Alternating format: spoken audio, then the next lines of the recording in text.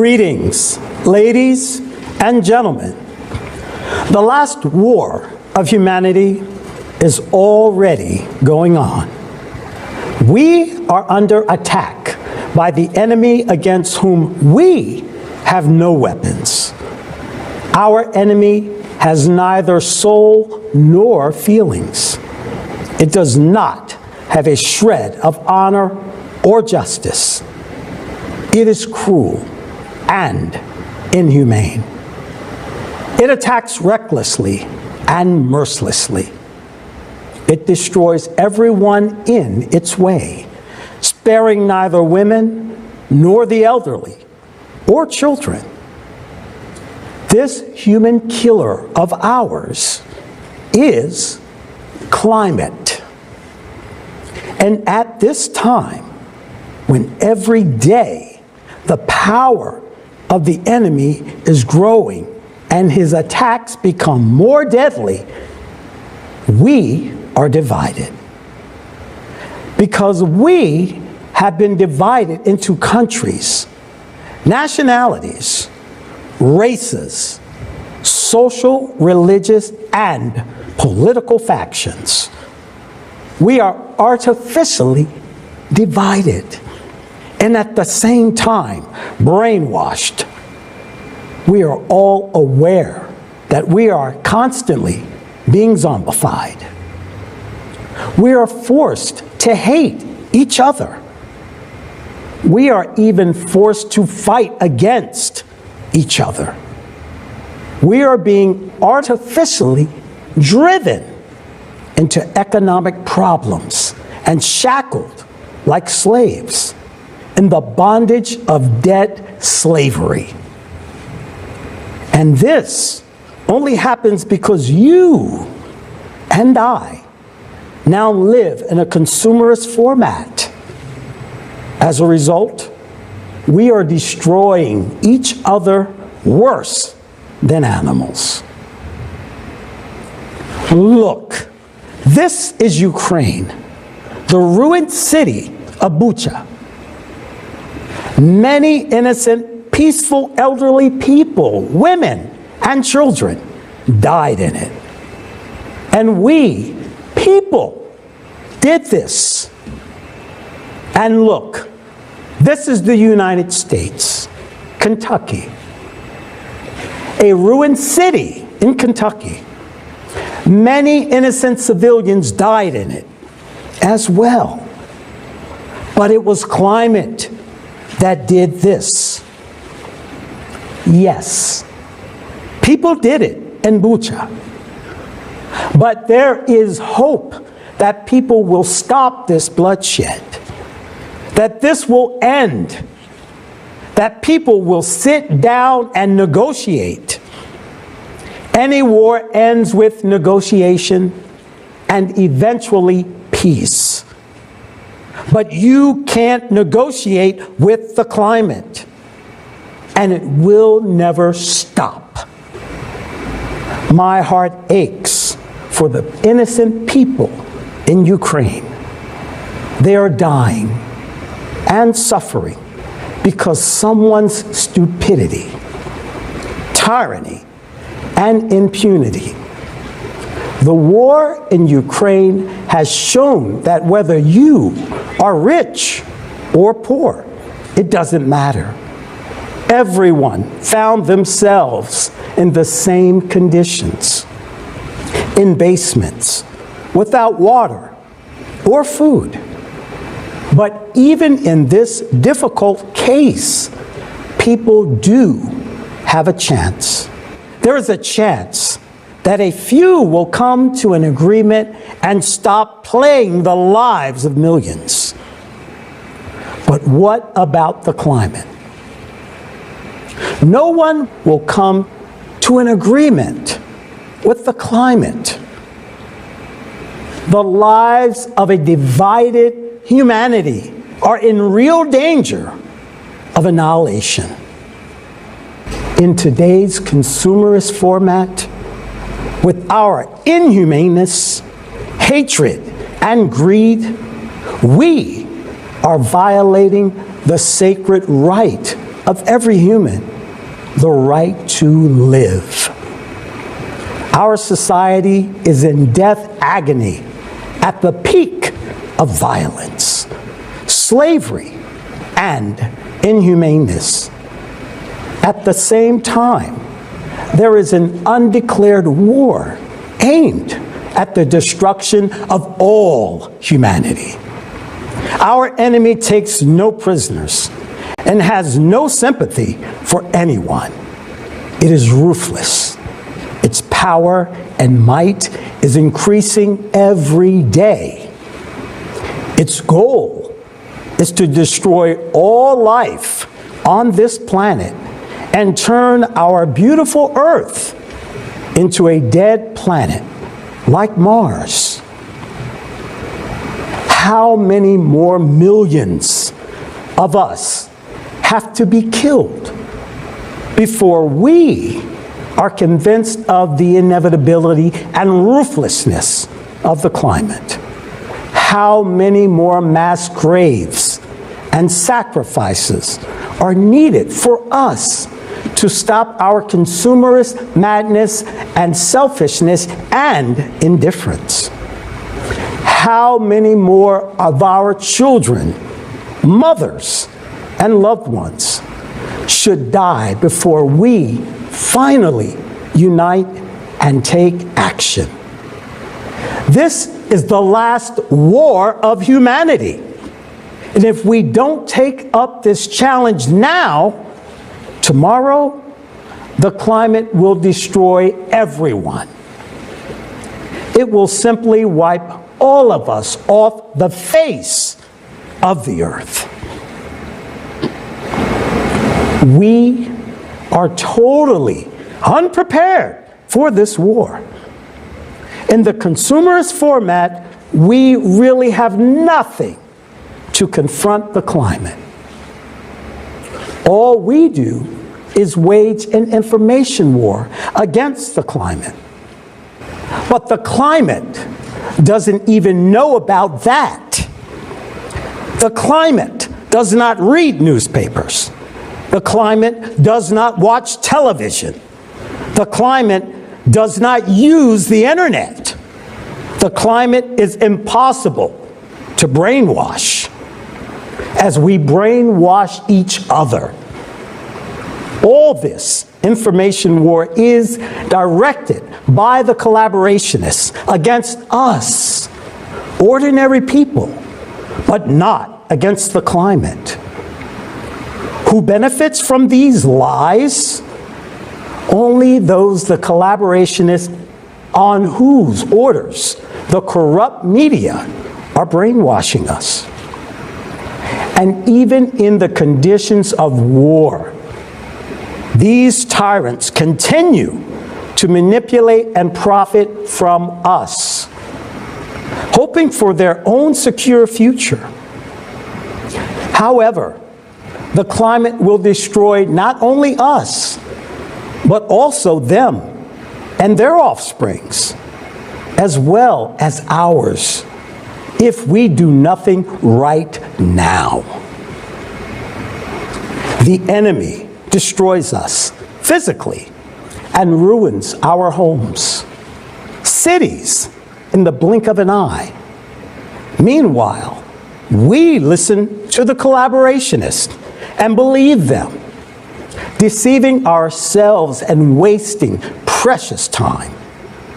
Is this not foolish? Is this not stupid?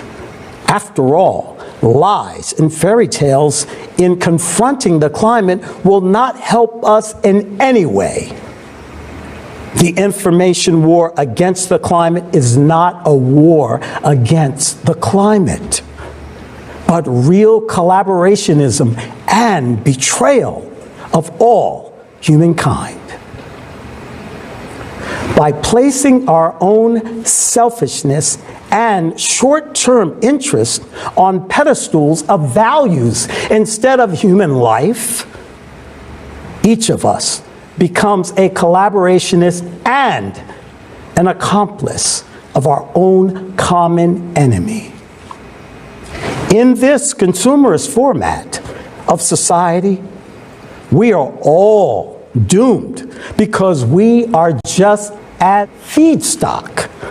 We are slaves. Our destinies are controlled by the few who kill us by our own hands. Think about it. Just one man can kill all of humanity simply because we, like stupid sheep, have delegated our power to him and allowed him to make decisions that destroy our lives, the lives of our families. As soon as we delegate power over ourselves to someone, we create a temptation for them to take our lives.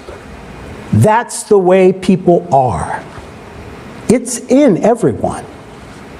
It's in our blood. We must honestly acknowledge all of our human weaknesses and build a world in which our weaknesses will not be able to affect the lives of other people. We must understand and acknowledge this fact. We must take this into account and henceforth prevent such a situation in society where a few individuals control the lives and destinies of billions of people. We shouldn't hope that those few will someday saturate their greed and become human beings. This is the consumerist format. Power and money is predominant here. They are like black holes that devour entire galaxies. They never have enough. They devour billions, and they never have enough. They take lives, and they never have enough. How is it that we live in a world where one person can take the lives of millions of people at will? It's not normal. Think about it. In the consumerist format, one person, being a tyrant, decides whether millions of people should live or die. While in the creative society, millions of people must decide whether one person should live or die, even if he is potentially dangerous to society. But this is life, human life. Why is this happening to us today? Because we allow this to happen. We ourselves have allowed the consumerist format to exist. We are divided. We are manipulated. And we accept it through our silence, inaction, and egocentrism. We keep playing these imposed games like sheep. But we want to be treated like human beings. As long as we remain like sheep, we will be sheared for profit and killed for fun by our own hands. It is mean, despicable, and unacceptable to resolve geopolitical issues at the cost of human lives. I call immediately to stop ambitions, double standards, and killing people. There is no reason to allow anyone to take a human life. I emphasize the life of each of us, neither economics nor geopolitics.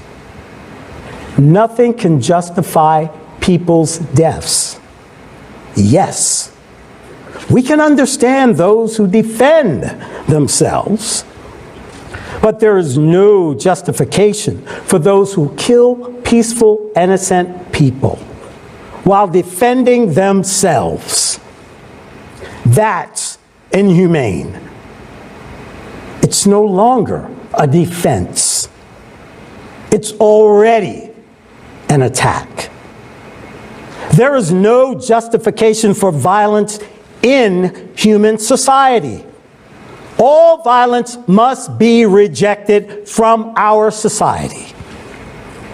It's an element of the animal world from which we, as human beings, must get rid of in order to become a true civilization. Otherwise, we have no future. I appeal to everyone. Convey this to all, even to those who don't want to hear it. Make them hear it. There's nothing more valuable than human life. You can restore a house, a business, even an entire country. But you cannot restore the life of a human being that was murdered. If we look at the present day world with open eyes, removing the blinders that mass media has imposed on us, it is horrifying how inhumane and heartless we are. Even someone who considers himself to be innocent is a liar, because he doesn't care about deaths on another continent. He doesn't care about hunger, violence, and slavery of others, because he is brainwashed, egoist. He's a consumer. And such a creature cannot be called a human being. A human is the one who's not indifferent to human grief. We have been turned into weak-willed, greedy, and stupid creatures. Feedstock. Yes, it sounds offensive, but let's face the truth. In a consumer society, how will you resist the climate that is physically destroying us? By means of false accusations? By pictures in the media? Or false slogans? How will you explain to a zombified, egoist, idiot that climate's loyalty cannot be bought with money, and when the climate comes to kill this person in his own home, nothing and no one will save him?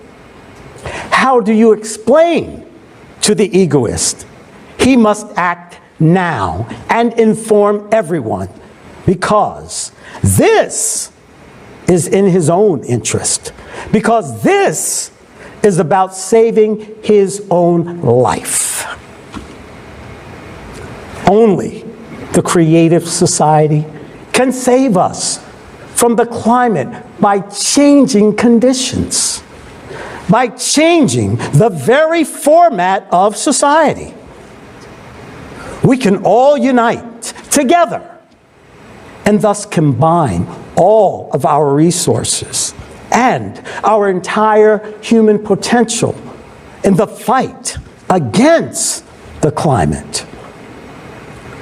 You tell me, what must happen for you personally to understand and take action? What must convince you? The death of your family and friends? Your own death? But then you wouldn't be able to do anything about it? Or should all the media on this planet get involved and start brainwashing you. Are you not capable of thinking for yourself? Are you incapable of seeing with your own eyes? What must happen for you to finally realize that the consumerist format is our common verdict, as well as your own grave? We have only two options to avoid the climate apocalypse. The first option, and the most difficult one, is to build the creative society. The second option is to sit idly and do nothing. In other words, just wait for our tyrants to destroy us in a global nuclear war before the climate does it. Tell me, what must happen for people to finally realize that the creative society is the only way out, and to start acting and building it? Yes, humanity is now in a deep pit of egocentrism, and it won't be possible to jump out of there into the creative society at once. But it is absolutely realistic to take the first steps towards humanist and unification of all of us. We mustn't be silent. We must tell our friends and strangers about this. Building the creative society will only become realistic when we accomplish the first and most difficult step in building. That is informing everyone. We should reach the hearts of people for them to understand that it is beneficial to all. Everyone benefits from being human. Everyone benefits from being a united civilization. It is beneficial to each and every one of us because it is the only chance to survive. Yes, it is hard. Yes, they don't want to hear us. But we must do it if we want to survive, because we are people. We want to live.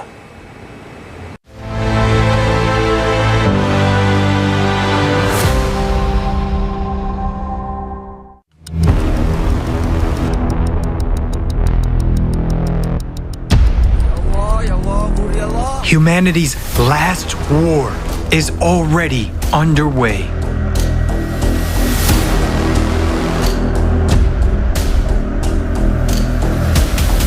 The enemy is destroying everyone in its path.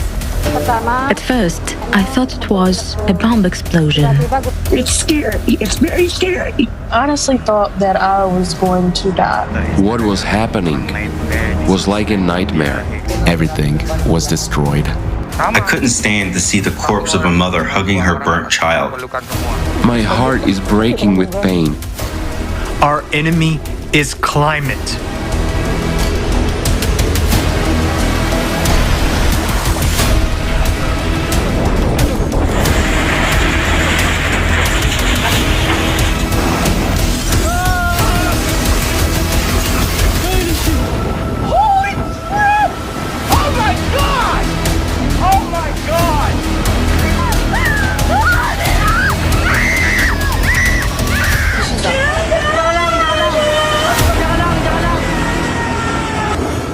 Everything was destroyed. There was no warning, no advice, nothing. When I went out, I saw something that looked like a tsunami. My father died right under our rubbled house. If only I could have helped him. I thought my family and I would die because the wind and the rain were unbelievably strong. I'm looking for my wife and I need her. I want to be strong, but I can't hold back my tears. When we realized that the water had invaded the house, we only had time to get people out of the house. There was no time to grab anything, and I lost everything. And these are just its first attacks. It won't agree on humanitarian corridors. It won't sign a peace agreement. It doesn't need time to regroup. And it won't run out of missiles. With each new attack, the enemy only gets stronger. What can we oppose against this enemy? Can we, humans, survive this war? If meanwhile, instead of carrying out planetary mobilization and creating a united front, we are killing each other. I don't want to die. I want it all to be over as soon as possible.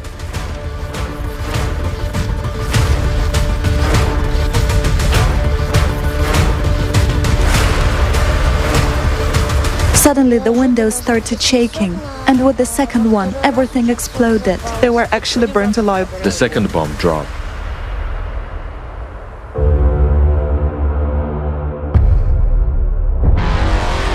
We're killing the planet that is our only home.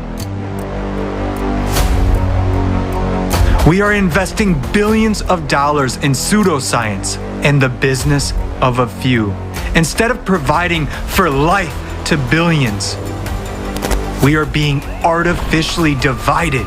We've been inculcated with hatred for one another, and all for the power of a few over the billions over us.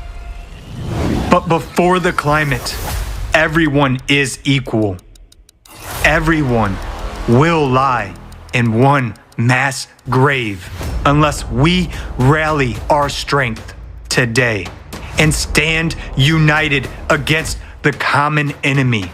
Yes, it's hard, but we must do so if we want to survive. For we are people.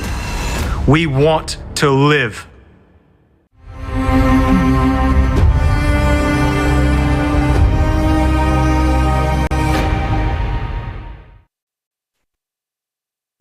Greetings. I would like to welcome everyone to this unprecedented international online forum, Global Crisis. We are people. We want to live.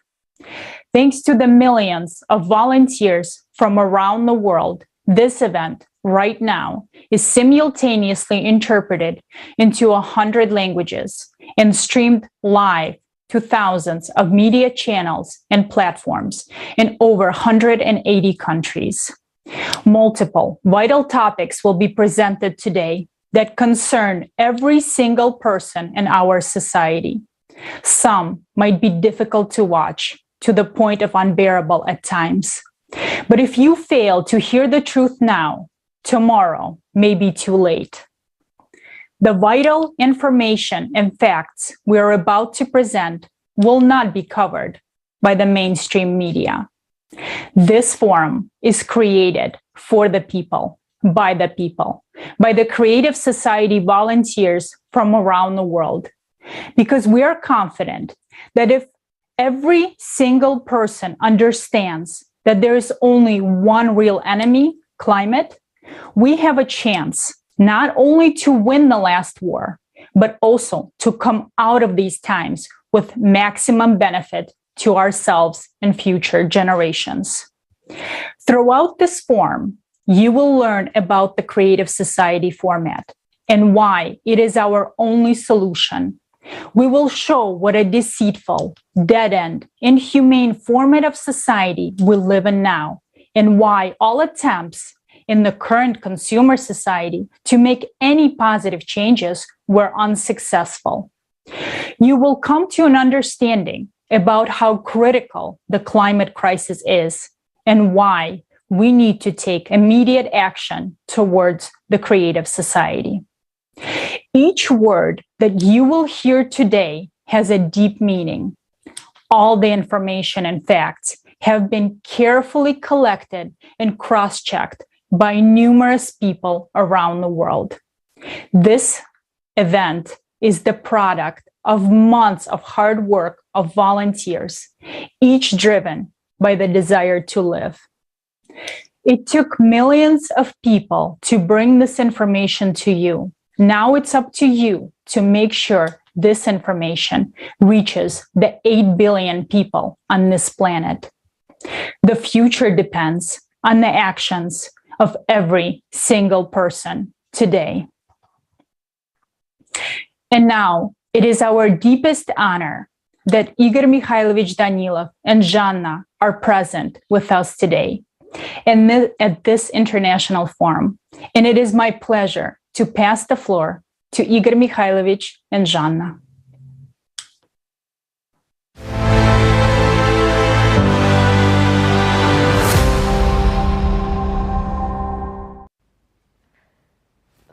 Hello, dear friends. Greetings. We welcome you at this significant All People's Forum.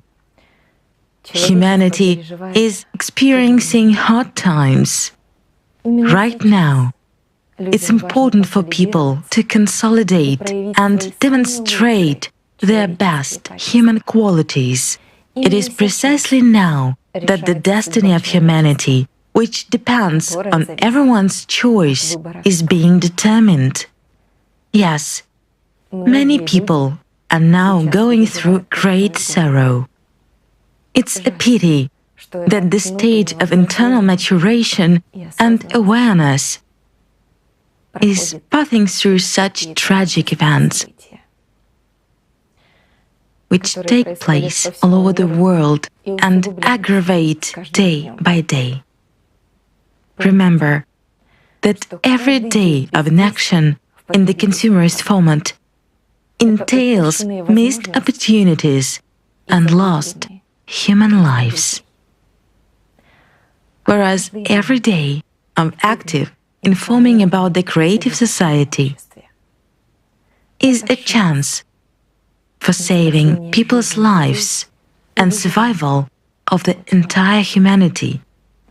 Therefore, now as never before, the choice, truth, and actions of every person are extremely important. I would like to express my personal gratitude to the true heroes who did not abandon others in a tough moment and lend a helping hand from their pure hearts, despite any circumstances. These people deserve respect. Thanks to their actions, events are generated that change the destinies of billions of people. Thank you so much, friends, for what you are doing. The time has come to become a true human. The time has come to create all conditions for the entire humanity to survive. Hello, dear friends. I'm honored to be with you today at this forum. It is not just a forum, friends. It's more than that. It's not just us coming together on the air, seeing and hearing each other. No. It is so much more than that. Today is a really significant day. Why?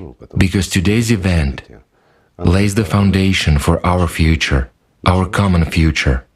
And right now, every one of you who understands all the pressing issues of the present day, who understands all the problems that we face, we, as humankind, all of you, all who understand how serious everything is, and who are doing everything possible, everything that depends on us, in order to preserve tomorrow, even for those who don't want to hear about us, who are not interested in the climate, who frankly speaking, do not care that people are dying somewhere because it is quiet in his house. So, friends, today you are fighting even for them, even to them, to those who don't want to hear about the problems which already exist and which will exist tomorrow. It is you, friends, who are trying to bring the message to them, to those who don't hear us and don't want to hear us, to those who, frankly speaking, don't like us very much, because we are disrupting their lives. We prevent them from living well. We disturb their peace by telling the truth. They like staying in an illusion, the illusion of their consciousness. But it is you, friends, who awaken them and tell them what awaits them. And you tell them about the opportunity, the unique opportunity to build a creative society that can save all of humanity. In fact, this is the only format and the only chance for all of humanity. I heard what Leslie said, and he said it right. His words should reach everyone's ears so that everyone understands that either we will be destroyed by a couple of tyrants in a nuclear explosion, or we will be destroyed by the climate. To be honest, I would be disappointed if it were either this or that way, but with the same ending. It's not right. Our goal and task is to prove that we are human beings. Our goal and objective is to prove that we are a civilization, to stop the filth that we have, to stop killing people, to restore justice in this world, and restore the value of human life. This is our task, the task for which we are here fighting right now. Each of us. Thank you. Thank you, friends, from the bottom of my heart. I understand that it's hard. I understand that they don't want to hear. I understand that they don't want to see. I understand the resistance that comes from those whom we hinder. We prevent them from stealing from us. We prevent them from killing us. We prevent them from living comfortably. But we understand that we are also fighting for their lives and for their descendants, not just for our own. And in this, friends, is your great merit. And that is the value of the entire creative society. The value is that we act for people and not people for us, that we fight for all of humanity and tell the truth as it is, even when they don't want to hear it. Yes, we would like to be heard. But we are well aware, friends, that the truth is the last thing people want to hear. This is really so. However, our goal and task is to make sure that this world remains. It will change. It has already changed, and not for the better. The climate is raging, it is gaining momentum, and we know that. But there's still a lot we can do. We can preserve this planet. We can preserve our home. We can save each other. That's what is most important, each other. Friends, we can save not only each other, but also our descendants, our humankind, and not just as humankind is right now, but as one civilization, in love, in respect, and according to the principles that we want to be applied to ourselves. Isn't that so? It is not easy. No, it is not easy, friends. But if we want it, it will be the way we want it to be. Thank you, friends. Thank you for being here. Thank you very much and most sincerely.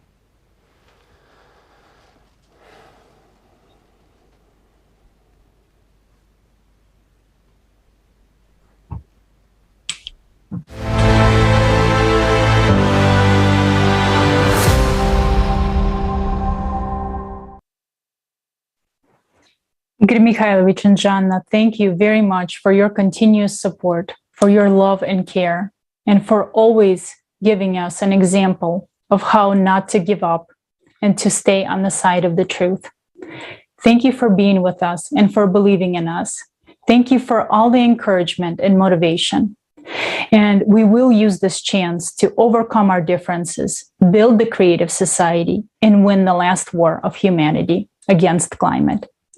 Thank you again for being with us today.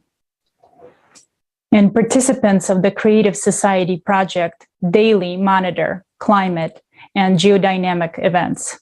Since our last conference on December 4, 2021, there hasn't been a single day without climate disasters claiming human lives. Climate news is like the coverage from a war zone. It is all about death, damage, and devastation. Are we aware of the tremendous losses humanity has already suffered in this war? Now, while our attention is diverted away from our only common enemy, the climate, we are losing millions of human lives. Here's a summary of climate events over the past few months.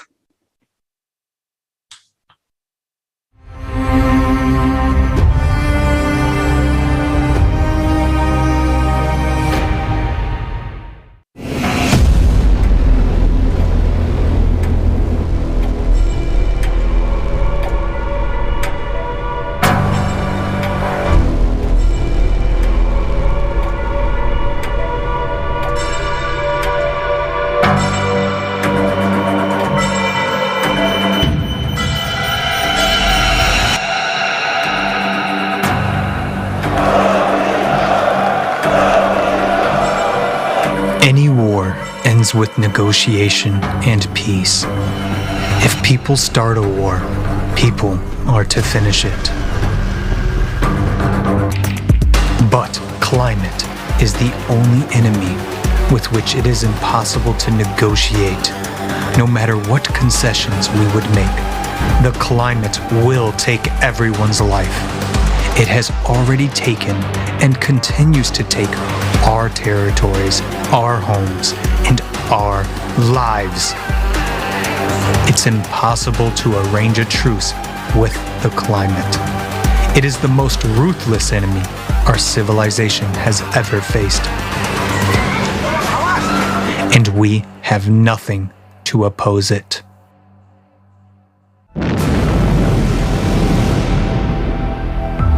The last war of humanity has begun.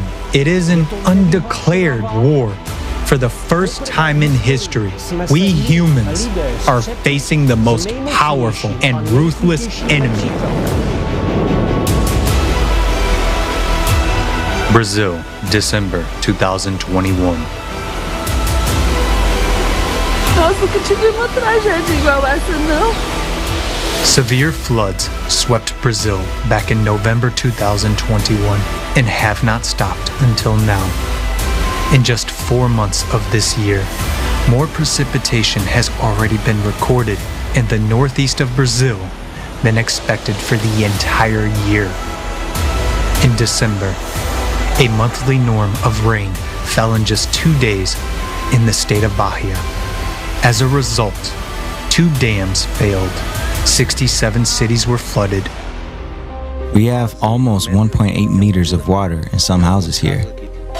This was everything to me. Everything. The only thing I had was my home, and now it's gone.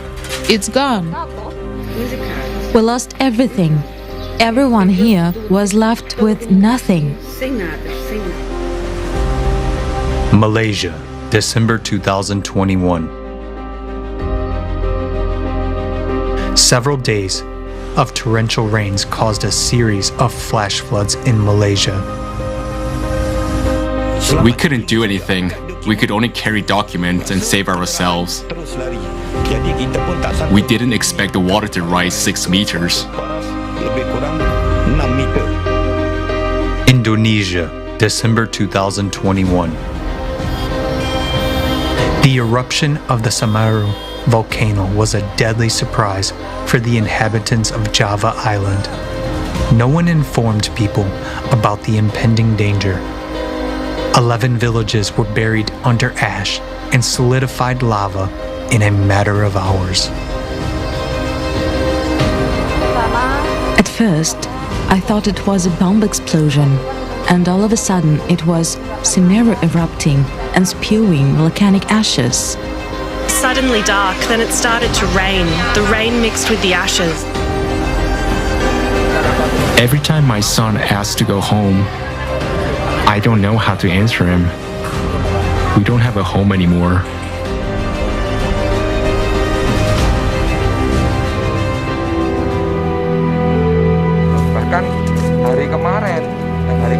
I feel very sorry, especially when I try to imagine the hot ash falling, imagine the feeling and screams of a mother who tried to calm her child by hugging him.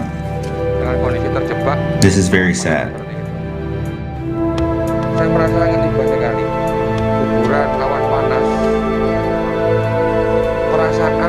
I couldn't stand to see the corpse of a mother hugging her burnt child. It was really sad. Even yesterday, we found a mother holding on to her 2 children. I can't imagine what they went through when they were trapped and surrounded by the hot ashes. Cataclysms have reached a new level. Their synchronization is observed everywhere. Because of this, the impact of the forces of nature becomes super powerful. In December, after a deadly eruption, floods, landslides, an earthquake, and a powerful hurricane hit the residents of Indonesia. Streets were flooded, houses were destroyed. People were left one-on-one with their misfortune again. The Philippines, December 2021. Good morning, world. It is the day of Storm Odette passing over the island. Whoa, this is definitely the worst storm we've had here so far, isn't it? Oh my goodness, this is the worst storm ever.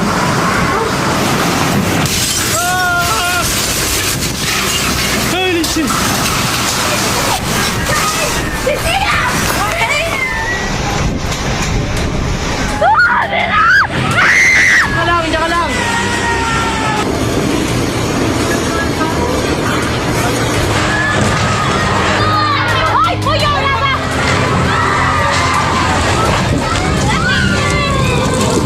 On December 16th, Super Typhoon Rai hit the residents of the Philippines.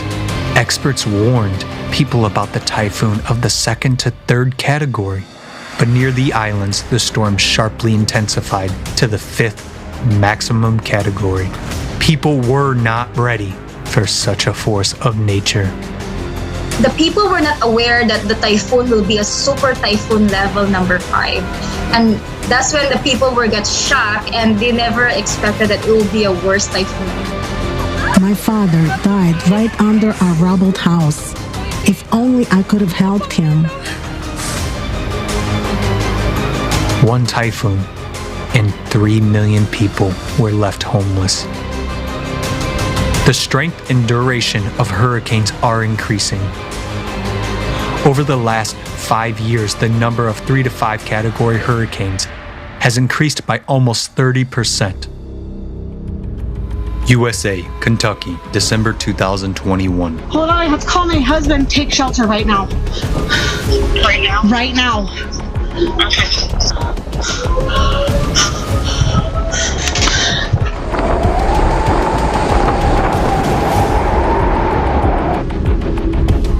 I'm through here and pretty much almost wiped 3/4 of this town out.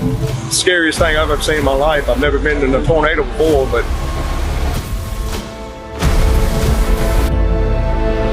where were the babies? Right here. One was in this arm and one was in this arm. I never saw my 3-year-old because my face couldn't turn that way, but I did see the baby, and he cried and then he just stopped. So at that time I thought he was sick. Oh God, but he wasn't. I never heard my 3-year-old say anything. Did Jalil die in your arms?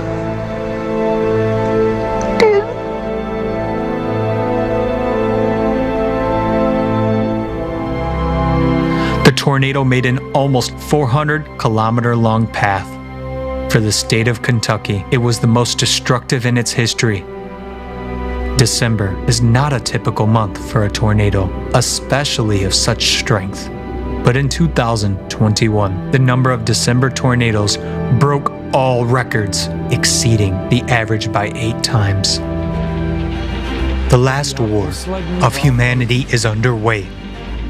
We have shown only part of the disasters that occurred in December. But the scale of the ruthless attacks of our common enemy, the climate, is immense. It acts in sync, cascades, and grows stronger with each attack. Ecuador, January 2022.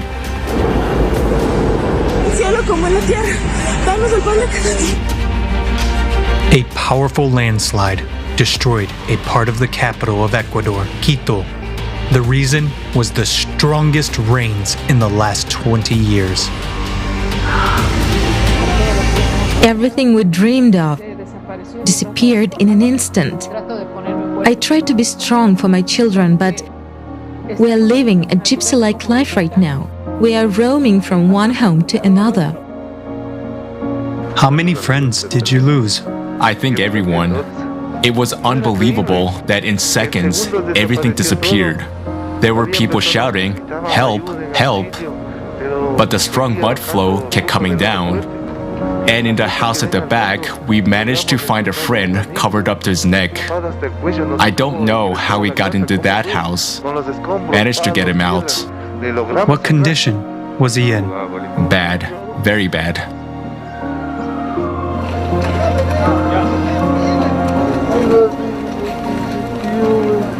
Africa, January 2022. A house and my kitchen collapsed as a result of heavy rains. It collapsed while I was still inside, and we are now at the camp. We have nowhere to go. We had to come here. Our children have fallen sick. We have no money at all. Hunga Tonga, Hunga Hayapai, volcano eruption, January 2022. The volcano is erupting. It keeps erupting. Get up! It's still far from here. On January 15th, the Hunga Tonga underwater volcano exploded. The power of the volcano explosion was 500 times greater than the force of an atomic bomb explosion. Third now is clean drinking water. These people had nowhere else to go. The 15-meter waves you've heard went from one side of the island right through to the other side. Were people warned in advance of the coming disaster? No. Were people given the help they needed? No. And the enemy's tactics are still the same: suddenness, powerful strikes, and ruthlessness.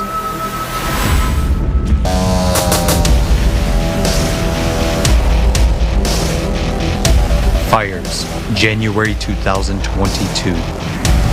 Oh my God! I live right down the street. And look at this.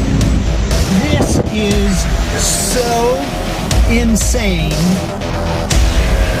The day that it happened, I worked from home. It was a beautiful sunny day, but we live in an area that no one thought a fire was possible here where we are. I have 2 kids and they were both home. We got no warning, no alert at all. My wife happened to see this on the news. This happened so quickly. I didn't grab anything other than some clothes. You know, I've been around the area and I've been to whole neighborhoods where they're just down to rubble. There's nothing there anymore. And people were outside. I thought we would be coming back to a home. I thought it'd be a 1 day, 2 day, couple day inconvenience. You know, I didn't think that that was it. The wildfire in Colorado has become the most destructive in the history of the state. It destroyed more than 1,000 houses, leaving tens of thousands of people homeless. Experts note that now there are no peak fire seasons anymore. The fire rages all year round.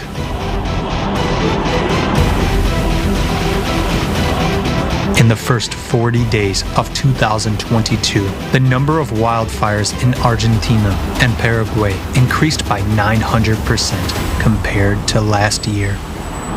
This is atypical, historic, it's never happened before. We've never experienced anything like this. We are really shocked.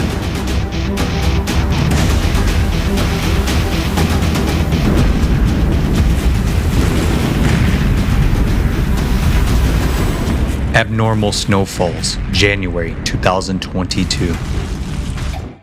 Snowfalls are increasingly becoming a high-risk phenomenon. A huge amount of snowfalls where it never used to. And the April snowfall of this year generally shocked the residents of Europe, the USA, Japan, and China with its non-seasonality and intensity. In January, the capital of Turkey, Istanbul, was covered with snow in a few hours.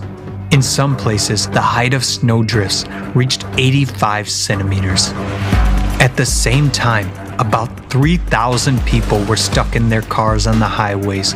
Social networks were exploding with messages asking for help. In Pakistan, thousands of tourists, having gone to a mountain resort, fell into a snow trap. Whole families went to admire the snow, and as a result,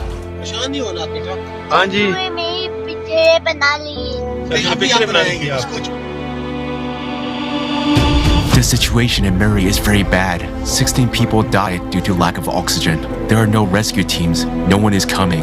I can't believe it. All 4 people died in this vehicle. Look inside. All 4 are dead. in just 2 months, an uncountable number of climate disasters have occurred around the world, powerful and uncontrolled ones. The dynamics and anomaly of climate disasters is growing right before our eyes. In just 2 months, we have seen how much the strength of the enemy has grown.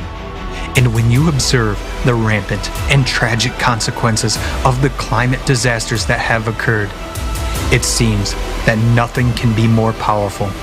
But the horror is that this is only a small part of the ferocious attacks of the enemy of humankind.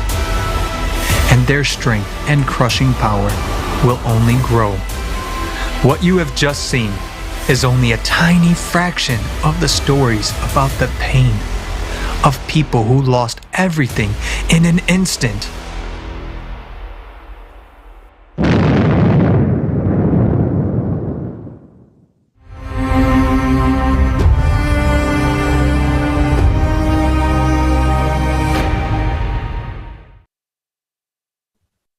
Здравствуйте. Мы сейчас посмотрели видео мониторинга климатических катастроф всего за 2 месяца. И в нем были приведены только самые масштабные катастрофы. Сколько уже жизней унесено за эти 2 месяца.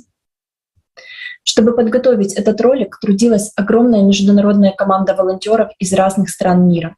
Все эти 5 месяцев между прошедшей конференцией и этим форумом мы собирали и анализировали данные по климатическим катастрофам во всем мире. Мы делали это каждый день и были в шоке от происходящего. В первую очередь от того, насколько много катастроф происходит каждый день. Мы делали это, потому что нигде, ни на каких ресурсах не отображается полная картина. А значит, люди просто даже не понимают реального масштаба происходящего. Каждую историю из этого видео смотреть было невыносимо больно. Но мы с командой продолжали собирать эти истории. И в вечера новогодних завод, и просто ночами напролёт, потом утром вставая на работу. А некоторые продолжали сбор данных даже во время войны, находясь в укрытиях при бомбежках. Делали мы это из-за понимания, насколько серьезная сейчас ситуация на планете с климатом. И если ее не начать изучать, если не собирать эти данные, если не оглашать их на весь мир, то шансов выжить у нас, у всех, просто не останется. Я не климатолог, но даже мне не нужно было прикладывать много усилий, чтобы увидеть, что за последние 5 месяцев масштаб климатических катастроф очень сильно вырос. Наша команда аналитиков подготовила статистику этого нарастания климатических катастроф. Сейчас я приведу только ее небольшую часть. Штормы. В одной только Европе среднегодовое количество штормов с 2000 года по сегодняшний день выросло в 16,5 раз. Количество мощных разрушительных ураганов 3, 4 и 5 категорий выросло на 30%. Более того, они теперь заходят дальше вглубь континента, неся за собой гигантское количество осадков. В США торнадо обычно бушуют с апреля по октябрь на определенной территории. Обычно. Но теперь нет. За последние 5 месяцев 2 несезонных месяца, декабрь и март, побили все рекорды по количеству торнадо. За 5 месяцев мониторинга, по самым скромным подсчетам, случилось более 300 наводнений в 82 странах по всему миру. И это только самые масштабные. Осадки в Боливии в декабре превысили исторический максимум 7 раз. В Испании только за 2 последних месяца осадков выпало больше годовой нормы. В ЮАР полугодовой объем осадков выпал за 2 суток. Таких контрастов precipitation fell into еще не days. было никогда. There have never been such contrasts in natural disasters. Только в The США heavy snowfalls are replaced by fires. In the United States alone, the number and area of wildfires are already well above the norm, even before the start of the fire season. There is no fire season as such anymore either. Catastrophic droughts are replaced by equally catastrophic floods. The number and duration of droughts on Earth has increased by almost 30% in 20 years. Sand and dust storms have become more frequent and, most importantly, more intense and longer lasting. Abnormal heat waves are also increasingly covering the planet. In Antarctica, minus 12.2 degrees Celsius was recorded. This temperature exceeds the average by almost 40 degrees Celsius. In the United States, for example, the temperature dropped from plus 15 to minus 14 degrees Celsius in just a day. And that is happening everywhere. И это происходит повсеместно. У всех сейчас на слуху экстремальная жара в Индии и Пакистане. И при этом, после рекордного жаркого марта за всю историю наблюдений в Индии, температура в апреле поднялась еще выше. За каждой из этих климатических катастроф человеческие жизни. Эту жизнь уже не вернуть. За каждой из них либо матери, обнимающие своих детей, так и сгоревшие заживо в лаве, как это было сейчас в Индонезии, либо целые семьи, оставшиеся под завалами своих же домов, а те, кто уцелели, без воды, еды и всего, что у них было, как это случилось на Филиппинах. Либо целые города, истребленные торнадо, когда от домов остается один фундамент, а остатки человеческих тел с трудом можно опознать. Идет реально полномасштабная война. В этой войне у нас только один враг. Это климат. Чтобы выжить в этой войне, нам нужно объединиться всем человечеством и днем и ночью трудиться над технологиями, которые смогут победить этого врага. Но прежде нам нужно открыть свои глаза и признать масштаб катастроф и то, что оттягивать дальше уже некуда. But first, we need to open Нам our уже eyes and 40 лет recognize the scale of вещают the о том, что catastrophes причина and the fact that изменения we can климата delay no — это longer. антропогенный For фактор 40 years, we СО2. have been told Мы that сотни because of миллиардов climate changes долларов and тратим на anthropogenic решение этой CO2, проблемы. we're Но spending почему не hundreds of становится billions лучше тогда? dollars to solve this Почему problem. продолжают But why умирать isn't it люди? getting better? Почему столько Why do семей people остается keep просто dying? на Why улице, are so без many families элементарных left вещей для just on the выживания, без streets воды, without без basic еды, things to а в survive, результате и without без water and помощи? food? How Как has этим our людям planetary помогла fight наша against CO2 планетарная helped борьба с these people? СО2? Да, Yes, СО2 CO2 растет. is on the Мы не rise. отрицаем We это. don't deny Но it. какое But это what имеет does that отношение have to do к with the нарастанию increasing климатических climatic катастроф? disasters? Я I'm обращаюсь к talking вам, to люди, you, people, вот к тебе to you лично. personally. Ты готов, Are чтобы you климат ready for разрушил the твой дом? climate to destroy your Ты home? готов, чтобы Are твоего you ребенка ready унесло for your потоком child to be наводнения, swept возникшего away by a просто flood ниоткуда? that comes out of Ты nowhere? уверен, что тебя Are you это не sure that it коснется? won't affect you? Ты думаешь, Do что you те think люди, those people истории whose которых мы stories we сейчас watch смотрели, today чем-то are any отличаются от different тебя? from you? Ты думаешь, Do что you они были think готовы? they were ready? А мы Are готовы? we ready? Ведь нам сейчас Because предстоит we will столкнуться с face катаклизмами cataclysms еще of большей even мощи, greater чем за power than последние in 5 the месяцев. last 5 С months. каждым днем The разрушительная destructive сила power of катаклизма cataclysms grows растет, every day. а мы как And общество we as даже не society do not изучаем even study this на problem надлежащем at a уровне эту proper проблему. level. Наша наука занята Our сейчас science is busy совершенно with something другими completely делами, и different, мы теряем and we are драгоценное wasting время. precious А ведь time. это наша But жизнь. these are our lives. Будь уверен, Be что sure that буквально совсем literally скоро, very soon, если не if торнадо not a придет в твой tornado will дом, come to your house, так then a наводнение, flood, an землетрясение или earthquake, or a тайфун. typhoon. И эта And стихия this natural не будет disaster will жалеть spare ни neither твоей your life жизни, ни nor the жизни life твоих of близких. your loved ones. А в созидательном And in the обществе creative society, такого не this will случится, never happen. потому что Because by объединив научный combining the потенциал, scientific мы potential, создадим we технологии, will с которыми create климат нам technologies with which больше the не climate будет will no угрозой. longer be the Никогда. threat to us. Именно поэтому That is сейчас why так it важно, is чтобы now so каждый important человек that each активно person actively информировал informs о построении about building the созидательного creative общества. society. Absolutely right. We are not prepared. We are not ready to withstand the climatic catastrophes. In the consumer format, instead of trying to Действительно, мы не figure out готовы, how to совсем не готовы survive, противостоять we're killing климатическим each other. катастрофам. В You потребительском have формате, probably вместо heard того, about the чтобы пытаться terrible понять, war как in выжить, Ukraine. мы It убиваем is друг друга. impossible to Сейчас convey in внимание words людей во all всем the мире horror приковано к that войне the в Украине. citizens of this country Невозможно have been передать словами весь experiencing for этот several кошмар. months now. The war came suddenly. Nobody wanted it. Why are we, as humanity, allowing for such animal behavior to happen? Don't we see that we are not enemies to each other? Right now, let's just take a look at the events that are happening in Ukraine.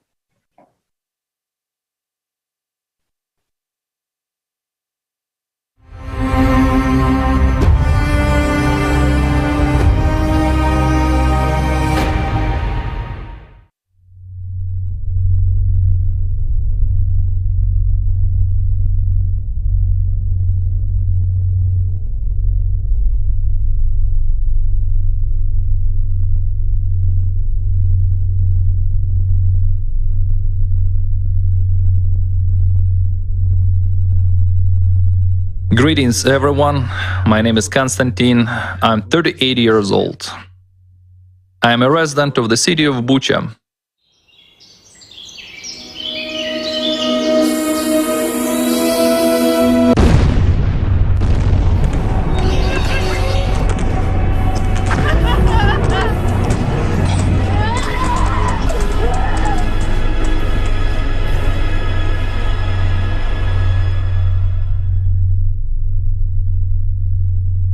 My family and I lived under occupation for 2 weeks. All those 2 weeks were a continuous nightmare, where every second we lived under constant shelling, shootings, and explosions.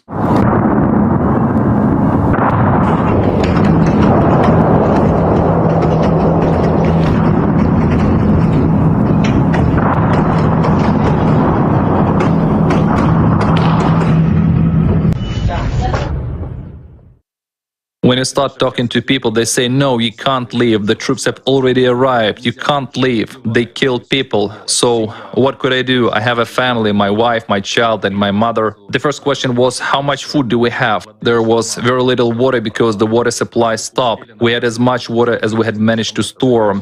But it would end very quickly anyway. I was aware that we had to go to a shop, okay. How far is the shop? Well, I understand that the store is about a kilometer away, right? So I had to cross 4 main streets, let's say, so as not to get killed on the way.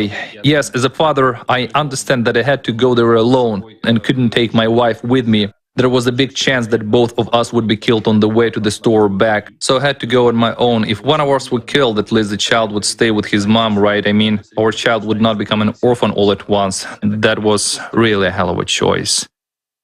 We found ourselves in a situation where we had neither stores, all of them had been vandalized, nor a pharmacy.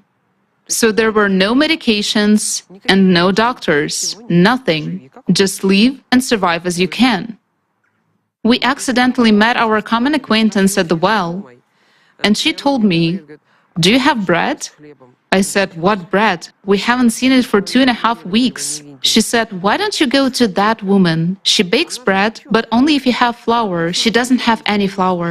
Well, to go there wasn't an easy task because snipers were shooting everything through, and there were APCs all around. We went there once, twice, 3 times, then they started shooting like hell, and we couldn't go out for a week.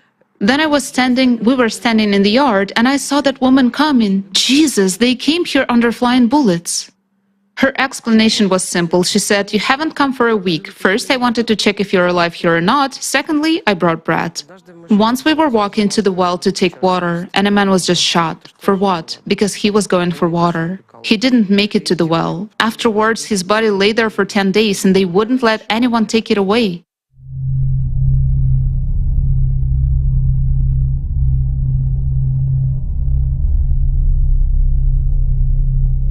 There are so many human tragedies, and everywhere it is different for everyone. Someone came under fire, someone was shot, someone was driving through the city and was ran over by a tank. I saw many such cars.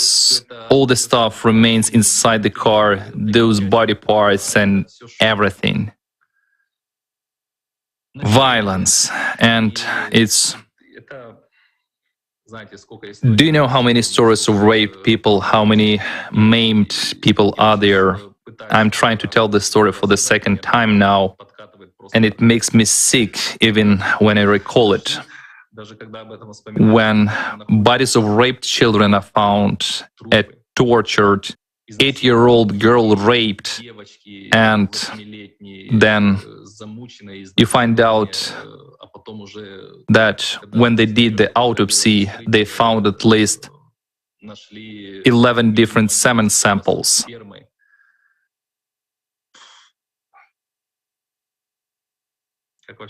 How is that even possible? I can't even imagine that. How many women were maimed? How many husbands were killed? It's already been told. When they broke into the yard, killed man, then raped a woman for several hours. At that time, the child was hiding in the next room. And sometimes a wife and a little daughter were raped together. It is such an abomination. I don't know. I heard a story about 21 roses on a man. 21 roses on a man. It's, well, there are 20 fingers, and each finger is cut so that there is a rose on the finger, while the 21st rose is respectively the male penis. It was all done by living people on a living man. I don't even I don't even know what it was done for, in order to get some kind of information from the man, in order, I don't know, satisfy some kind of bestial animal nature. Well, I know. People, what have we actually come to? Due to the war that is now going on in Ukraine, clients report complaints about their children being raped by the military. There are a lot of such complaints. I'm addressed by the clients who have 2 girls, and both girls were raped. The most terrible thing was to find out how old these children are. One girl is 6 years old. The other girl is 9. 6 and 9 years old. People address us. Literally, soldiers came into the houses where women were and raped women. I mean, it's not just one case, but those are houses where the military came, kept women hostages and raped them. My client, who was in Bucha all this time, she was sitting in the basement with her husband. She told me that their neighbors had a young girl, their daughter, and she was abused by the military. Her parents couldn't do anything because they were shut down in the basement, and they were sitting there and they just heard their child's torments. As a matter of fact, everybody in the street heard the child's torments, but there was nothing people could do. All the neighbors are traumatized and they recall it like a bad dream. That fear, which is now tormenting many men, that I should have gone there, it doesn't matter that I could have been killed, I should have saved her. There are thousands of such stories. There are many stories of people who try to evacuate. Those are ordinary people. Let's say several families gathered, friends, neighbors, relatives. And there were stories when people were evacuating in 5 or 7 cars at a time, and they were just bluntly shot, despite the fact that the cars had inscriptions, children, children, children on them. The cars were shot from all sides, and it's unclear for what.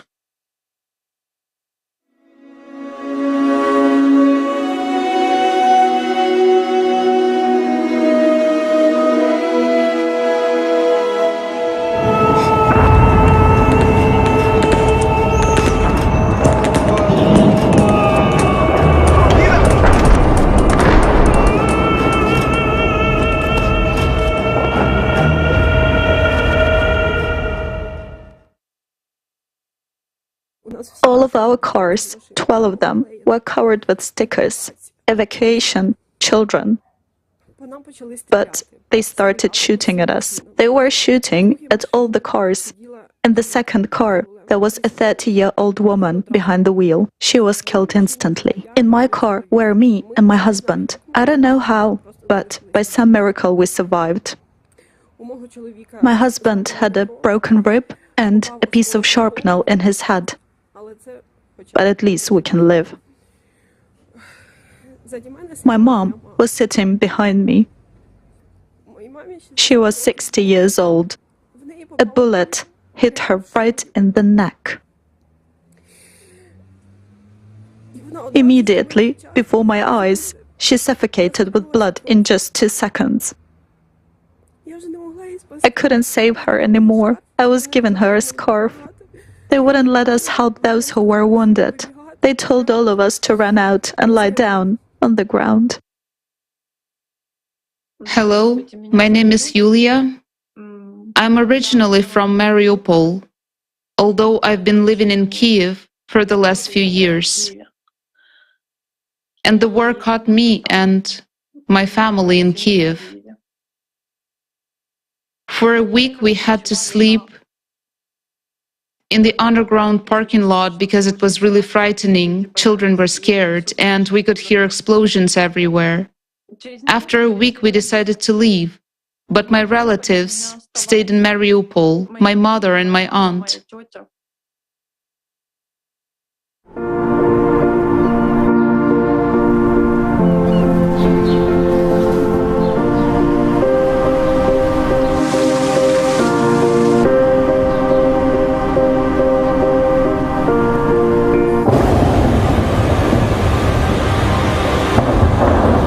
Лежишь у тебя. Очень страшно. Покажи.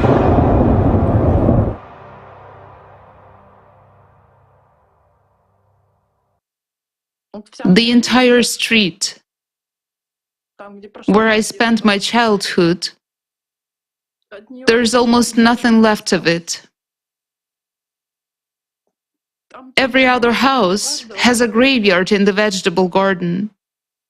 I mean, people buried their relatives that had been killed by airstrikes or mortar shelling near their houses because nobody took away the bodies.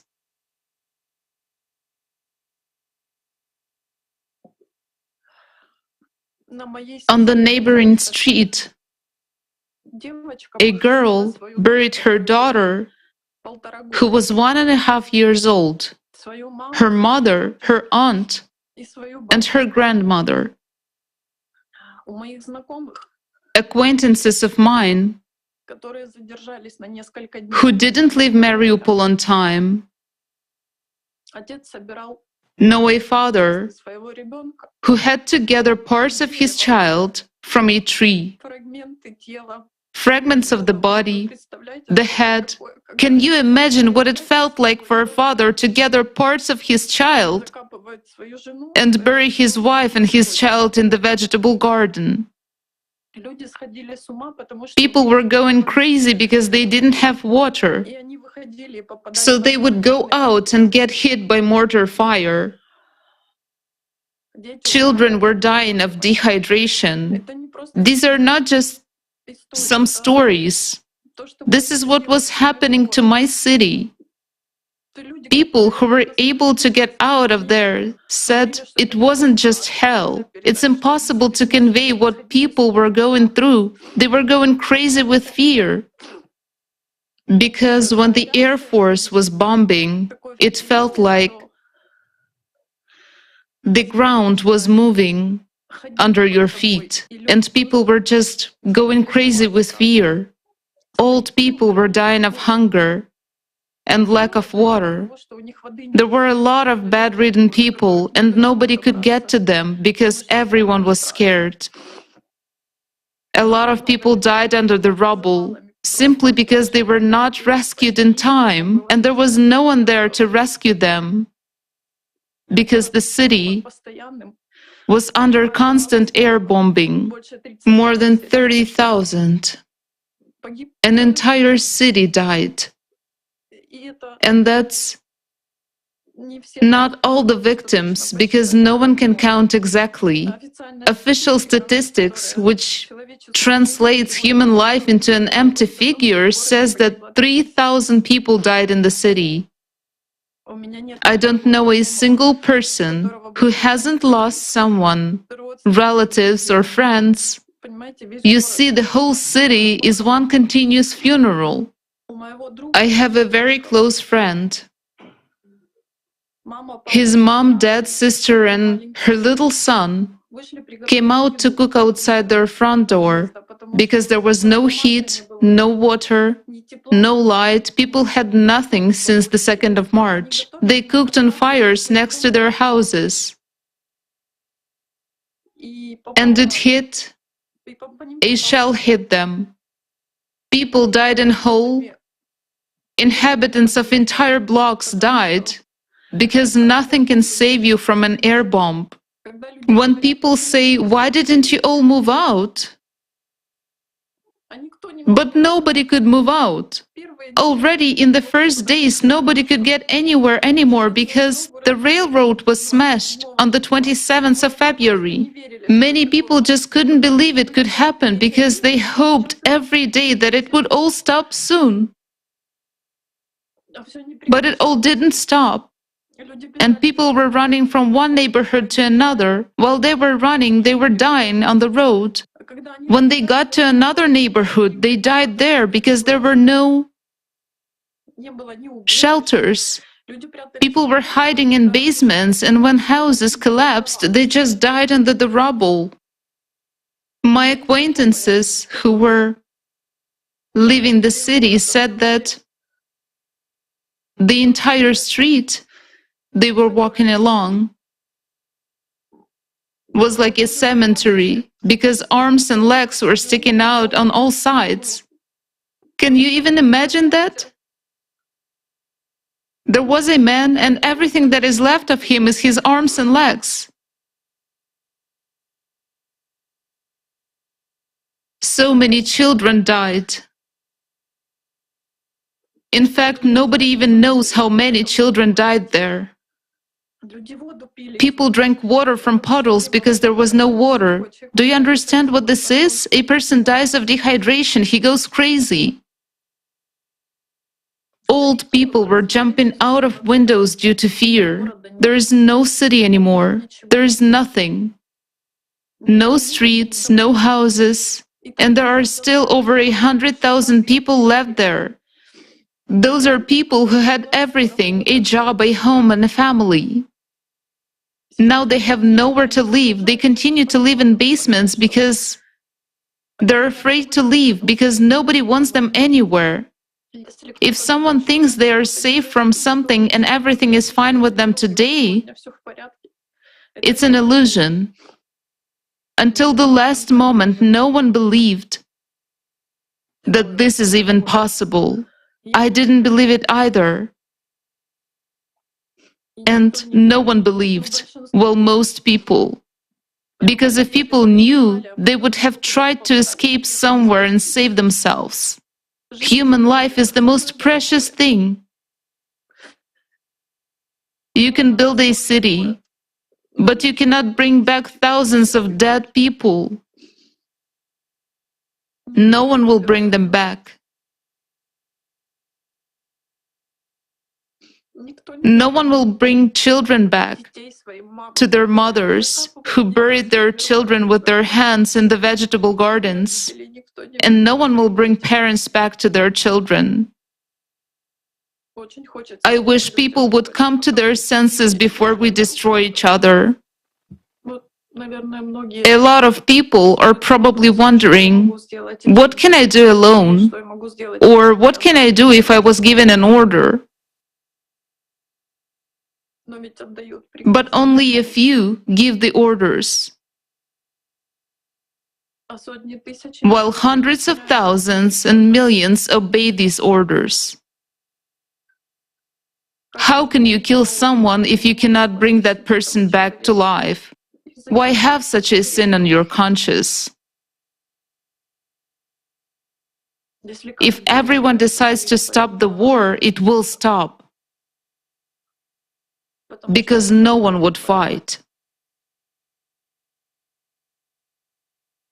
But for that, everyone has to understand this. Otherwise, we will always depend on decisions of certain individuals who give orders while the rest of us blindly obey them. In general, how can a human life be put a price on? To drive people to a slaughter for whatever motives and slogans.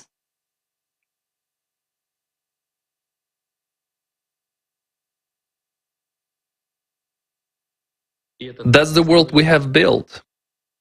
We, people. If someone thinks they're not a part of it,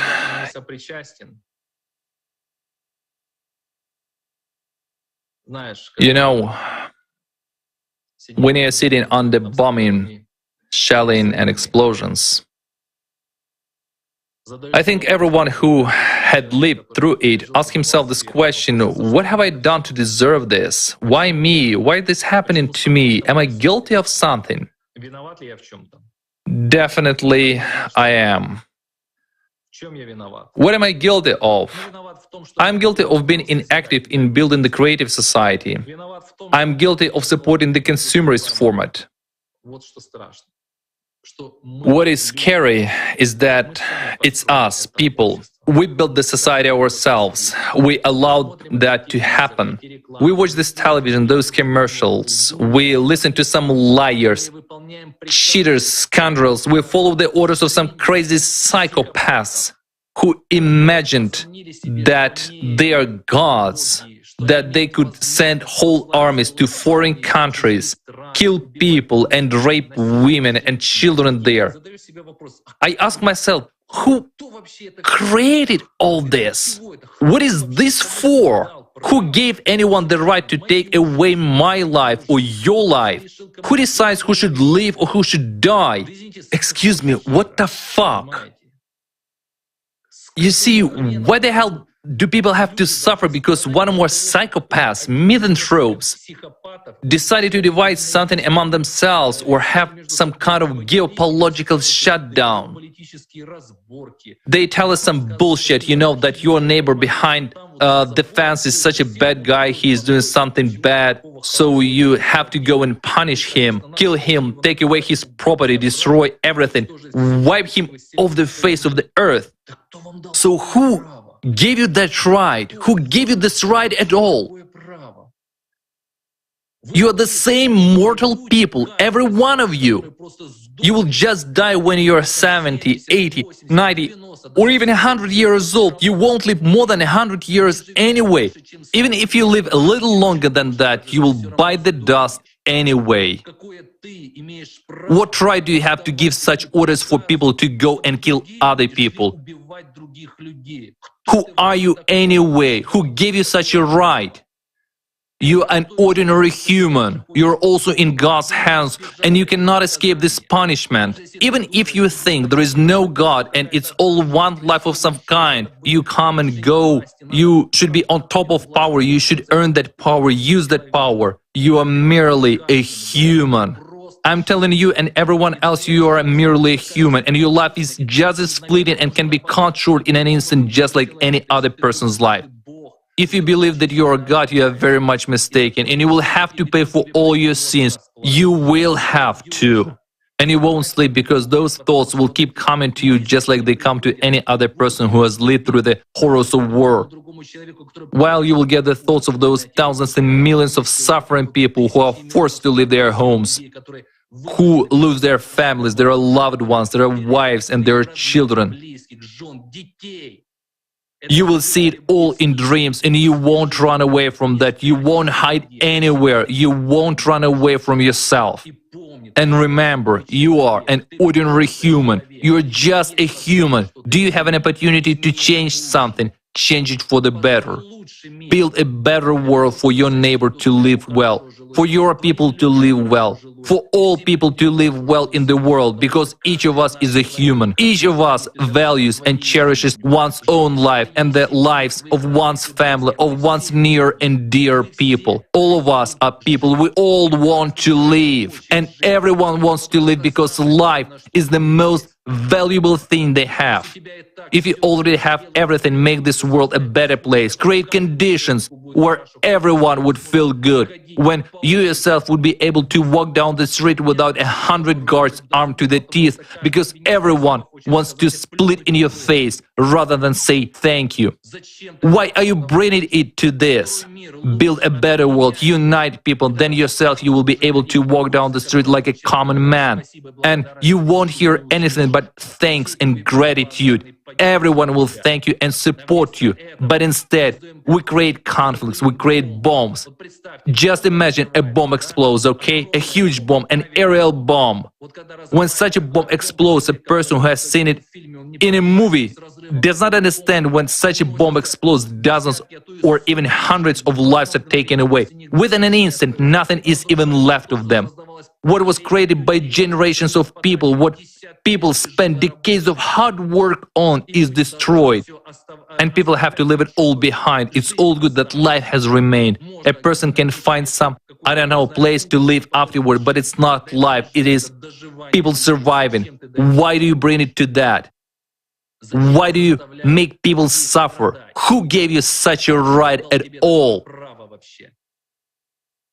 Another year, 2 years, 10, 20 years will pass, your life will end anyway, and you will have to answer for it. And you know it. You do know it. I hope a lot of leaders around the world will hear me, and may everyone ask themselves the question, who is he? Is he responsible to this question that he is a human? Then be a human. Make this world a better place, safer, quieter, and more comfortable for other people. You cannot take with you everything you earned. There are no pockets in the coffin. And you must always remember that, always. As for taking away human life, as indicated by these events in Bucha, in Irpin, in Mariupol, in Kharkiv, in Hostomel, in any other city that survived, where people survived those horrors of war.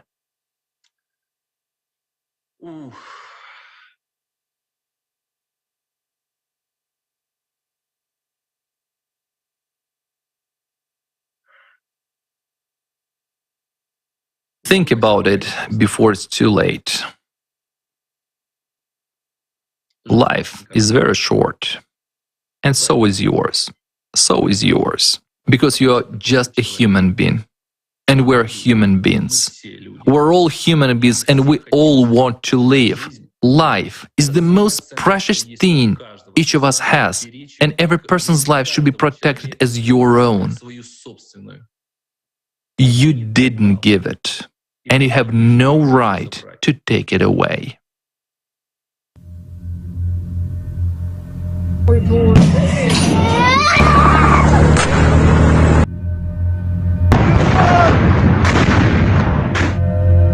Димка, трупов на вокзале насколько, прикинь!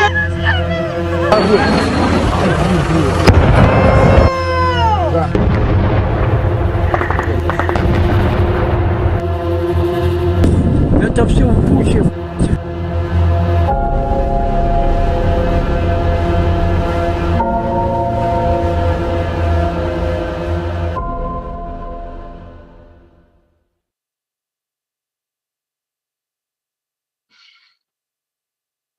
People, I want to address absolutely everyone.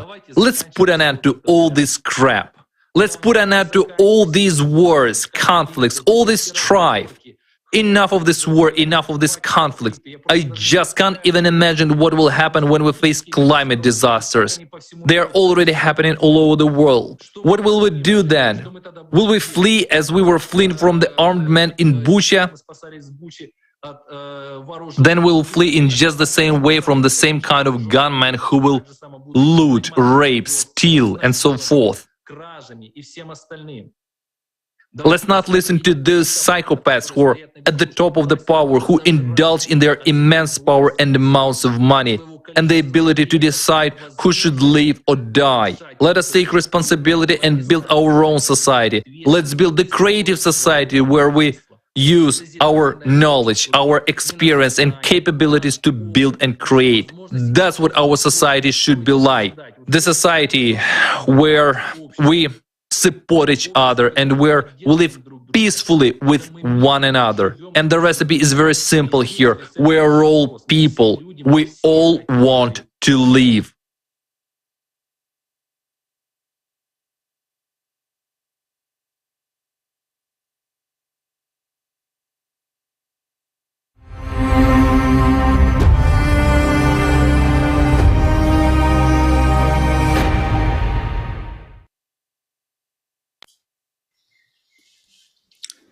Can there be any higher purpose that could justify death, the loss of human life? V dnešní spotřebitelské společnosti in today's consumerist society, one person decides whether thousands, even millions of people should live or die. Isn't that crazy? I don't care why he does it. He wants money, power, or he is just a sick man who has exalted himself to the level of God. Because of his large scale of thinking, a simple, normal person dies in him. It's just that this large scaleness stops at his megalomania. When a man is too rich and he thinks of himself as one to have already entered his name in history, he becomes extremely dangerous to society. When he reaches the heights he set for himself in his youth, he simply loses his humanity. He is ready to do anything to stay on that height. He does everything to maintain his illusory superiority over everyone else. So his world narrows down to one phrase: divide and conquer. And that is exactly what all the collaborations are trying to do now, to divide the people at all costs and make a profit. They're trying to make us take sides, this side or the other.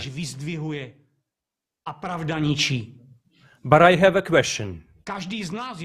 Who is on the side of people? Who is on the side of you and me? Who is on the side of human life? Is it those bastards with inflated megalomania? No, they're definitely not on our side. But tell me, are we not bastards ourselves? If we allow this to happen, we are being killed, yet we remain silent. Why are our lies exalted while the truth is being destroyed? Every one of us is responsible for what is happening. All problems in society are the doing of people themselves. All problems except the climate. We can handle both the economic crisis and war. But how do we deal with the climate that's killing us? Do you even realize that the things with the climate are really in a deep shithole? After all, we are at the peak of the climate disasters that have occurred more than once on our planet. And these happen not due to a mankind factor, but due to astronomical processes and their cyclicity. So today the climate is building up its power day by day, and this is a war, the most terrible war. What kind of idiot should one be to fail to see this? Are you a complete dumbass? Or you're just not too lazy to compare facts and statistics of escalating climate disasters, increasing earthquakes, floods, hurricanes, destabilization of the air score? Yes, the wars that people wage are horrible, but the climate is the worst war for all mankind. Do you realize what will happen to us when the whole world collapses? I'm not an expert, but I understand that my life and the life of my loved ones are in danger. How can this be ignored? Do you even realize that you are not immune to being torn to pieces tomorrow in the chaotic of climate disasters? After all, this consumer system, which we ourselves have created, stimulates only the animal nature in us. And because of someone else's ambition, you and I can drop dead at any moment in a slow and painful death. Are we really broken freaks to allow such things to happen in our world? How can you, who is sitting in warm and lazy ass in front of the TV, sleep peacefully, seeing this horror, and do nothing? And when I see the war there is now going on in Ukraine, I want to ask, A když vidím válku, která nyní na Ukrajině probíhá, chci se zeptat, what have you co jsi dnes udělal ty, done today aby se to ti prevent nic this nestalo? from happening to you? Co jsi udělal ty, aby toto neštěstí What have you nepostihlo tvůj done to dům prevent a this dům tvého mischief from souseda? coming to your home and your neighbor's home? Nikdo nevěřil, že se to stane. Nikdo. No one believed that would Kolik happen. lidí si během ostřelování No a one. bombardování myslelo, How many people during shelling or bombing thought, mě určitě surely obejdou it won't come at me. tisíce It will go past a teď už nejsou. thousands. A And ty they're si teď already taky gone. myslíš, že tě klimat So now, if you obejde. also thinking that climate will not affect you, Stejně jako ti, you're wrong. kteří už na vlastní And kůži like those zažili who have co je already to bezmoc experienced a helplessness beznaděj. and despair, Klimat se dotkne každého. the climate will affect Když everyone. ti zničí život, pak And si when it řekneš, destroys your life, já jsem mohl něco you'll udělat, think, ale I bude could už have pozdě. done something, but it will be Takže too co máš late. teď dělat? Je to jednoduché.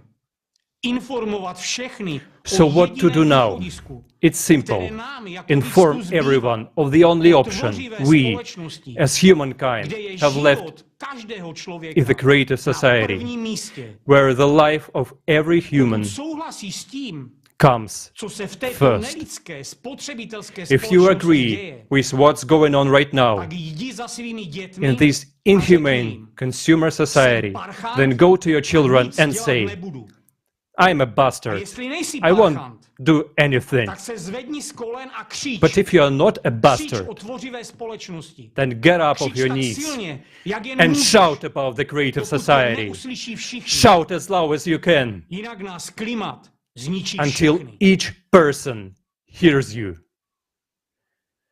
Otherwise, the climate will destroy us all.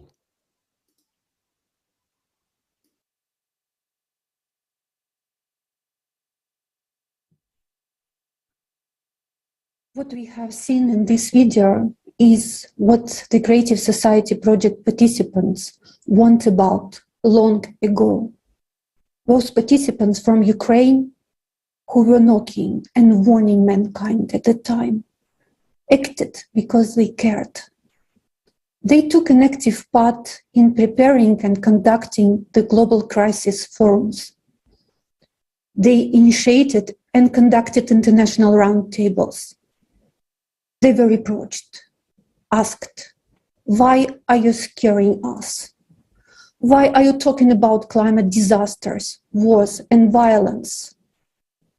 We were not frightening, we were warning. And now we see that just in a few months, everything has changed. Everything got so much worse. Today, participants of Creative Society from Ukraine already speak as eyewitnesses, witnesses, victims, and refugees.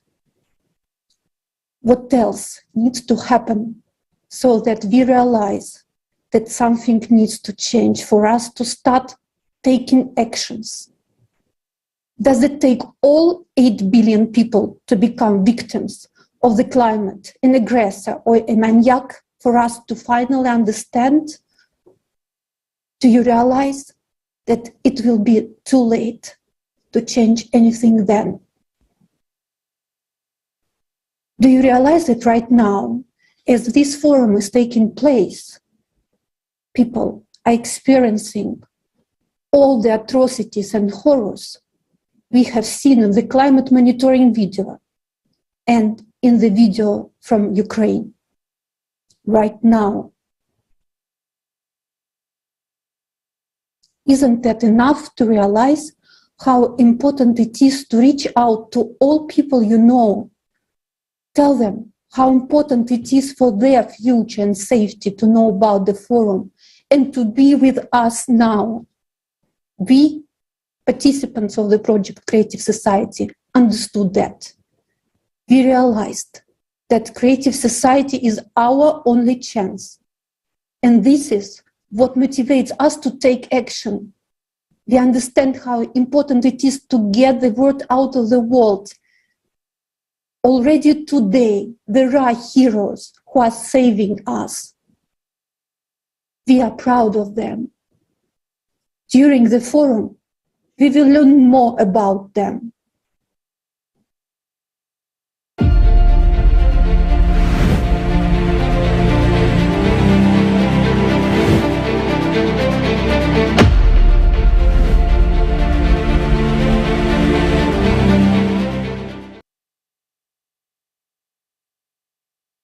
But honestly, even after everything you have seen, you have doubts about whether or not this tornado or other climatic disaster will happen to you. Maybe I will be lucky and the disaster will not come to my house. But the truth is, these events will happen.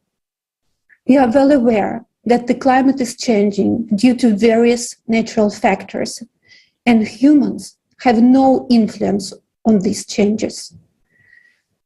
But it is precisely in recent decades that an additional, most frightening factor of climate change appeared: the 12-year cataclysmic cyclicality. During the last 20 years alone, we saw changes that we have not seen in the previous 1,000 years. These cataclysmic changes occur on the planet every 12,000 years and are caused by galactic cyclicality. But unfortunately, scientists still ignore this factor. We will discuss this topic in depth today. Unfortunately, this information is not available in the mainstream because it doesn't fit the official narrative. But this is the information which will help us win this war with climate.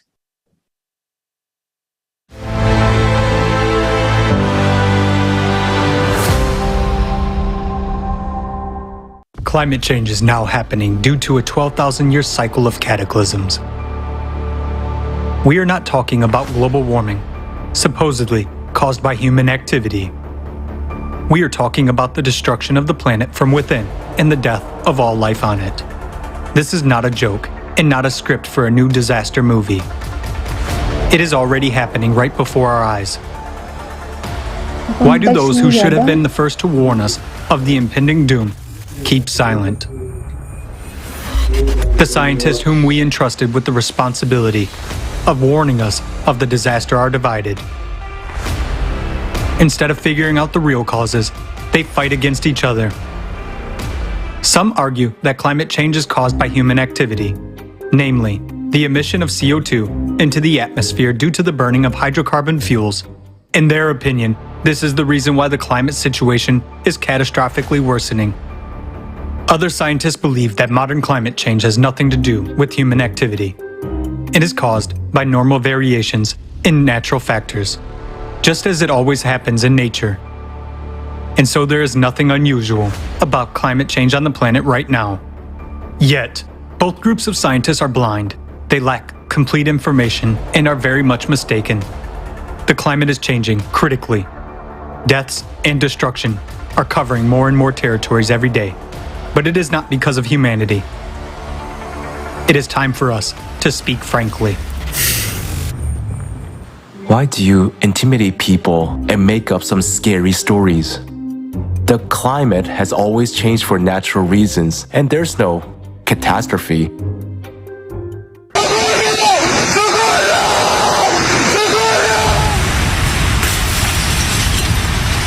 morning as firefighters try to... Just pull over, Jordy!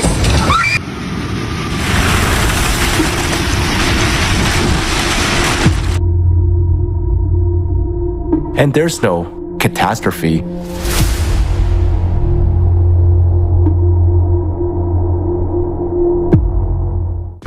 Is a person who wakes you up by knocking at the door when your house is on fire, scaring or saving you? And if it's not just your house that is on fire, but the whole planet, should you be warned about that? What is happening on the planet right now is abnormal for the last 11,000 years. Let's face the facts. Over the entire millennium, the planet hasn't experienced such a drastic climate change as in the last 30 years of our lives. Overall ocean heating has increased by 450% in the last 30 years. Evidence of heating of deep ocean layers suggests that the ocean is warming from the bottom up. The ocean warming provokes an increase in the strength and number of hurricanes. The year 2020 has broken all records for the frequency of hurricanes and tropical cyclones on the planet over the entire period of observation. Due to increased humidity and rising temperatures, the intensity and number of tornadoes is increasing. Since the 1990s, the number of tornadoes in Europe has increased tenfold and continues to grow. Tornadoes and hurricanes can destroy entire residential districts, and they don't care if people are hiding there or not. Over the past 33 years, there has been an increase in the number of storms, wind speeds, and wave heights in the oceans are rising, and a significant acceleration of sea currents has been observed. According to NOAA, the number of floods in the US has increased by about 100% over the last 30 years. At the same time, they began to occur synchronously, hitting several countries at once. Since 1998, floods have affected more than 2 billion people worldwide. The rate of loss of the Greenland ice sheet over the past 30 years has increased 20 times and exceeds the maximum rate of the last 12,000 years. Numerous studies indicate that the cause of melting of glaciers is the increase in geothermal flow. That is, heat from the bowels under the Greenland ice sheet. Over the last 30 years, the rate of ice melting in Antarctica has increased by 65%. Moreover, this is happening only in the western part of Antarctica, where there is a huge magma chamber and 140 volcanoes, the heat of which melts the ice from the bottom up. Despite the fact that high mountain glaciers are melting, lakes and rivers around the globe become shallow, and water escapes into the depths through cracks. According to research by American scientists, water levels in the world's largest rivers have dropped significantly over the last 50 years. Around the world, thousands of water bodies disappear, but at the same time there are powerful downpours. For example, in China, despite frequent floods, more than 28,000 rivers have disappeared in the past 20 years, roughly half of all the country's rivers. The number of extreme fires is growing, and they do not cease even in winter. Nowadays, on average, 7 times as many large wildfires occur in the western United States every year as there were 40 years ago. Even the Arctic is already burning. With 2019 seeing the largest and most destructive fires in the northern hemisphere in 10,000 years. Fires occur in areas where the Earth's crust is fractured and where hydrogen, methane, and other combustible gases emerge from the subsurface. Because of that, fire cannot be put out. It incinerates cities, leaving scorched areas for years. More and more often, people lose their lives in fires or suffocate from the smoke.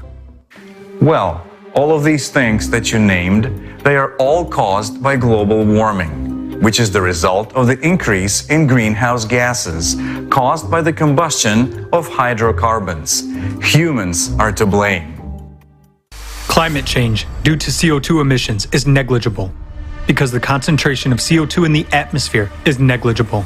The concentration of CO2 in the atmosphere is 0.04%, while anthropogenic CO2 is 0.0004%. How can 4 molecules per million that humans add to the atmosphere cause global climate change? The rise in carbon dioxide in the atmosphere is a consequence, not a cause, of rising temperatures. Natural sources emit much more CO2 than humans. The main source of CO2 is the ocean, heated by intense magmatic processes on its bottom.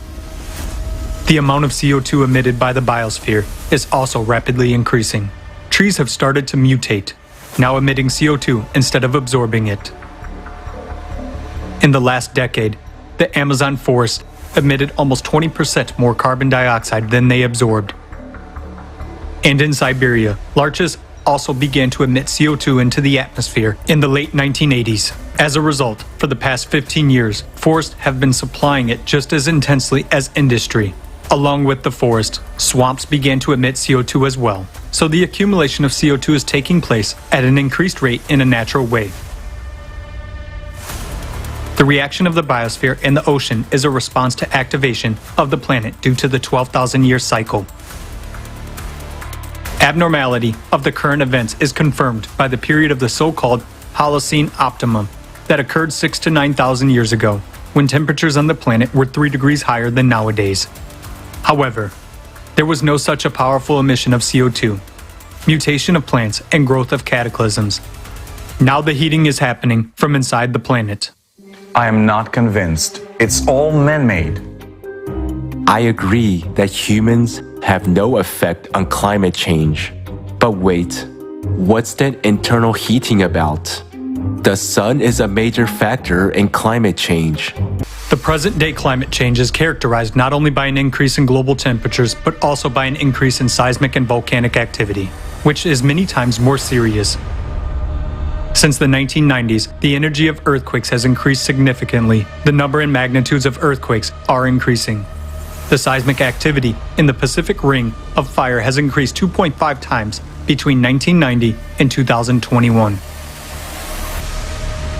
The number of earthquakes at the ocean bottom, on the boundaries of plates along the mid-ocean ridges, is growing.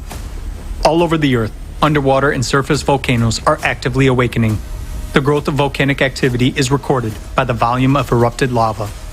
90% of active volcanoes are located in the Pacific Ring of Fire, and their activity is increasing every year.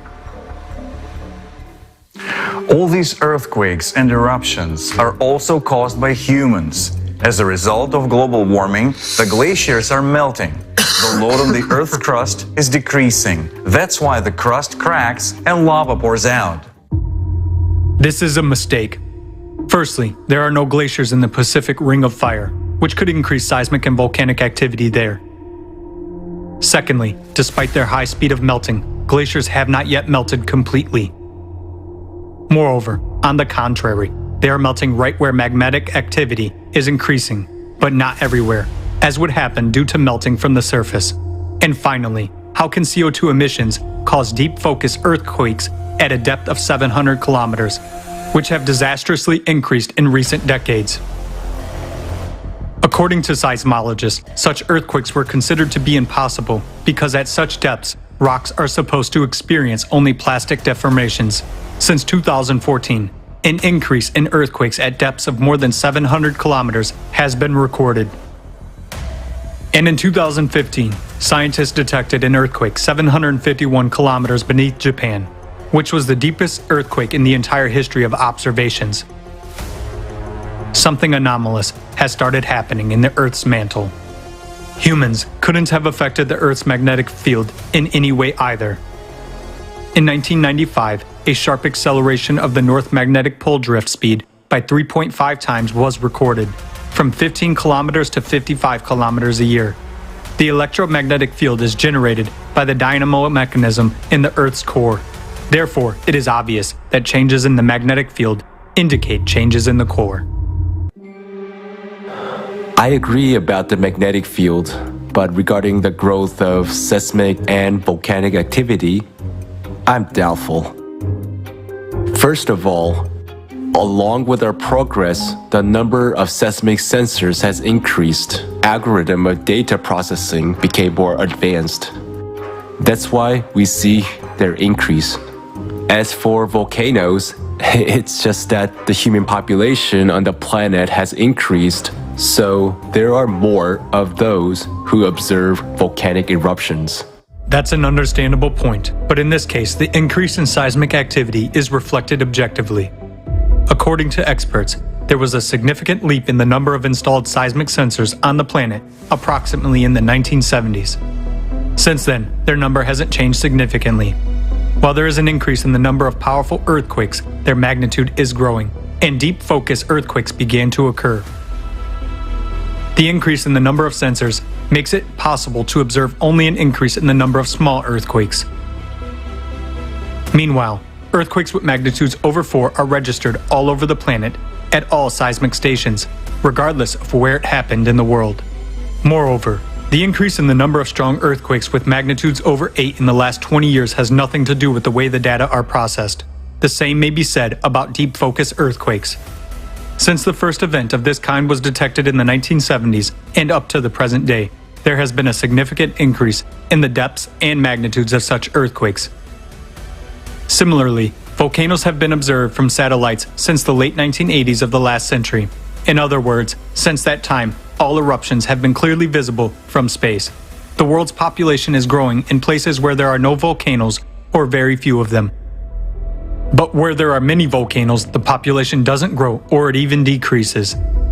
The number of volcanic eruptions is increasing statistically, and not because more eyes are looking at those eruptions. If we accept your arguments, then what caused all this?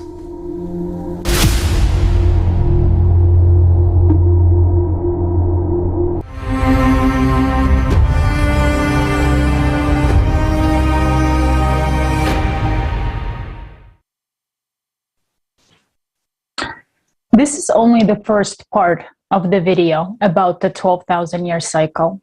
The second part will be shown later in the forum. And you just learned about the real cause of climate change. The facts and statistics prove that we are already caught up in the inevitable destruction. We are already at war. So far, nothing is being done to study the cyclicity of 12,000 years on a global scale. Imagine you have been diagnosed with kidney failure, yet your doctor tells you that you need to trim your nails in order to get better by the year 2030. Absurd, isn't it? But this is exactly how we are approaching the climate crisis right now. We are not concerned with the root cause because we're running a business and not saving human lives. I hope you understand how important this information is. And this is why this live broadcast is being simultaneously interpreted into 100 languages by volunteers so that everyone can know the truth. I'm glad that there are scientists who understand that cataclysms are growing and their causes are much more serious. I would like to now introduce Mr. Douglas Vogt, a science writer, researcher, and professional member of the Geological Society of America, who will present geological facts confirming the climate change cycle of 12,000 years.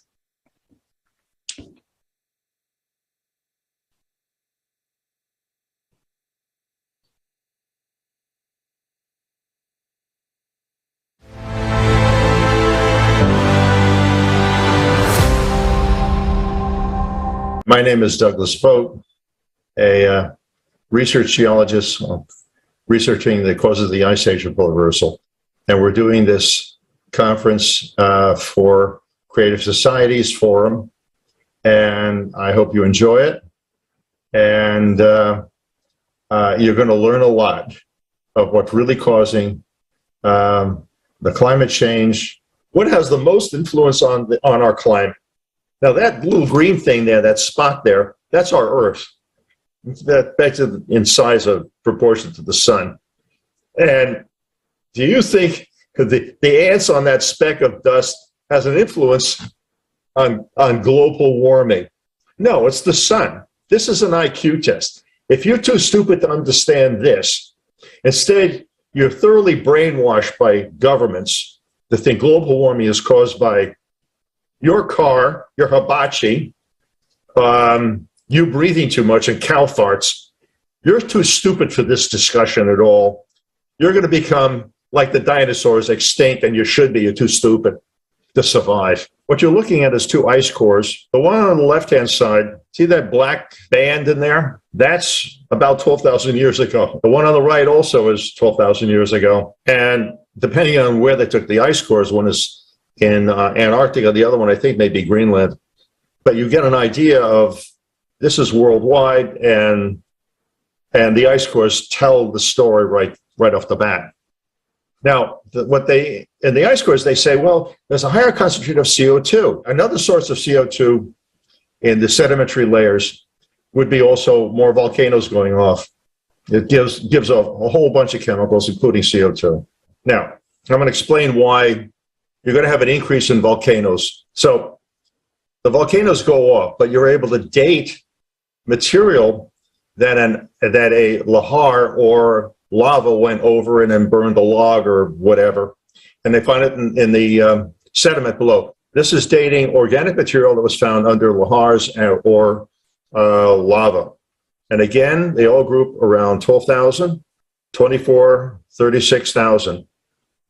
There's one more, 48,000 and 60,000. They're harder to find evidence like this because why bother? I mean, the scientist has so much time. Is he going to go plow through a bunch of lava flows to try to find a log that's got part burned and try to do a carbon-14 dating? Remember that I told you about a piece or a phenomena? You have to know to do the carbon-14 dating of something like this. And it costs money to have it done. Now, on the right-hand side, I'm trying to show the model of what's going on in the center of the sun, of the Earth, rather. The center modulation point. As you get closer to the reversal, you have a collapsing magnetic field, which is what's happening now. It's exponentially collapsing. So it heats up, and the heat percolates through the lower mantle, the upper mantle, and then finally, what happens, you'll wind up with, these cavities with magma in it, start getting bigger and hotter, and you're going to have more and more volcanoes going off, which is the case now. There's over 25 or 30 volcanoes going off now. The worst will be about a year to 2 years after sunspot maximum. We're going to have a lot of these things going off, and there'll also be an increase in earthquakes. Like I said, this is going to be a lot of earthquakes because between the upper mantle and the crust, it's going to be more fluid and liquid. So you can have the moon on one side, the sun on another, maybe enough to release some pressure someplace and let these plates start moving more. You're going to have a lot more earthquakes. So on the right-hand side shows you the traditional model of a bar magnet in the center of our Earth. Yeah, right, sure. And but this is really what's going on right now. Now, you're going to have more hurricanes and more tornadoes, and it's all due to the output from the sun. And this is why. Sun's output increases, it's going to increase more evaporation of the oceans. Oceans heat up, you'll have more hurricanes and also storms and tornadoes, more evaporation of ocean water, more rain and storms. It has nothing to do with mankind. If there was nobody on the planet, this still would be going on. We're seeing this thing happen on other planets in our solar system. There's nobody there. They're not driving any cars. So, I mean, I'm telling you, you have to fish through the disinformation that's created. Government wants money by taxing you because you're hurting mommy Earth. Fortunately, daddy's son is going to get rid of them real fast. But by then, it's going to be too late for them, too. The bureaucrats have done something incredibly stupid that hurts themselves more than, as well as the rest of us. And I don't know what to say. It's like I woke up in the insane asylum and the patients have taken over. And taken over academia, too.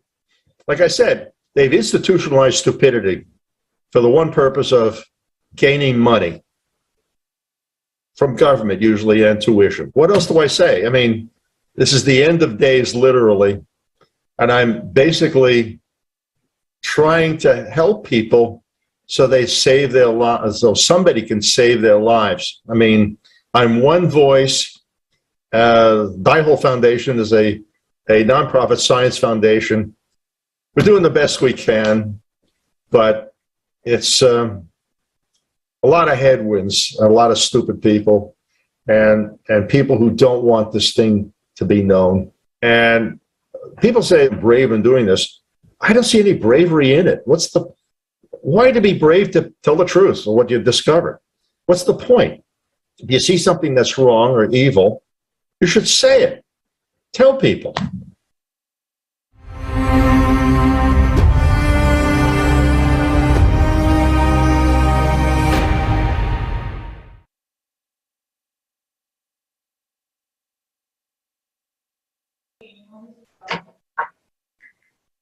Thank you again to all the honest scientists, researchers, and just people who are not afraid to share the truth. If you're asking, what can I do? The answer is simple. Right now, it is very important to share the information you just heard with everyone. Use social media, email, or text the link of this forum to your contact list. This will save the lives of people, including yours. A creative society will benefit every single person, and only by being united together, we can build a peaceful and safe world. There is no time for unhealthy competition, PR for personal benefit. Only together we can survive and build the perfect future for all of us. Do you remember how fast the information about Elon Musk buying Twitter spread? This is how fast, if not faster, the information about the war with climate needs to reach everyone, because our only true enemy will not take any prisoners. It will kill everyone on its path. And this can happen anywhere, at any moment. We need to share the truth today, because tomorrow will be too late.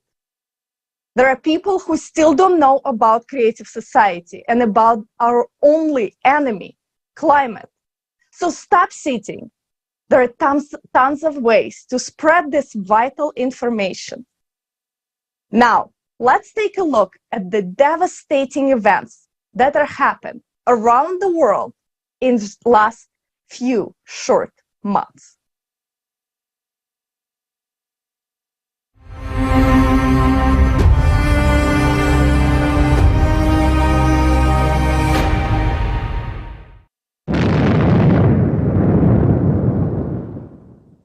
Petropolis, Brazil, February 2022.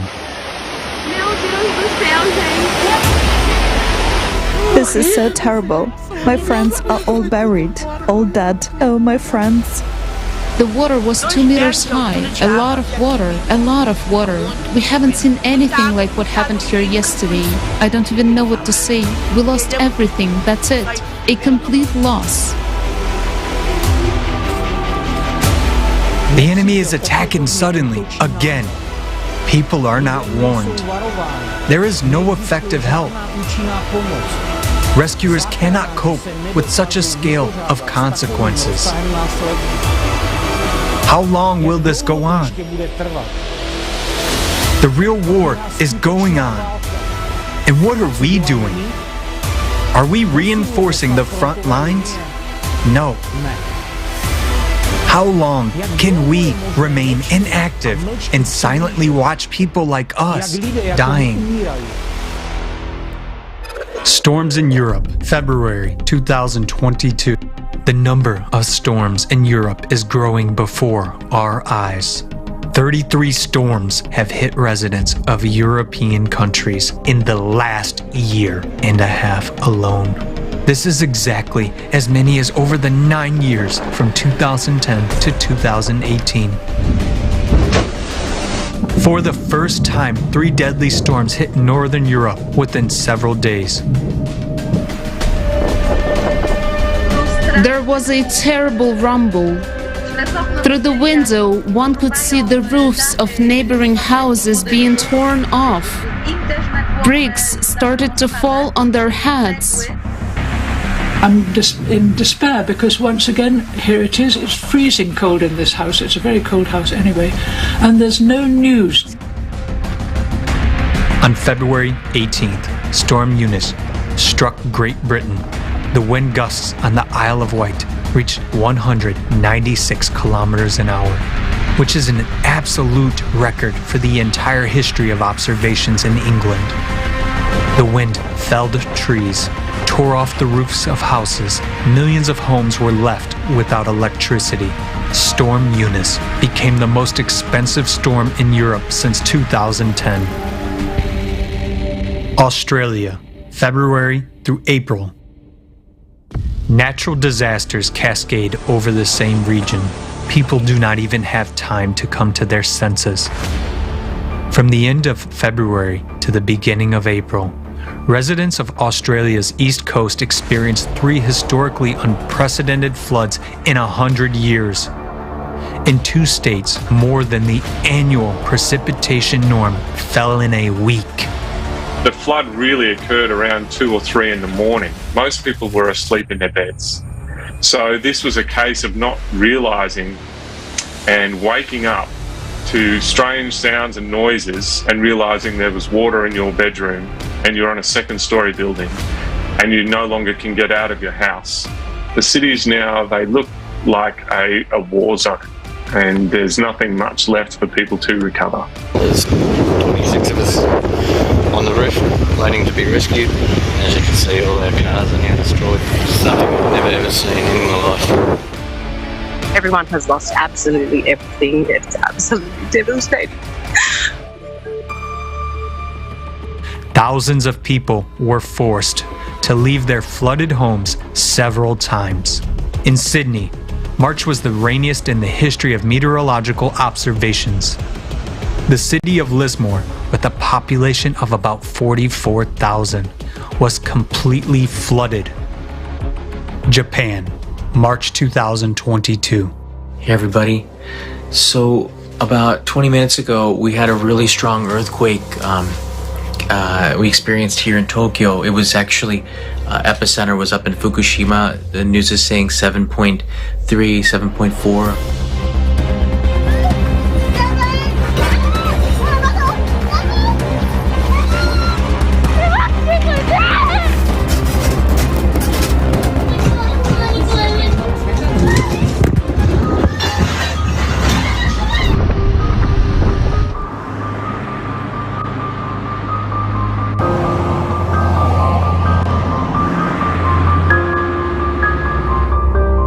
USA, March through April 2022. This is a tornado.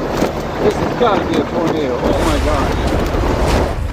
March continued the frightening statistics on the number of tornadoes in the US.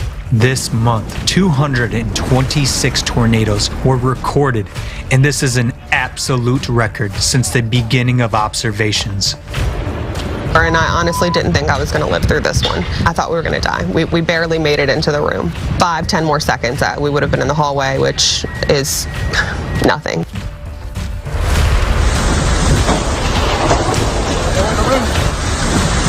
I ran into my master bedroom closet and just sat in there, and I came out and noticed everything was destroyed.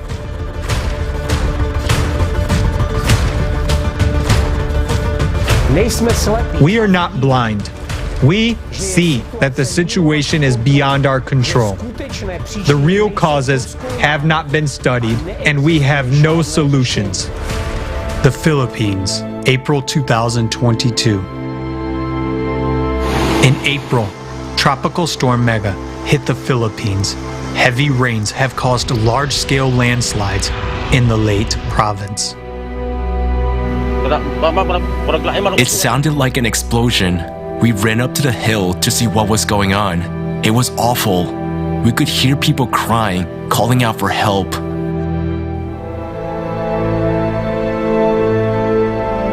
Your house was swept away by the mud. Yes, it was gone after it was hit. I was afraid for my children. I did everything I could, but I lost hold of my child because I was under the water and swallowing mud and water.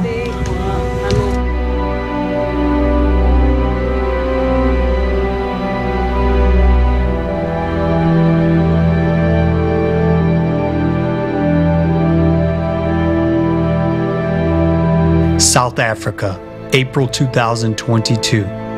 Residents of South Africa were hit by an incredible amount of precipitation. Near the city of Durban, almost 6 months of precipitation fell in 48 hours, breaking the record for the entire history of observations.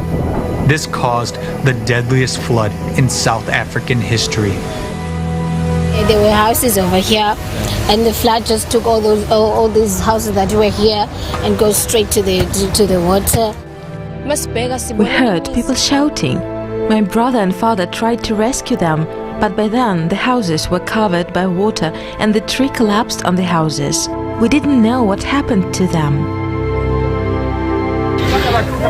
I just want you to listen to the cries of family members who lost their loved ones. It's very painful to listen to.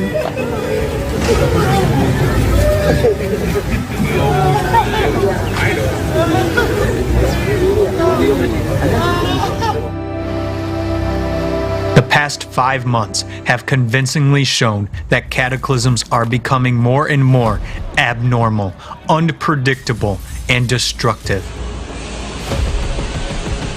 The worst climate forecasts are coming true right before our eyes. Even with a huge international monitoring team, we are not able to cover the full scale of what is happening. Floods, heavy snowfalls, fires, storms, and tornadoes have swept through all the continents. Every country has experienced the attack of our common enemy, the climate. We need to face the truth. We are not ready for this.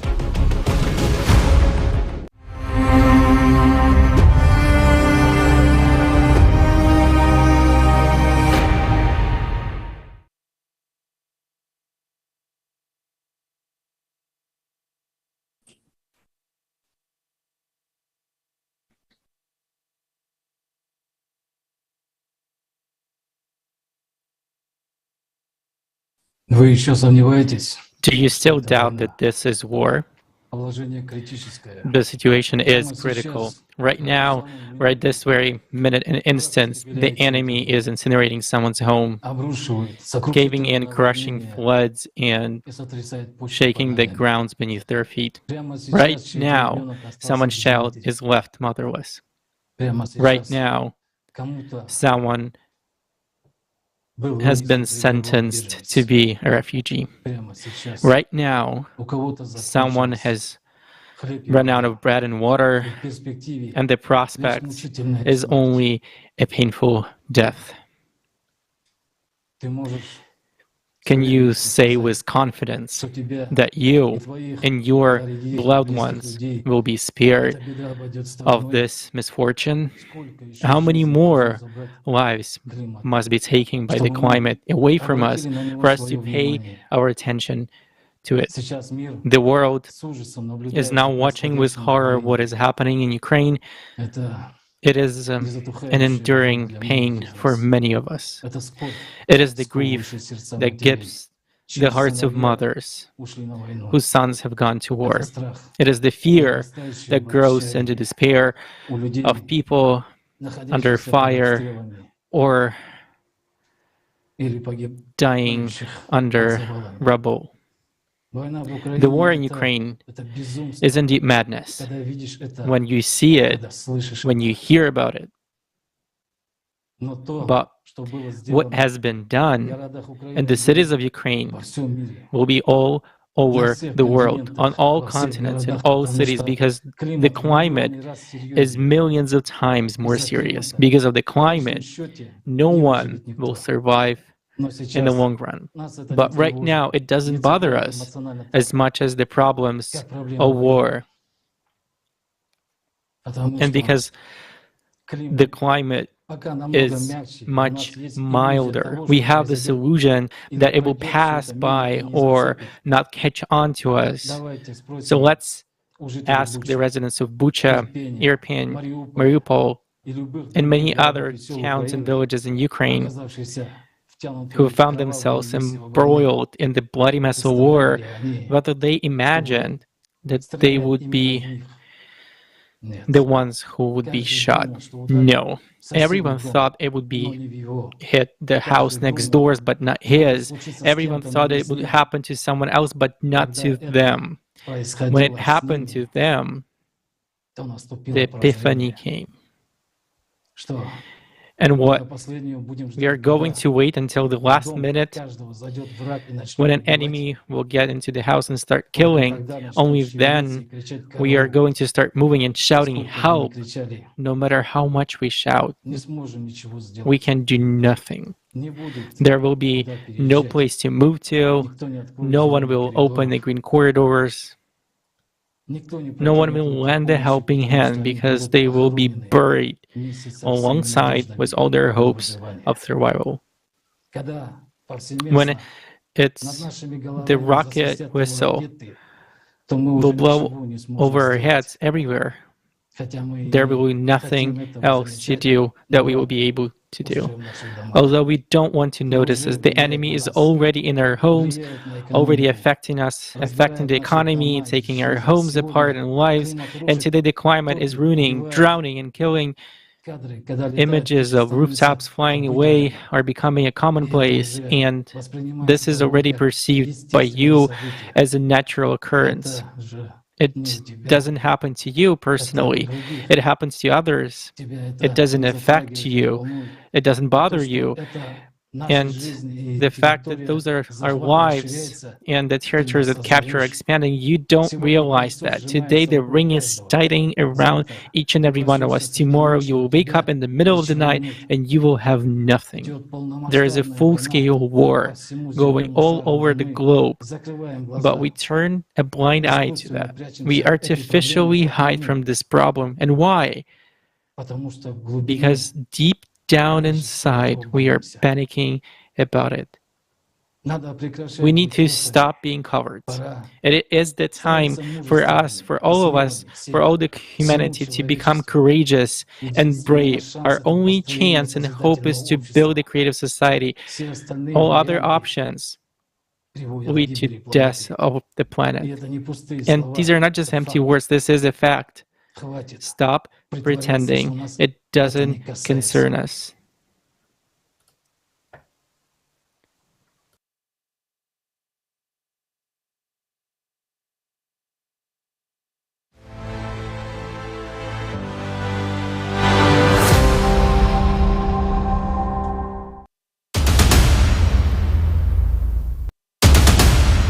Do you know what a sudden death is?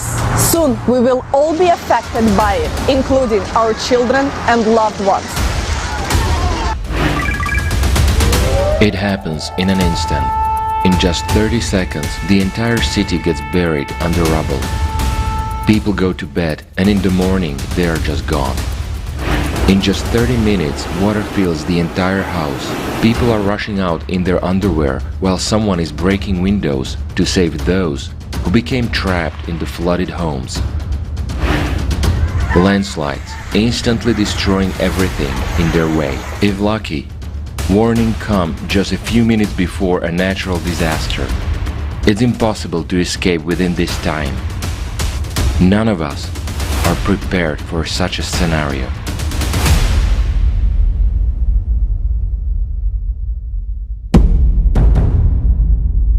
According to official figures alone, the number of natural disasters has increased fivefold over the last 50 years. The climate causes $202 million in damage and claims hundreds of lives every day.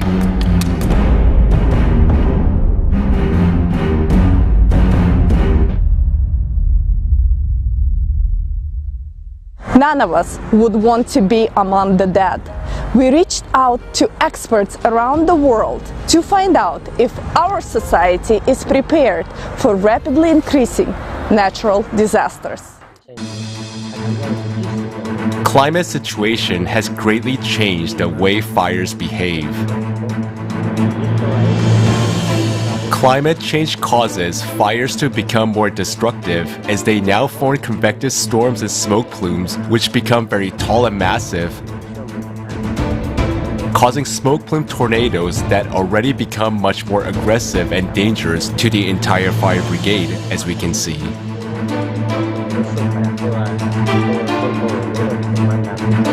These fires require much better logistics or resources, and every day we're being tested by these unknown phenomena.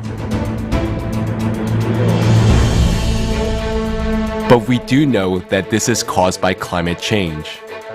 I don't know what the solution is. I don't have one. But what I do know is that we have a problem.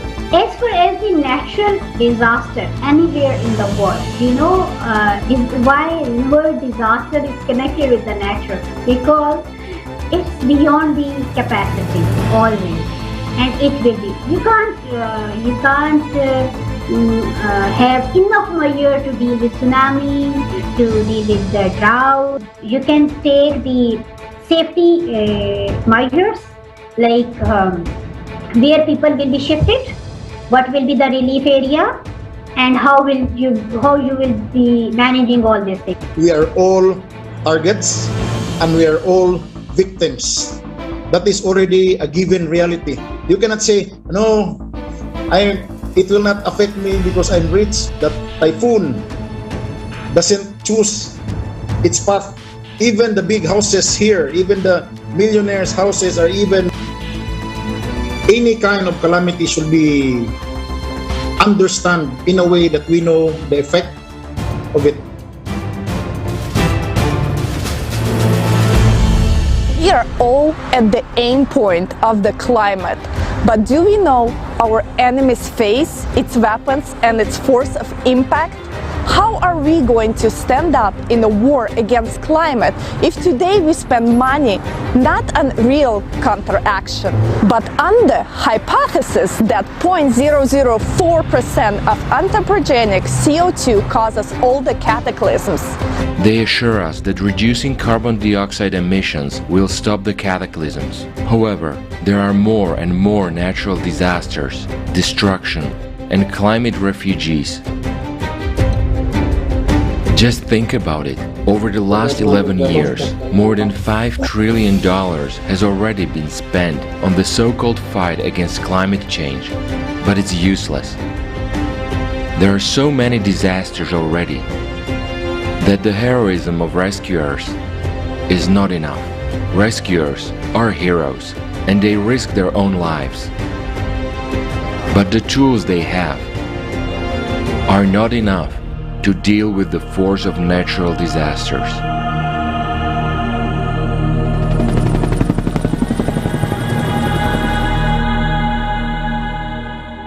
We pay attention to anything but preparing for the unavoidable cataclysms. Do you know what to do if your house collapses on you? Can you even be confident that you will be rescued?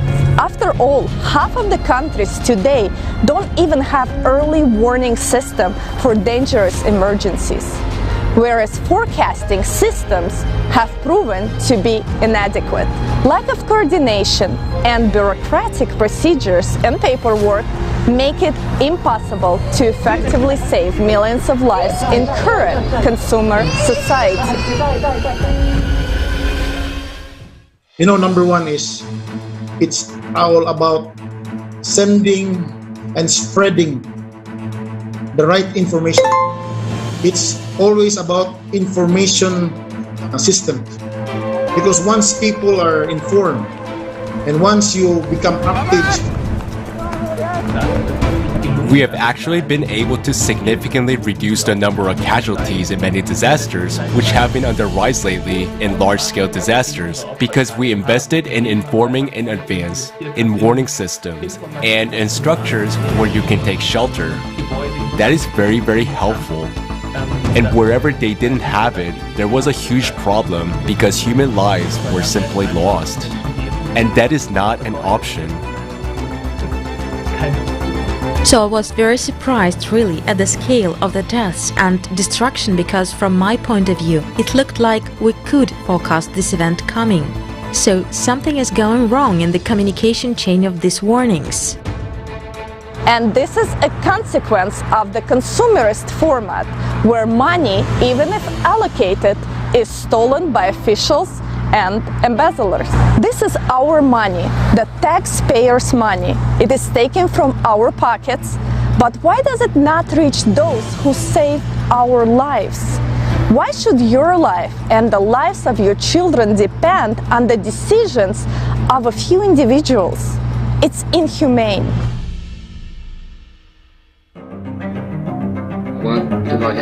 While we were going through one of the greatest tragedies in our history, our president decided to take a vacation and went for a trip to the south of the country.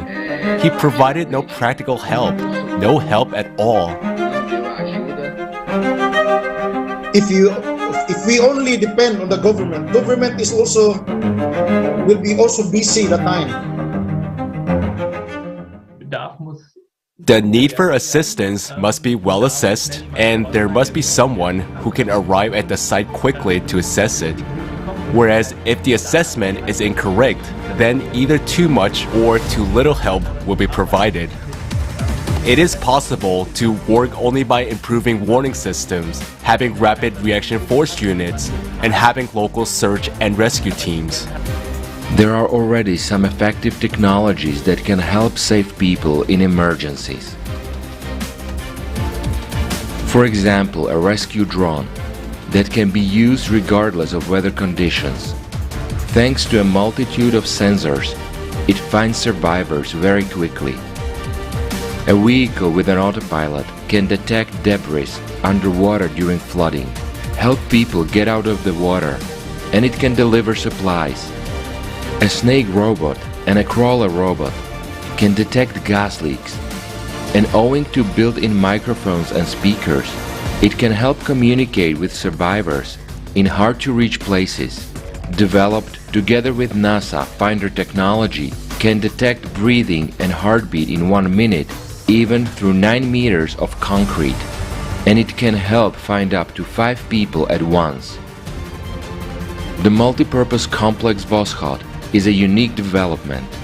It has no equivalent in the sphere of emergency management, as it is capable of calculating the required number of rescuers and equipment, determining the required amount of funding for a rescue operation, victim support, and recovery work. This complex has a very important feature. It does not allow stealing from the budget and profiting from human adversities. Technology to save people is not being implemented everywhere because it is not a priority in the consumerist format. Protocols of diplomacy, conventionalities of diplomacy and politics, and a lack of joint logistics have brought us to the point where there is no effective interaction among emergency services in the world. We need to build our society on a system which is more resilient, which is better capable to withstand any change which is happening, either in climatic systems or even in socio-economic systems.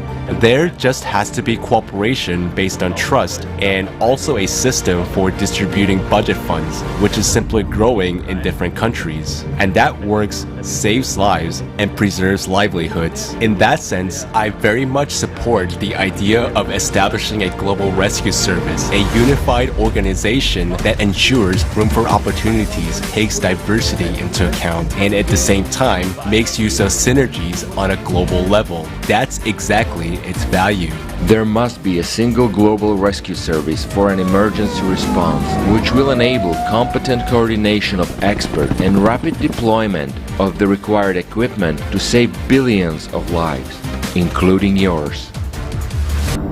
All this is possible only in the format of a creative society. Currently, an important step in its building is the stage of informing. If we do not inform people about it right now, we will lose time. And tomorrow, there will be no one to inform and no one who will help you. It's important to bring this information to everyone now so that you and your family can survive tomorrow.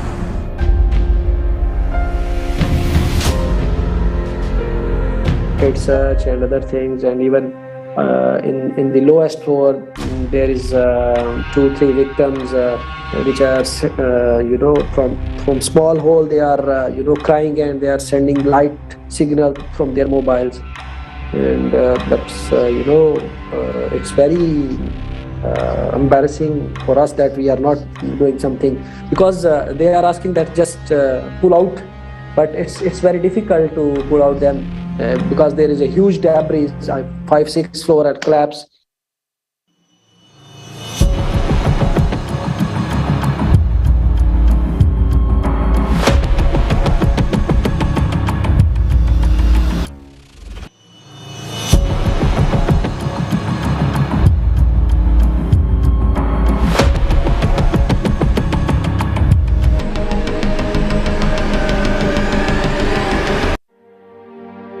During Typhoon Yolanda, because when I arrived 4 days after Typhoon Yolanda in 2013, it is the first time in my life to see dead bodies everywhere.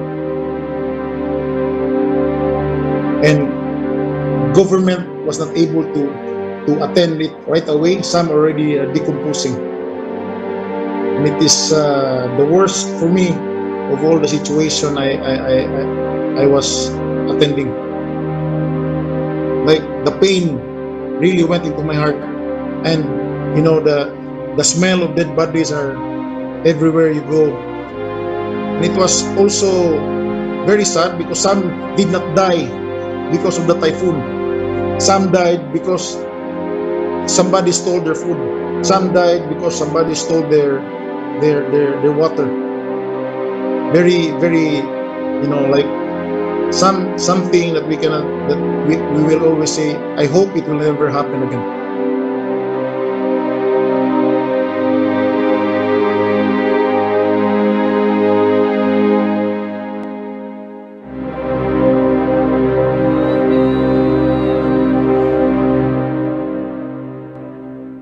In the consumeristic format, nobody cares about anyone.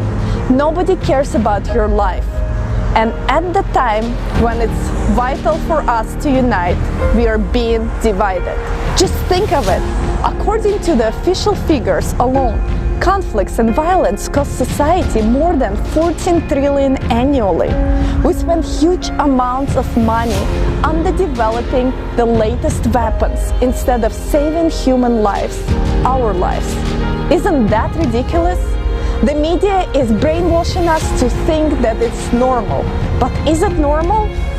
What are we, insane and incapable of thinking and analyzing? How could this be? In a civilized society, enormous sums of money are spent to take our lives away, yet they save on saving our lives? We live in a crazy world. There is everything turned upside down.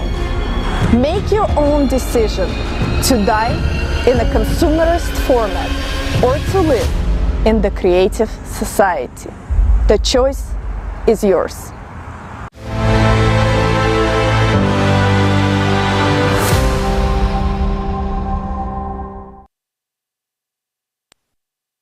Dear viewers, in the current consumerist format of the society, nobody cares about you, but you care about your family, about your loved ones. We, participants of the project Creative Society, care about you. We created this forum for you. Please, make it available to everyone you know and love. Right now, if you're asking yourself, what can I do? Please, share this information. Share the link to this forum in all your social media networks. Please, don't stay silent. Send your feedback. Record videos about what you think, what you understood. This information is crucial to save your life and life of your beloved ones. Let's save our lives together. Please repost this video. Invite as many people as possible to participate in this forum. Together, we can make it.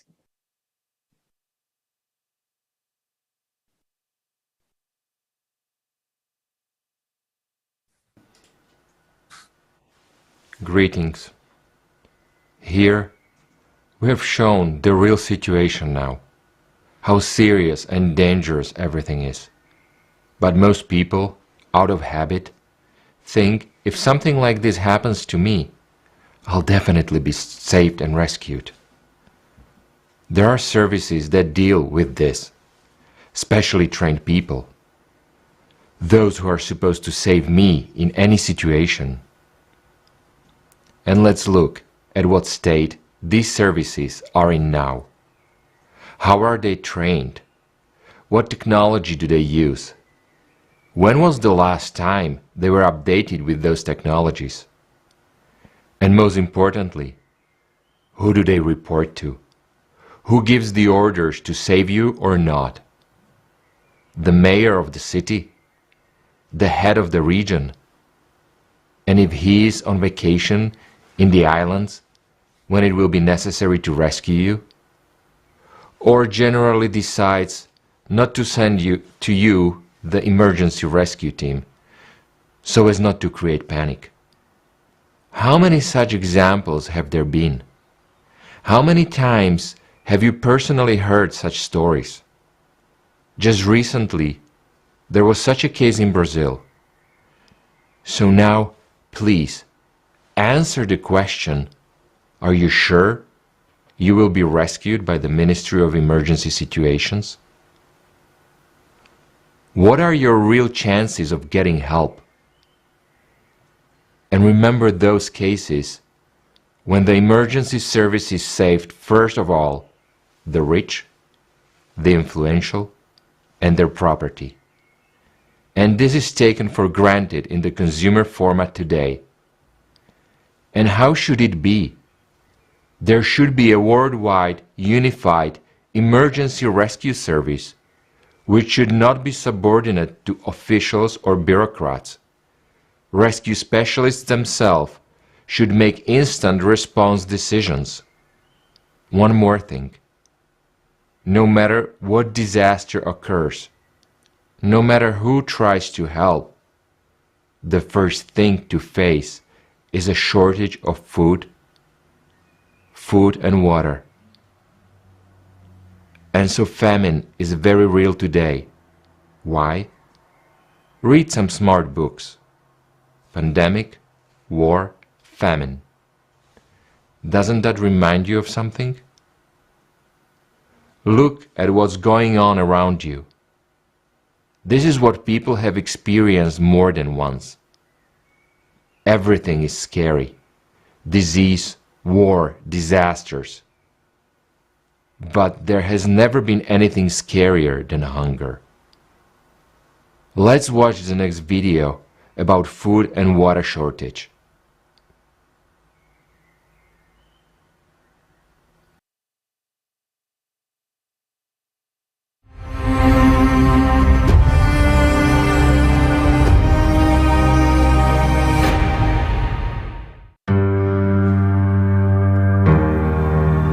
(2021) Haiti.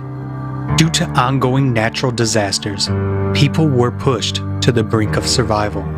An acute hunger gripped the whole country.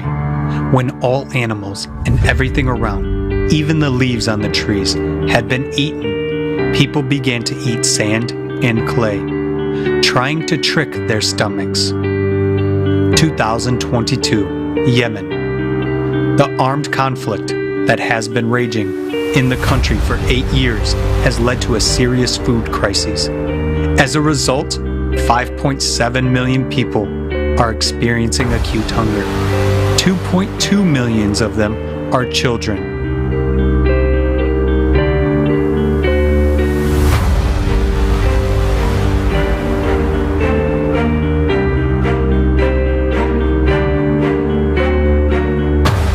Hunger, the new reality. The modern world is a theater of the absurd. While on one side of the planet people die of hunger by the thousands every day, on the other side of the planet, more than 2.5 million tons of food are simply thrown away every day before it even reaches shop shelves. If we distributed this food to those who are undernourished, every needy person would get 3.5 kilograms of food a day. We still can afford to buy food and throw it away untouched, but that will change soon. During the pandemic period from 2020 to 2022, the prices of basic foodstuffs have increased by 45%. At the same time, the level of poverty around the world has also increased, even in developed countries such as the US and Europe. Many people are already experiencing it. According to the US Department of Agriculture, more than 38 million people, including 12 million children, are food insecure in the United States. In Switzerland, 722,000 people were already below the poverty line in 2020. Heat or food, electricity or dinner, rent or food, which would you choose? In affluent countries, millions of people who face hunger make these difficult decisions every day. But this is just the beginning. The year 2022 brings new challenges for humanity. And now, even those organizations that were supposed to protect us from hunger and poverty claim that today the world is on the brink of a food catastrophe.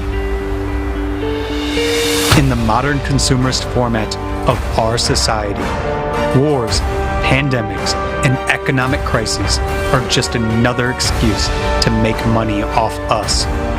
It is a very profitable business which brings huge profits to a few, while the remaining 99% are hurtling towards the abyss of impoverishment. It is therefore naive to hope that anyone other than ourselves is really interested in seeing the situation improve. The events of 2022 have shown how much we all depend on each other. The consequences of one country's problems are sweeping the world. While we are fighting each other, imposing sanctions and food embargoes, the number of hungry people around the world is skyrocketing. Meanwhile, our planet is approaching ecological collapse.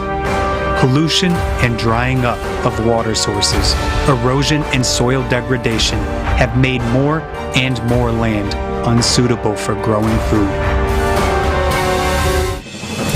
Extreme temperature fluctuations and shifting seasons have also contributed to that. Sharp frosts, heavy rains, or prolonged droughts lead to crop failures in entire regions.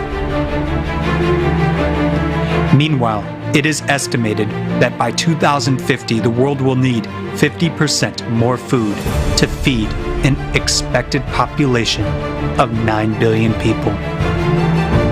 How will we be able to feed so many people under these difficult conditions? But these are only harbingers and the initial stage of climate change. Cataclysms are increasingly causing famine. Flash floods, hurricanes, and volcanic eruptions rapidly following each other not only make the soil unusable, it becomes impossible to live in these areas. Now we are so desperate for food, water, and medicine. Even money won't help us, as there is absolutely nothing to buy on the island because everything is destroyed. Many of our fishing boats are badly damaged, and some people have tried to repair them to use for fishing. Now the only thing we drink is rainwater, and so many people are getting sick and suffering from dehydration. Our world, which seems familiar and stable to us, fails in any difficult situation. We live in an illusion of security and close our eyes to what is happening in the distance. But we cannot escape inevitable climate change. A wave of cataclysms is inexorably rolling towards all countries and regions of the planet. In the years to come, every one of us will face famine, and the likes of Haiti, Yemen, and the Philippines will spread across the planet. This is the future that awaits us if we don't change anything.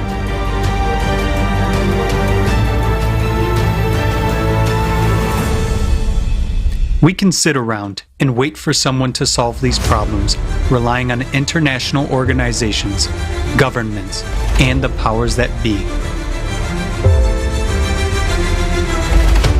But when hunger comes to our home, no one will care about us. Everyone will be concerned only with their own survival. This is exactly the root of our consumerist format. We are all divided and everyone is for himself. And such an attitude towards each other will be our suicide in hard times.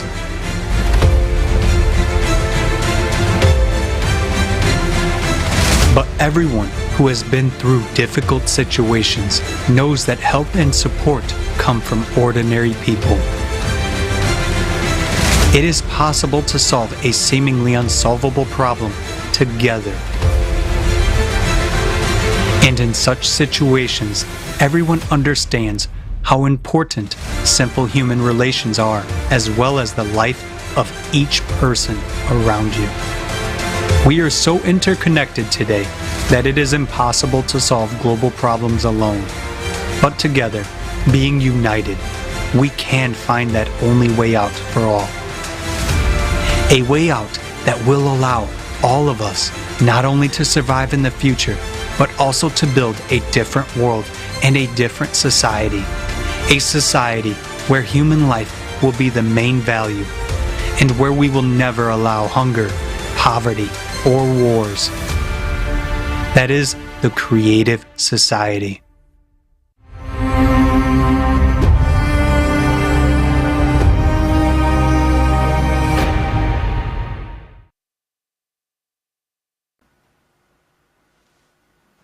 Many people now watch and do not realize how serious it is.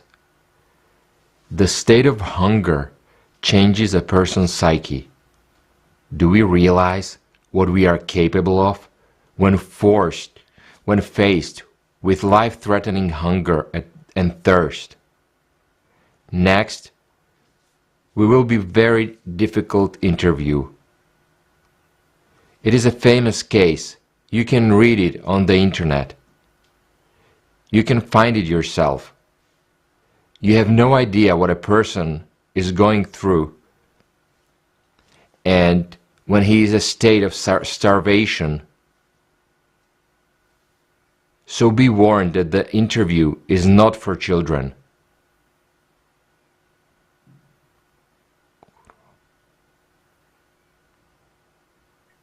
My name is Gustavo Zerbino. I am one of the 16 survivors of a disaster that occurred in the Andes in 1972. I was 19 years old. I was going to play rugby in a team called El Cristians.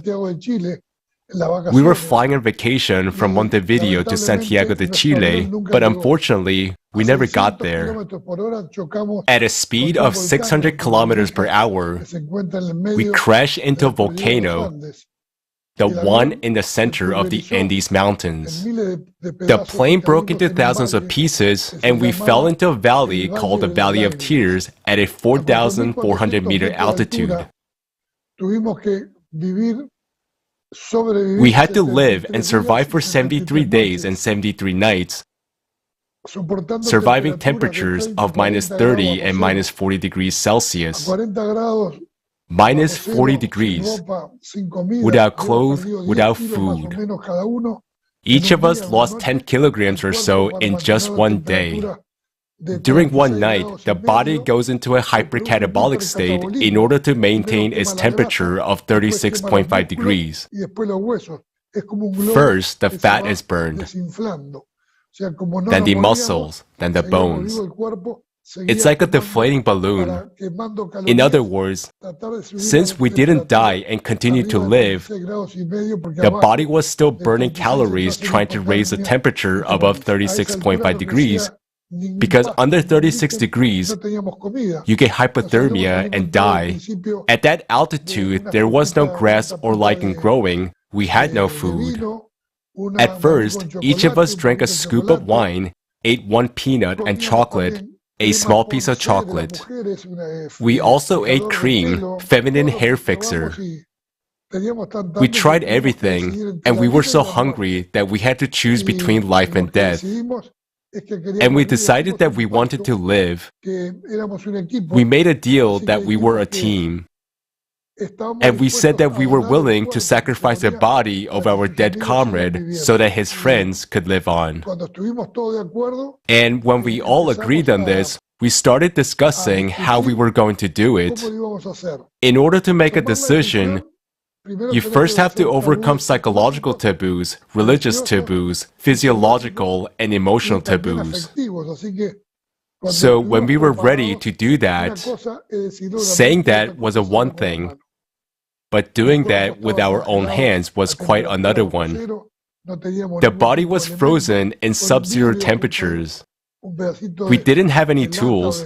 With a piece of glass, a piece of tin or metal from airplane, we first had to try to cut the pants. It was like taking a lamb from a freezer. It was as hard as a marble statue, so it was very difficult. It was a really tough taboo at first, but by the next day, we crossed the line, and this became natural for us. However, there are two things I want to tell you. First, there is no such thing as hunger. When you don't eat, your body begins to digest itself. You start synthesizing enzymes, protease to digest protein, lipase to digest fat, amylase to digest starch. So what you feel as unbearable is actually thirst. It is thirst. We were getting water from snow, we were chewing it, and our gums were bursting.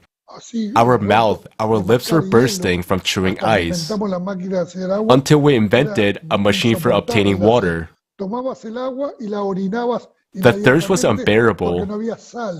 We drank water and immediately urinated because there was no salt in it. 1 molecule of salt is what holds 4 molecules of water. So we were drinking water and losing sodium, potassium, and magnesium. The color of our urine was similar to the color of Coca-Cola. And there came exhaustion. We were completely exhausted. We kept pushing and pushing away the threshold of pain, the threshold of anguish, and the pain of hopelessness. We went through the most unbelievable hell one can imagine, but since we had no choice, we had to deal with that. This is the kind of suffering people go through when they are faced with the problem of hunger. Imagine 30,000 people starving to death every day. There are facts and statistics how much the problem of hunger has grown. And it has grown tremendously. But it doesn't have to be that way. We can feed every person in the world. Such technology does exist. Let's watch a next video.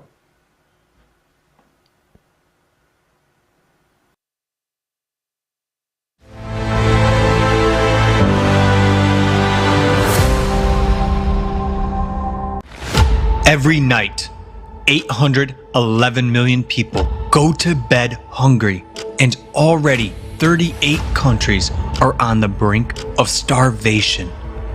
We live in times of instability, pandemics, economic crises, climate disasters, military conflicts. They put millions more people on the brink of starvation. Are you sure you won't be among them?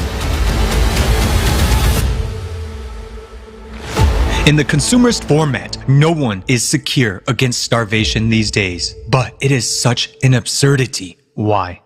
Let's take a look at the technology that already exists. One of them is vertical farms. They have great advantages compared to conventional farms. They produce 300 times more food and up to 30 yields a year. They consume 95% less water and 80% less soil. They make it possible to grow various crops all year round without using pesticides. They don't depend on weather or location and require minimal logistics costs. Harvesting is possible even in Antarctica. Aquaponics. It allows simultaneous breeding of fish and cultivation of vegetables in a single closed cycle. Fish waste fertilizes plants, speeding up their growth by 40%. It is environmentally friendly and can operate in a virtually waste-free way without polluting water bodies. It doesn't involve pesticides and consumes 10 times less water. Yields from 1,000 square meters of land by this method equal to yields from 2 hectares of fields and 20 hectares of ponds. It can be applied in the tropics or an arid desert, and even on the roof of a skyscraper. Humanity has already learned to print food on a 3D printer and to grow fish and chicken meat from cells. Even food made of air is no longer science fiction. A Finnish company is building a factory to produce flour from air and has won the first stage in a competition to provide food for space missions to other planets. We have shown only a few examples of technology, but even they can already resolve the problem of hunger once and for all.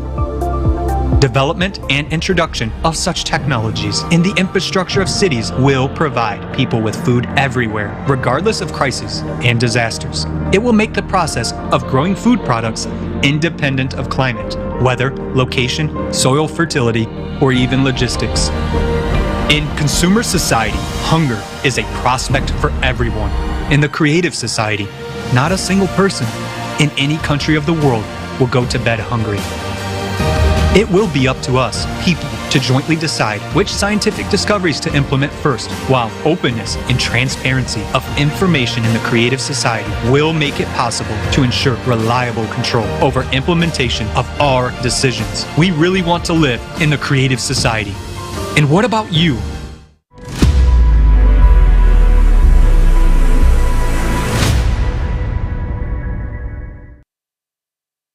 Friends, as you see, the information presented today is vital for all of us.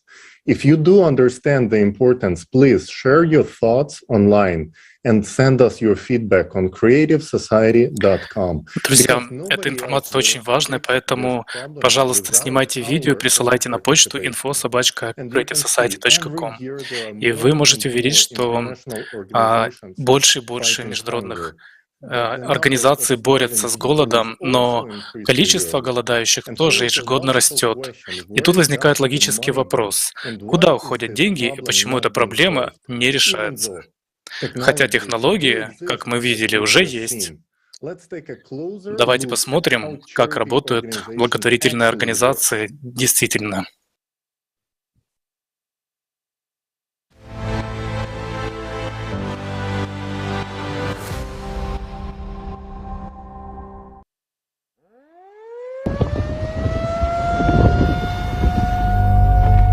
Perhaps you may think it will never happen to you. While those people have been given all the help they needed and they are now safe. And indeed, there is now a huge number of organizations and foundations dedicated to helping people. The largest of them, the United Nations, is positioning itself as the guarantor of peace and security of humankind. For decades, we have been hearing beautiful slogans and promises from high rostrums. If you listen to these loud statements, it may seem that we will solve all our problems. There will be no more poverty, no more hunger, no more wars, and we will all live well. After all, there are over 100 international organizations working under the aegis of the United Nations to solve the world's problems. For every new problem, a new organization is created. Every year, UN member states pay huge contributions to these organizations. In fact, this is money from our pockets. These are the taxes we pay to the state. Between 2010 and 2020, according to official data, the 44 UN organizations alone raised $540.4 billion. Contributions to the UN organizations have increased by 58% over 10 years. But let's take a look at what we have achieved over this period of time. The largest amount of money today goes to solving the problem of hunger. The main UN organizations to tackle this problem are the World Food Program, WFP, and the Food and Agriculture Organization, FAO. They have raised $79.8 billion over the last 10 years. Current estimates are that almost 690 million people are hungry in the world and 750 million people are severely food insecure. The Food and Agriculture Organization itself predicts an even greater increase in hunger by 2030. 841 million people. So, the World Food Program is projecting funding needs for 2022 already at $13.9 billion. So they say, there will be more hungry people, so they need more money. It is a legitimate question. How is it that, with ever-increasing funding, the problem itself is only becoming worse? Let's look at another problem, the refugee problem. The number of refugees has doubled over the past 10 years, comprising 82.4 million in 2020. The United Nations High Commissioner for Refugees, UNHCR, deals with refugee issues. Over the past 10 years, funding for the organization has increased by 56%, reaching $4.8 billion in 2020. Let's look at what kind of help they provide to people. One area of refugee assistance is shelter. On their website, they state, "The main part of our protection mission is to guarantee access to proper shelter in humanitarian emergencies. We provide tents, distribute plastic sheeting, and develop strategies, tools, and guidance in emergency situations, and provide emergency assistance to those who need it most. On cold nights or hot days, our help can be the deciding factor between life and death. In an emergency, tarpaulin tents are an adequate short-term measure, but people live in such tent camps for years in inhumane conditions with no hope of the future. Due to the lack of even basic sanitation conditions, people die of infectious diseases. Who benefits from the problem not being solved? As long as there is a problem, there is funding. And if the problem is solved, there will be no funding and therefore no organizations. As long as there is a financial interest, as long as someone makes money from it, no one will solve the problem. The UN itself is very much like a transnational corporation in its structure. There is a parent company that coordinates and manages the activities of its other companies, but each brand is a separate business entity. In 2020, more than $3.7 billion was spent to maintain the UN bureaucracy on staff and director salaries, health insurance, holidays, business class flights, and other expenses. The planned expenditures for the renovation of the Palace of Nations alone in Switzerland, where the UN headquarters is located, is $871 million. With this money, 174,000 houses could be built using 3D printing technology. How many refugee families could benefit from this housing? But alas, building homes for those in need is not a priority for their aid. What do we have in the end? Numerous organizations that we have entrusted with the responsibility of solving serious problems of humanity turn out, on closer examination, to be merely business structures.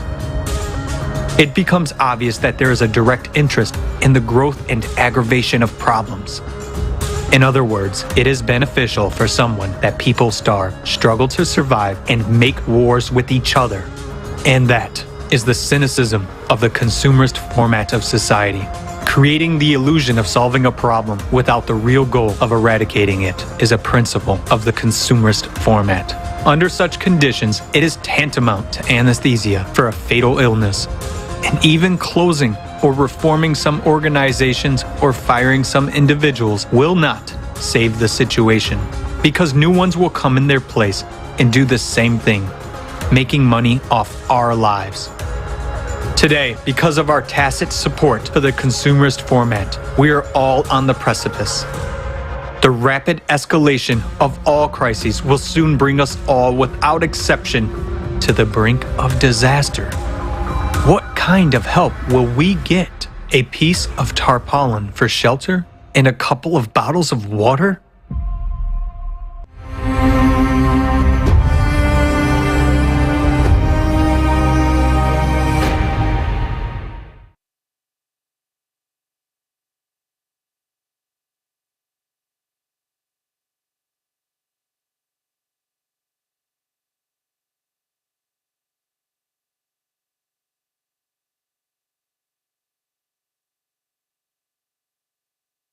Are not an altruistic group of volunteers with a noble vision, but businesses with an ever-expanding budget and a matching payroll to meet. And their funding methods are closer to racket at the state level. We pay taxes to the government, and our governments pay hefty contributions to these organizations.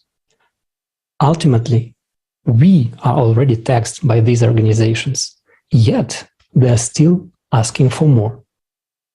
Billboards, letters, internet ad campaigns, all these to make you feel guilty and accountable and willing to donate to such charities, selling you these narratives. It is a very effective strategy on their part, as mixing a combination of fear and guilt is the most powerful motivator to get people to open their wallets, thinking they're going to help someone in need. One thing should be pretty obvious by now. This scheme will not work if the problem goes away. And here lies a fundamental conflict of interest. No problem, no money. Less of a problem, less money. No wonder we never solved a single problem, only got more of them. Let's be honest, in this consumer format of society, we are too accustomed to shifting the responsibility to someone else. What a relief it is to know that so many powerful organizations took the responsibility to fight world hunger and poverty, prevent wars and climate change. We were so happy to tick this off our to-do list that we never questioned either methods or results. Didn't check the publicly available financial reports. Instead, we did what was expected: acquiesce and look away. We live in those times when continuing business as usual will lead not only those on the brink of starvation, but everyone to sudden death. The choice is ours. Continue looking away or choose to build a creative society where human life is the highest value, the life of every human being. Decide to dedicate all human potential and all funding to really solve the problems at the root, once and for all. Given the combined spending on funding the organizations and CO2 mitigation, the problem is not the lack of money, but the lack of responsibility for our own lives.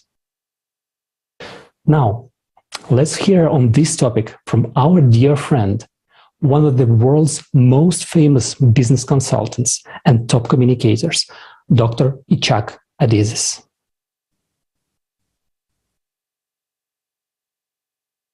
Those that believe in the human life are scattered. Thousands of non-for-profit organizations philanthropic organizations, everybody working for himself for a certain goal. They take care of abused children. They take care of abused women. They take care of cancer. This takes care of I don't know what. Thousands, millions of philanthropic organizations working alone by themselves. We will never win. No chance. Guys, in Santa Barbara where I live, there are 900 philanthropic organizations. They don't talk to each other. If we took around the world all philanthropic organizations, well-meaning organizations, you know how many people belong to them? Probably 1 billion people. You know how much money there is? More than 1 billion. Billions of dollars. Not together. If we did put it together and have a common strategy, how we are going to change that business world, we can do it. We can do it. Because let me tell you something. I work with the business world. I work with CEOs of companies all over the world. They're not bad people. They really are concerned about what's going on as much as you and me. They're concerned that their children very soon will not be able to play in the street, out there in the field, in the park, because the sun will destroy them and give them cancer. We are not protected anymore. That they will not know flowers anymore. They will not know animals anymore. They're going to be sitting at home playing computer games all day. They cannot go outside because of crime. Because they're going to get cancer from the sun. They will not be able to breathe. They are concerned. Each one of my clients, CEOs, are concerned. So how come? The dynamics of the system makes them do it. They don't have a choice. If you are a CEO, if you don't produce the profits that the stock market predicts you should produce, your owners are going to sell the stock, your stock is going to go down, and you will be fired. They don't have a choice. The system took over, and we are all victims of the systems. We are not the villains, we are the victims. What we need to do is change the system. But in order to change the system, we have to be politically powerful. You're not going to change the system unless you're politically powerful, because politicians watch on the votes. How many votes do I get? We need to get these billion people together to say, we will all vote for those politicians that believe in what we believe, and they will change the system. If we don't change the system, it's not going to work. But in order to change the system, we need to get the politician on our side. In order to get the politician on our side, we have to get the voting. In order to get the voting, we have to get together. And people don't understand. You know, they're taking care of abused women and abused children and abused this and that. Nice. But you know what? It's not going to change the world. It's going to get worse and worse and worse and worse. Democracy is not working anymore. You think that we have democracy in America? Don't kid yourself. The business world, through the lobbying, are doing everything. We are just playing games. The world is becoming too complicated for democracy to work. Dictatorship does not work either. We need a new system. Everybody is getting excited to change the world, but nothing is happening. Except that we go and we burn some tires and when we make demonstrations. That's not going to work. What we need is to get organized. Through this platform, we need to get people to say, okay, We have a chapter of Creative Society in America, chapter in Santa Barbara, chapter in New York, chapter in Kiev, and we all start working in unison. And I'm glad that it's a Creative Society, which I believe should be the constructive society, is making it as a goal to do it in the future. You are blessed, and I congratulate you on your effort. Thank you very much.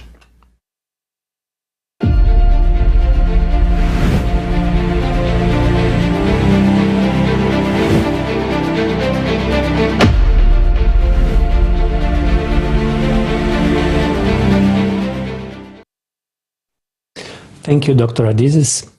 Your observations are spot on. Having so many organizations fighting the same cause, each on its own, is like resistance fighters battling the same enemy, but separately and in different locations. Will they succeed? Well, of course not. They will only win if they unite, if they join their forces. And until that happens, the enemy is already conducting a massive attack. The historic deadly tornado in Kentucky in 2021 showed how helpless we are before its fierce force and might, how individually vulnerable we are. Let's watch a video.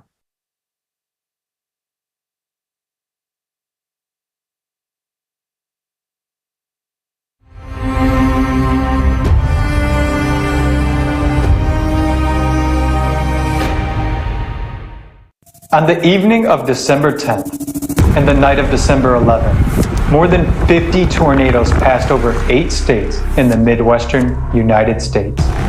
It was a series of powerful tornadoes. The ferocious whirlwind lifted debris from buildings it destroyed to a height of more than 9 kilometers. And its path across the surface of the earth is first estimated at nearly 400 kilometers.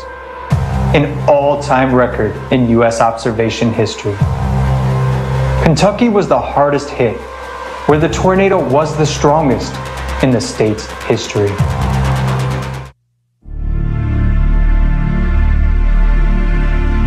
And I'm gonna miss her so much. I came back last night, but they were screaming. A lot of people lost their loved ones today. And I'm looking for my wife, and I need her.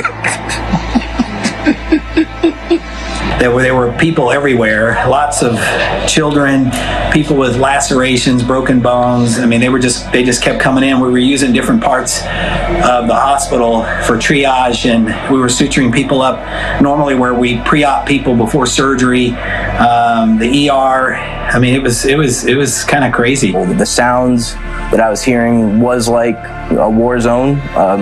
People crying and begging for help. One was in this arm and one was in this arm. I never saw my 3-year-old because my face couldn't turn that way, but I did see the baby, and he cried, and then he just stopped. So at that time, I thought he was sick. Oh God, he wasn't. I never heard my 3-year-old say anything. Those images, just like last night, I was in my daughter's house and we were trying to sleep.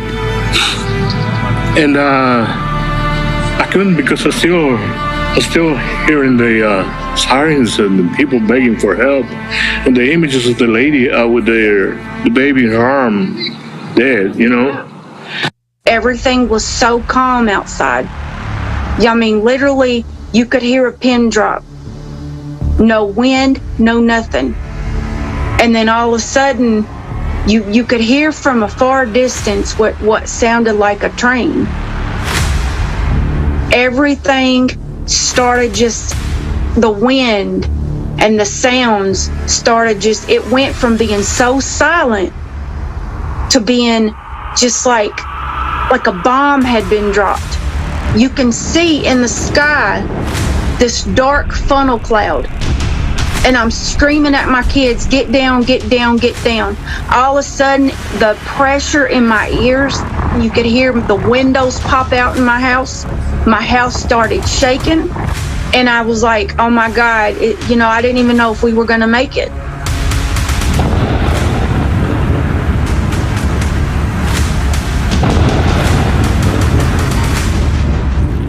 I don't think anybody was prepared. A lot of people I've talked to said they were not prepared. I don't think the city was prepared. I don't think the people who lost their homes were definitely not prepared for that. I never thought it was going to happen to me. No one ever thinks it's going to happen to them. No one was prepared for this. But for what reason? The tornado formed as early as 10 a.m. on the coast and began its movement inland. And from a certain point, its trajectory was clear. Why didn't people evacuate? The town of Mayfield suffered more than any other. It became a mountain of rubble. One of the terrible tragedies is the story of the candle factory. Even after getting the signal that a tornado was coming, the factory continued to operate. People weren't allowed to go home. And on December 10th, I was out there at the candle factory, and this monstrously huge building was reduced to a flat land of rubble that you could just kind of crawl up on top of. There were people inside that we were trying to get to, and of course, if you walked in certain places, they would yell, "You're making the roof come down on us more, you're making the ceiling come down on us more." And so you had to watch where you stepped. Additionally, you had to watch the men that were working with the cranes had to watch if they lifted metal on one section trying to get somebody out. Sometimes it would put pressure on people in another area, a pocket where, they were trying to stay alive, and it would put pressure on them, forcing them to be screaming out so that we would have to stop. And that was a very painful and emotionally draining experience.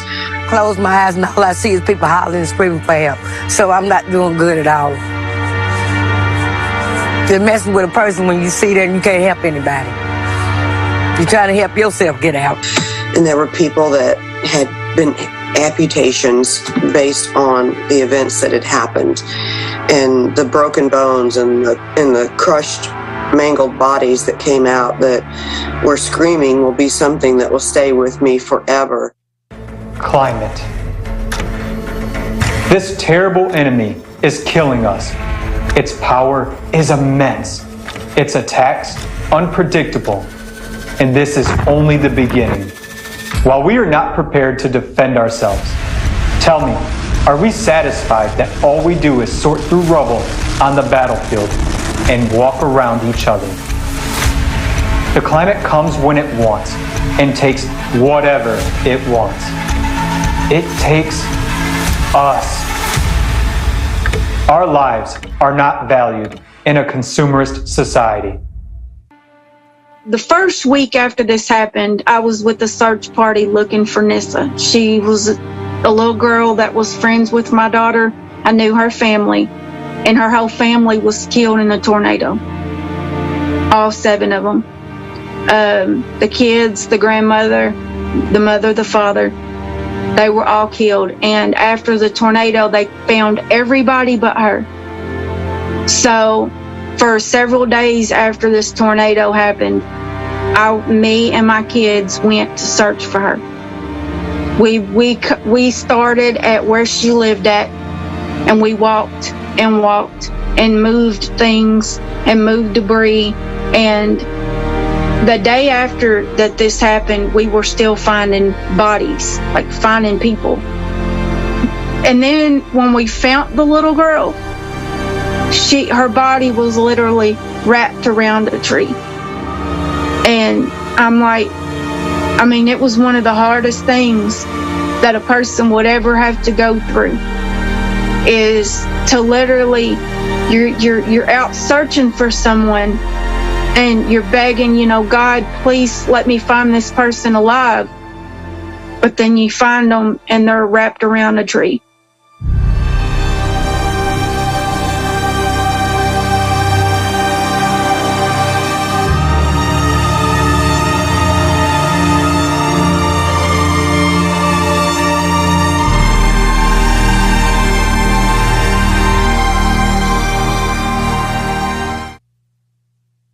this whole square, this whole town was obliterated at a level you can't put words on.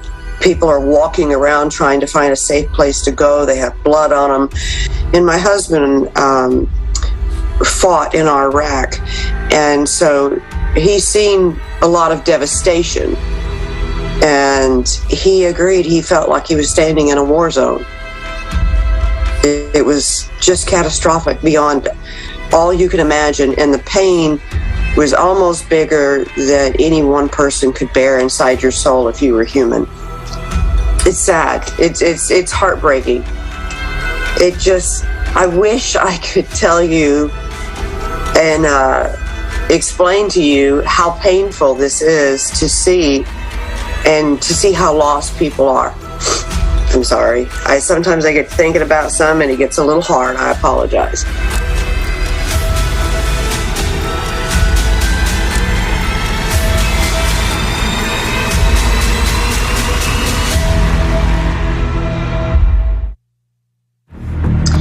And now we're probably more in a level of frustration because people want to know, where is FEMA? Where is this help? Where is the Red Cross? Where is this help? How do I get money? And I'm sitting here and I see on the news all the time how there's all this money with the Red Cross, the United Way, FEMA. But where, excuse my language, where the hell is it at? We're not seeing it. We're not seeing any of that money.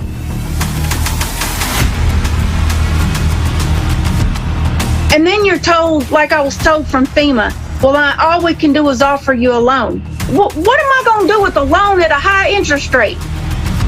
And not knowing what you're going to do and thinking the government is going to step in and is going to help you? No, they're not. No, they're not. No, they're not. They're only going to help the people who they're going to be able to pick and choose a few different ones who they can get the photo ops with.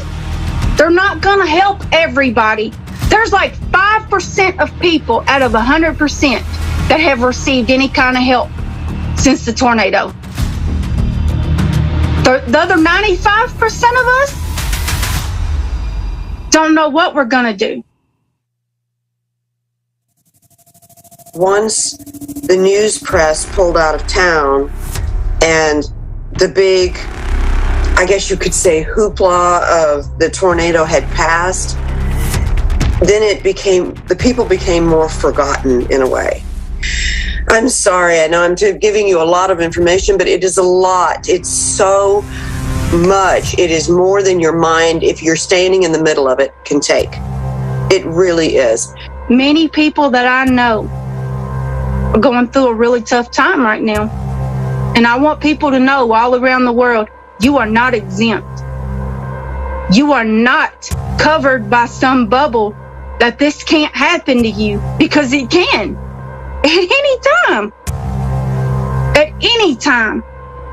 And it's only getting worse. From what I have seen with the whole climate change situation, it's getting worse. Way worse. So, and the government doesn't care. They don't care. How many lives are lost? How many homes are lost? How many people are destroyed? They don't care. And that is my own personal opinion based on what I have went through here over the last month. Our lives are not valued in a consumerist society. And how else can we explain that it is more important to the powers that be how they decorate their homes for the holidays? On social networks, they write huge posts about it and about people's deaths. They sometimes get off with one line, but our lives are not just lines on social networks. Cataclysms are escalating. Look at how much things have gotten worse in the last few years. Even a fool can calculate this progression. Human casualties will increase hundreds, if not thousands of times. We will see for ourselves how our children will not. become adults. Is that what we want? It's time for us to act. And as us people, we need to come together to make sure the government does their job, no matter what country you're in. And if we can't come together and stop with all of the diversity and the hate and focusing on the wrong things, then we can't never make change. Change happens when more than one person sticks together.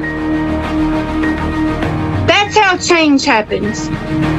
To me, we should all want better for the generations to come. But it starts with us.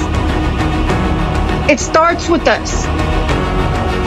And too many people right now are so worried about the me syndrome of being selfish and feeling entitled that they're not worried about the generations to come, the people who are coming behind them.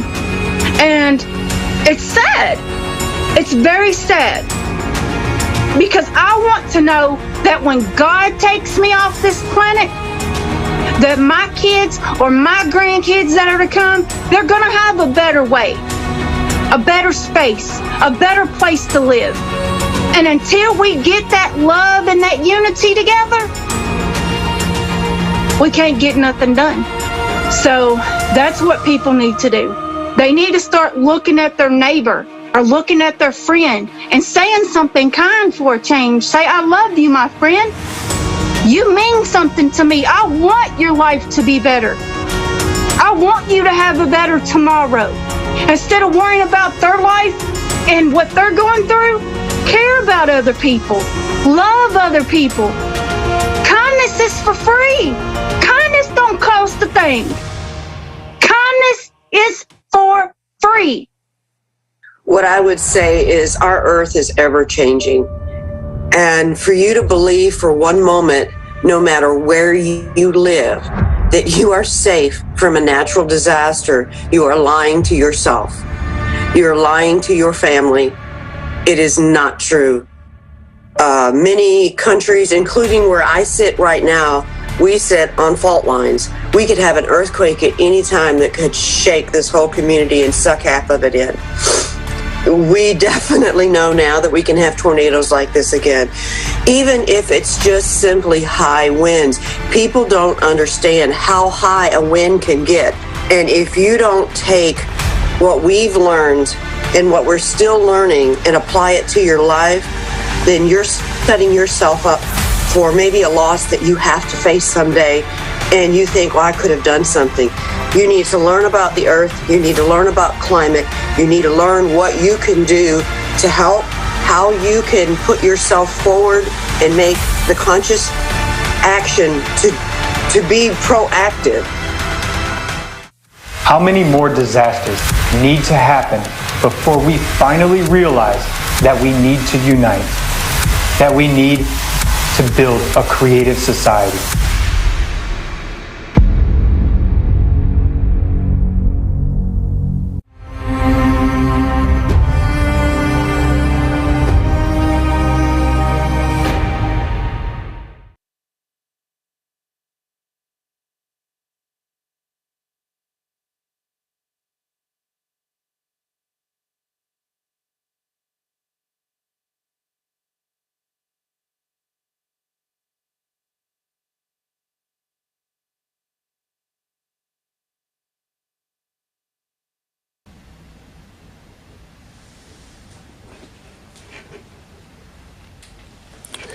December 2021 will always remain in the memory of many Americans. It's a heartbreaking tragedy for Kentucky and for our entire nation. My heart aches with pain for each and every affected person. It hurts. It hurts that someone lost a child or their entire family. Their beloved people, each of them, wanted to live, and be happy. But unfortunately, even in an economically advanced country, such as the United States, people were left one-on-one with their own misfortunes. Tell me, can we call ourselves a society where such things are possible in a civilized society? What kind of society is that in which the tragedy that took lives is forgotten as soon as the media stops talking about it? Where the interests of business, economics, and politics are valued more than people's safety, more than human life. What actually can be more valuable than life? The consumerist format is heartless. It makes us so callous that our reaction to people's grief becomes like they deserved it. People died. They lost everything. But there are those who say, those Americans deserved it. Billions of people today hate America. They hate the ordinary American people. We know that. And we understand why this is happening. But we, Americans, are wonderful people and nice people. Just like you. All Americans, all 332 million, are good people, except for just a few bastards, because of whom all of us are hated. All people in the world are wonderful, yet those few scoundrels are in every country around the world. They are the ones who have been feasting and continue to feast on our coffins. The masters of our pockets and our lives. But we are actually the ones who allowed someone, just think about it, to have power over our lives. Someone decided if we should live or die. While we, ordinary Americans, love people, yes, they brainwashed us and make us hate. They impose on us to hate an external enemy. But, my friends, this is manipulation. If you take that away, you will see how beautiful we are. You will see that we are capable of loving and giving life and creating and not destroying. And you will realize that this is what we all want. We are manipulated just as you are manipulated. Unfortunately, because of a handful of scoundrels who are confused and have forgotten that they are humans, we, Americans, are now hated by billions of people. And here in the United States, we have the situation when one half of the country hates the other half. We have been divided within our own country. Although we, Americans, are one nation.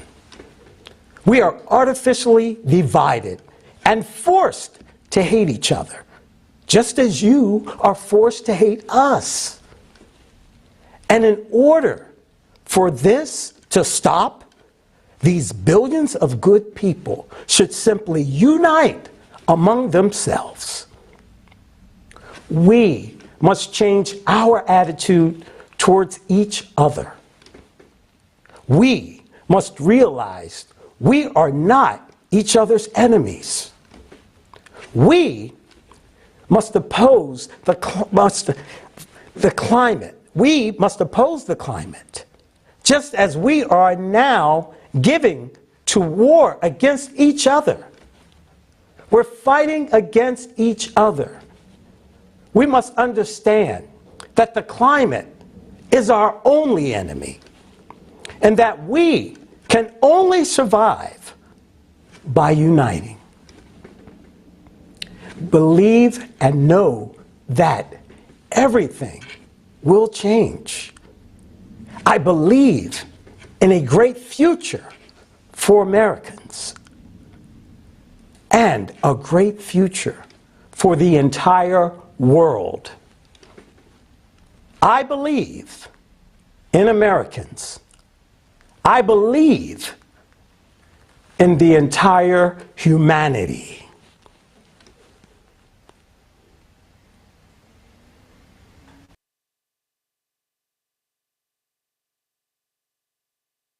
Yes, Leslie, we are all good people. This is why we all gathered here today to look into each other's eyes and see the truth, see what's possible when we believe in the humanity. Unfortunately, we have been divided, as you said, and it can be clearly seen in our global spending habits and priorities. For example, did you know that the consumer society we live in right now costs us more than 14 trillion each year in conflicts? This information comes from the report titled Economic Value of Peace 2021 by the Institute of Economics and Peace. Just think about it. 14 trillion a year on a global violence and conflict. This includes war, terrorism, domestic violence, human slavery, the cost of crime to business, the cost of intelligence agency, the cost of initiation, recovery, consequences of violence against humanity. So how much is 14 trillion? Well, 1 trillion is in $100 bills stacked up on top of each other is 631 miles or 1,000 kilometers, twice as high as the International Space Station.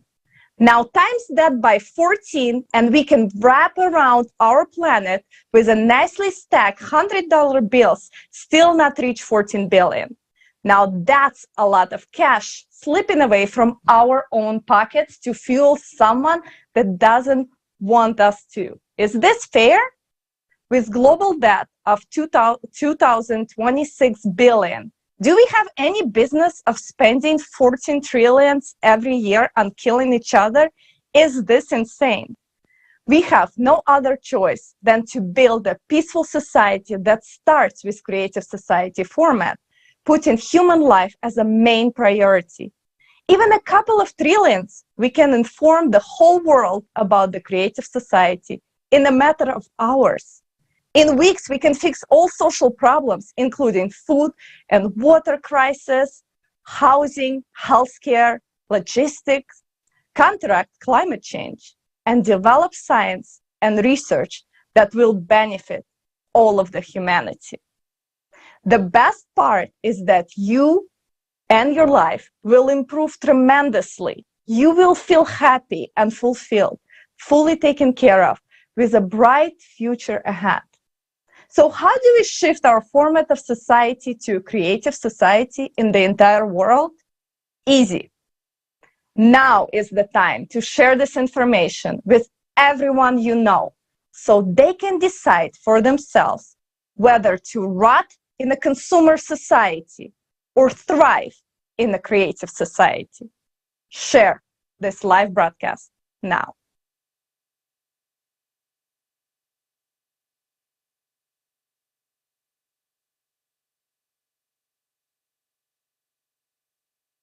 Do you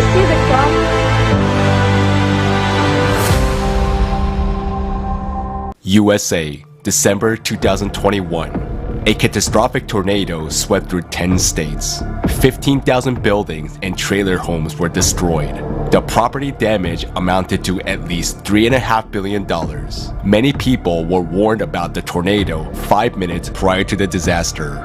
The Philippines, December 2021. Instead of the expected moderate storm, there occurred a Category 5 hurricane. Typhoon Ray affected 10,800,000 people in 11 regions. More than 2 million homes were damaged. 427,000 homes were completely destroyed. 3 million people were displaced. The material damage amounted to more than $420 million. Haiti, August 2021. 7.2 magnitude earthquake.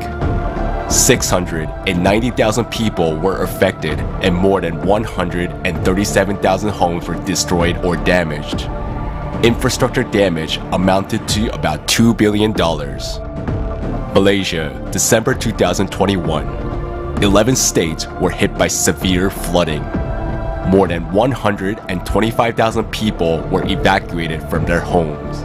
Total financial losses amounted to almost $1.5 billion. Indonesia's National Disaster Management Board recorded 5,402 natural disasters in 2021. Climatic disasters occur in this region every day, making the area uninhabitable for people. All the countries of the Pacific Ring of Fire now find themselves in a similar situation. Over the past 10 years, climate disasters have caused nearly $3 trillion in damages. 220 million people have become climate refugees within the same period. Since 2010, weather emergencies have forced around 21.5 million people a year to move on average. In 2020, official figures alone put the number of climate refugees at 30.5 million.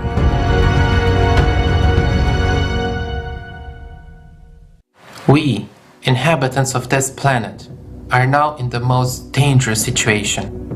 Just within a day, the forces of nature are leveling entire regions to the ground.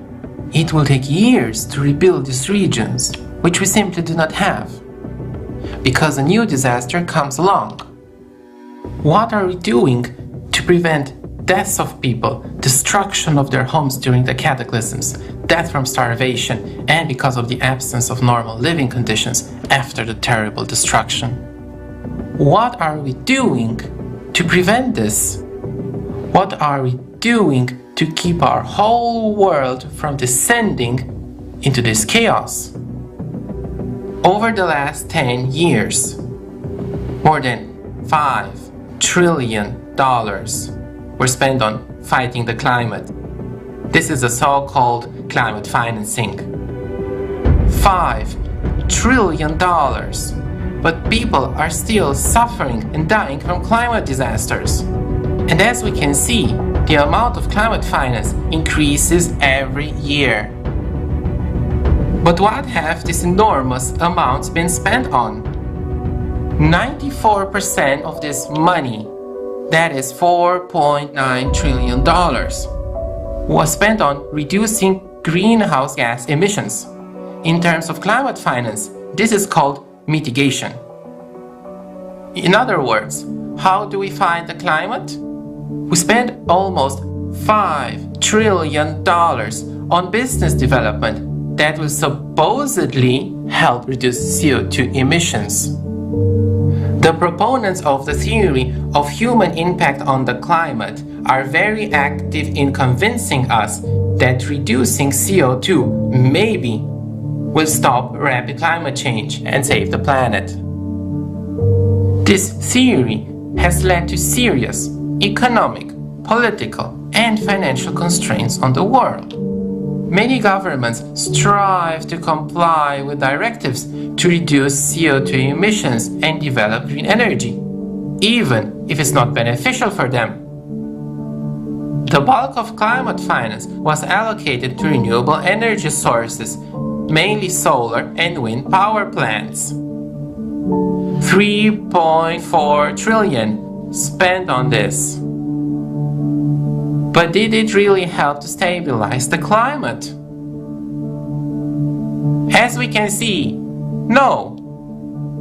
The number of natural disasters continues to grow at an alarming rate. So these funds do not solve the problem. So what do? Perhaps they did help reduce the growth of the CO2 amount.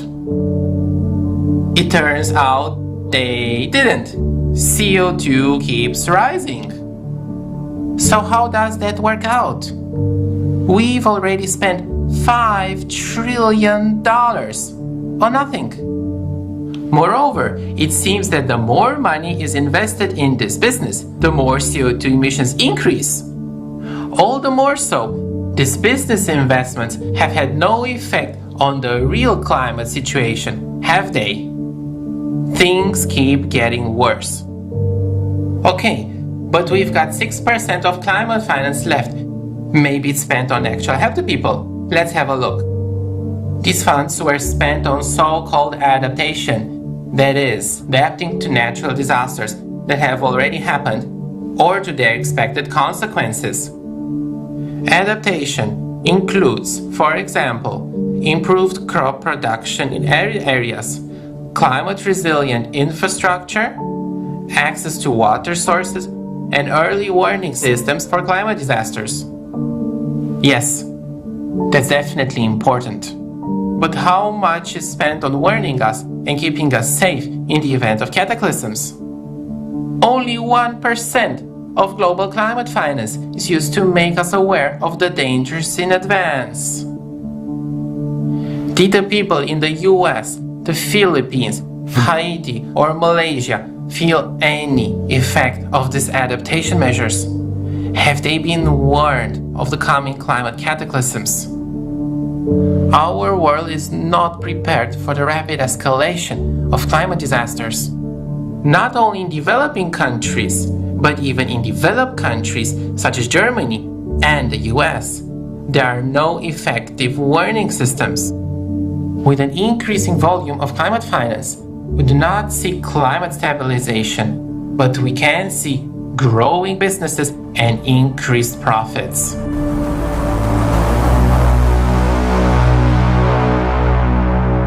More and more countries are facing terrible disasters, and my country is no exception. What usually happens in this case, houses are destroyed, terrified survivors look at what was once their homes. Yes, rescuers arrive, and people rake through the rubble, trying to find survivors. The first humanitarian aid arrives. Yes, at first, certain mechanisms work. People try to help, but what happens next? Who compensates people for their homes and everything they lost? Who helps them pay off a loan for a house that no longer exists? What help can they expect in 6 months, in a year? There was over $40 million gave to the state of Kentucky. Everybody that I have talked to is like, well, where's that money at? Where did that money go to? It was gave to Kentucky to help us, but we ain't seeing it. We ain't seeing it. Everything that has been paid on my home to fix any of the repairs on my home so far came out of my pocket. I had to go take out a small loan because my roof was so messed up.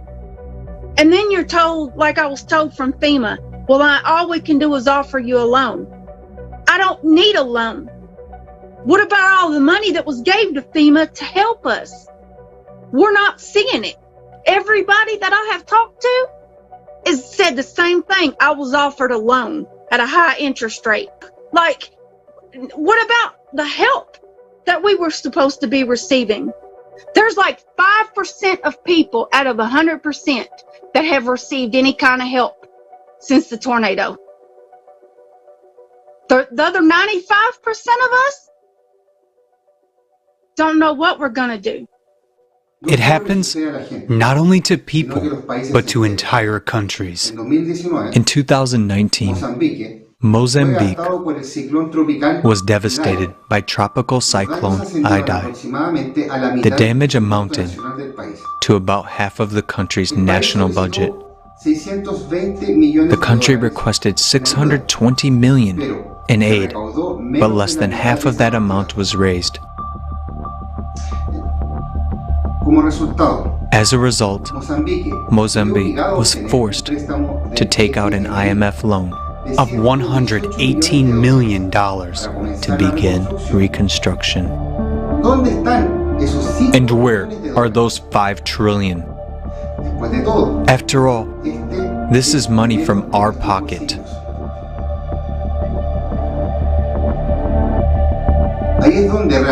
That's where it is really needed for temporarily resettlement of people, rebuilding homes, restoring infrastructure, compensating for what people have lost. But alas, climate finance does not provide for that. Countries have to solve problems with destroyed infrastructure, unemployment, lack of housing, and people's livelihoods on their own. Not only that, but they also have to pay the interest on the loans they took to rebuild after climate disasters. No one is going to rebuild their homes for free. People are left poverty-ridden and unprotected with no money, no housing, and no future. Can you imagine what people's lives look like 2 or 3 months after the natural disaster occurred? The whole world has simply forgotten about this country and these people. What is their fate? What are these people doing now? No one cares any longer about that. Would you like them to forget about you and leave you alone when you are in dire need of help?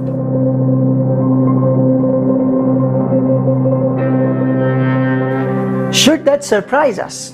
Alas, in our consumerist format, no one cares about my life, your life, or the lives of others. It's even okay to make profit from people who find themselves in life-threatening situations. All around the world, the number of climatic disasters is steadily increasing. More and more people are suffering from climatic disasters. Survivors are losing their loved ones, their homes, and everything they had. Meanwhile, from high rostrums, we are told that by the year 2030, the climate finance needs to be increased to $4,350 billion a year. That is 6-fold. And by 2040, up to $6 trillion a year. That is 10-fold.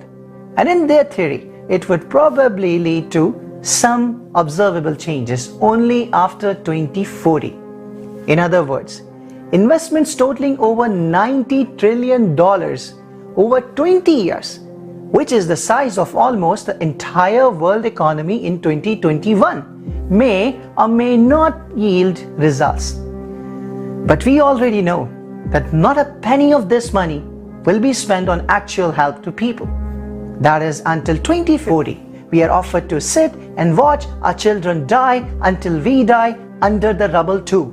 Just consider that figure.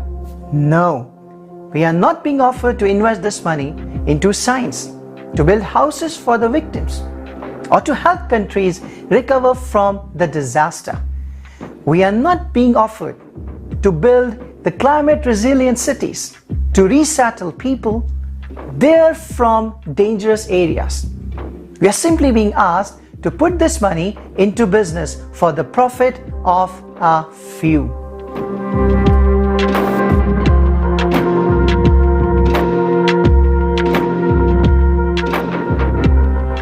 The bottom line is this: a few just get enriched at the expense of our lives. They do nothing for real protection from climate disasters. If something happens in our country, no one would help us just for the sake of it. They would give us a loan and force us and our children into debt slavery. No one is really working on solving these problems. The funds are invested neither in the study of causes nor in the prevention of climate disasters, nor in people's warning and protection. Our planet is already at war with the climate. What we fail to realize is that this war is escalating. The climate delivers unexpected blows to countries. We are losing people, our homes, and all our usual life. The situation is not improving. We are not solving the underlying problem, but we can see the progression and acceleration of natural disasters. We are losing the most precious thing of all, our time. When climate disasters overtake all countries and continents under the current consumerist format, we will simply start killing each other for salvageable lands, for water and food. This CO2 nonsense has to stop while we still have time, while we're still able to influence something. We need to take the climate problem seriously instead of stuffing wallets by imposing false theories. CO2 is rising, but it is not causing climate disasters. We need to understand that these false scientists are willing to do anything to keep the theory alive. After all, $5 trillion is a very powerful argument to continue this lie. And they will stop at nothing. They have nothing sacred left. They're interested neither in human lives nor in the fate of our planet. For all these years of fighting CO2 and for the amount of money spent on it, we could have created an artificial satellite on the Earth's orbit and everyone could have moved there. But this money is spent for nothing. As long as we keep shifting responsibility and wait for these pseudoscientists to solve our problems, we will stay in mortal danger. We need to change the format of society to a creative one and allocate funding toward the scientific development and research of the real causes of climate change. We need a scientific community that will not cover up the business of collaborationists, but will actually solve the problems of global climate changes. Otherwise, we will simply perish as a civilization from the climate disasters well before 2040.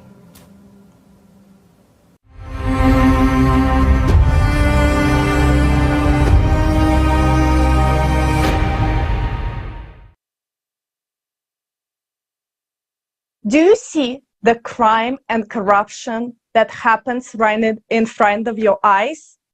We are being fooled while the climate is taking millions of lives, and the true reasons for climate change are not studied. We are wasting our time and attention on the biggest corruption scheme in the world, CO2, which is the biggest scam of the century. Now, we are not against CO2. We know that CO2 levels are rising, but we understand that it has nothing to do with why the climate is changing.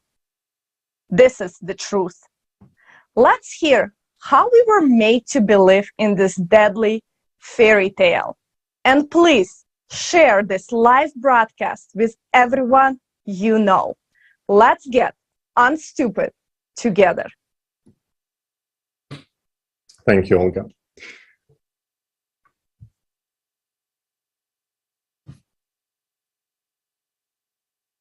When I started looking into what was actually behind the CO2 hysteria, I was simply shocked by how the lies is being told straight to our faces on this very vital topic, while at the same time they are stealing money from our own pockets. And it wouldn't be a big deal, but it can cost our lives. We have all seen today how serious climate progression is. And the question is, why do we tolerate these lies about CO2? After all, the truth is really on the surface. All it takes is just to look into it a little bit. Please understand us correctly. We are not against CO2. We know that CO2 is growing. What is not true is that this tiny amount could affect climate. But let's take a look. In 2001, the IPCC, Intergovernmental Panel on Climate Change by United Nations, published the hockey stick graph, according to which the climate has not been changing for centuries until the 20th century, when unprecedented warming has begun. This graph, presented as consensus of scientists, became the main justification for spending tremendous amount of money to fight anthropogenic CO2. But was there really a consensus? Since the early 90s, some top-level politicians have been pushing to implement a money-making scheme on carbon taxes and CO2 emission quotas trading. The problem was that the study of climate history, paleoclimatology, has hundreds of researches showing that the climate on Earth has natural variability and is constantly changing. Therefore, the rise of the temperatures in the 20th century is a natural return after the cooling period of little ice period to the level where it was earlier in the medieval warm period. This was also reflected in the first IPCC report in 1990. But by the end of the 1990s, especially with the signing of the Kyoto Protocol in 1997, there was a strong political demand for scientific ground to the anthropogenic theory, and demand creates its own supply. In 1998, the Nature magazine publishes an article by Michael Mann, a young researcher just starting his career. Using proxy data like tree rings, he drew a graph of temperature for previous centuries, straight as a hockey stick handle. In fact, he simply erased Little Ice Age. And the 20th century's temperatures, shooting straight up, were taken from a completely different set of data, thermometer readings. Conclusion was that this is unprecedented warming in the history of the Earth, caused by nothing else but anthropogenic CO2. Next year, 1999, man extends the graph for another 400 years into the past, erasing the medieval warm period as well. And that is exactly what politicians were looking for.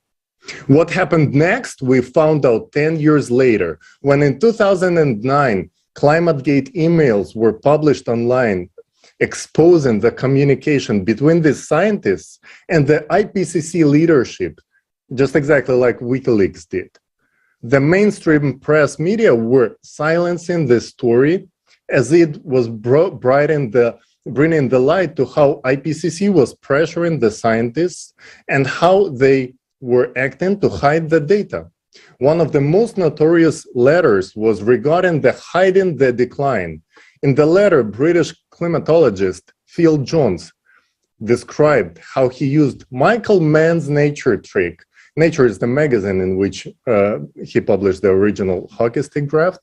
And the trick itself was to crop the data from the tree proxies that was showing a decline in temperatures in the 20th century, and then mix it up with the thermometer data, hiding the substitution by smoothing out the lines.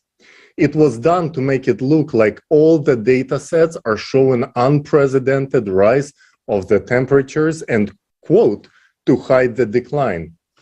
Honest scientists were horrified by what was revealed in ClimateGate emails, but corrupt rhapsods of journalism were right there to attack and stigmatize them. Climate heretic Judith Curry turns on her colleagues. The choice of words is not a coincidence. Heretic is a renegade from a church because cult of anthropogenic global warming is not a science. It is a religion that has its own messiah, holy scripture, and inquisition ready to burn at a stake anyone who is not willing to accept the dogma. And the dogma about CO2 do not need to be checked and verified. They must be believed. This reminds me the Emperor's New Clothes fairy tale. Everyone in the scientific community knows that the king is naked, the hockey stick is fake, but to say it out loud is to expose yourself to the wave of bullying, defounding, demotion, and stigma of climate denier. The boy in the fairy tale, who was the only one to voice the truth, that the emperor has no clothes, in this reality, at best will receive an answer that his feedback is not being peer-reviewed, and in fact, the emperor has the clothes. It's proven by a scientific consensus, which, when checked, turns out to be just as fake as the hockey stick.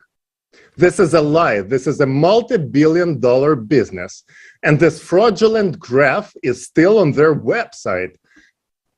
They falsified the data. By hiding the decline, they misled the world leaders and the people.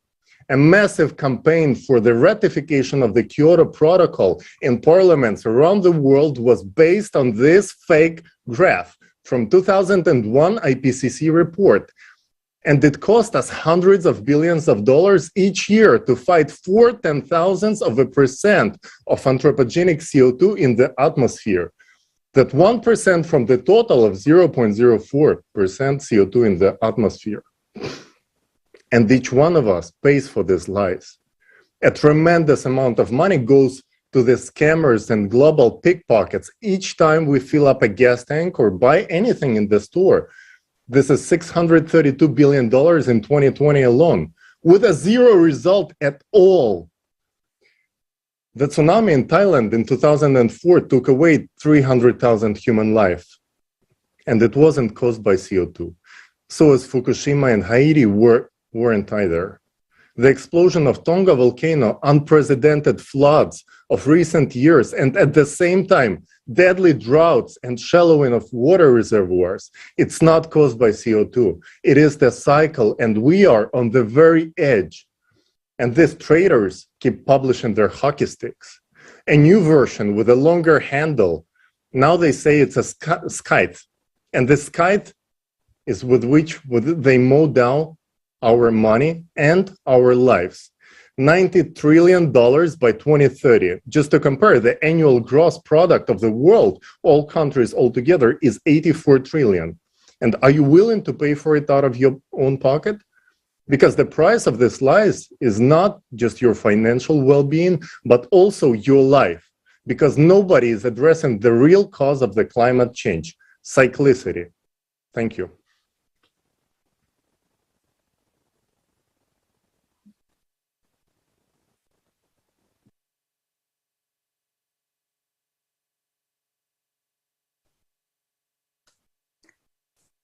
Добрый день. Greetings. Thank you very much, Dali, for your journalistic investigation of the falsification of the hockey stick graph. I'm sure you have a lot more to say, and we'll hear more details of the hockey stick scam on the post-forum roundtables. Those who continue to defend anthropogenic climate change after exposing hockey stick graph have no right to be called scientists.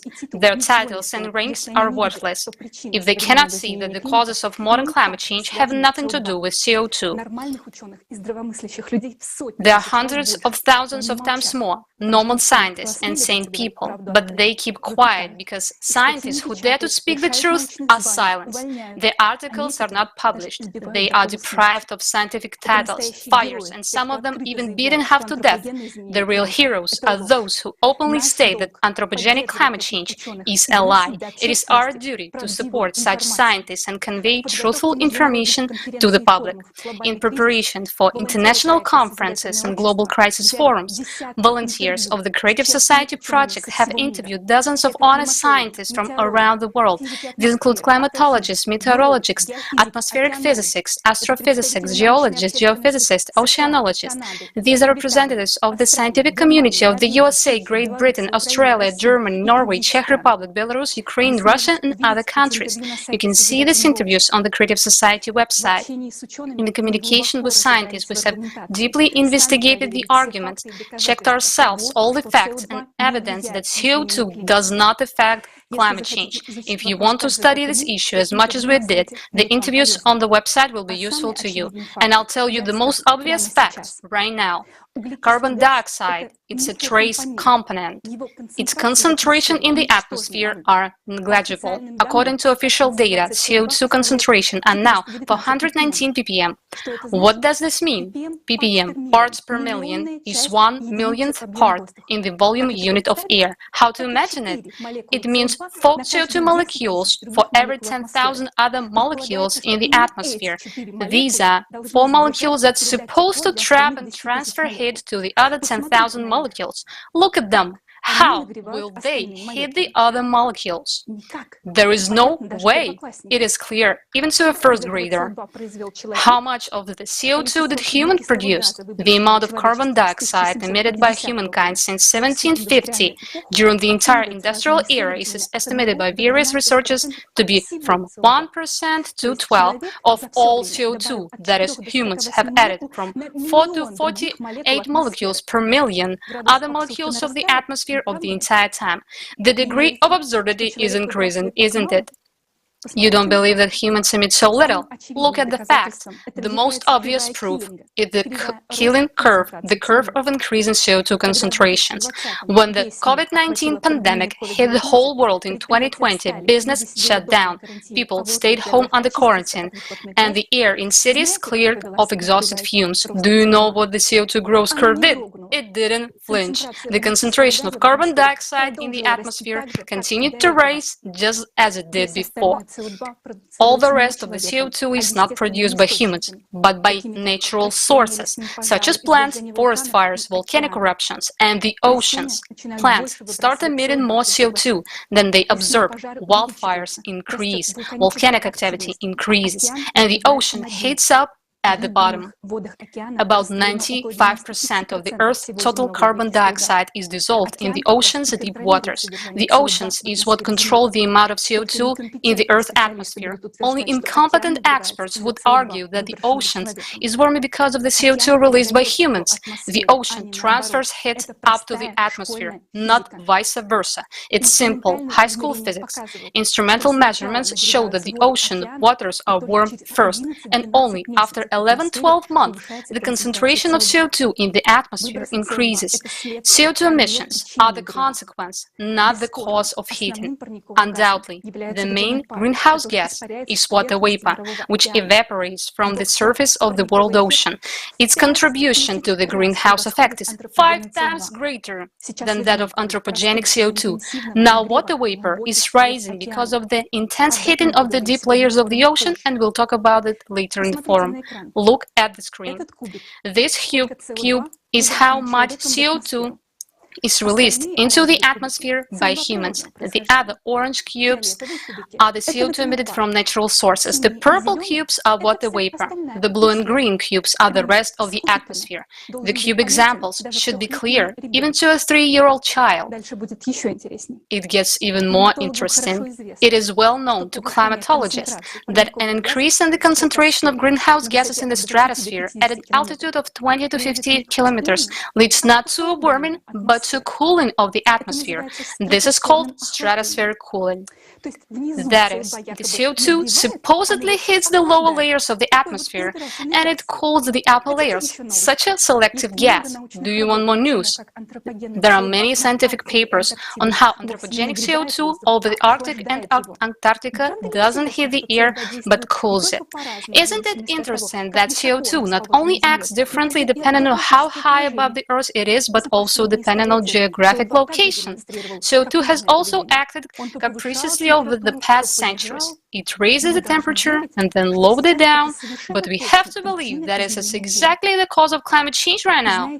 And you know, there is another fact that has come as shock to me.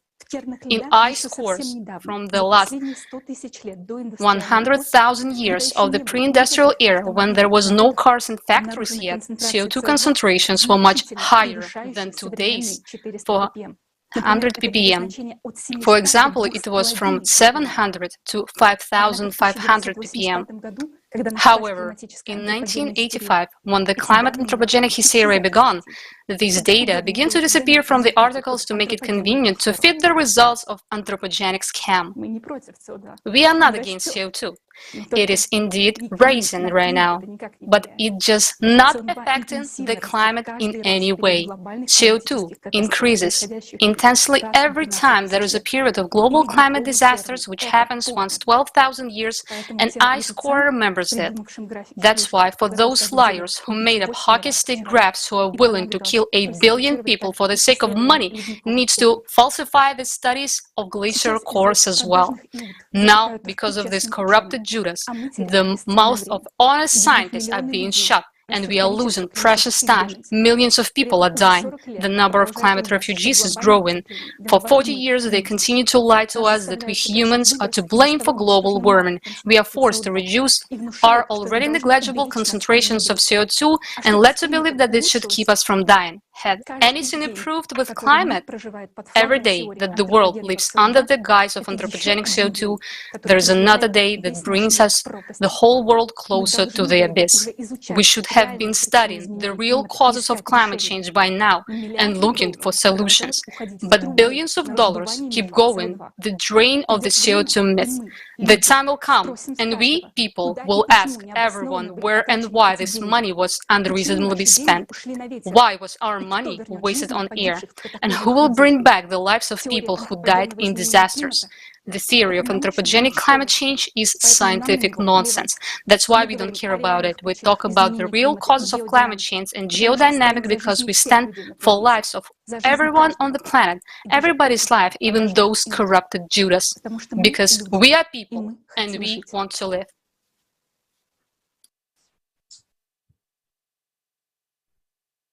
Yes, there is no doubt, Elizabeth, that the theory of anthropogenic influence on climate change contradicts not only common sense, but also the laws of physics. Despite this, falsified theories are not seen as pseudoscientific today, but are becoming basis for socially significant decisions that are already radically altering lives. Now, our next speaker is Klaus Ermicke, who will talk about what is the greenhouse effect.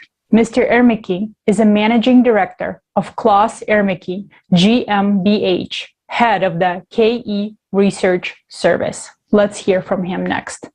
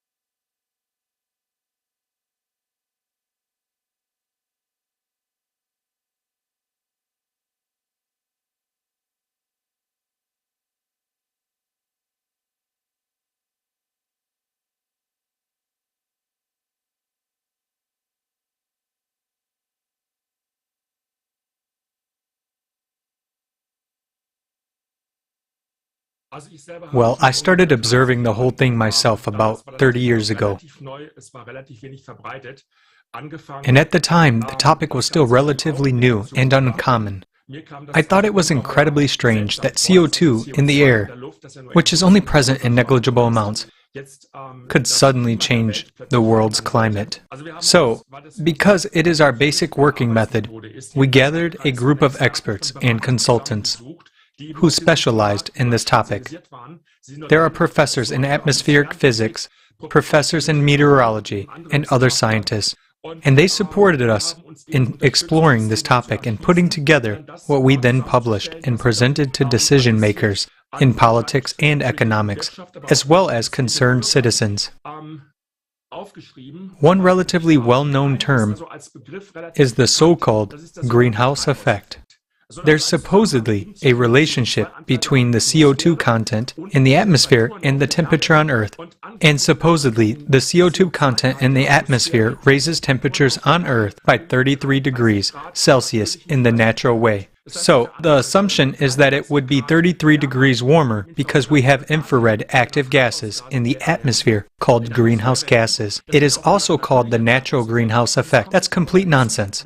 So we've put together everything that leads to the transfer of solar radiation from the sun to the Earth.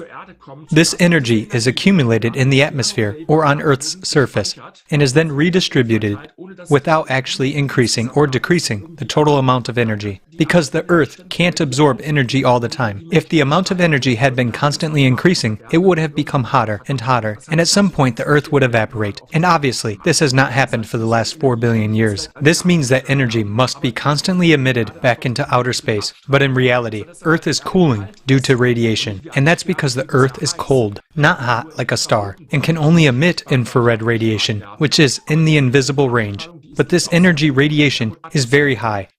The atmosphere is what actually cools us down. The atmosphere radiates into space. Now we're in for an unexpected point. Let's take it one step further. Let's think about what's actually in the atmosphere that might be radiating out there. 70% of Earth's cooling is caused by infrared active gases. And now we can ask $1 million question. What is another name for infrared active gases? It's the greenhouse gases. The term greenhouse gases doesn't exist in physics at all, nor does it exist in chemistry, which classifies the substances. In fact, it was invented much later, after the research foundation about the function of these gases had been made available, in order to construct a certain political message out of that. This is just a contradiction, because at one point, the genius of propaganda invented the term greenhouse gas. He should have been awarded the Nobel Prize in marketing for it, if there was one, but it has nothing to do with physical reality. Interestingly, if we go back to the early history of science, we'll find the fact which has been known for over 100 years, that infrared active gases actually cool the Earth, not heat it up. The first paper that attempted to quantify energy fluxes in the atmosphere was written back in 1917 by a British meteorologist and engineer, William Henry Dines. So this basic knowledge has been around for a long time, and the question is, why has it changed somehow? Why have more and more people started to back, willingly or unwillingly, that greenhouse gases should now be only called greenhouse gases, not infrared active gases? The fact that we're creating a whole new doctrine, a whole new world of thought, that they're now dangerously overheating the planet, has to do with money and power for the saviors. That's why they constantly use children. Municipalities hire climate managers who make their way into the last nursing home to preach the doctrine of dangerous greenhouse gases. And what are the consequences? As a result, energy taxes and energy levies have been imposed under the guise of saving the planet, when in fact they are only meant to fill empty government coffers. A lot of what needs to be researched costs a lot of money. Meanwhile, the so-called climate researchers are being showered with money, especially the computer models that are being done all the time. They're incredibly expensive and they're completely pointless because it's impossible to simulate the atmosphere, the chaotic processes that go on in there. If something has been falsified, has been proven to be untrue, it means that in the normal scientific process, those hypotheses should be excluded from further consideration. What we're finding out now. I would like to thank Klaus Ermicke for voicing this shocking information that greenhouse gases do not heat up the atmosphere at all, but cool it down. So where did the money go then? The main reason why this system does not work is corruption. Human nature is such that it makes no sense to replace one person for another just to change people in the office. In a consumerist format, we will always come to this very same result: money and power. So how to build a creative society under these conditions? We already have a solution and the unique toolset. Yes, Tali, indeed. So data plays a crucial role in our daily lives in this digital age, even if we are not aware of the details. The entire world can be viewed as a digit in information technology. Every person is a digit. Every tangible object, like a building or a car, is a digit. Even intangible objects like copyright are digits. It is indisputable that economics and finance are a world of digits. We gather huge amounts of data on everything we do, every second. Not only our online transactions or a millisecond pause while scrolling the newsfeed. But unfortunately, data literacy is extremely low today. Therefore, people are simply drowning in the amount of data, failing to keep up with the pace of technological development. Well, this, in turn, slows down the pace of development of science, technology, implementation of new technologies, innovative ideas, and, as a result, civilization itself. Well, there is another related phenomenon that hinders the development of our society. Some players are taking advantage of the fact that no one can process all the data to organize shadow money flows. Well, these points lead to reasonable questions. Will humanity manage to use the data it possesses to its advantage? And can we put data at the service of civilization? But do we even have companies that serve humanity as a whole and aspire to improve the life of every living human being? I mean, profoundly change our lives for the better without seeking profits. Well, let's be honest. We don't even have a real collaboration in our divided society. Instead, every company exploits people and data for its own profit, to make us buy more of its products or sell our data to someone else. Well, even if we could agree on pulling together all the data to do something meaningful, there's not enough computing power to process it. Or at least using the conventional logic and current programming methods. Well, luckily, today on this planet, there's one company that could tackle a problem of this size. The solution will determine the future of humanity. And I am talking about none other than XP Energy, the creators of the first artificial consciousness, Jackie, who recently presented their latest product, the Voskhod Multipurpose Complex. All the unique technology and possibilities XP Energy possesses were involved in developing and creating the complex. The Voskhod Multipurpose Complex is a global aggregator of all existing digital data and a single data processing center based on hybrid artificial intelligence. Even the name wasn't chosen by chance and is very symbolic. It is associated with sunrise. When the sun rises over the horizon, its rays of light illuminate the darkness and shadows that inhabit it disappear, thus revealing reality. The sunrise brings life and hope. So, what does it do? The complex was created to solve a range of problems and objectives, both existing and those that humanity is yet to face in the future. For example, during the transition phase to the creative society. It includes many systems and subsystems, each designed to solve a specific range of tasks. In particular, the complex includes a total financial monitoring system that performs, among others, such tasks as global anti-corruption monitoring at all levels and constant monitoring of all economic entities. Let's look at how this functionality can be used at the state level. Well, when deployed, the Voskhod MPC is integrated into all digital systems of the state and has complete oversight of the entire financial system, allowing to monitor the situation in the state economy in real time. This ensures the transparency of the use of funds at all levels. Voskhod MPC identifies and monitors any illegal schemes of money trafficking, including their uncontrolled withdrawal abroad. It identifies the entire circle of people involved in illegal schemes. It also helps to detect weaknesses in the legislation, management, and control system, making embezzlement impossible. Just think about it. Total transparency and the eradication of corruption sound like a death sentence in a society where, according to the official numbers, up to 25% of the size of any state's annual budget is lost to embezzlement. The complex sees every coin's movement and opens up everything that is now hidden a secret. And it doesn't matter whether it's cash or bank transfers.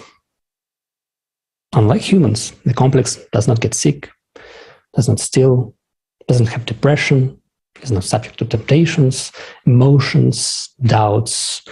It is not concerned about itself and its future. Instead, it works with data and relies exclusively on real numbers and facts. We read and watch more on voskhod.software. But now, let's watch a short video that will give you more exciting details.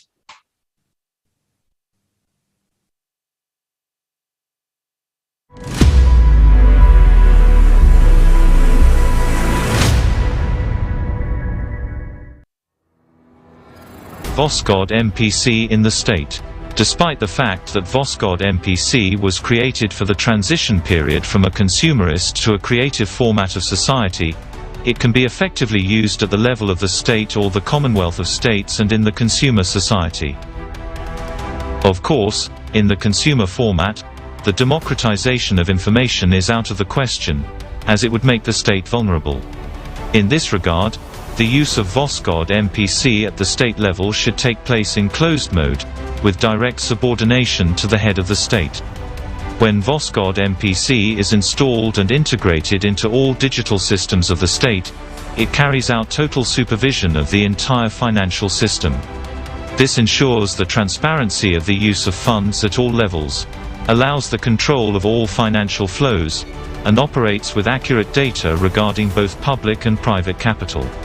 Voskhod MPC solves the problems of almost all controlling services and departments much more effectively while carrying out supervision for corruption and misuse of budgetary funds. In a consumer society, the weakest link at any level is the human being. The entourage of the head of any state is not an exception. Sometimes even his inner circle includes people who play a double game. The Voskhod MPC functions preemptively. It allows to identify such people timely. With precise information from the initial source, the first person of the state can always be sure of the loyalty and reliability of his team. It is enough during the report meeting with official to compare the reports provided by him with the real data given by Voskhod MPC. According to our calculations, for the secret department which will use the Voskhod MPC to be the most effective in such a state as China, for example, 12 employees would be enough, 3 IT specialists and 9 financial analysts, plus the head of this secret department. The complex is flawless. It is designed to be invulnerable to hacking. It is equipped with an internal audit and control system to identify unreliable employees who have access to it. The only vulnerable link when working with the Voskhod MPC in a consumer society are 2 people: the first person of the state, who decided to use the complex in the state, and the head of the secret department, who will operate and manage the Voskhod MPC. He will not be able to enter false data into the complex deliberately. This is impossible, but it is he who will provide reports to the first person of the state. State economic benefits. In economics, the Voskhod MPC makes the basing state practically out of reach of other states. The complex is capable of optimizing costs, bringing in huge profits by building accurate forecasts and financial models. It is also capable of significantly improving the economy and the well-being of the people. It will increase the level of trust for the government and strengthen the authority of the first person of the state. If we are to put into numbers the benefits of a single state from the usage of the Voskhod MPC, only on the optimization of budgets, personnel, restructuring of government services, the United States can save up to $2.5 trillion of the budget funds annually. Having the initial data on all the spheres of state life, Voskhod MPC predicts with maximum accuracy volatility of the economy. This enables reallocating budgetary funds between industries and companies with maximum efficiency, mitigating, reducing to zero, the negative effects of the crisis phenomena in the world economy, and using forecasts with maximum profit. Extensions and flexibility. There are methodologies for working with 31 sectors of the economy implemented in the Voskhod MPC. The XP Energy team has created Voskhod MPC with the possibility of its continuous development and improvement in case it is required. Suppose a new sector or industry of the economy appears.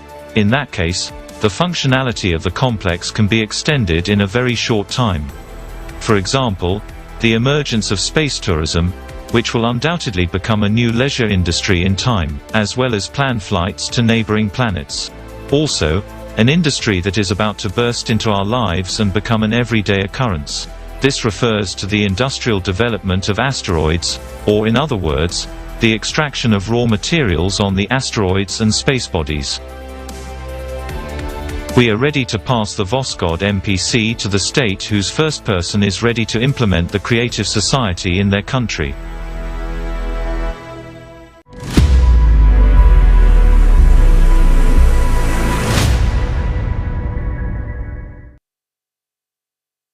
Amazing, isn't it? And this is just one of the functions of the Voskhod multipurpose complex. So imagine just how many possibilities will become our reality when the Voskhod MPC starts operating. But let's not forget that this is just another tool that we can use to drastically improve our lives, or it can become a weapon if it falls into the wrong hands.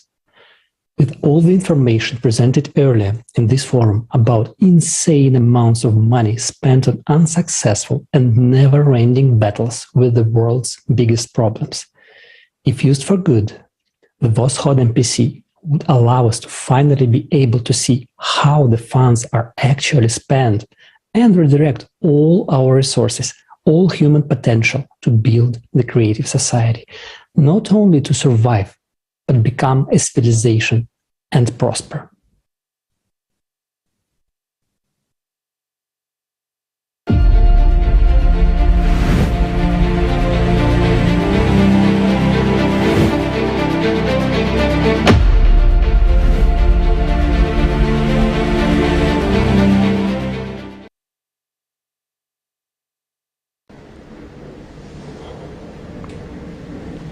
We, as humanity, have tremendous opportunities. We already have the technology to save our lives and the entire civilization.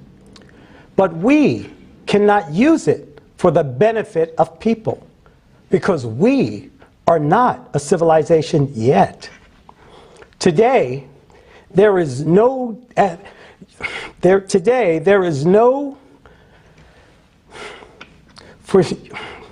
for humanity, for uniting. There is no system today for uniting humanity except in the format of the creative society. This is the only salvation for all people, and it is in our hands. It depends on our choice whether we live or not. And that's right now. Facing the global climate, and we cannot afford to wait for leaders and the powers that be to build the creative society.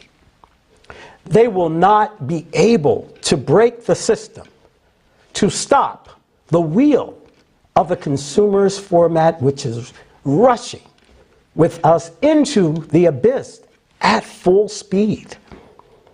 as long as we humans are alive, they will use us in their own schemes and their games.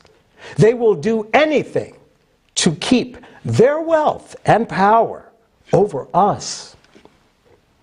They will kill us with our own hands, as long as we justify these murders by blaming each other.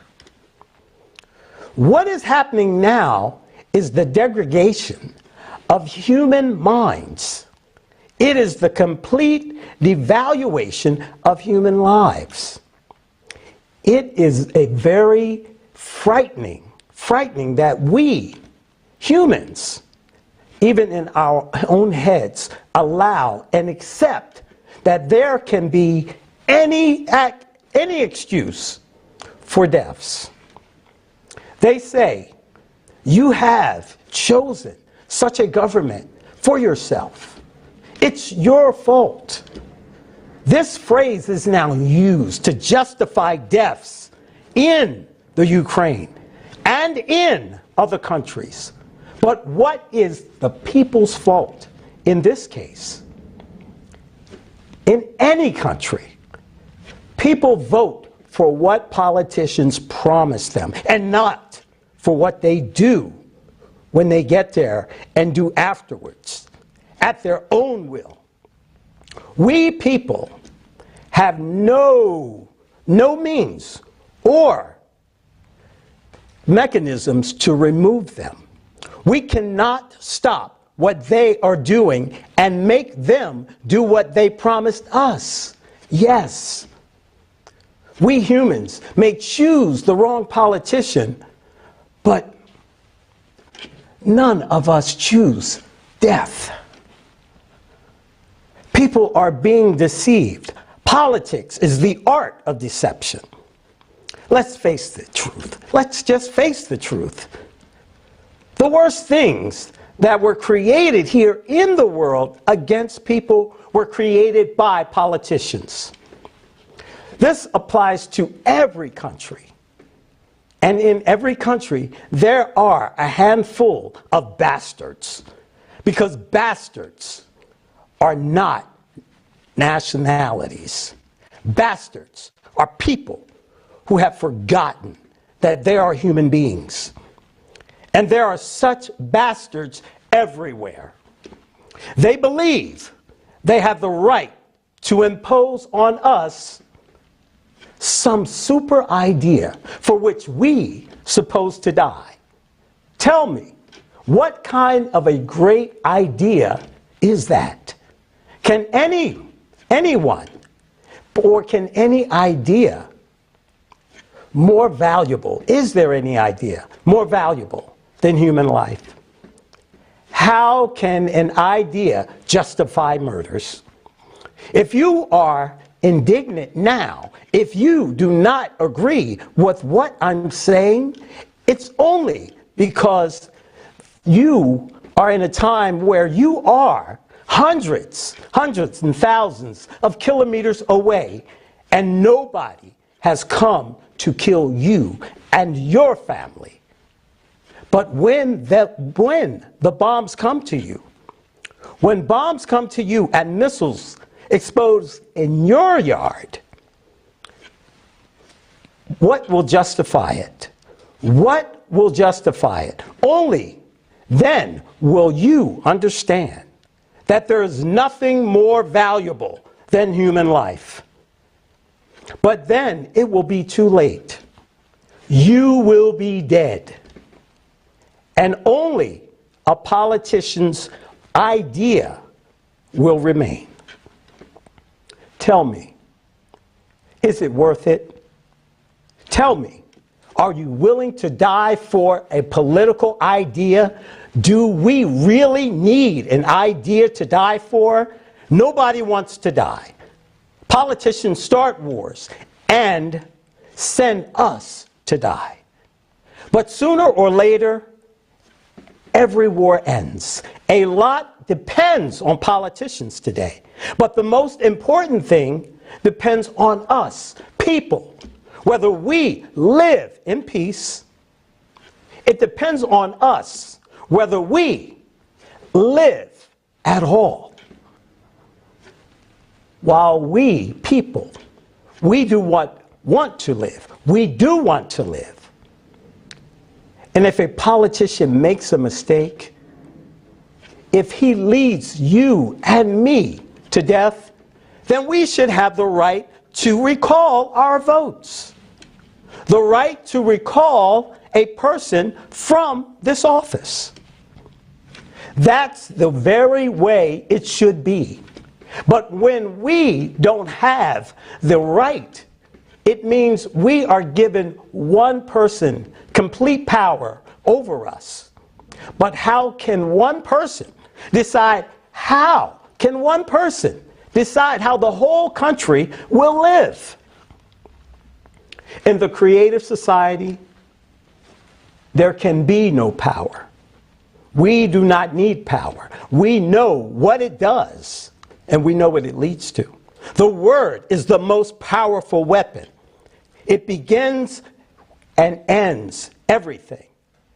We must stop being silent. We must stop waiting. We should build the creative society ourselves.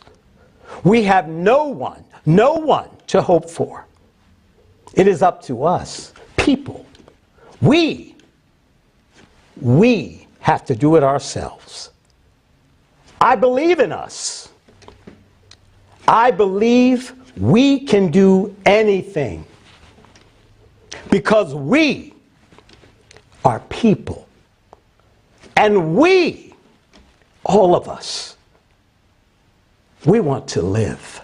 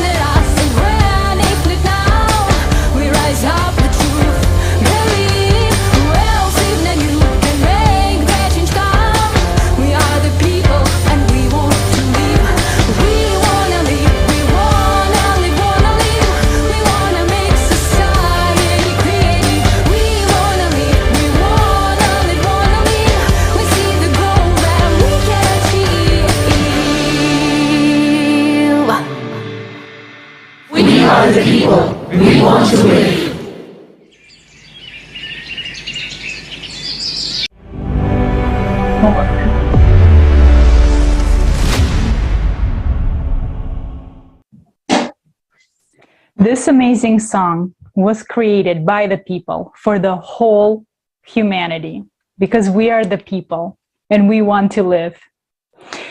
And next, I would like to introduce Jeff Monson, ADCC wrestling champion, 3 times world jiu-jitsu champion, member of the American top team.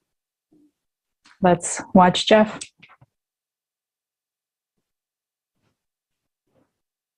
Hello, I'm Jeff Munson. I'm very excited to be on this forum because I have a lot to say, and I feel very strongly about the advocates of this forum and what it stands for. So the first thing I want to say is that in this political climate now, where we're having war, where we're having global warming, we're having conflicts, we're having problems, with people being traded, as slaves or as sex slaves, as people living in poverty still, and sanctions. And there's many, many terrible things you can read about in the news every day or watch on TV, like the world is terrible. But I want to emphasize that there are many, many people who are pushing for a better world, and a better world is possible.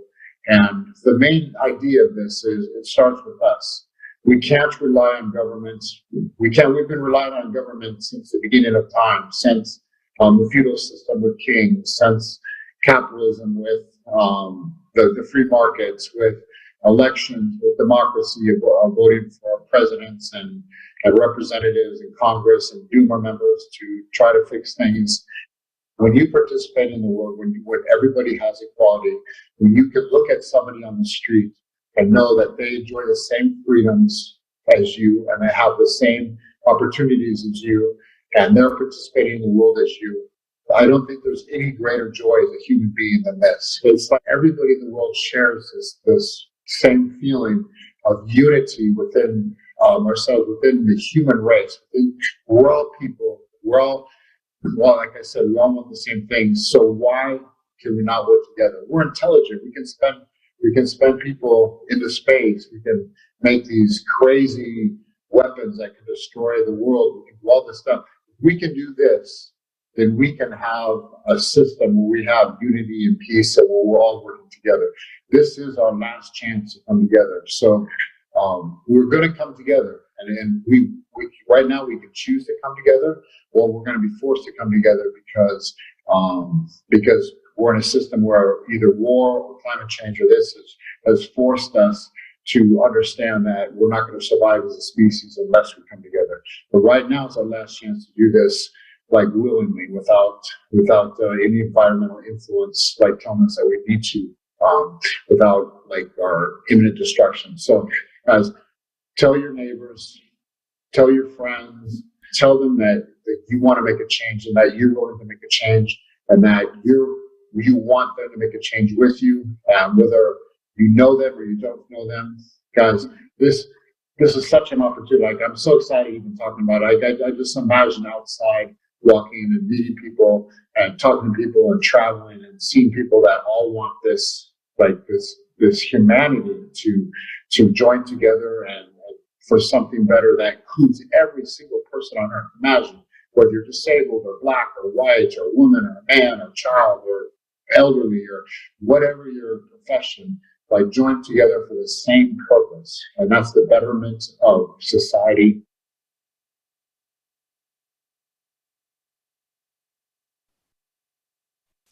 Thank you, Jeff, for your sincere understanding of the importance of unification. It is truly the only way we can survive. Dear viewers, I would like to thank you for being with us. This broadcast was brought to you by volunteers from all around the world. Hello, I'm Jeff I would Munson. like to thank you. I'm very excited to be on this forum. Yeah. Because Yeah. I have a lot to say, and I feel very strongly about I think I can hear something. the advocates of this forum and what it stands for. So the first thing I want to say is that in this political climate, is it better now? Yes, thank you. And this broadcast is organized by volunteers from all around the world. I would like to thank each person who participated in making this event real. Right now, this event is being translated into more than 100 languages. And dear viewers, please share this broadcast with everyone you know. Please help us to make this event available for everyone in this world. This event is the time for the truth, and we are changing our future right now. We would like to receive your opinions, your feedback. Please record videos, send us emails. Let's be together, because what we are doing right now is so important. We don't yet understand how much the truth is changing the world. And in the next block, we will find out why the issue of ecology will never be solved in the consumer format of the society.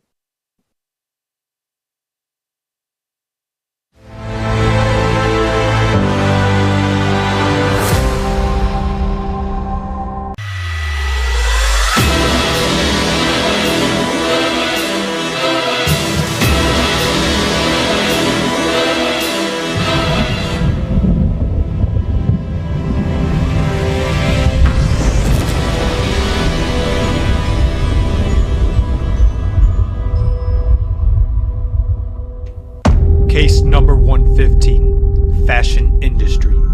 Crime against humanity. Defendant, the consumerist format.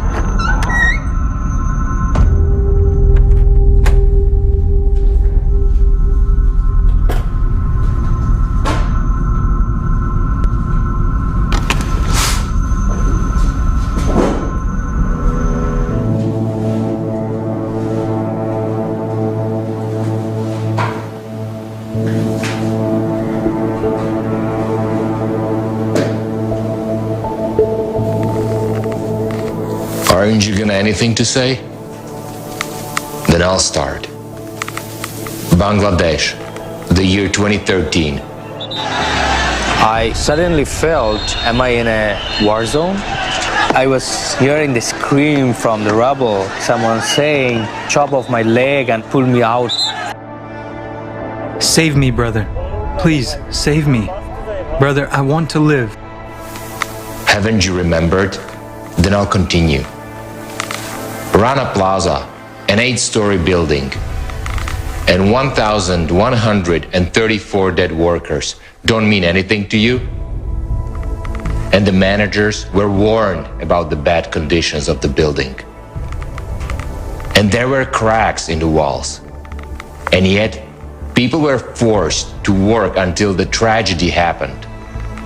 Among the dead were women and underage girls. We didn't want to go up in the factory, but management forced us to go and said there was no problem with the building. We took a pen and wrote our addresses and mobile numbers on our hands. This way, our parents would identify our dead bodies. I know. You'll say these are isolated cases. Then explain why dozens of thousands of people annually die in cotton production. According to the latest report of the Global Slavery Index, the production of clothing is the world's second largest industry in terms of slave labor. Let's move on. To produce one t-shirt and 1 pair of jeans, 1 kilo of cotton is needed.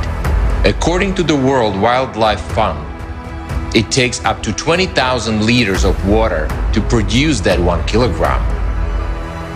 20,000 liters would be enough for 1 person for 27 years if they drink the norm, which is 2 liters a day. And this happens while the supply of fresh water is only 2.5% of the total amount of water on the planet. Do you understand that? At the same time, every third inhabitant on the planet has no access to clean, fresh water. Are genes really more important than human life? Indonesia, the Citarum River. The Citarum River is one of the 3 dirtiest rivers on the planet. But 40 years ago, this river and its surroundings were considered a tropical paradise. This is what the Citarum looks like now at its source, and this is what it looks like when it crosses major cities. Today, there are more than 3,000 factories around the Citarum River, a quarter of which work to export fabric for the world's clothing brands. Each of these factories dumps waste products into the Citarum every day. The Citarum is now a cocktail of chemicals with dead animals floating in it. The content of heavy metals exceeds all permissible norms here. Mercury concentrations are 4 times the safe standard. According to the 2013 report on the downstream impacts of water pollution in the upper Citarum River, West Java, Indonesia, 25 million people depend on the Citarum River. Heavy metals are not degradable. Boiling the water does nothing. People who regularly drink this water are at the risk of getting cancer, mental retardation, very slow growth. The scary thing is, it's this same water that irrigates these paddy fields, and everyone who lives around here eats rice that's grown in fields like this one. The factory usually dumps wastewater into the river at midnight. They'll check first if the coast is clear before dumping the toxic waste. How does that make you feel? You have protection when you're inside the factory, then you put the stuff in the river. It's ironic that I'm sometimes responsible for what's happening. I am conflicted and concerned, but I need to eat, so I have to work there. 3 million people work in the textile factories, manufacturing, dyeing, and sewing clothes for major fashion brands is a $12 billion industry that has kept Indonesia's economy the largest in Southeast Asia. But its price is an ecological disaster and destruction of people's lives. China. 70% of rivers and lakes are polluted in this country. In 2017 alone, the Chinese non-governmental organization, the Institute of Public and Environmental Affairs, IPE, recorded that the textile industry had committed more than 300,000 violations of environmental standards. In China, the degree to which rivers are cleaned plays an important role in the political race. That is why special stations have been set up to record the emissions of various factories. But the problem is that these stations control only those regions that are upstream. So it turns out that the activities of downstream companies are not only unregulated by the relevant laws, but do not even come under control. Aren't you tired of your lies? According to the study, National Prevalence and Effects of Multiple Chemical Sensitivities, from 2008 to 2018, the population's sensitivity to chemicals increased by 300%, including articles of clothing. This is despite the fact that most brands claim their materials and dyes are environmentally friendly and safe for people. Or shall we continue about environmental friendliness? Just like many people on our planet Earth, I was cruelly deceived by the fashion industry. This deception was the following. When I came to a store for another purchase, I paid more attention to those items which were labeled as made from recycled materials.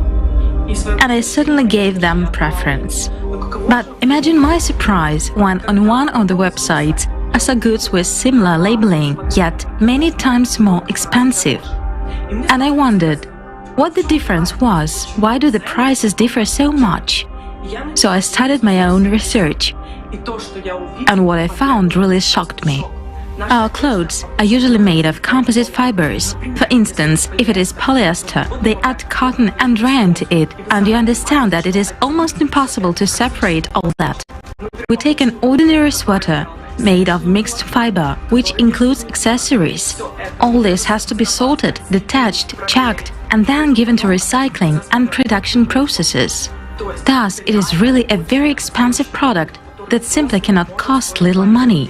What shocked me the most were sneakers manufacturers who claim that their sneakers are made of plastic.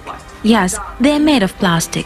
But the big question is, what kind of plastic is it? Because as an ordinary consumer, I believe that sneakers have plastic soles. Hence, it is logical that a lot of sneakers are collected and new sneakers are made from them. Or it is that plastic, those plastic bottles, which are recycled. However, everything turns out to be quite otherwise. In fact, sneakers are made of new plastic.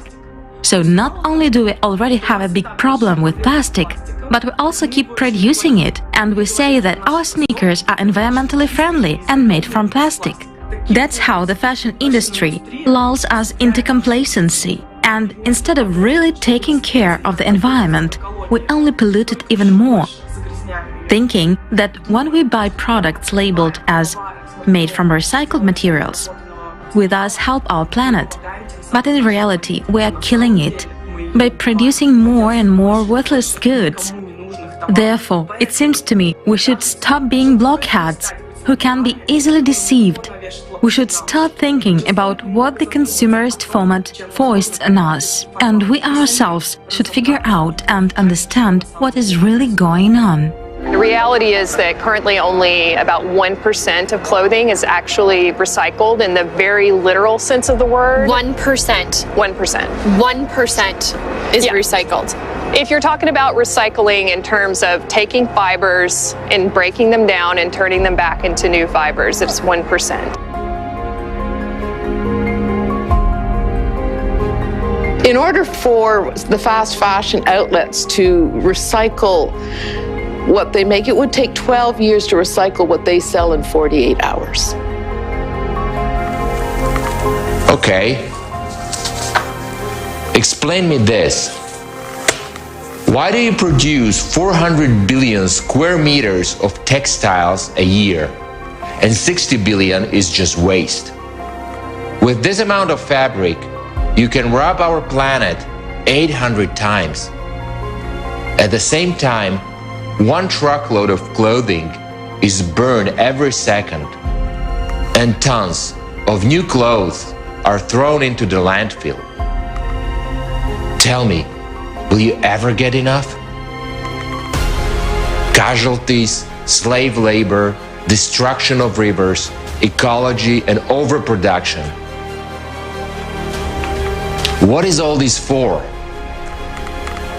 Your cynicism, greed, your boundless cruelty cannot be hidden behind the bright, colorful label of the fashion industry.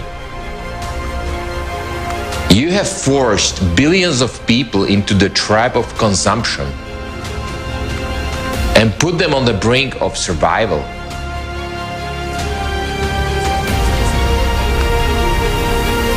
Are you going to keep silent? I'm so tired of you. I know what I should do with you.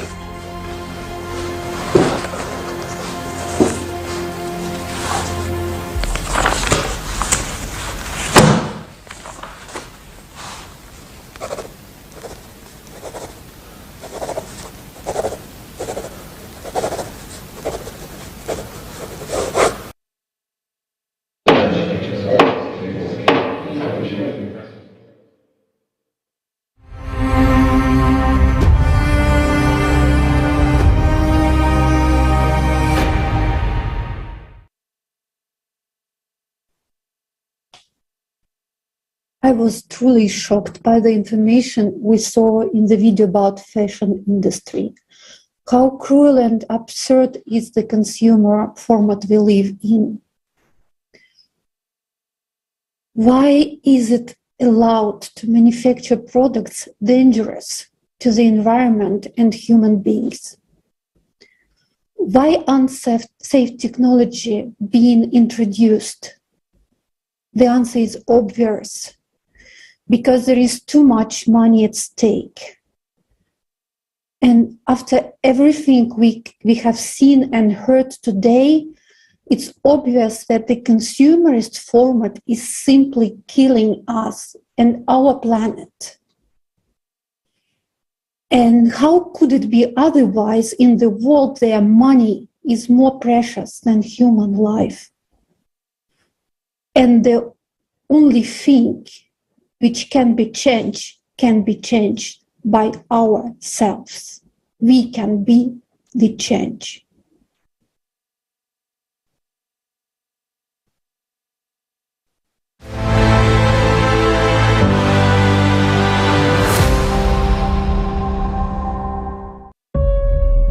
Your life is in danger. You live on a planet that is dying. The ecology that provides the conditions for your survival is almost destroyed and continues to be destroyed at a catastrophic rate.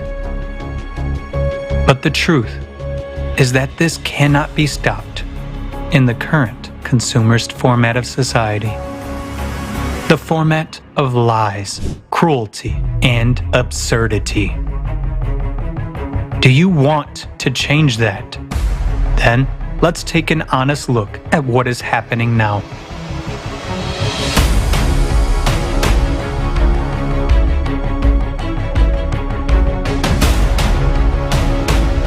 We are massively destroying the forest for timber, cutting down centuries-old tropical forest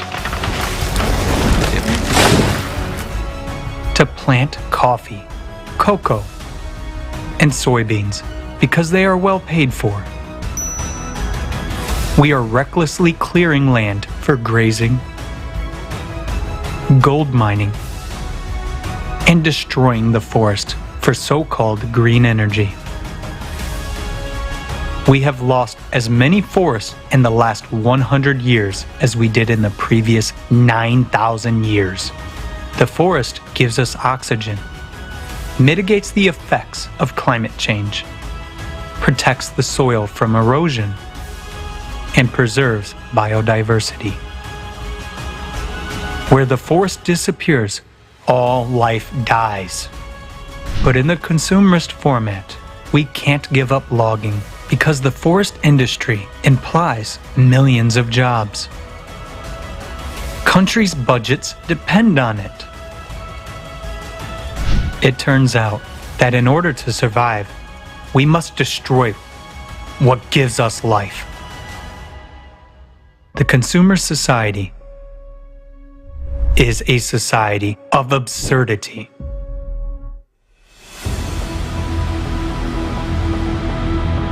Today, there is not even a single well-functioning system for environmental monitoring in the world. Its absence allows almost uncontrolled dumping of toxic waste into the environment. For example, 80% of the world's wastewater is returned to the environment untreated. More than 2 billion people are forced to use a source of drinking water contaminated with feces. Even in a highly developed country like the United States, tap water of every state contains impurities of hazardous substances such as arsenic, copper, and lead. The amount of fines for environmental violations is far less than the cost of environmentally friendly technology. The money from the fines goes into the state budget. At best, they are allocated to eliminate the consequences, but the cause still remains. And why eliminate it? We can continue to fine and sell emission quotas and licenses. As long as one can make money on this, the problem will never be solved. They just throw dust in our eyes, creating the illusion of an active fight against environmental pollution. The consumer society is a society of lies.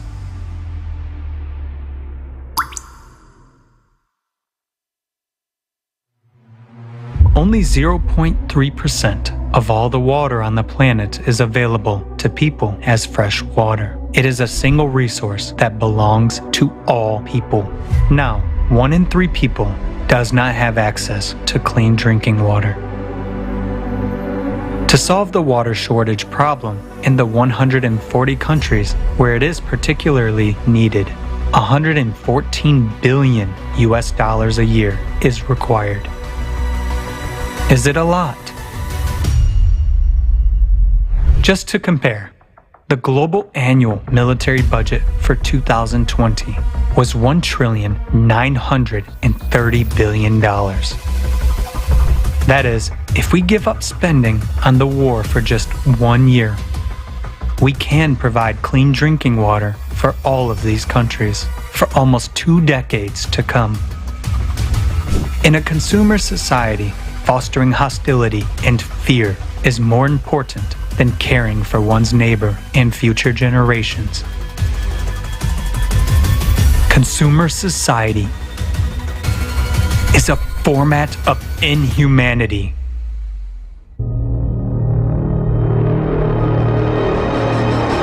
Another serious problem of our time is that there are no accessible and safe technologies for waste disposal. Our planet has become a giant landfill. For example, less than 10% of plastic is recycled. The rest we just throw away. Entire garbage islands have already been formed in the ocean. Microplastics have been found in the ice in Antarctica in 83% of tap water samples, and even in mothers' placentas. But it's a poison that contaminates people and nature. At the same time, the production of plastics is constantly growing. The volume of the global plastics market in 2020 was about $580 billion. Another paradox of the consumerist format. We are destroying nature and ourselves for money.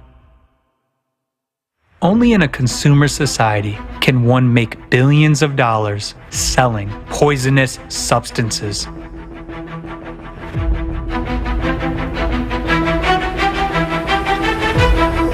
The largest pesticide manufacturers in the world derive over 1/3 of their income from the sale of products that are a serious threat to the environment and human health, causing mutations in the body, cancer, and reproductive disorders. Because of the proven harm, most of these harmful substances are banned from use in developed countries. But in order not to lose profits, manufacturers continue to sell them to third world countries, ignoring the fact that we all live on the same planet. And air masses and sea currents do not respect political boundaries. In the consumerist format, financial interests take precedence over human life. Anytime any of us publish a paper saying chemical X is bad, the chemical company comes after us. And they can be quite vicious. So it is a struggle sometimes for scientists to advocate or say something in a public forum out of fear, because the intimidation is real. And most scientists, we don't make a lot of money. We're not getting rich doing this, we're barely hanging on. But these companies have huge amounts of resources, and if they want to come after you, they'll come after you. I mean, the glyphosate story is really illustrative of that. They went after journalists, they went after scientists. So I commend all the scientists who speak at a forum like that, because I'm sure they're all experiencing tremendous challenge, and in some countries they may even be risking their life, like some journalists are. So I can imagine the emotions are quite high when talking about some of these high stakes things. We're in a moment of I don't even know what we're in the middle of. Misinformation, complete untruth. In a society ruled by money and power, where real scientists cannot speak honestly about big problems, we will never know the truth. In such a society, it is impossible to implement technology which can solve environmental problems, and that means we are doomed. To save your life and life on the planet, it is necessary to build the creative society, a safe, fair, sensible society in which the main value is the life of every person. Obviously, the creative society is our only chance. By informing about the creative society, you save the planet. Tell everyone about this. Thanks to you, the truth will spread all over the world. And when all people learn about the creative society, by joining together, we will build it very quickly. What is impossible for one is possible for all of us together. Take action to save lives.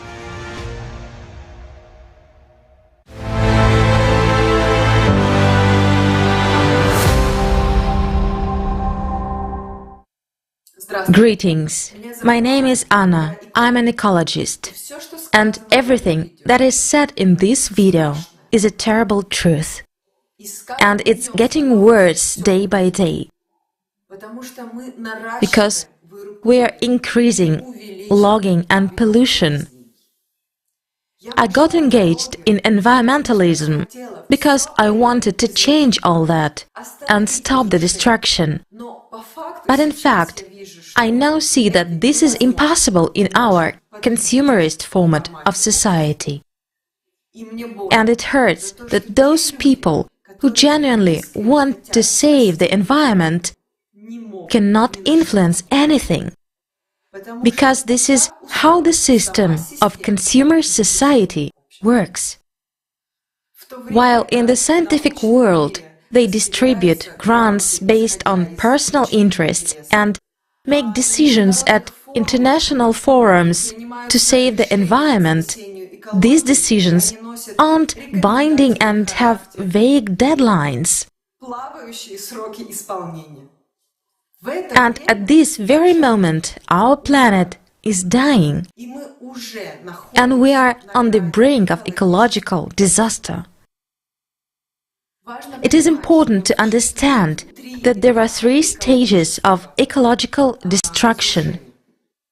The first stage is when the ecology can recover on its own, and we have already passed this stage irrevocably, even if we stop throwing waste into the environment and destroying everything in our path right now.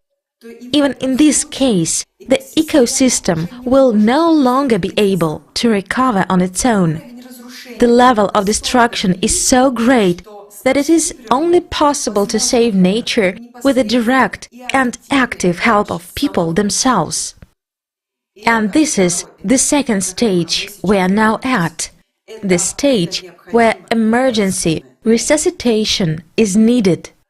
We must undo all that we ourselves have done to our Earth. Because if we go to the third stage, this is the point of no return. Our planet is close to not being fit for life. A period of the sixth mass species extinction, as rapid as the period when the dinosaurs went extinct, has begun on Earth. After all, humans are a biological species as well. So why do we think that if everyone around us is dying, we will definitely survive? If most of us don't even realize the danger we are in right now, we still have a chance to change things, but time is running out. Dead zones in the world's oceans are increasing at a catastrophic rate. These are areas in which any form of marine life is dying due to declining oxygen levels. Just think about it.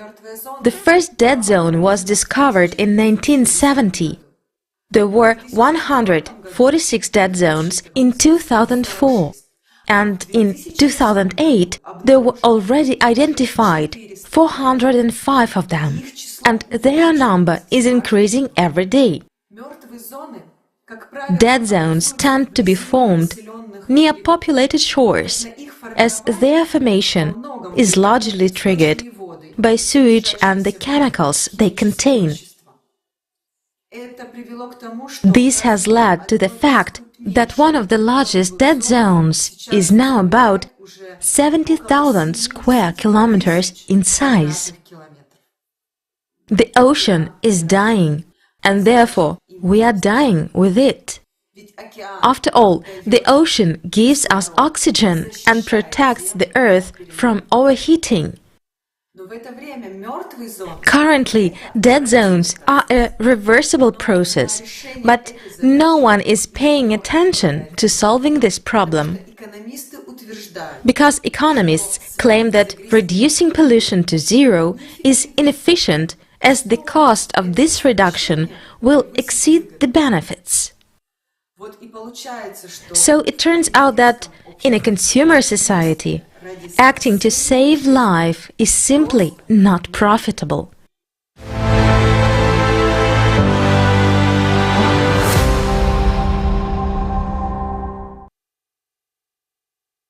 Shocking facts. Today there are a lot of technologies for desalination, purification and production of drinking water. But at least 2 billion people are drinking water contaminated with fecal matter. Let's watch the following video and you will understand who benefits from you drinking fecally contaminated water.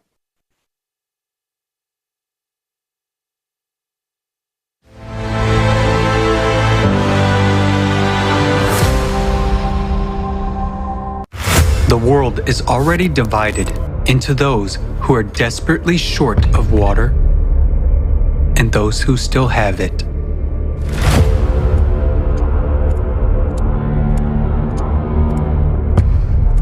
According to UN data, humanity needs to wake up to the looming water crisis. And this is despite the fact that nowadays we know how to extract water even from the air and even in the most arid region. Water from fog. In one of the world's largest capitals, Lima, located in the desert, fog is collected in huge nets and used to produce drinking water. Morocco has one of the largest plants, which produces up to 6,000 liters of drinking water a day from the fog. Its operation costs practically nothing and does not require external energy. Water from the air. Atmospheric water generators allow you to extract up to 3,000 liters of drinking water per day, and it can be increased up to 1 million liters. Can be mobile and stationary. They can operate from any energy source and in any climate, even in the arid desert, are used for the needs of the military in some countries and well proven in emergency situations. For example, in 2010, after the Haiti earthquake, the generator produced thousands of gallons of clean water for drinking, wound washing, and surgery. Do you agree to die of thirst in the presence of such modern technology?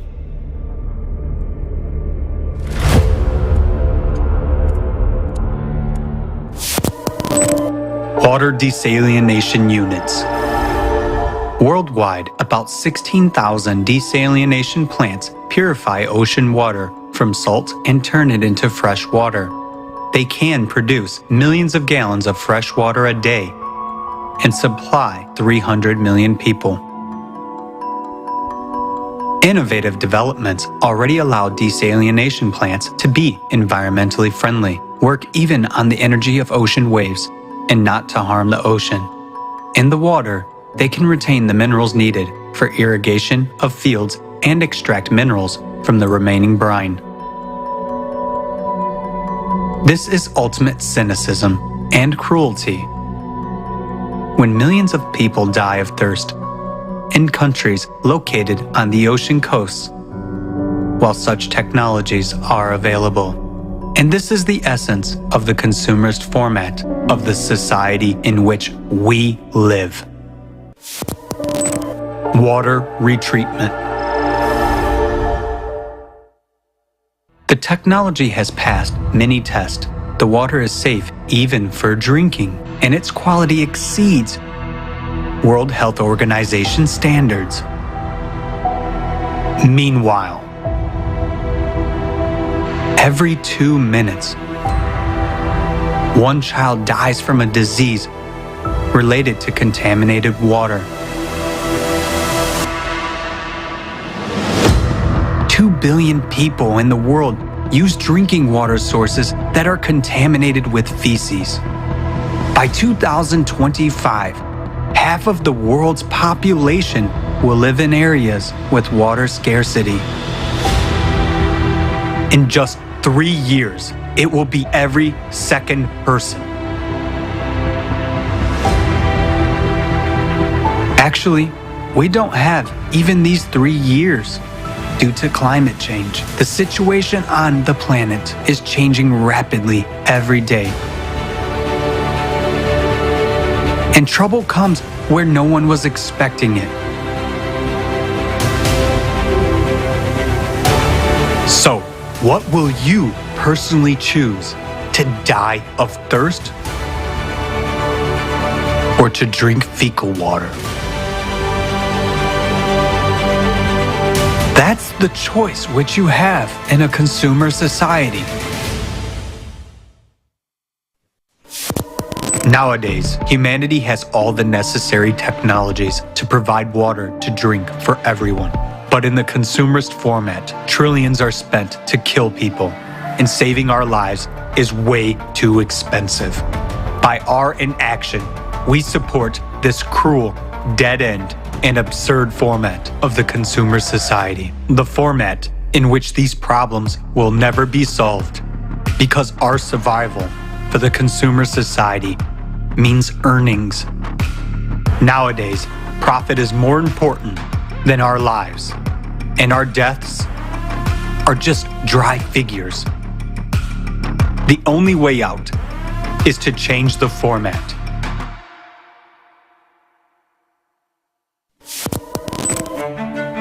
The most important thing you can do now to save your life, the lives of your loved ones, and all people on the planet, is to join in informing about the creative society, because only by changing the format of society will we be able to prioritize the value of human life. We will introduce advanced technology everywhere and guarantee the protection of every person's life. Act now. Inform about the creative society.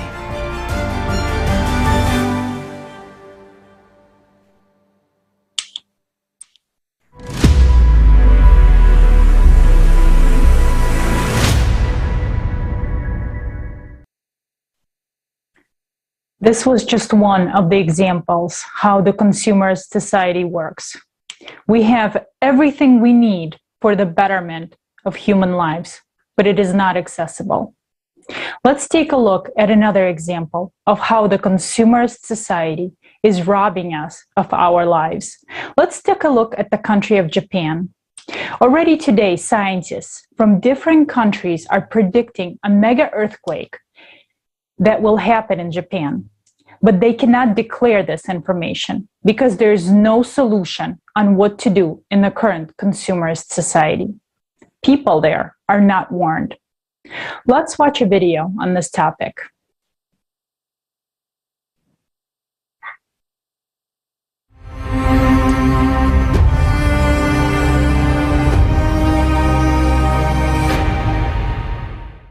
A mega earthquake could destroy all of Japan and nearby regions. Why? Japan became an archipelago about 12,000 years ago at the end of the Ice Age, and before that, it had been part of a continent. Every 12,000 years, global cataclysms and tectonic shifts occur on Earth and change the face of the planet, flooding some continents and raising others. Now, our civilization is living at the end of the 12,000-year cycle, which means global and catastrophic changes are underway. Japan is one of the countries that get into the thick of climate events. Alexei Lubushin of the Schmidt Institute of Physics of the Earth predicted the 2011 Tohoku earthquake 3 years before the event by analyzing seismic noise. He estimated that this quake was only a foreshock, an earthquake precursor to the Great Japanese Catastrophe. He predicts a magnitude 10 earthquake in the vicinity of Japan in the coming years. The destructive power of such an earthquake is up to 32 times stronger than the one that occurred in Tohoku. Our civilization has never experienced such a mega earthquake yet. German seismologists also predict a new earthquake in Japan in the next few years with a magnitude of 10 or above. Everything points to the Nankai Trough near Japan. Researchers at Kobe University also warn of an impending mega-earthquake in the Nankai Trough area. They have detected accelerated tectonic plate movement there. International research has shown that a magma dome is rising rapidly from the planet's interior. It intrudes from the mantle, deforms the Earth's crust, and causes earthquakes. An active magma upwelling during a cycle change will cause unprecedented tectonic movements in the area. The consequences will affect all neighboring countries. Such a mega earthquake could cause a devastating volcanic eruptions in Japan. Already now, magmatic activity is being registered in Aira, Aso, and Kikai calderas. An earthquake in any of the supervolcanoes would threaten the entire planet with a volcanic winter and an ice age. Even a nation so prepared for earthquakes cannot withstand such a force of destruction. We simply must warn the people of Japan about this danger so that they can be resettled to safer areas in advance, and that is 126 million human lives. Their country can disappear from the world map at any moment. Is a country as developed as Japan prepared to deal with the coming apocalypse? Would other countries be willing to help it with resettlement? In the present format of consumer society, relocating the people of a particular country is not feasible for economic, political, and other reasons. Would such a mega earthquake be a problem only for Japan? No borders, no walls will stop the climate from attacking. It is merciless, and it takes no money. In the face of planetary danger, all scientific and technical potential must be united for the future of humanity. Only in the creative society format is it possible to have simultaneous peaceful resettlement of 126 million people. The creative society is our only way out. By spreading this information, you're saving the lives of billions of people. We should act today, right now, so that all of us can have a tomorrow.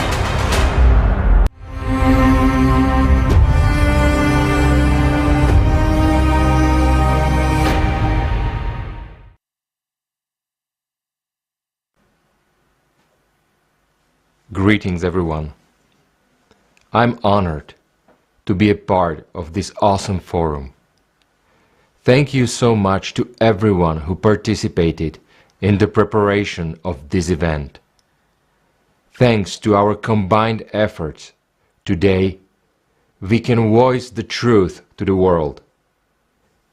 It hurts me very much for the people who suffered from climate, who have faced its cruelty and destructive power. Now, I would like to address the skeptics. You know, I ask myself, what more needs to be shown? What more needs to be said to you to have you understand that humanity is dying right now in a full-fledged war? Some people say that we are supposedly manipulating the topic of climate. Tell me, how does that benefit either one of us? They say that we are intimidating people. Intimidating? Since when does knowing the truth mean being intimidated? The climate is not a tool for us to manipulate. Climate is our common enemy. We have been staying up nights for months so that you could know the truth, to save your lives too. The lives of those who don't believe us. Tell me, what's the use of us spending lots of resources?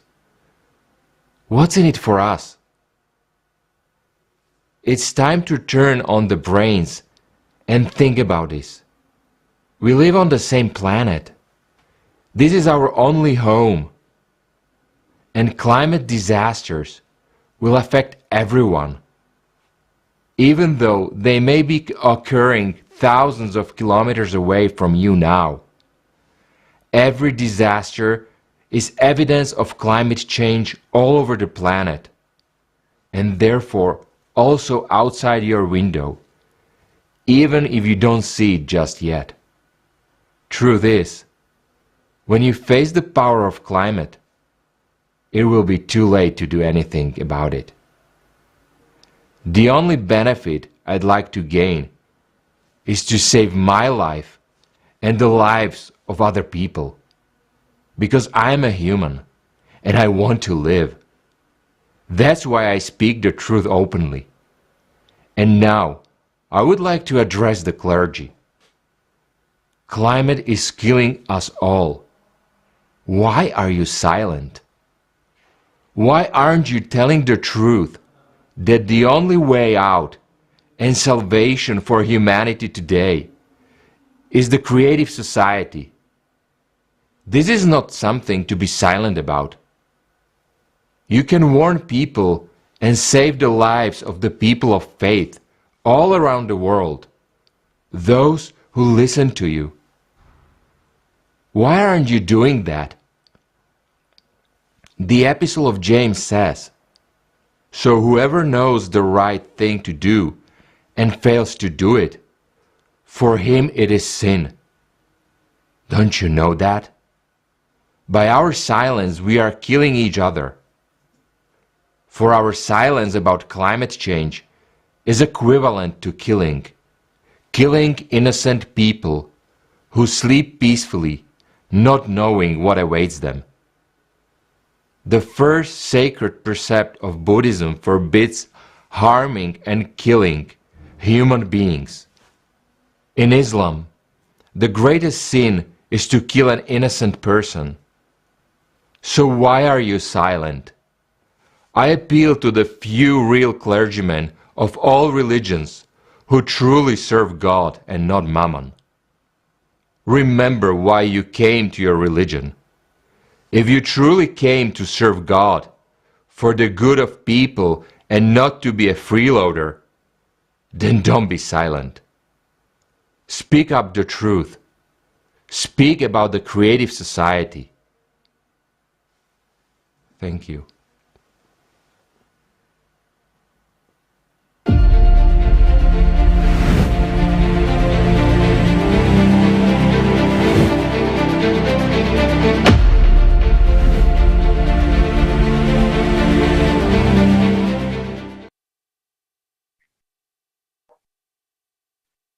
We have heard from the scientists that there is a possibility that a magnitude 10 earthquake will occur in the near future. The energy from such an earthquake will be 32 times greater than the magnitude of number 9 earthquake. That occurred in 2011 in Tohoku. Our civilization has never seen an earthquake of such magnitude. But unfortunately, every time during the cycle of 12,000 years, not only earthquakes occur, but also supervolcanic eruptions. Next, Joe Blundell will tell us more about it. Joe, is a researcher, inventor, and entrepreneur. Joe, the floor is yours.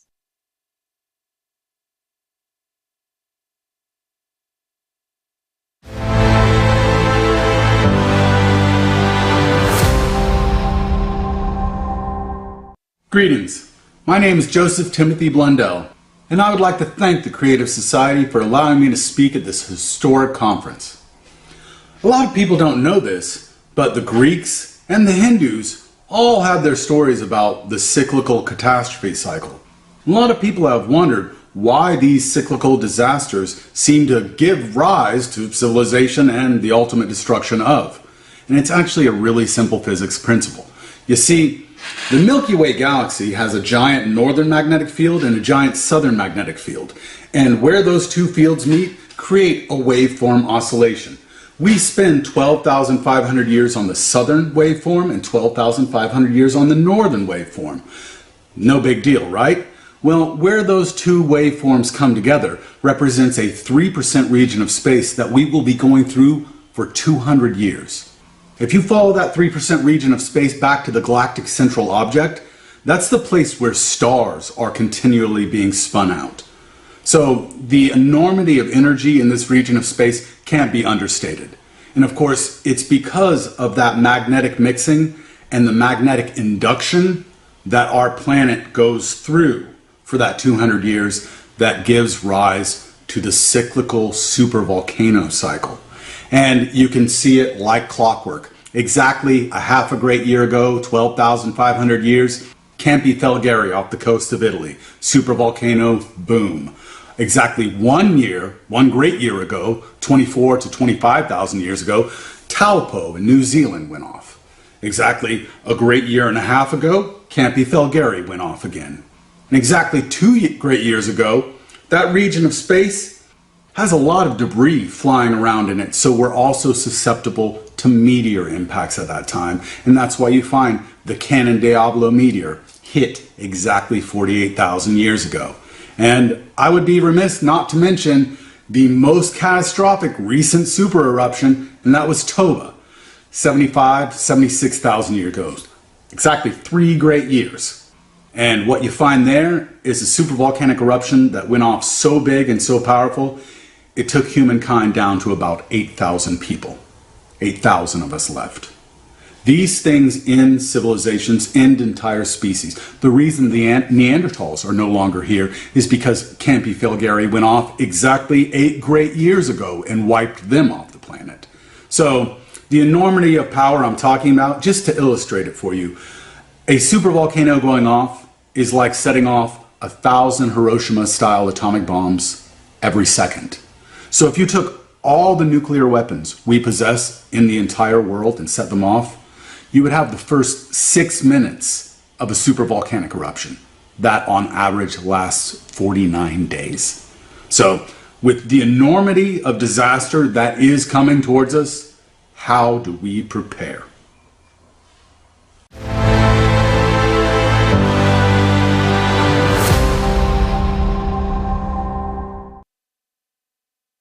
Joe, thanks so much for studying the cyclicality of 12,000 years. And dear viewers, stay with us as we will dive deeper into the facts of what is already happening to our planet and what we can expect in the near future. We would like to also thank all the researchers who speak about the real causes of the climate crisis. They are the real scientists who care about the lives of people, even when they are being threatened. We want you also to know that we honor you and all your work.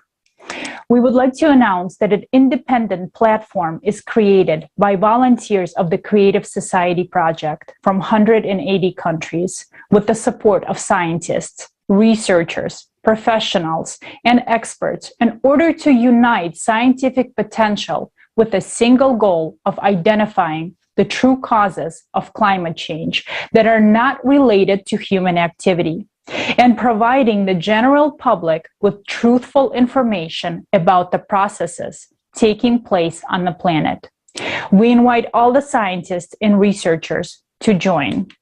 And also, dear viewers, please remember to share this broadcast, the one you're watching right now. I'm sure by now you already understand how important this information is for every single person. This is the information that will save lives, your life, the lives of your family, and all the people on this planet.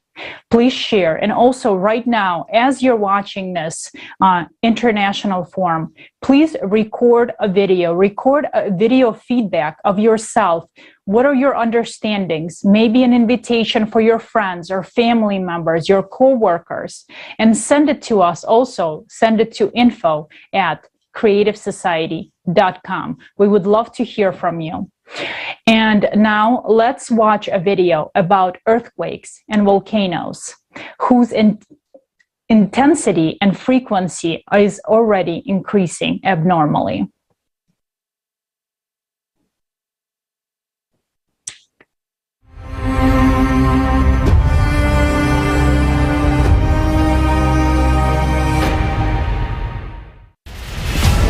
Earthquakes and volcanoes. The power of the Earth's interior manifests itself unpredictably on the surface, causing colossal damage and destroying all life around. In the recent years, these emissions of planetary energy have been growing exponentially in gigantic leaps. Something inexplicable has started to happen. In 2015, a record-breaking earthquake was registered near Japan at a depth of 751 kilometers. This had never been seen before, and indeed was considered impossible by the scientific community. Earthquakes were thought to occur only in the Earth's crust and upper mantle when blocks of lithospheric plates break and shift. At great depths, matter is more malleable and does not behave like brittle glass, but rather like plasticine. There is nothing breakable there, but earthquakes do happen, and that is a fact. The horrible part is that their number and magnitude are increasing.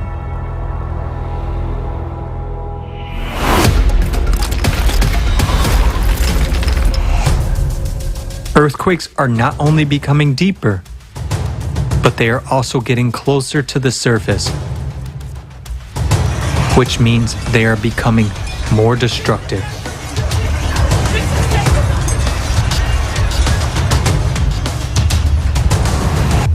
Today, more and more of them are concentrated at a depth of about 10 kilometers. For example, an entire series of 36 seismic events of significant magnitude from 4.5 to 7.0 occurred near New Caledonia in early April 2022. Just one earthquake of similar magnitude and depth in August 2021 in Haiti caused fatal damage and killed more than 2,200 people. The deadly threat is increasingly rising to the surface of the Earth. Right before our eyes, cracks are appearing and faults are being activated. The ground is literally crumbling beneath our feet, swallowing whole houses. Faults have been activated in the USA, Kenya, Iceland, Turkey, China, Lake Baikal, and other regions. Each of them can cause enormous damage. It is an abyss opening underfoot. Yuri Kuzmin, Doctor of Physical and Mathematical Sciences, professor at the Institute of Physics of the Earth, has carried out a large-scale study of shifts in the Earth's surface in fault zones. The dominant anomaly turned out to be the subsidence of the Earth's surface. This suggests that the Earth's crust is spreading apart due to planetary expansion. The Earth is literally bursting at the seams. The number of observed earthquake swarms, that is, of clusters of rhythmic shocks, is increasing on the planet. A swarm is characterized by almost similar magnitudes of seismic events that occur at short intervals in a local area. The number of seismic events in individual earthquake swarms has increased from a few or few dozens to hundreds and sometimes thousands. Their magnitude and duration have increased. This is due to the intrusion of magma and hot gases into the microcracks of rocks. Swarms are now being recorded not only in fault zones and near volcanoes, but also in more quiet regions. The Palgar region of India, located in a quiet continental region, began swarming with earthquakes in September 2018 and continues to this day. In just 2 years, about 5,000 earthquakes of a magnitude up to 3.8 occurred within a small area.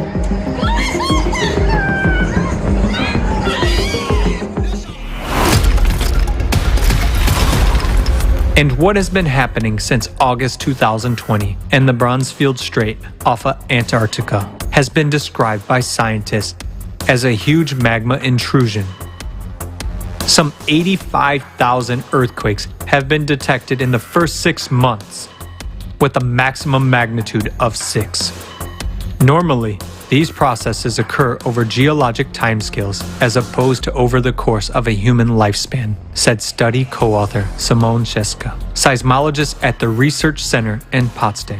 Magma is literally devouring the lithospheric plate from the inside, having traveled 2/3 of the way to the surface in 6 months. Only 5 kilometers of rock remain before a catastrophic rupture occurs. And that is just one example. Similar things are happening everywhere. And now we face one big question. What the is going on? While there has been a catastrophic increase in the number of earthquakes in recent years, and researchers and eyewitnesses confirm this, official seismological services are trying to deny it. The world's seismological services have strange discrepancies in their data. Their graphs show the number of earthquakes decreasing sharply. However, different services show it happening in different years. It seems that the world's geophysical agencies conspired to tell lies, but did not agree on what exactly. If we turn to the international portals for collecting official geophysical data from different countries and put all the information together, we get the following picture. As you can see from the graph, in general, there is no decrease in seismic activity whatsoever.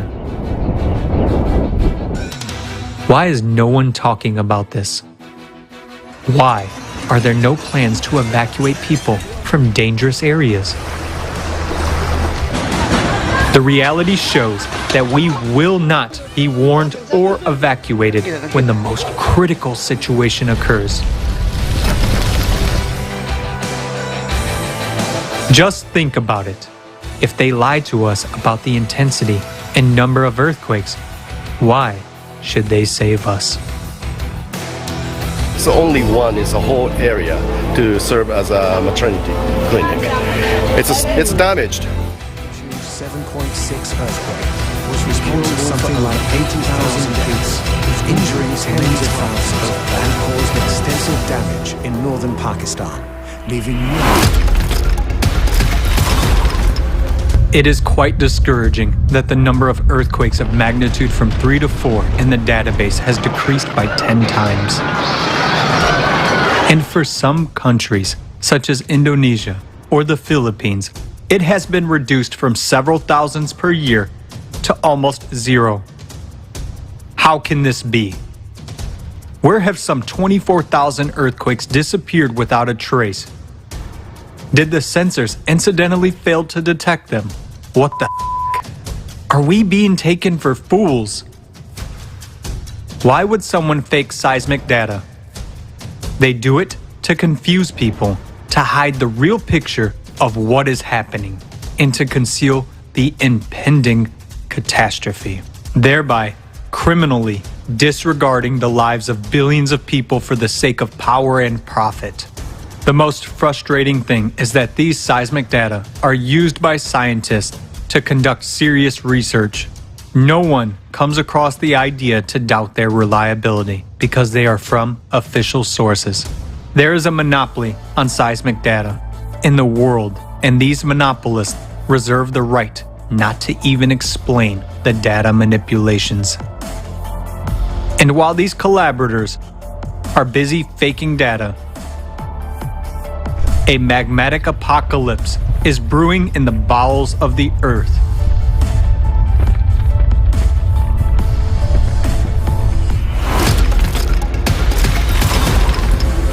In recent decades, the Earth has been accelerating its rotation by leaps and bounds, which means the centrifugal force is increasing. As a result, at the equator, the planet is expanding and increasing in volume. This causes the Earth's crust to crack and geological faults to activate.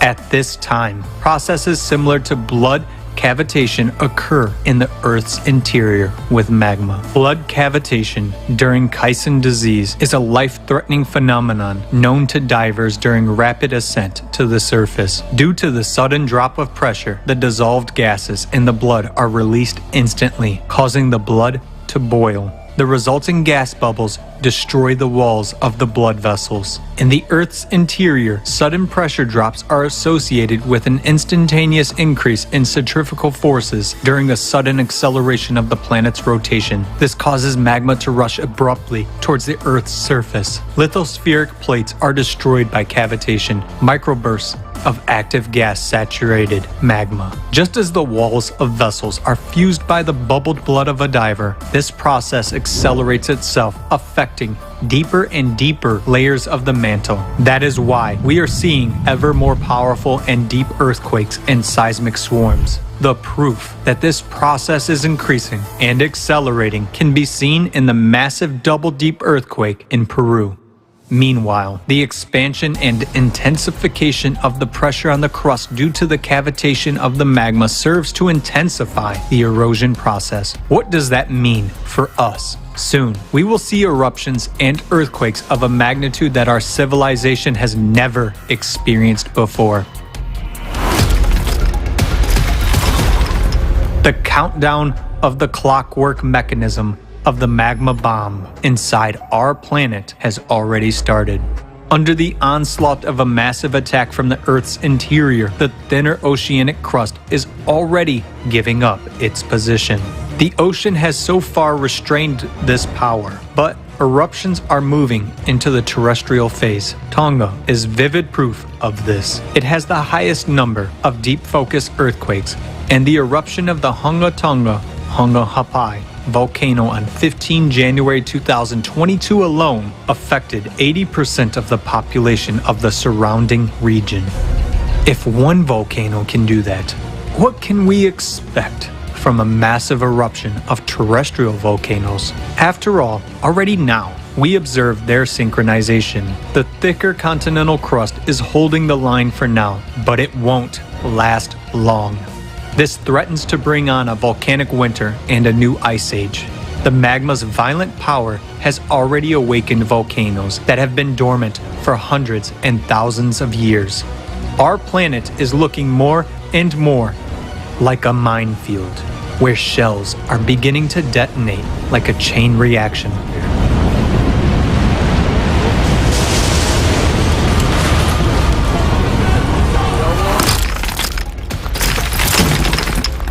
But an even greater threat is fraught with those volcanoes that have not yet woken up. Giants, such as Yellowstone, Campi Flagre, Elbrus, Flach,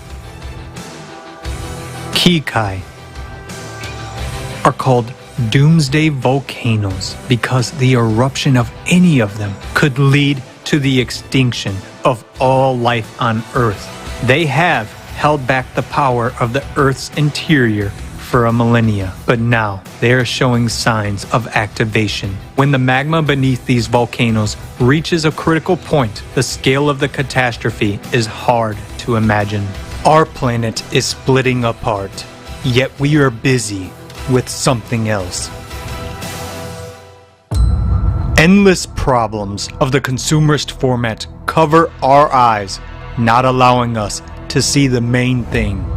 We are deceived by data manipulation. Earthquake statistics are manipulated in the same way that temperature data is.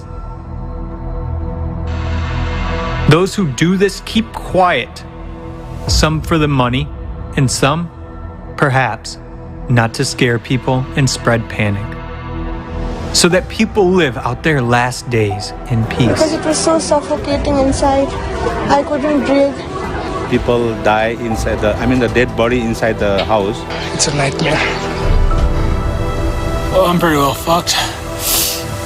I fell through that hole. So that we go straight to the precipice with our eyes closed while someone knows but deliberately hides or is afraid to voice the truth. But we still have a chance. And so we just have to tell the truth. We will be able to withstand cataclysms if we unite our scientific potential. But in order for climate control to become our reality, it is important for scientists to unite in the common goal of keeping all of humanity alive. This is only possible in the creative society. Decide. The choice is yours. Your life is at stake.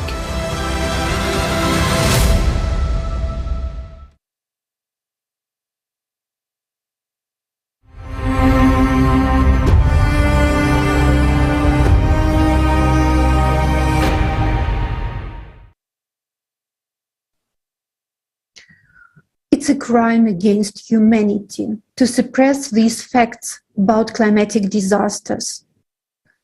You may ask, why are these facts suppressed? Why are they being hidden? To prolong a peaceful existence while the consumer society continues to consume each other and our planet? And I want to ask, why are we silenced? Do we think we will live more peacefully if we ignore the truth? We will, but not for long. By this attitude, by lying, by silencing the truth about climate crisis, we deprive ourselves of a chance for a future. Because then people see the truth about climate. They know it's our enemy. They know it's the last war of humanity. They will mobilize to confront it. No victory is possible without united and well-organized resistance.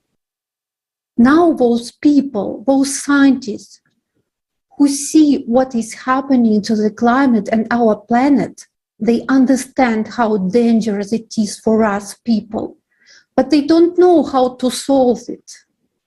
And here is the answer to your question. Why do we need the creative society? To find a way to confront the climate. We need to bring together the efforts and funding of scientists around the world. They should have started working together yesterday to save people and the planet. But this will not happen in a consumer society. In a consumer society, the money which is allocated was disappearing and will continue to disappear in an unknown direction, or rather in the known, in someone's pocket. And seeing all this, it's hard to imagine how these collaborationists we were talking about earlier in the forum, what are they hoping for? Are they planning to pay a volcano or an earthquake with the money they get for falsificating data? Their actions are absurd because in a panic, they are trying to plug all the holes through which the truth leaks out. And their empire of lies is falling apart. In the meantime, millions of people are already losing their homes and are forced to seek shelter in other countries. People are fleeing for a better life. But in the consumer society, they become a commodity. You will learn more about the hardships of refugee life below.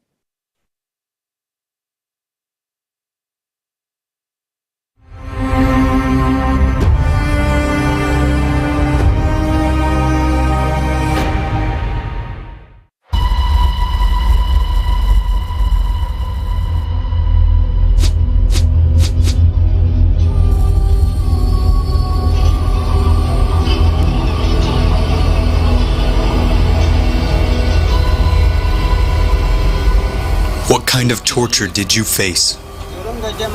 They used to burn us alive, to beat our mothers, sisters, children ruthlessly.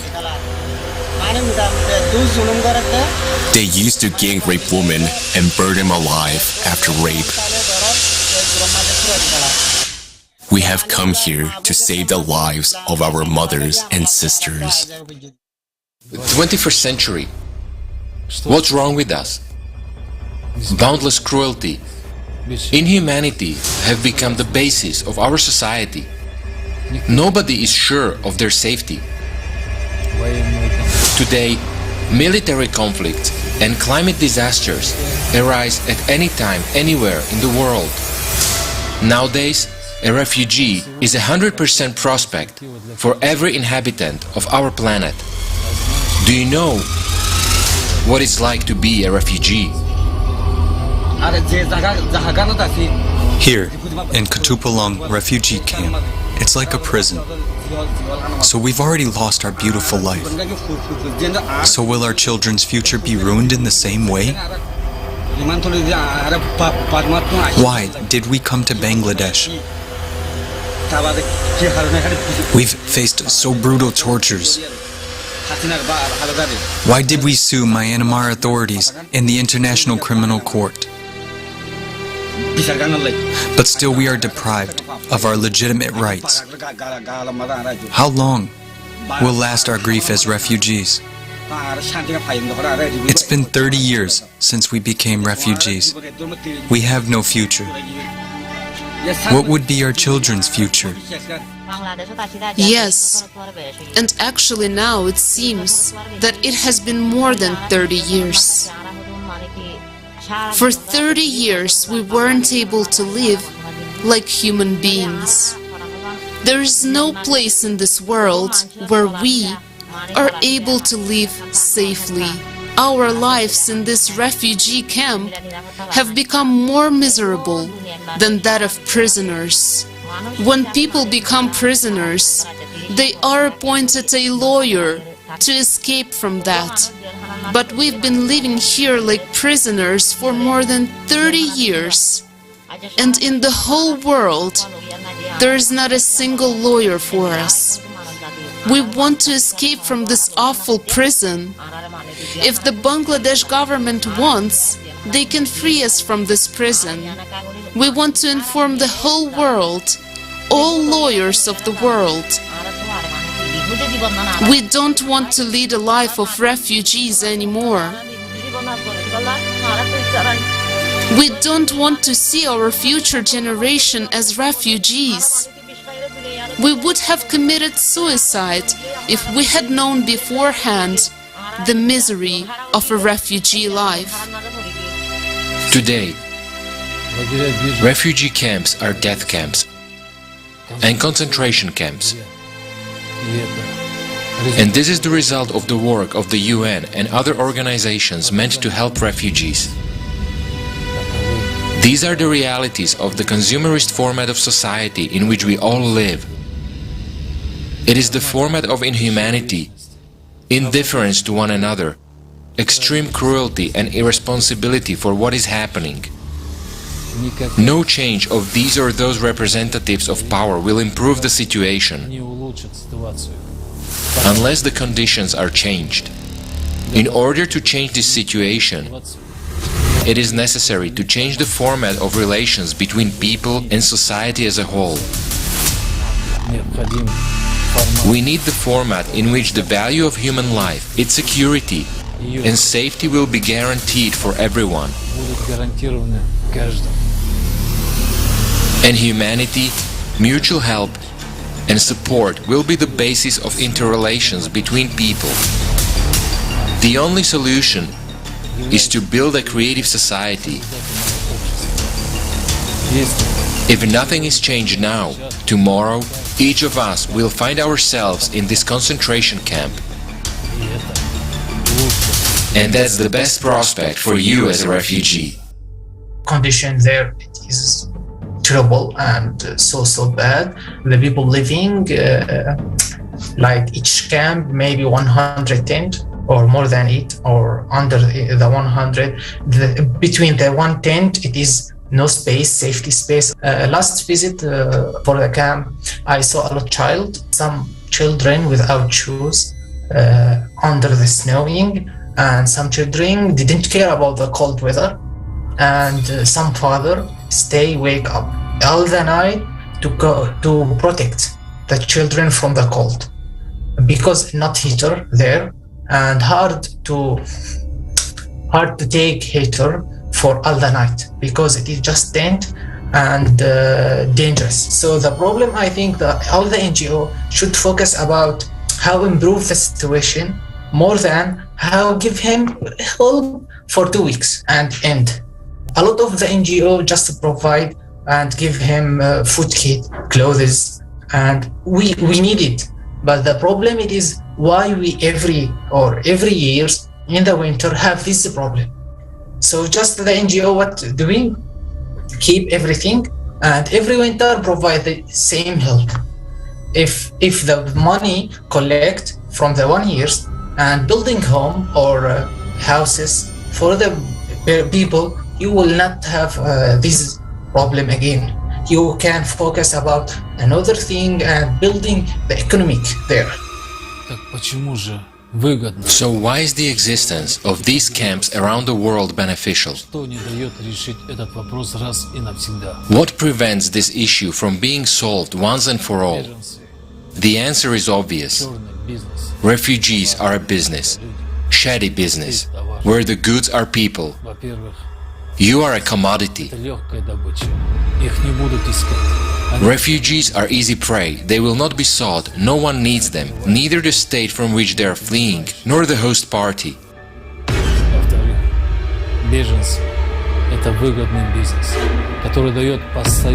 Refugees are a profitable business that makes a steady profit. They can be sold several times with minimal investment, earning a maximum income. A refugee is a commodity that is in constant demand for sex trade, cheap labor, and organ trade.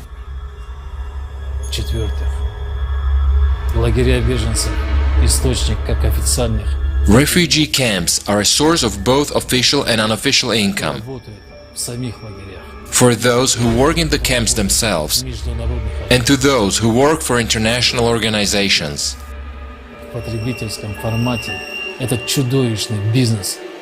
It is impossible to stop this monstrous business in the consumerist format because there is an endless demand. State authorities are involved and there will always be reasons why people are forced to flee.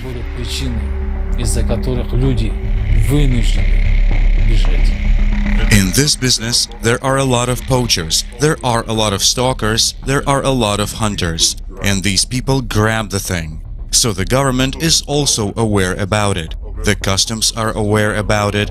The coastal guards are aware about it, like which boat is moving from where and to where. So from point A to point B, yes, it is a business. And everyone is involved again. Because of war thing, in most of the countries where people need some place to move around, there are many scammers who are in the market, who say that, okay, you pay me so much amount, I take your family safe and sound and well. If the scammer is a butcher, then you know the family is devastated. And you never know if the family is all together, because their intention is just to take the subject. So either the family is dead or something like that. Human trafficking, an epidemic that is global, and it's not just a certain nationality or you come from a different region. We have heard of young girl as young as 8 years old being pregnant from these refugee camps. We have those that have been missing part of these refugee camps, where people are picking them up by the van load and transferring them to somewhere else. And this is not going to stop anytime soon. As you look at these refugee camps and how people are coming in. Refugee camp, it sounds very absurd, but understand this is how it works. The refugee camp doesn't have all the good-looking girls or all the good-looking boys. I'm emphasizing on boys and girls because the young boys are also in good demand. Understand this. So even the boys are not safe. The more white, the more better. The white skin is in demand in the flesh trade. I'm serious. The refugee camp kids, they are just like peanuts. The reason I compared them to peanuts is they are on the top filling. So it is just filled. If the batch is incomplete, okay, we fill some more. Take them from this refugee camp. Hundreds of thousands of people die in military conflicts and millions become refugees. As long as society is based on the principle of divide and rule, as long as there is a constant struggle for resources, confrontation, and division of spheres of influence, no human will be safe. Most of the organizations are suffering from the shrinkage of funds to support the refugees. Why? Also, the political issues play a role here. The duplicity. Deal with your political issue with each other, but there are refugees and IDPs here. They need shelter, they need food, they need the health care, they need a lot. And no, we are not interested there. The humanitarian work is being politicized now, literally. Our country is involved in war for the 40 years, maybe 45 years, but no solving, it is not solved in a result. We are also human. We are also have the same dream to get education, to have all the facilities of life. Politicians, they are creating armies so that they can kill people in order to get their own benefit. So when there is political stability and good governance, then people will not flee from their country. Here, there's also some refugees who come because of hunger, because of some economic issues. Not only they come because of like war, but even due to economic issues like drought. A refugee is a human, fleeing from mortal danger, but death awaits him ahead. The border now is like action movie. A lot of people can't cross because the army maybe catch him, maybe the army think him enemy and shoot him. And I saw a woman with the child killed near the border, just 10 meters, just trying to cross. Today, the climate is forcing huge numbers of people to leave their countries. There is no place for these people anywhere in the consumer society, only in refugee camps, which are already overcrowded. But even there, they have no escape from the climate. Due to climate change, we have to expect that in the next years and decades, really serious catastrophes with large movements of refugees can actually occur. You know, we see people put in desperate positions in terms of, you know, through conflict, through climate change, people that are displaced can no longer carry on their lives as they have been, and they find themselves in desperate situations, and as a result of that, there are people ready and willing to prey on those people in desperate situations, you know. And whether we are talking about migrant camps and people being targeted with promises of significant amounts of money for parting with organs, you know, body organs, or whether actually they're taken from a position where they're put into, offered a job, only to find out, you know, effectively it's almost like a labour camp. These things are absolutely happening. It's going to have this vicious cycle, and we've been seeing it. And I think advocates in the human trafficking, the anti-trafficking field, have started to talk a lot more about the really close intersections of human trafficking and climate change, because you can't. One is going to exacerbate the other. We're doing a story for some project we're having of people that were affected by floods, and they lost their homes. And this mother is a single mother of 12 kids. So she was telling us how she had struggled to make a living with her status of being a single mother. And then after, out of nowhere, these floods came and took all her property, destroyed her house, and now she's homeless again.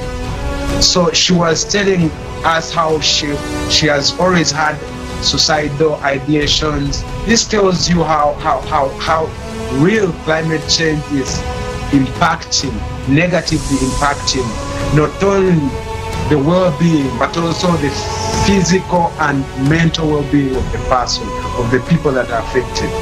And then this second, of course, which is more obvious, is loss and damage. These people had their property, their homes, and then now floods come, landslides come. They're taking away all this property.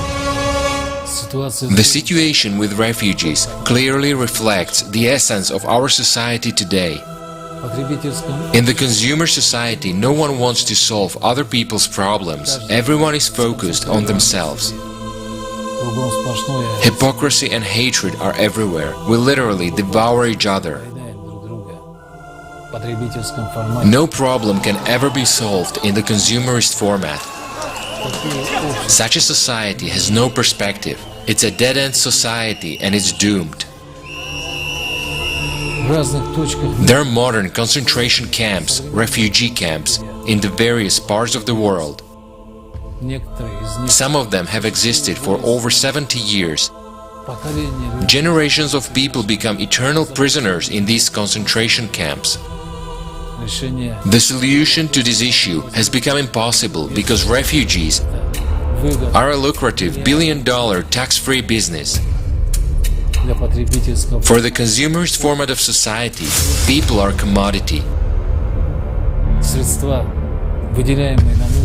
Funds earmarked for refugees are pocketed, and the result is tarpaulin tents in the freezing cold instead of normal living conditions.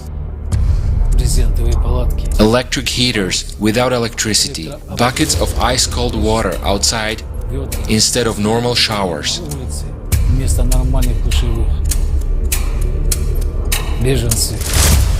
Refugees are people trapped between states without rights or protection.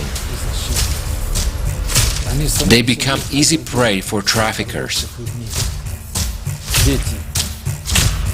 Children are in demand at organ market and as sex slaves. This is why no one will do anything to help people. Because a refugee camp is as lucrative as an oil rig, only it's not black gold that it's being pumped, it's human life. The situation with climate and constant military conflicts will lead to the fact that all of us will become refugees. And what will happen? We will end up in concentration camps where we'll gobble each other up for a sip of water and a piece of bread. If we don't change the consumerist format, that will happen. And it won't happen in decades, it will happen in the coming years. Everyone who remains alive will be caught in this meat grinder.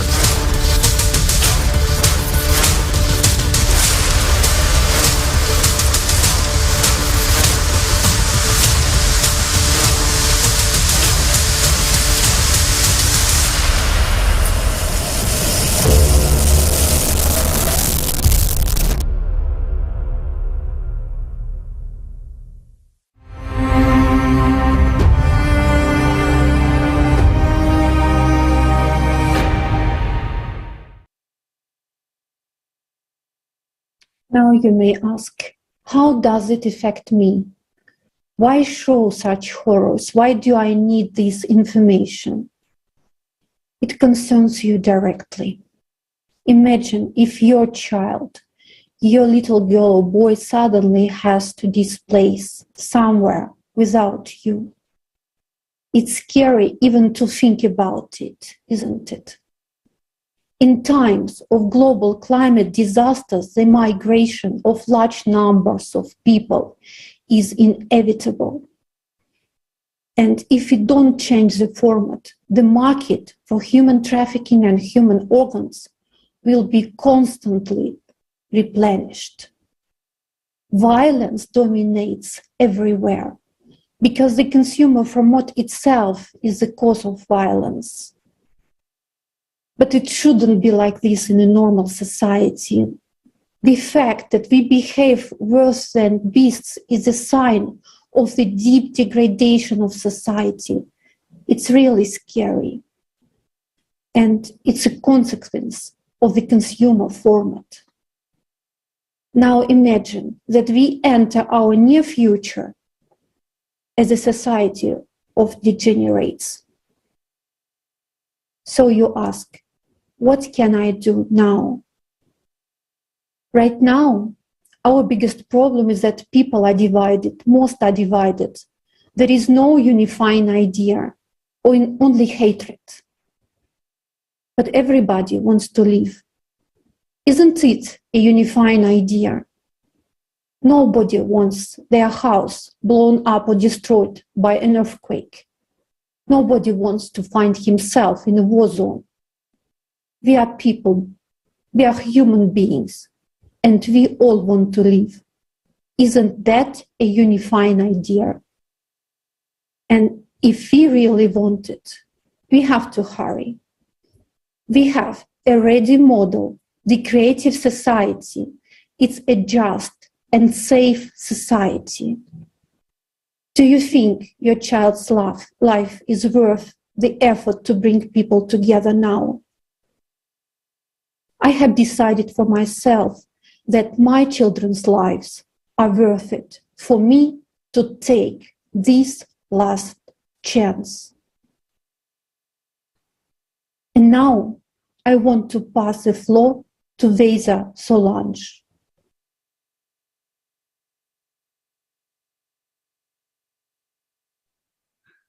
I'm from Angola, but I'm currently living in South Africa. And in South Africa, one of the biggest cries is about children, women, and men disappearing daily without any explanation. The crisis of human trafficking is increasing more and more every day. Authorities don't seem to be doing anything about it. You open the newspaper, you switch on the news, and you don't even hear anymore about the thousands of people going missing daily. There are people all over the world right now that have been either taken from their home or they were taken as they were on their way to school or even to work. And it seems like no one is paying attention to those people. Human trafficking is destabilizing homes. Human trafficking is yet another cruel way of taking away the value in human lives. And this is affecting society in such a way that people are feeling so helpless that they are pretending that it is not happening. And we truly need to stop pretending, stop closing our eyes and opening our eyes to the truth. If we feel like the people that are meant to protect us are not protecting us anymore, that it is our responsibility to protect each other, to watch out for each other. A lot of the times, the only reason that evil is so bold is because it knows that no one from the good side is going to try to do anything. That is where the watching out for each other comes in such an important way. It is so sad to live constantly in fear when you see a family member leaving the house, not knowing if they are going to be able to return safely, and not knowing if they don't return, who truly is going to help you. If we do not want to live in a society filled with fear, we are the ones that need to come together and start implementing these changes.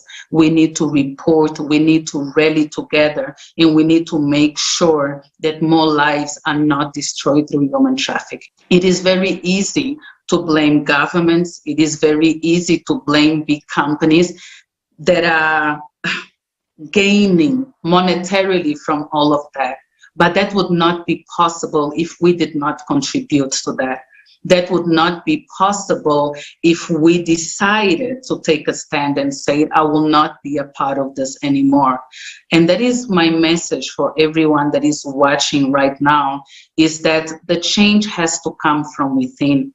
We have to start looking at each other as brothers and sisters again, independently of the color of our skin, of our nationality, of our beliefs, of our religions. We have to understand that the only way that this world still has a chance of changing is if we come together and we start working towards each other. I truly believe that it is possible to have a society that puts value in human life. Human beings, the value of a human life keeps decreasing every day. The value of a human life today is based on what they can do for somebody else, how much they earn, and what you can get out of them. I also want to urge everyone in reminding that it is our responsibility to seek for the truth. And this is one of the things that I appreciate and I respect the most about Creative Society. In my opinion, Creative Society comes as a solution, first of all, by bringing the correct information to the people. A person cannot change unless they have the tools to change. The first tool of change is information. The second tool of change is strength in numbers. The only reason that I will join something, an organization, an ideal like Creative Society, is if I believe in what is being told. And Creative Society has been standing with the truth from the very beginning. So for me, it's joining, being a part, bringing the correct information onto the platforms, and then together using the collective mind in order to be able to bring these solutions. There are way too many problems in the world for us to be able to solve it as individuals. We all know that by now. But let's say that Creative Society brings together the greatest minds in the world, your greatest scientist, your greatest researcher. Let's say the Creative Society, with its right information, is able to bring back the notion of I am because you are through people from all over the world. All of a sudden, you have people that have the power to change a system that all have the same ideal. And this ideal comes from one source, which is Creative Society. And that is how I truly believe that solution will come about.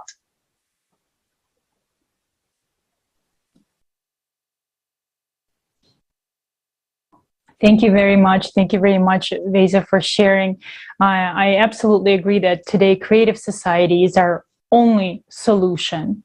And from this, I have a question for everyone that's watching us right now. Do you believe that if we continue to exist in the current consumerist society, do you believe that we have a future? There is no doubt that every single person thinks about where this world is headed and understands that something needs to change. The time has come to stop pretending. It's time to stop lying to ourselves, and it's time to unite and solve all our problems together so that we can look in the mirror and know that we did everything to change this consumerist format of our society into the Creative Society and win the last war against climate. Plus, we have technologies today that will help save people's lives. Let's take a look at the next video so you can see for yourself.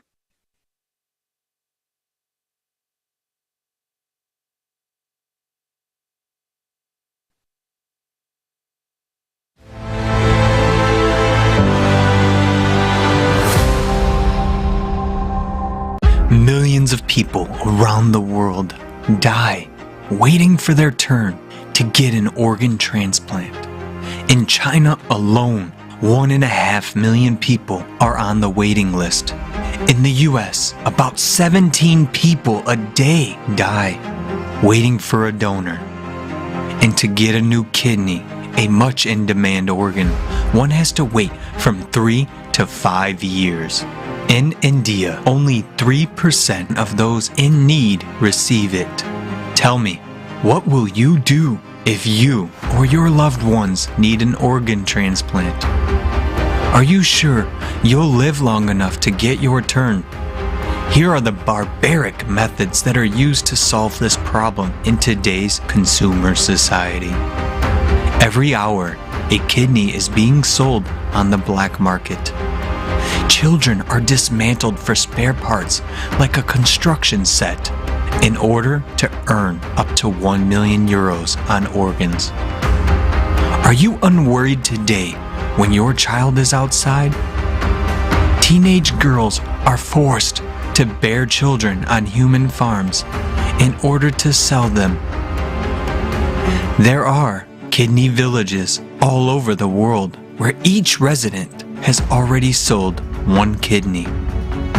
Parents are forced to sell some of their children in order to feed the others.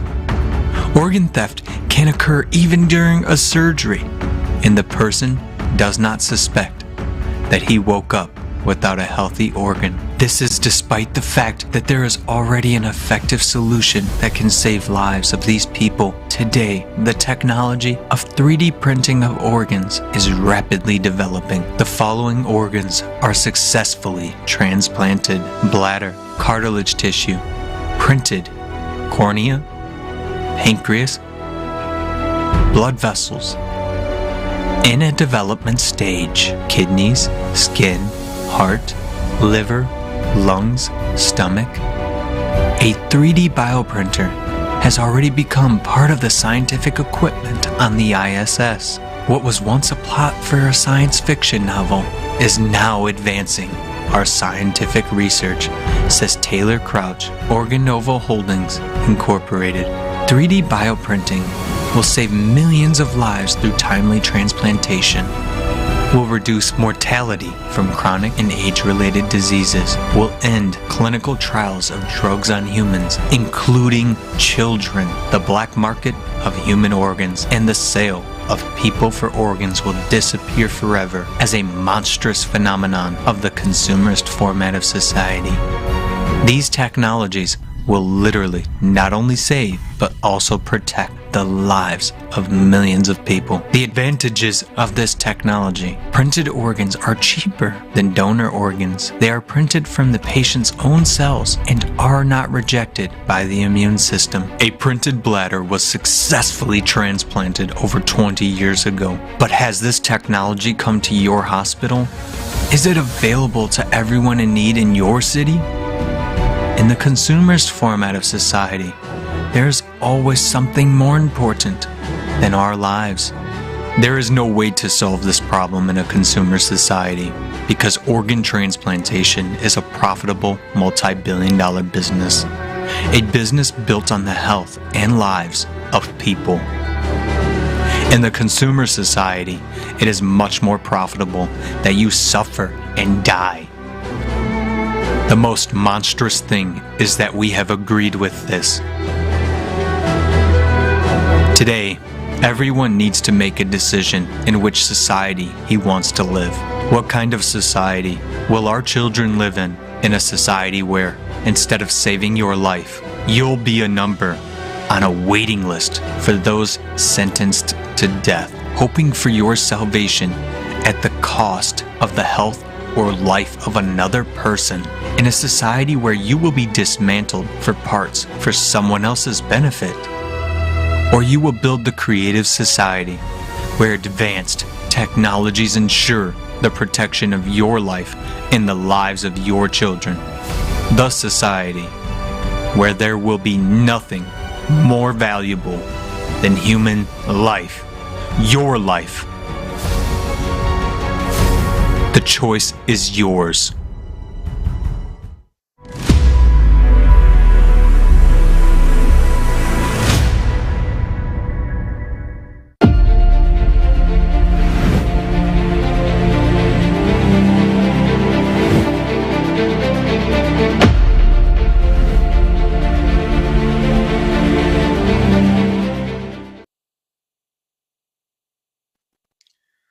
Prostě mi to nejde do hlavy. It just doesn't make sense. People are sold like cattle. Billions of dollars are made from human trafficking in human organs. Children are being dismembered for parts. Trillions of dollars are spent killing people instead of funding breakthrough technologies to save lives. Have we all lost our minds? Have business and money made us also blind, deaf, and inhumane? Made us helpless, consumer-format invalids who tolerate any kind of abuse? Just think about it.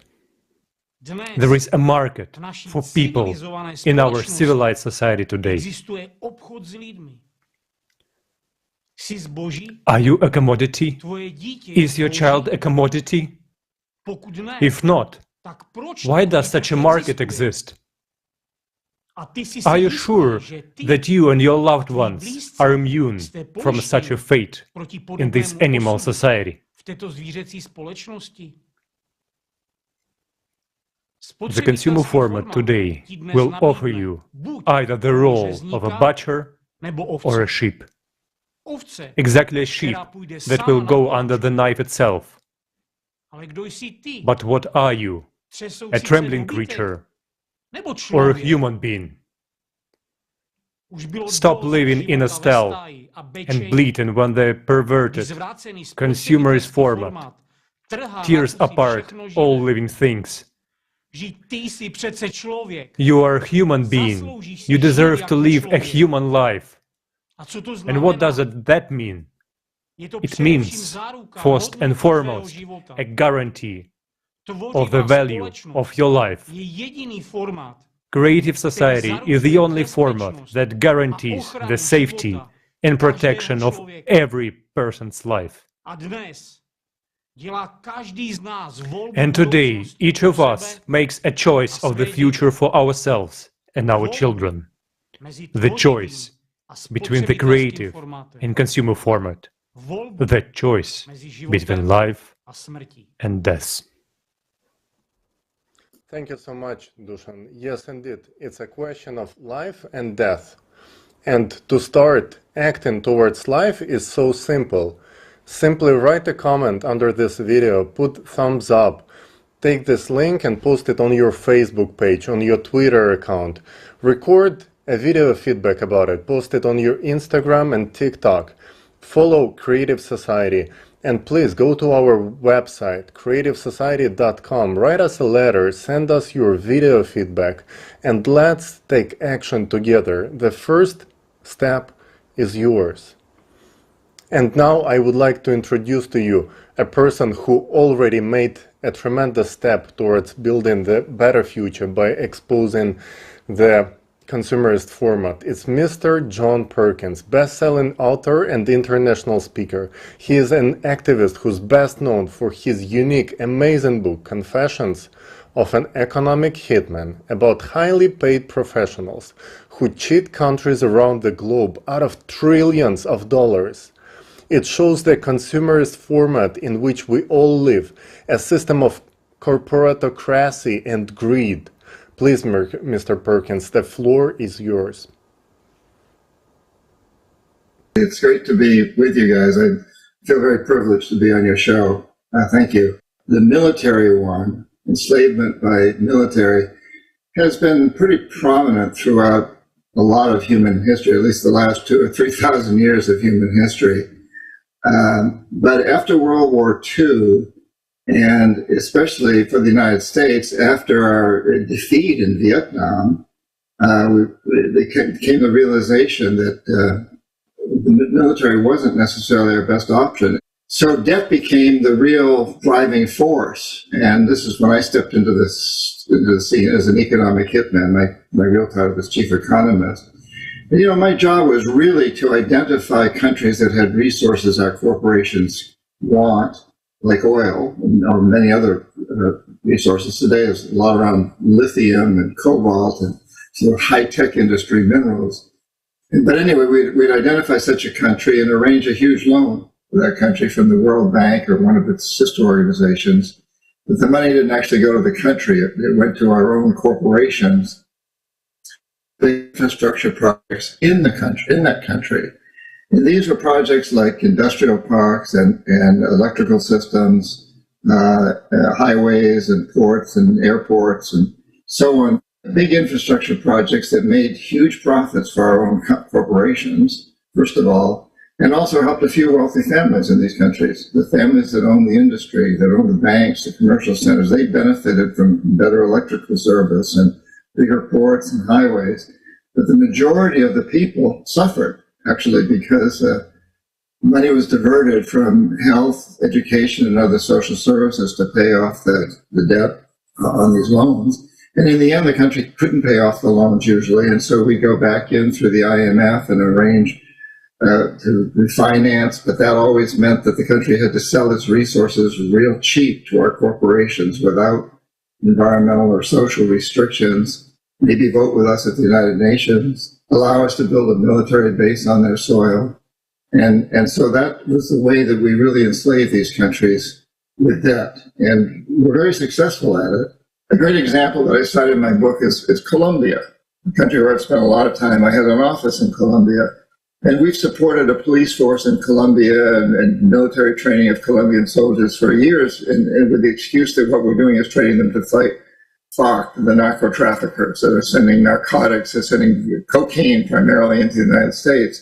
The fact of the matter, many of these troops are actually being used to protect U.S. corporations, oil companies, and other companies that are threatened by they may be threatened by terrorists, but in a way, some of the threats are truly legitimate from the standpoint of the people, because you build a huge hydroelectric site on a river, and you do an awful lot of damage for the people who live upstream and downstream of the dam, the local campesinos, the local farmers, and you provide electricity to the very wealthy in the big cities, to their industries. And the local people don't even get electricity. They see these huge transmission lines going over their properties.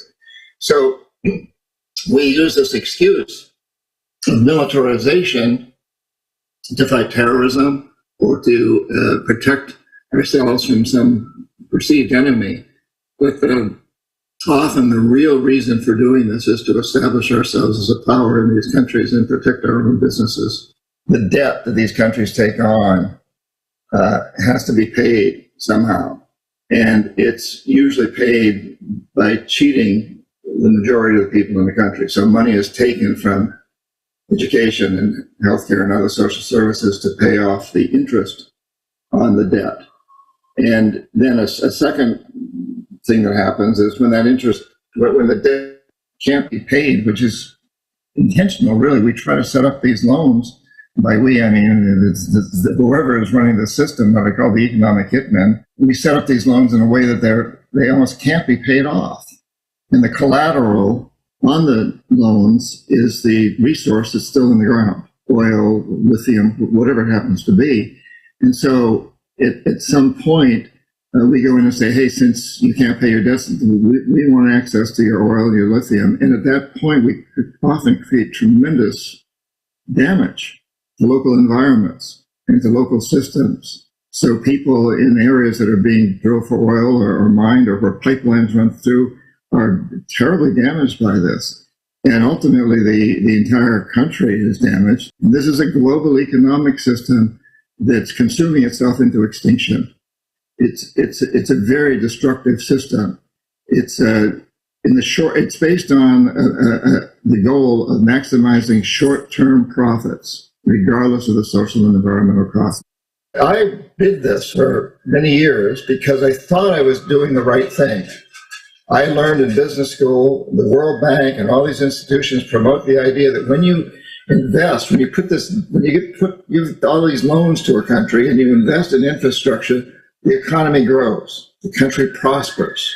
And we can show statistically that that happens because we measure growth and prosperity by gross domestic product, GDP. In the United States, there's 3 individuals that have as much wealth as half the country of the United States. So you can just do a back of the envelope calculations, and it shows that if those three individuals made 10% on their assets last year, and half the country lost 3%, and the rest of the country, the other half, just stayed the same, you would show a growth of almost 4% in GDP. It would look as though the whole country prospered.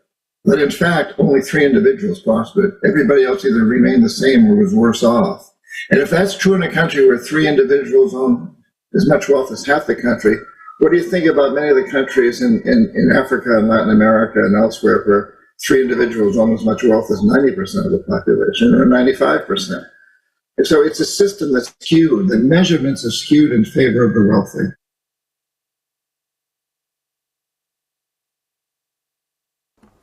Thank you so much, Mr. Perkins, for an honest look and all the details on how the consumerist format is destroying our well-being, leading to the enrichment of a few at the cost of poverty of millions.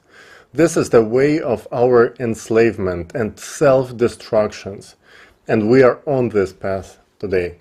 The only way out is to change the format from the consumerist, where money is the highest value, to a creative format where human life is the highest value. Let's hear more details about how exactly we can do it from our next speaker, Dr. Robert Kennedy.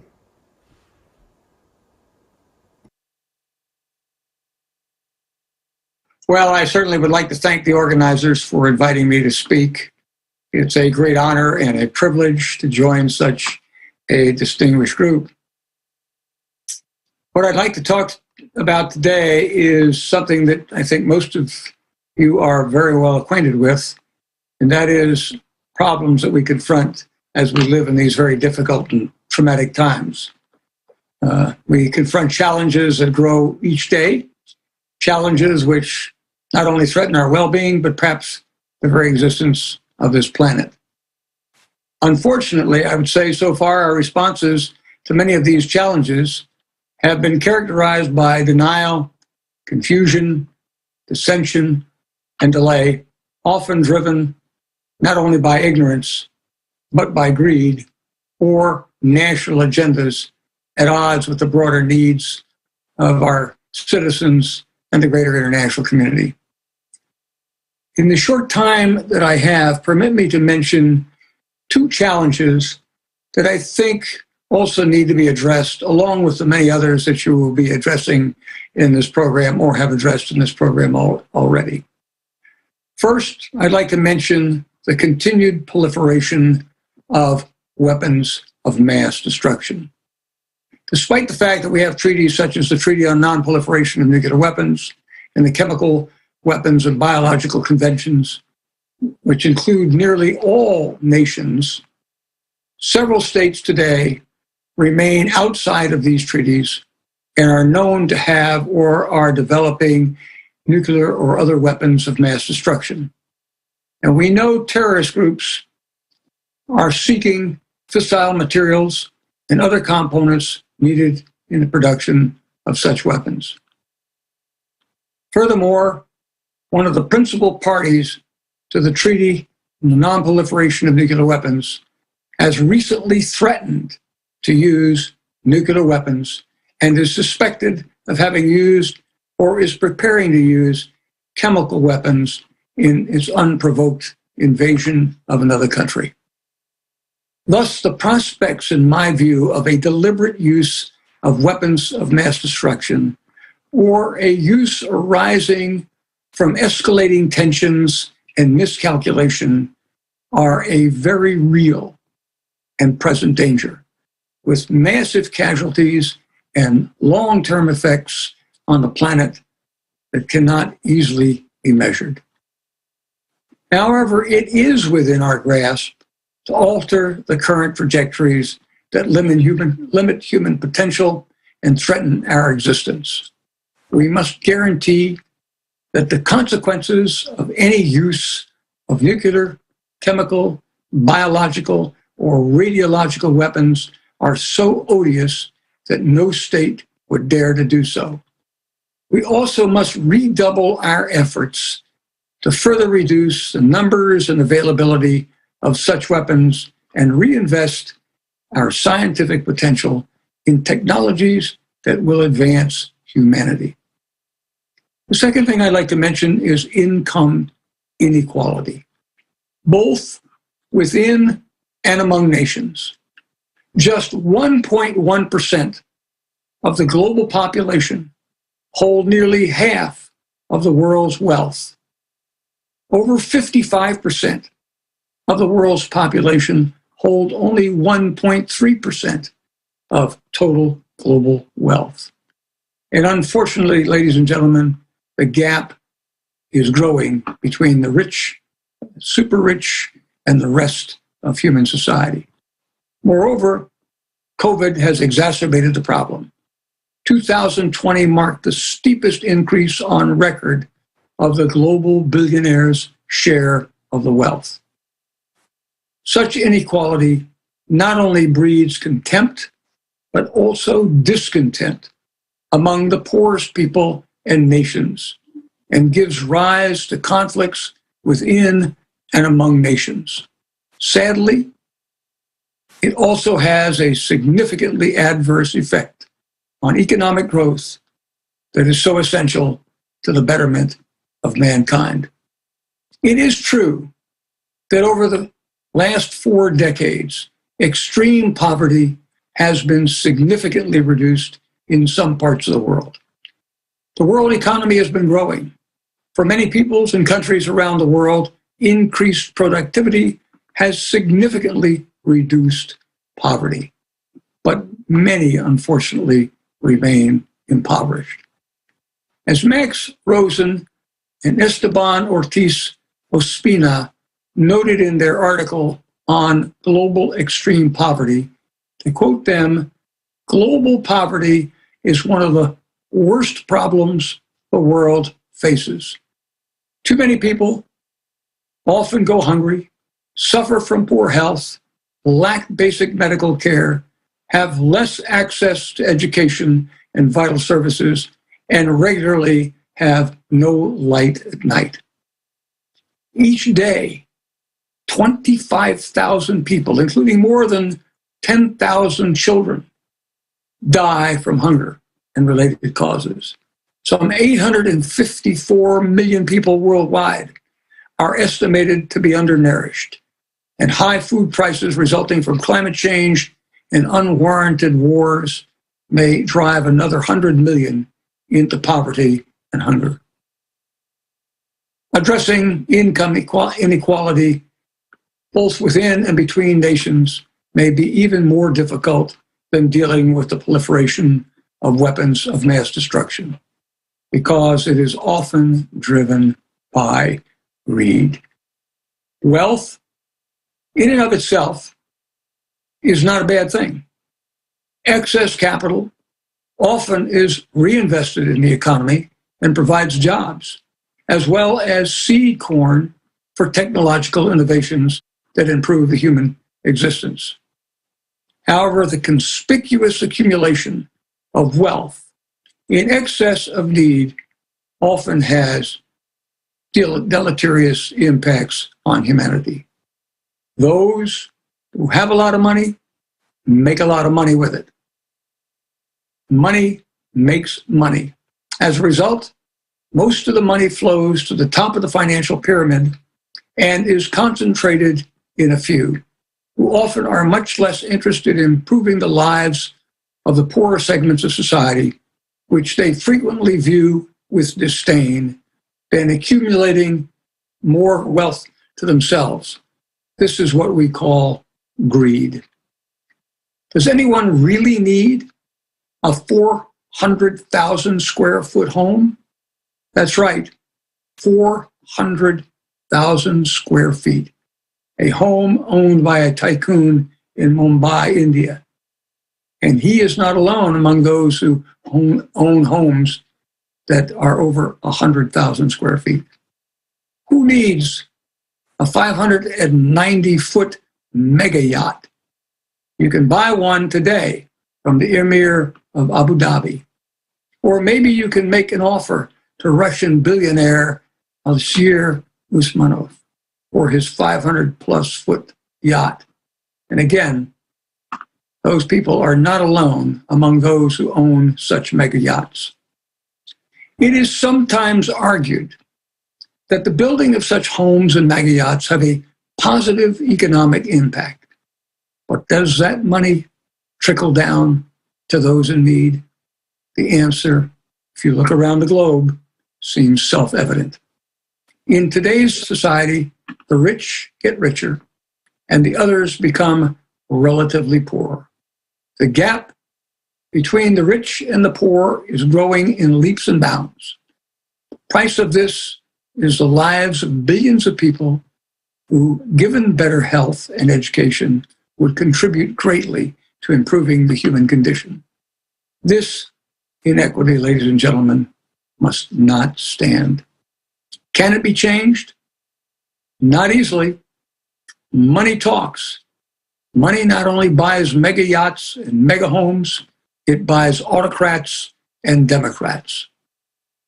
The latter, often through legally authorized massive donations in support of campaigns, which then get those people elected to office. And of course, while those people once elected will adamantly deny it, it strongly influences their decisions, which favor their wealthy contributors and not necessarily the general public. On the other hand, autocrats are bought directly and indirectly through corrupt practices. How else would the likes of Vladimir Putin acquire an estimated $200 billion? Such money provides autocrats with funds to pay off those who keep them in power, the oligarchs, the internal security forces, the military, as well as fund their means of repression and or buy off the public. What else would an autocrat do with $200 billion? So what can be done? We need to work toward a major change in the way we view peoples and societies. The world won't change on its own. Among what needs to be done, big money needs to be reined in. We need to respect other peoples and cultures and views that they offer that differ from our own. We don't have to agree with those points of view, but we should respect those points of view while articulating our own. We need to limit armaments and be willing to confront unwarranted, unprovoked aggression.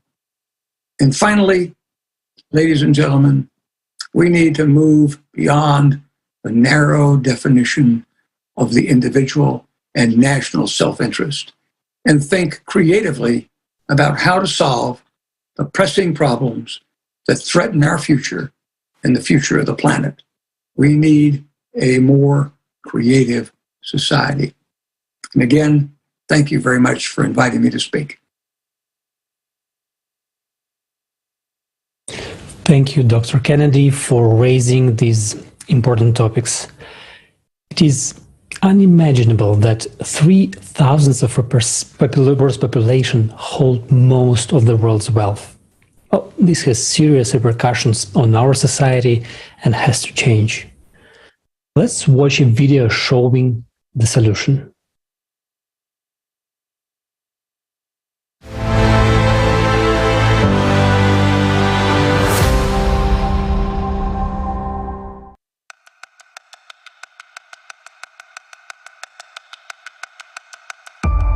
Did you know that almost all of the planet's resources are concentrated in the hands of a small group of people?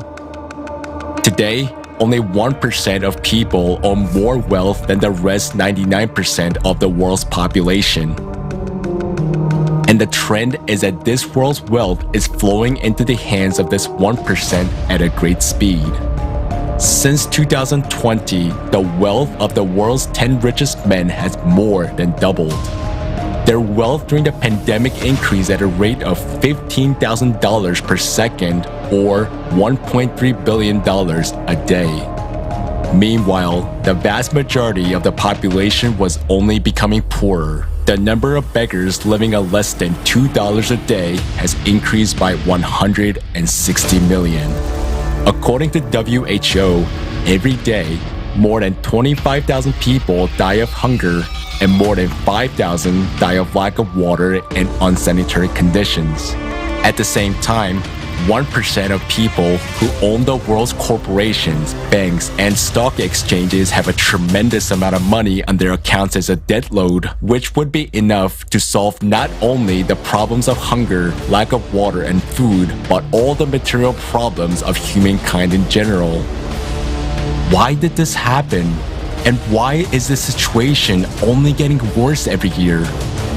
The reason is a consumerist format of our economy, which is based on unlimited accumulation of private wealth or capitals.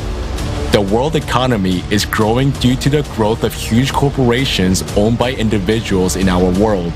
These global corporations become like monopolies, killing and taking over national small and medium-sized businesses. And the more capital is in their hands of a few, the faster they get richer and the faster billions of people are becoming poorer. Growing like a huge octopus, world corporations and their owners influence national governments. They lobby their interests, promoting their business, getting cheap labor, buying up natural resources for peanuts, and destroying the environment. We as a society have long had no control over what is going on. Even governments are no longer in control, falling under the power of interests of a few. Poverty, hunger, and inequality are not the worst of what this unlimited enrichment leads to. By getting unlimited wealth in their hands, they gain unlimited power. This becomes a cause of military conflicts. After all, wars are not started by ordinary people. The cause of wars is a competition of big capitals for spheres of influence, resources, and markets. World military expenditures over the last 20 years amounted to $35.5 trillion. While millions of us die in these wars, the few simply earn huge capital on that. In the consumerist format, wars have always been and remain a profitable business. This format is so inhumane that human lives have become just a means to make money. It's just business, nothing personal. And each of us understands that this is not normal. It is monstrous. No one wants to live in a world where their life is worthless, where there is no stability and security, where we have to survive but not live.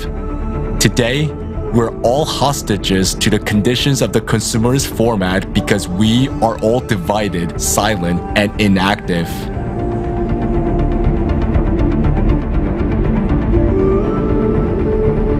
In order to change this, it is necessary to change the format itself, that is, to build a creative society.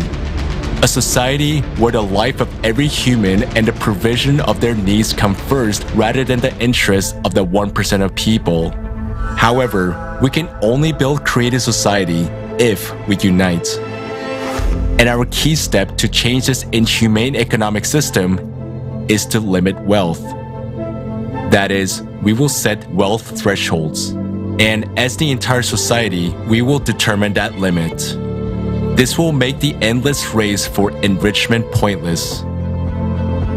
This will bring the economy back to its normal purpose of providing everyone with decent incomes and all the necessary goods and services anywhere in the world. Limitation of wealth will help us to redirect funds which are now kept in the accounts of a few individuals towards solving real problems of humanity and development of society. This does not mean that if a person has earned a certain amount of money, he no longer has the right to work. He has. But the super profits will be allocated to the needs of society. It will be prestigious to benefit society by developing one's own business, directing super incomes into the development of urban infrastructure, education projects, healthcare, technology, and science. By limiting wealth, we protect ourselves from usurpation of power, from the influence of corporation on production, finance, mass media, new technologies, as well as other key spheres of society. And this will benefit everyone, ordinary people, entrepreneurs, and even those who now own large capitals. Businessmen will be able to live without fear that some laws might be passed that will destroy their businesses. They will no longer be afraid of their business being taken away by global corporations, and they will simply stop worrying for their lives and the lives of their families. Limitation of wealth will free up funds to help implement the creative society concept.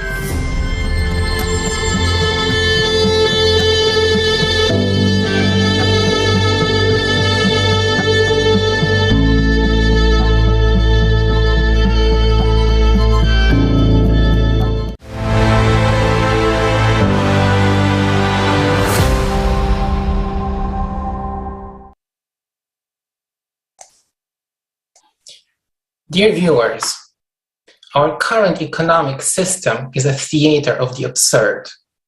It gave birth to a myriad of problems in the world: poverty, hunger, slavery, violence, and war, as nothing can stop the race to maximize profit. In this consumerist format, our life is worthless. It has become merely a means to make money. It seems that the richest 1% in the world that have corporations, wealth, and power live well. But this is just as much an illusion. After all, the more money a person has, the less real freedom and the more problems he has. Why would you need a yacht worth billions of dollars or a huge mansion if you can't even feel secure there? After all, the more wealth you have, the more security you need. And in spite of it, you can't be sure if you're really secure, as you could be betrayed at any moment, and this would cost you your life. So what's the point of such wealth? Just to create a golden cage for yourself in which you suffocate in fear for your own life? To create the pictures for others to envy? Or to be looked at like an exotic animal in a zoo to be admired? And here is the absurdity of our play of the consumerist format. We are all slaves. Some people who do not have money starve to death. Others, trying to earn it, barely have time to live.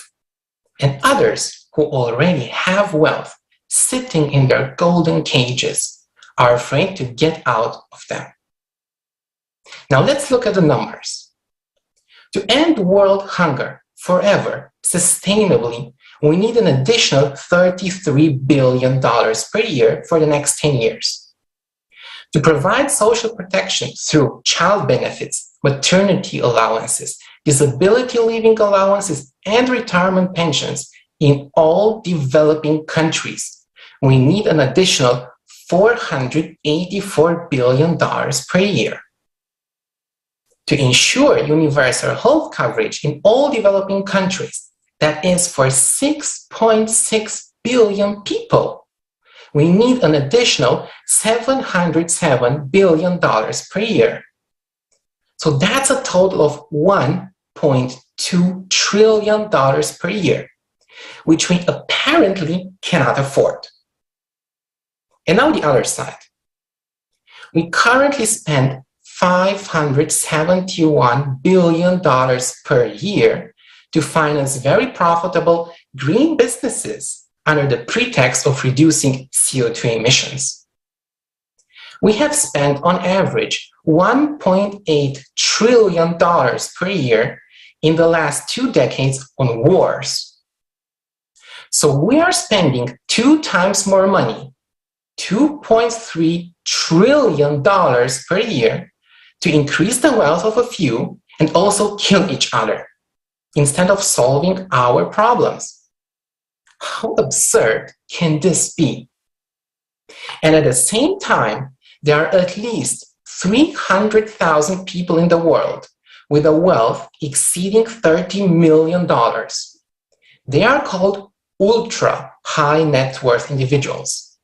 Their total wealth amounts to at least $35 trillion.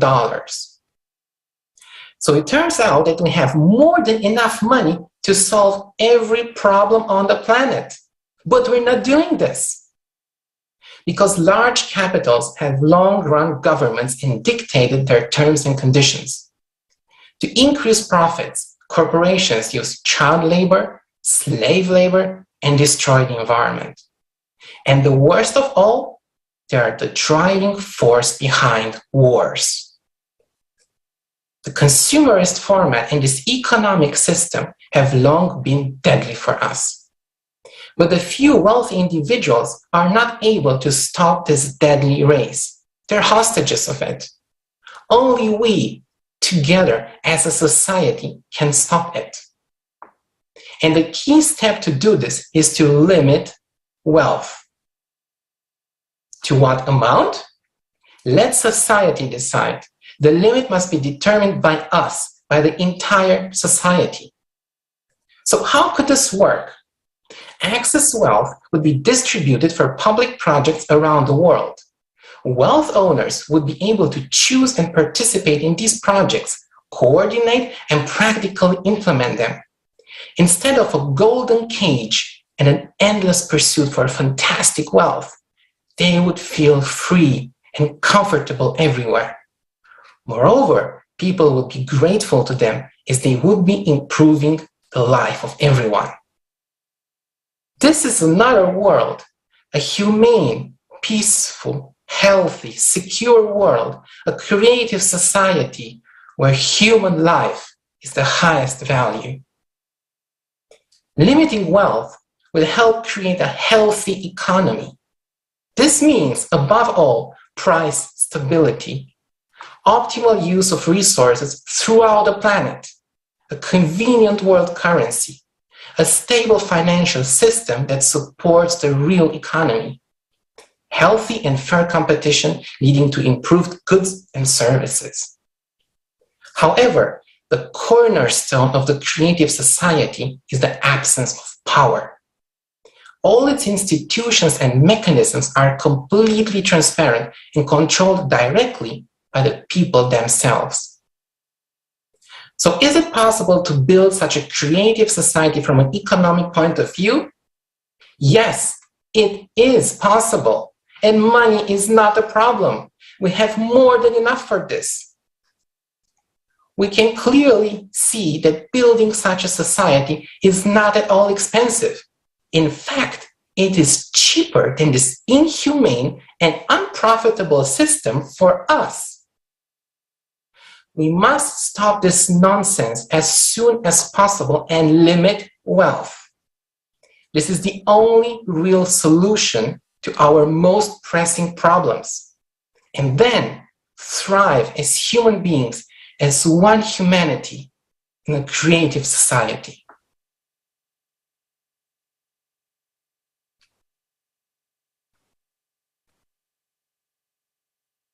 Thank you, Christian. Indeed, money is not a problem.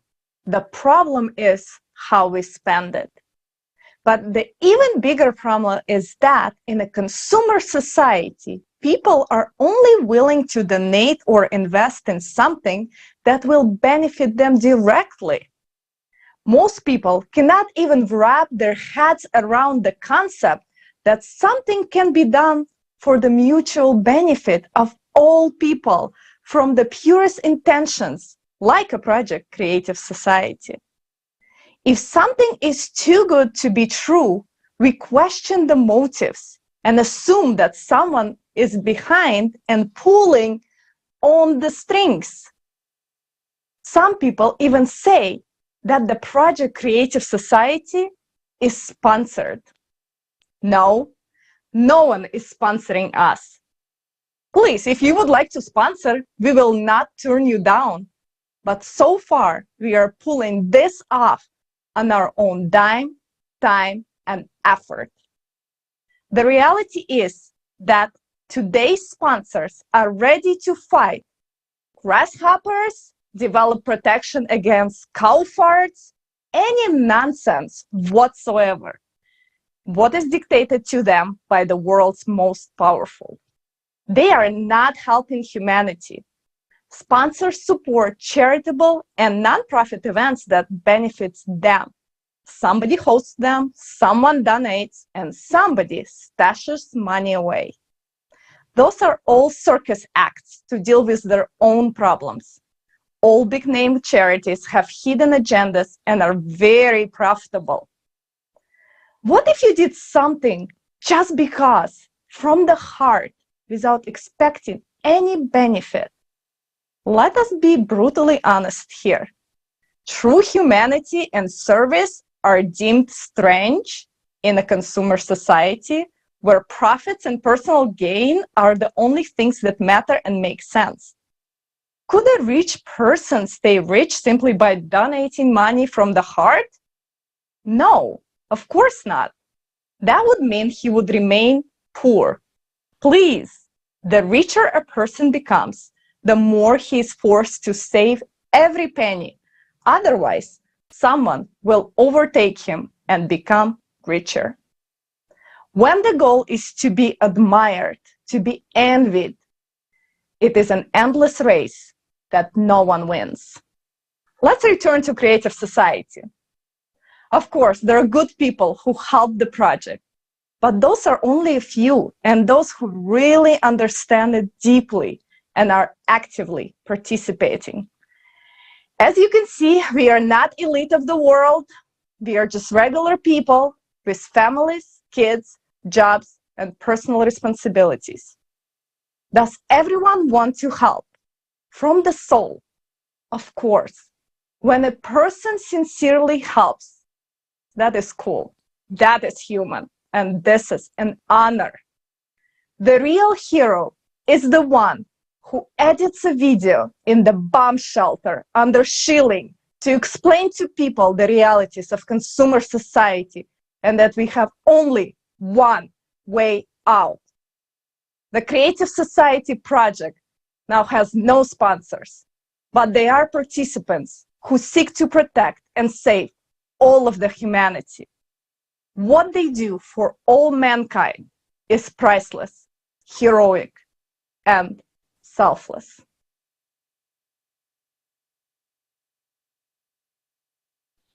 Friends, we've reached one of our goals.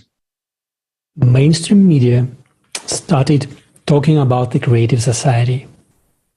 After months of investigation, the BBC published a lengthy article about the project and our two previous global crisis conferences. Although things did not come about exactly as we thought, completely ignoring the fact that we've been talking about the dangers of climate change for many years, which was unsurprisingly the main topic of both conferences mentioned in the article, and the main reason we are all gathered here today, the BBC labeled us as climate deniers. Regardless, we are thankful to the BBC for promoting the Creative Society and bringing people's attention to our events. We understand that the main reason for publishing this article was to fulfill someone's order to discredit the Creative Society for exposing the truth. We would not get any coverage otherwise. And here we are. The reporter who wrote the article, a pleasant and smart man, starts digging up facts all over the internet. He's a pleasant and smart man who understands and knows, but is forced to write nasty things because he was told to do so. Did we step on someone's toes? Well, of course we know it's the CO2, but we don't care about the CO2. You know, since there's already a backlash, if everything they said was true, and the money wasn't embezzled and spent on corrupt reporters, but on solving the problem, and there would have been results, no one would have paid attention to our words. But here they got scared, because we started to tell the truth. We're not doing it to expose someone as a liar or a thief. We started telling the truth because we are human beings and we want to live. calling things by their proper names to draw attention to the problem that concerns everyone. We're all human beings. Clearly, the reporters were ordered to write about us, and they did the best they could. But they are also human beings. And what we are saying concerns them, their superiors, those who gave the order, their relatives and friends, everyone. This is the consumerist format in its glory. We raise the most crucial topics, saying that we must unite to overcome the impending global cataclysms. And all they're worried about is not being able to steal money. We have also met such scientists. At first they tell us, oh, you're doing a good thing, I support you. And then backtrack, scared to lose their titles and grants. I was deceived, I didn't say that. That is the problem. But we are not idiots either. 40 years of funding from our pockets, trillions of dollars, we could have built an entire state. Instead, unfortunately, we were and are paying for a house that no one was going to build. We're not saying that the CO2 is not increasing. We're not disputing this fact. But it's ridiculous to assert that 10,000 of man-made CO2 change anything. All while there are stronger greenhouse gases, the CO2 clan says that the CO2 is the only parameter we can affect, so don't get distracted by the insignificant details. Friends, a bit more time lost playing this game, spreading the same propaganda, and our planet will become like Mars. Just look at the progression of climatic disasters of the past 10 years. Yet, they still think they'll be able to stop this by winning the info war. We are being ridiculed for believing in aliens. We do not deny their existence. If someone denies this, well, can they prove otherwise and that there's only one planet with life in all the galaxies? Well, isn't that a little presumptuous? Well, writing a couple of disgraceful paragraphs about Igor Mikhailovich Danilov did not help them strengthen their story. It did, however, show everyone else that only money is sacred to them. We understand why they are so worried, as some serious money is at stake, but we are not claiming their money.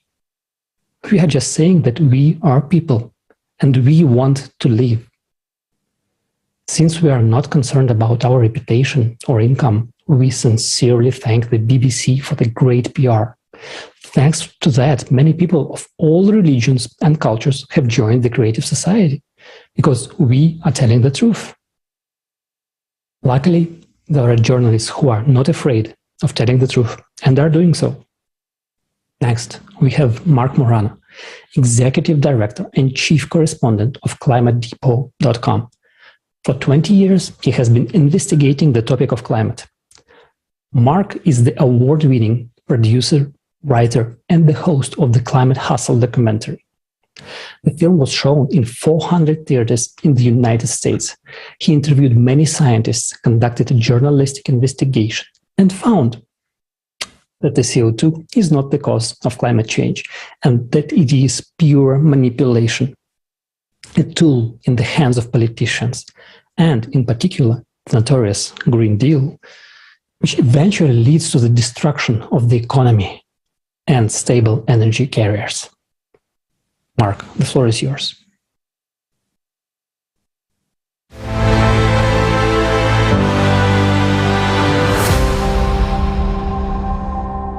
Happy to be here today. Just first of all, by way of introduction, my name is Mark Morano, and I've been working on this issue since the early 2000s. I've been made environmental issues my passion, so I'm here to try to present a realistic realism view without the hysteria of man-made global warming. Summations for the public. Climate change is governed by hundreds of factors, variables.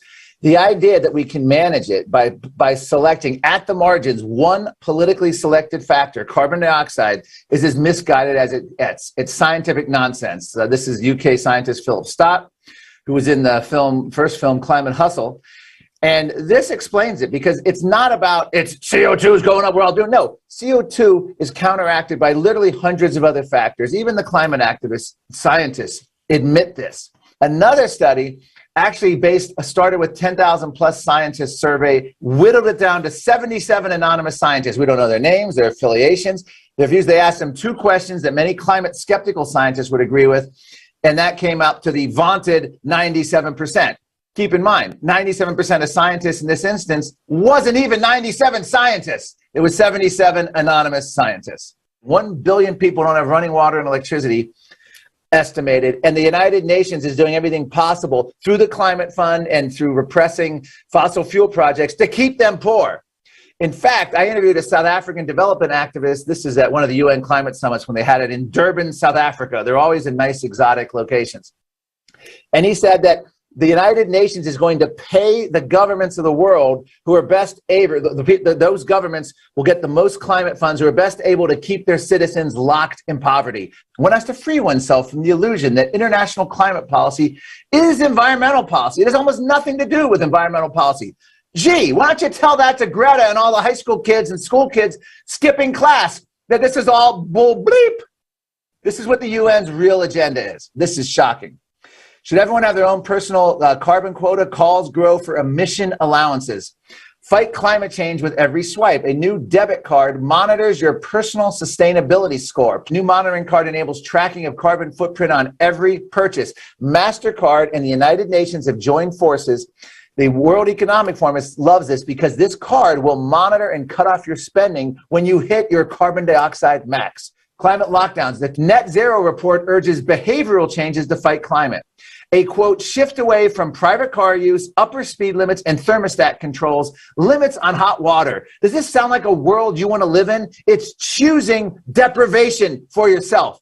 UK-funded report, Absolute Zero urge aversion to climate lockdown. Stop flying, no new roads, airport closures, stop eating beef, lamb, stop doing anything that causes emissions. And here's the kicker. Regulate carbon dioxide. Humans, we inhale oxygen, we exhale carbon dioxide.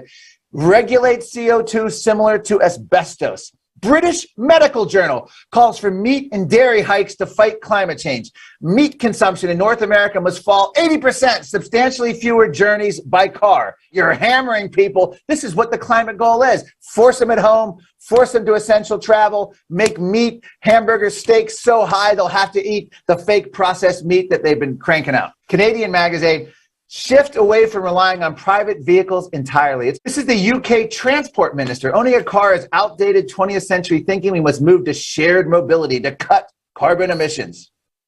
Electric vehicles won't save us. We need to get rid of cars completely. New York Times tells us critical thinking can only lead to misinformation. You think, I want to think for myself. No, that's a rabbit hole of misinformation. Forget critical thinking. It's not helping because we're getting misinformation. Forbes magazine, you must not do your own research when it comes to science. Just trust the experts. The United Nations, trust them. They'll tell you what the deal is. Don't question authority. We're not like that anymore. We just need to be obedient. Slate magazine, it's time to give up on facts. If all the other stuff I mentioned fails, then just give up on the facts. At least do it temporarily. How about 2 weeks to give up on facts? They say lay them down temporarily because they're of a more useful weapon. Emotion. It's hard to imagine a better control lever than carbon dioxide to essentially control society. You're trying to control everything from your transportation, how you live, what you eat, how you fly, your mobility, down to every last detail. So I welcome you to do continued open research, interview scientists, professors. We should never shut down debate, no matter how implausible or no matter how someone else says that can't be or that's not valid or something. Because what we've learned from ClimateGate scandal and the whole UN, they are gatekeepers. They keep out anything that's against their narrative. Climate Depot, about the intimidation of all these scientists, how they were essentially deplatformed, canceled, stripped of anything for dissenting, for having the daring to speak up. And one of the key things on that is we see that happen in real time, and you can't even read about it on Facebook or Twitter or see a video on YouTube anymore. It's not allowed unless they follows the government narrative. It's just frightening, but this is the world in which we live right now. But if you look at the amount of energy produced from fossil fuels versus green energy, it's just green energy is just a fantasy at the moment. I'm not discounting that there may be some breakthrough in solar technology or breakthrough in wind technology down the road or breakthrough in a battery technology. But I think it was Bjorn Lomborg who just today did the analysis in Europe alone. battery backup for solar and wind power is enough, I think, to power Europe for 1 minute and 29 seconds, or like 1.5 minutes. That's all the battery. And then after that, you have to go, when the wind's not blowing and the sun's not shining, you have to go to fossil fuel backup, diesel generators, gas generators. So it's just an illusion, this green energy. There's many cycles, longer term, shorter term. And this is the kind of research that gets suppressed in the climate community, because you're not going to get money to study natural climate cycles. This is what's we need a lot more of, and we need a lot more voice to these studies and a lot more prominence, and we need academia to take them seriously, but there's no money in it. As I said, who decides who gets the money? Bureaucrats in Washington, politicians, academia, and they're going to get the money that's going to get them published. They're going to get the money that's going to say carbon dioxide is the problem. I used to go on ABC News and CNN and debate regularly climate, energy. It wouldn't even be an option now. It's not even on the table. They would never allow it a debate.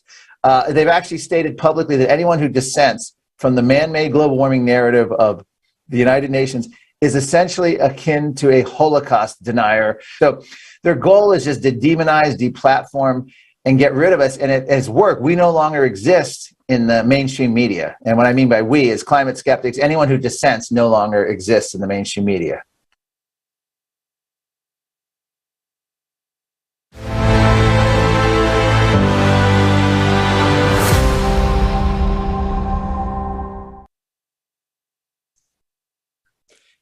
Dear viewers, everyone must have thought once, or thought till today, that renewable energy projects are really great.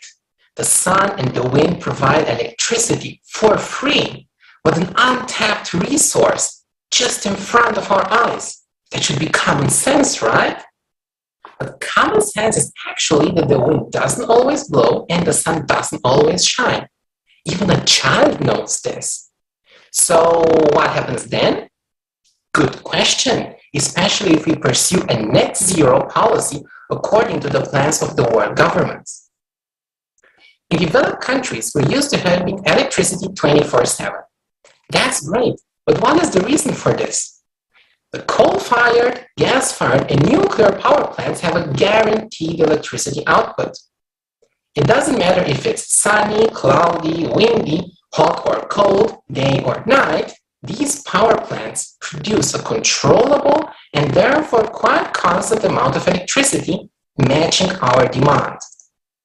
But what is happening today as part of the green revolution is that we're taking off the grid power plants with a guaranteed electricity output and consciously replacing them by solar and wind power plants that have a guaranteed output of 0.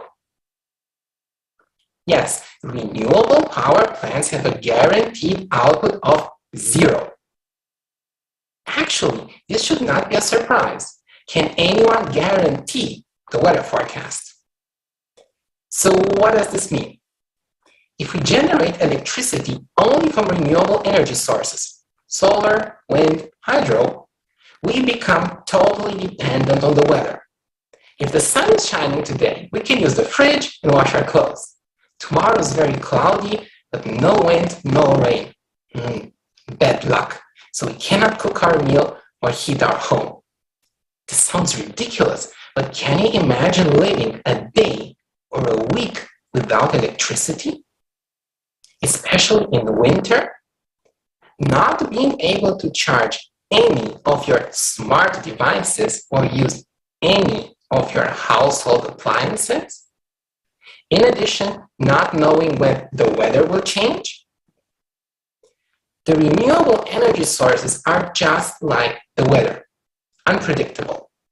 They can produce anywhere between 0 and a very high amount of electricity.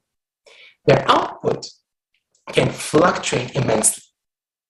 The problem is, as of today, there are no technologies for storing electricity if there is an overproduction on the good days in order to compensate for the blackouts of the bad days. Because of renewable energy, the electricity grid is already becoming unstable.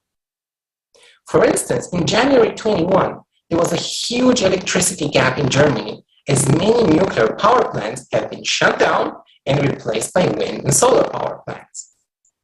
In order to compensate for this gap, coal-fired power plants in Romania and Bulgaria were used, but a very high amount of electricity flowing from Southeast Europe to Northwest Europe led to a collapse of an electrical substation in Croatia.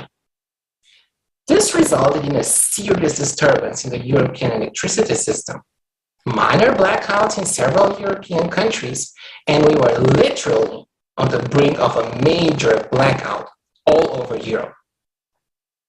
In September 21, the wind stopped blowing in Great Britain. So to compensate for the very wide electricity gap, gas was used, leading to an extreme increase in gas prices affecting several European countries. And due to climate change, the weather will become even more unpredictable and extreme weather phenomena will sharply increase. This will make the renewable power plants useless. Green energy is not only absurd, it's also very expensive.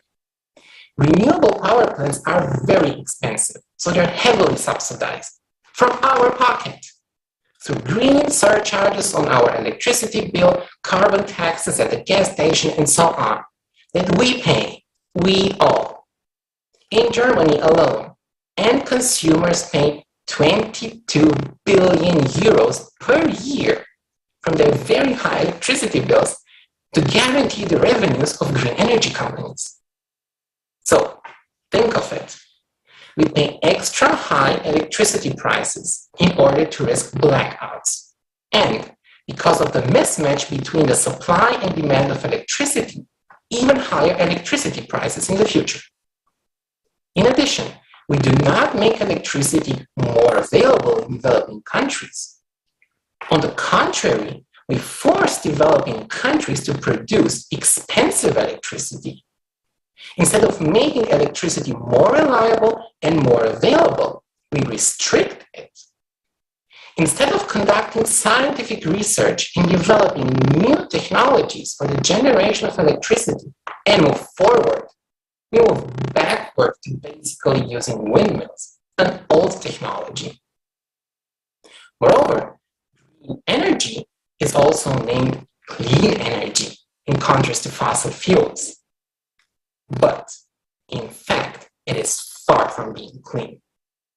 In the manufacturing process of solar panels and wind turbines, fossil fuels are irreplaceable.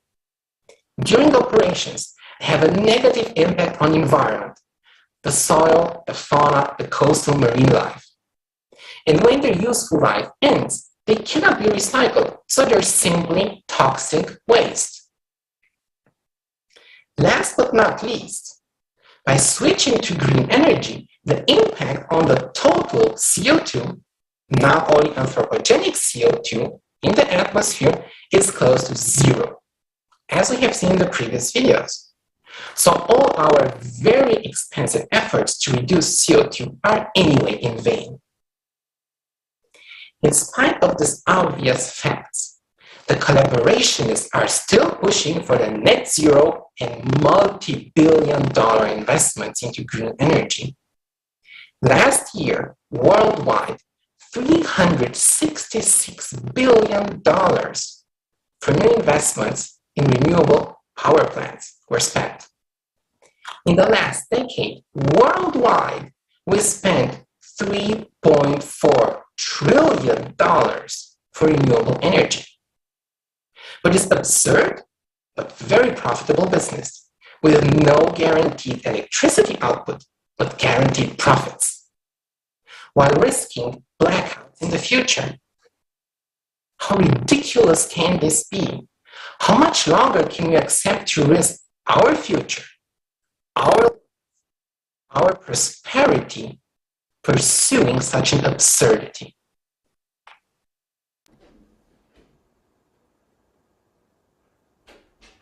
That's a very good question. Really, Christian, thank you so much for these observations.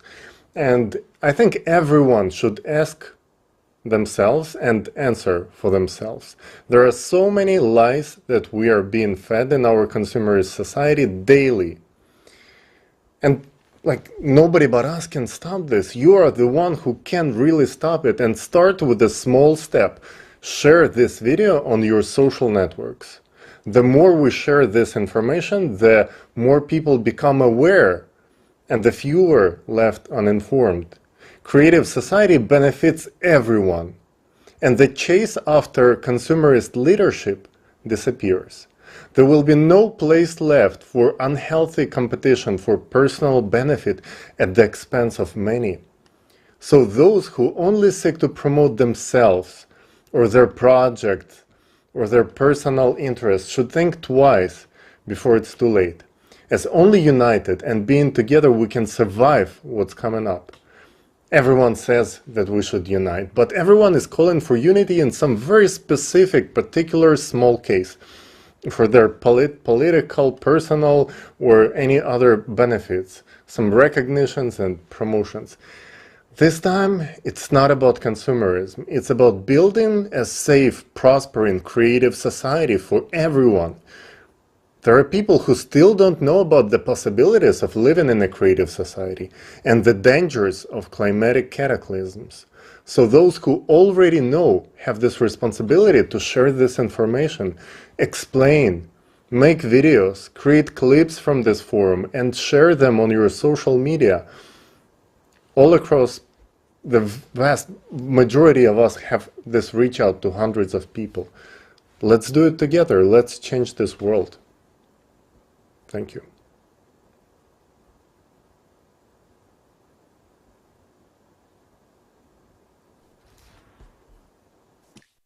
Большое спасибо, коллеги. Thank you so much, colleagues. The topic of so-called green energy sources is very relevant in the view of our next topic. In a moment, you will learn some shocking information from the latest research on ocean heating and the processes taking place in the interior of our planet. It is worth mentioning that the devotee of the anthropogenic theory of climate change insists that it is human emissions of CO2 that heat the ocean, those very 4 molecules. This absurdity can be illustrated by an example in which a kettle standing on a stove warms the fire in the burner below it. This is absurd. The ocean stores 1,000 times more heat than the atmosphere transfers heat through the atmosphere. And now the oceans is warming catastrophically, which accelerates the circulation of currents in the ocean, with one exception. The yellow press says that if the rate of man-made global warming is accelerated, that can lead to a complete stop of the Gulf Stream. The world-leading oceanologists are concerned that the weakening of the Gulf Stream is accelerating. In their well-paid opinion, this is due to the melting of the Greenland glaciers, which are desalinating the water and stopping the current.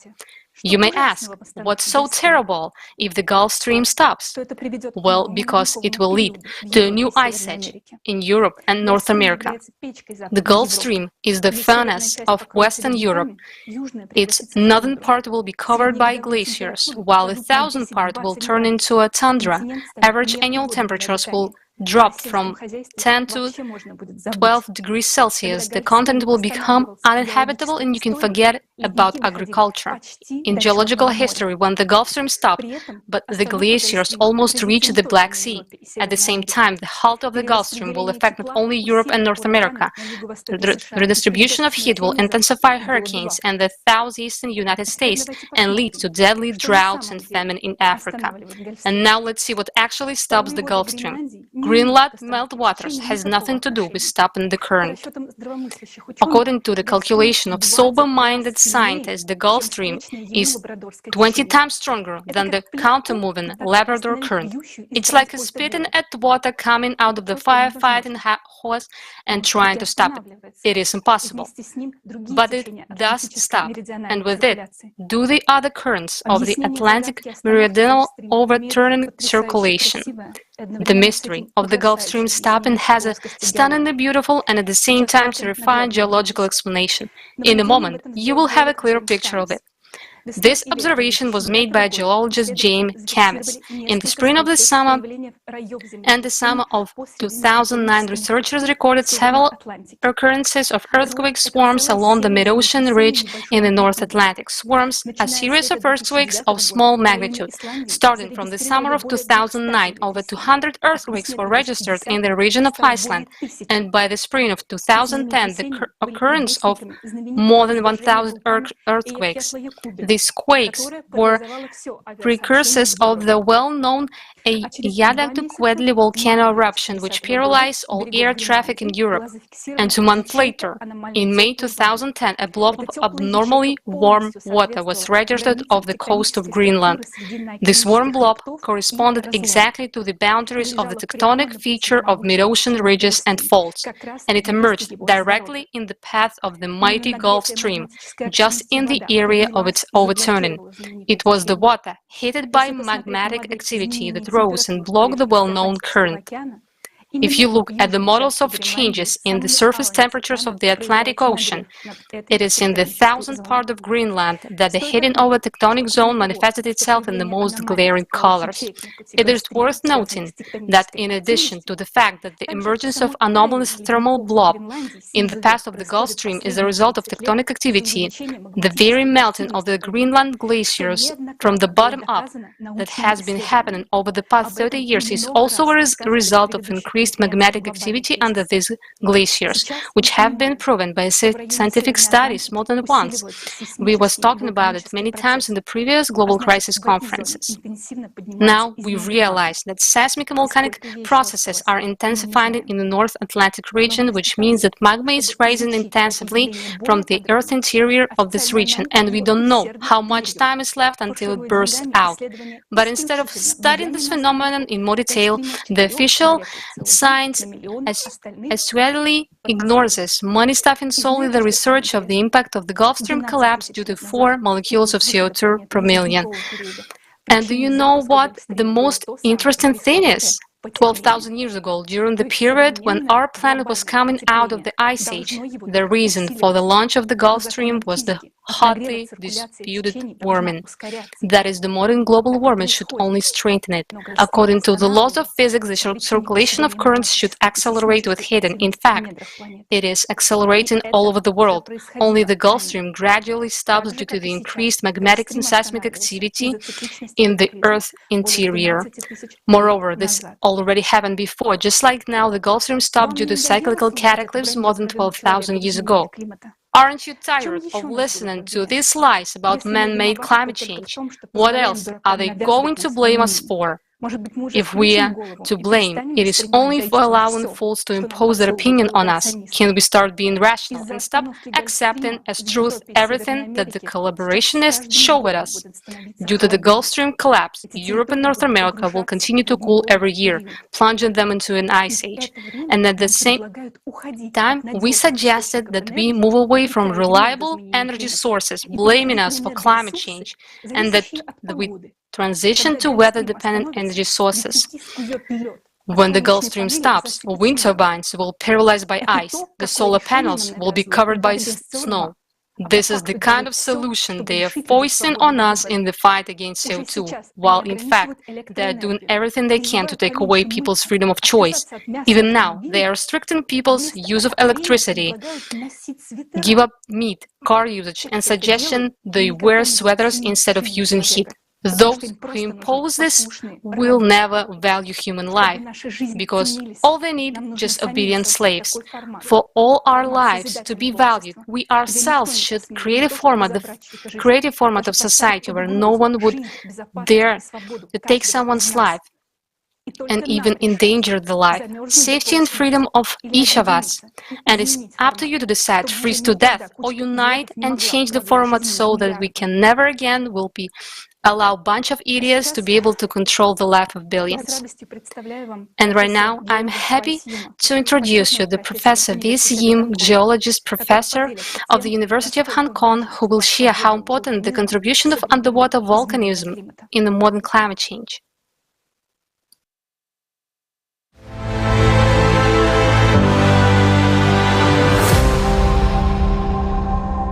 My name is V.S. Yim. I'm a retired professor from the Department of Earth Sciences, the University of Hong Kong. I taught there for 36 years until I retired. Then I took on part-time jobs in local universities to continue my teaching and research in Earth systems science, especially volcanism and climate change. And I let all these results point to the fact that we are missing something in terms of climate change, and that is the input of heat, geothermal heat from submarine volcanoes in warming the oceans.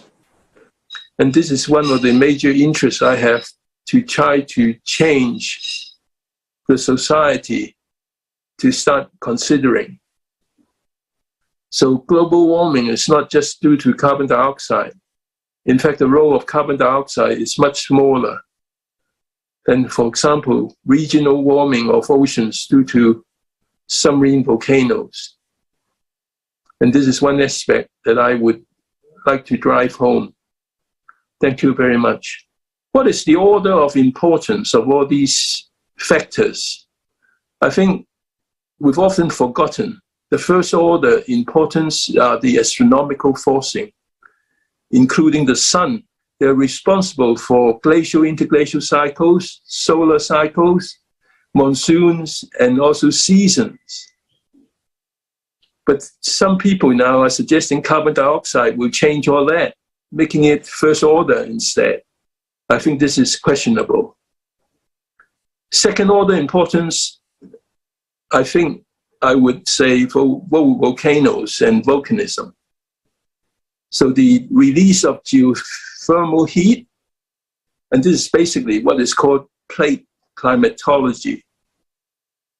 Hot magma, basaltic magma, may be up to 1,200 degrees Celsius, and it can cause the seawater, the surface seawater, to be warmed up, forming hot seawater patches. But underneath the ocean, you can see a submarine eruption switches on hot seawater.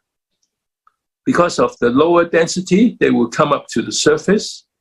So sea surface temperature will rise, and they may well interfere with the normal ocean circulation, which is driven by the sun. Circulation change will be obvious, and this will cause hot seawater patches to stay put for some time at different locations. Continental warming, severe weather events, including hurricanes and cyclones or even typhoons in this part of the world, will become more frequent. Some statistics on submarine volcanoes, total number must approach almost 1 million.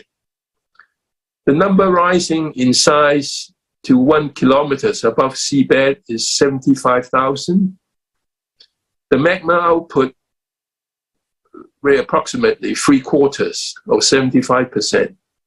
And the number of active volcanoes, about 5,000. So they all release heat, geothermal heat, changing the normal ocean circulation. My conclusions. Volcanism is an underestimated natural cause of ocean heat waves. Right? So it's a regional cause, not a global cause. All 4 cases of regional ocean heat waves were caused mainly by the release of geothermal heat. Man-made carbon dioxide from fossils are not responsible, as far as we can tell, for these ocean heat waves.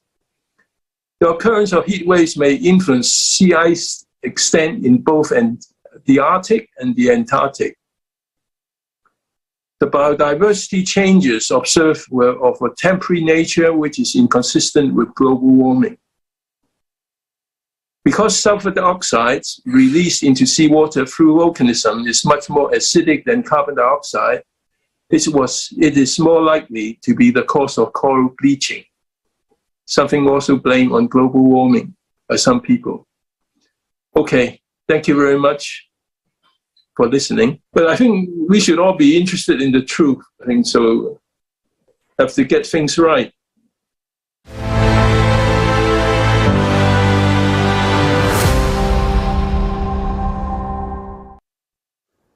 Thanks to true scientists like Professor Yim, it is becoming known that the ocean is warming for natural reasons. Many scientists understand this, but are simply afraid to openly speak up, and even less of them to study because of the climate inquisition, this insane witch hunt and bullying that goes around.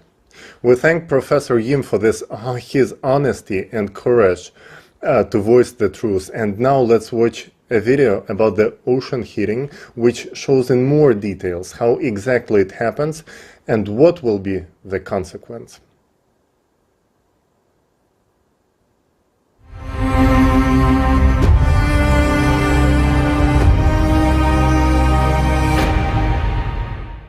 Welcome to the forum here on May 7th. I'm happy to present the results of my research as it relates to global climate change. My name is Art Federico, and I'd like to introduce you to some of the research that I've been doing on climate change. And my most recent paper on the subject has been 1995, an important inflection point in recent geophysical history. And the paper builds upon previous research. I've done looking changes in underwater seismic activity. The ocean is the source of life for the entire planet, and for us, humans. Thanks to the functioning of the ocean, we can live, but it ceases to be the source of life. It is about to become the source of our death.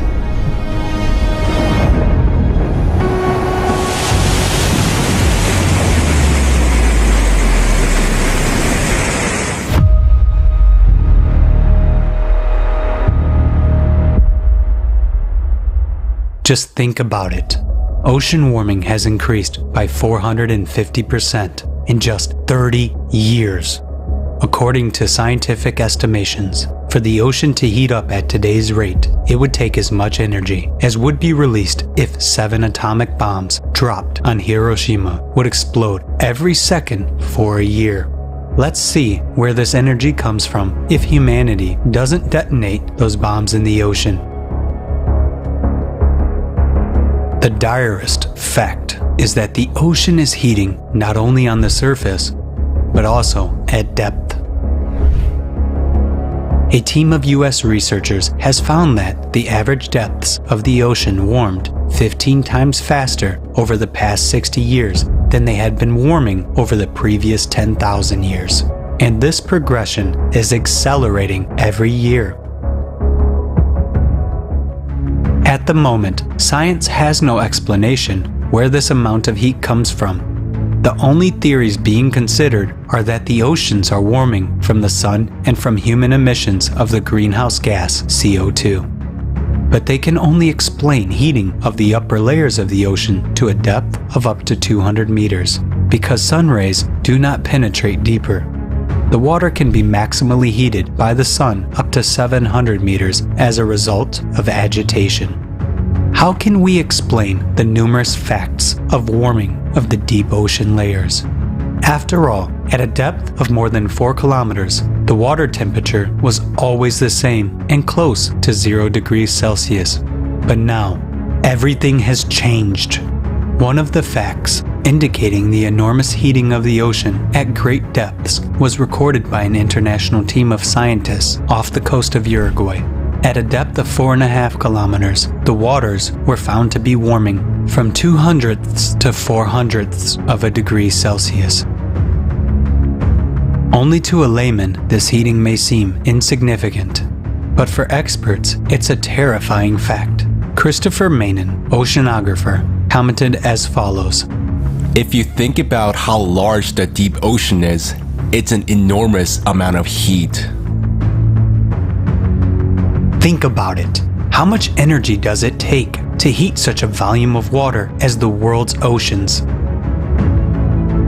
That would require a colossal heat source. The energy required to heat it equals the energy of all the nuclear reserves on Earth multiplied by 3.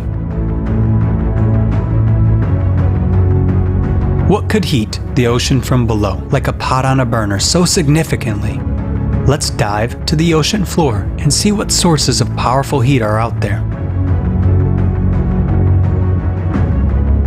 As we plunge, we discover giant mountains at the bottom. Volcanoes. 75% of all Earth eruptions occur from underwater volcanoes. Previously, it was considered that underwater eruptions occur with a gradual outpouring of lava, while explosive eruptions are impossible because of the pressure of the water column. And thus, it was assumed that underwater volcanoes could not heat the water column. The outflowing lava would freeze almost immediately. However, recent research is changing our understanding of the mechanism of underwater eruptions. What is the mechanism of such an eruption? The pressure of the magma ranges from 10 to 30,000 bars.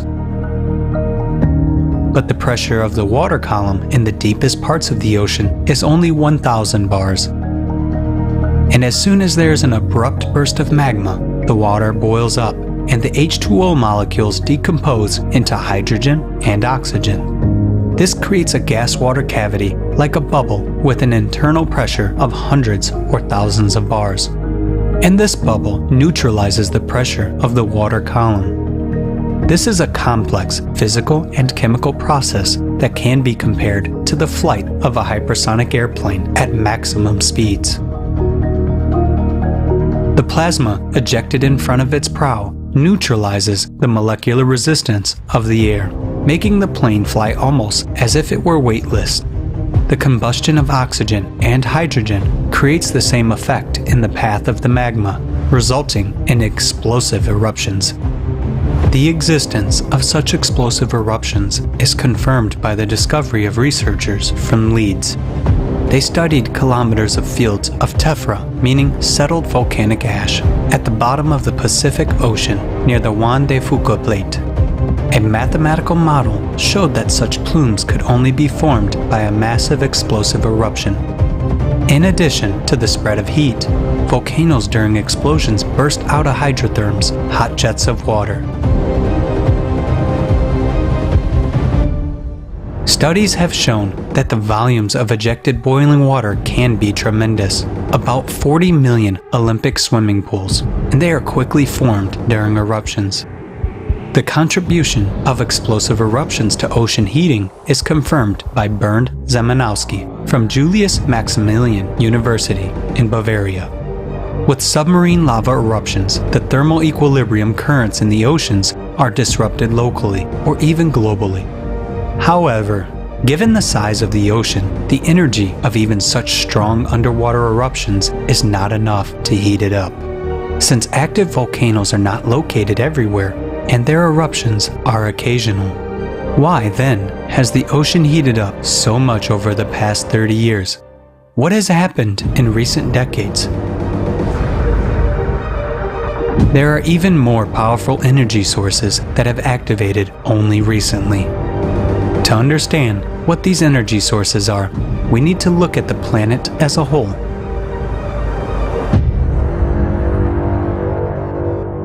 For the past few decades, Earth has been entering a phase of cyclical cataclysms with a period of 12,000 years. In 1998, a jump in the Earth's core was registered. The displacement of the center of mass causes a jump-like acceleration of the planet's rotation and an increase in centrifugal forces. As a result, magma rises sharply from the depths, in which a cavitation effect occurs due to pressure release. Because of this, magma boils and expands in volume. Its pressure on the Earth's crust increases. The expansion of magma pushes the Earth's crust apart, causes the number of cracks in it to grow rapidly, and increases volcanic and seismic activity throughout the planet. Due to the fact that the oceanic crust is thinner, it is more vulnerable to the onslaught of rising boiling magma. This uplifts the Earth's crust, causing it to crack and break, and magma rushes into the resulting cavities, rising higher and higher to the surface. This is happening in a broad front all over the ocean floor. the ocean is warming, and this disaster will only intensify.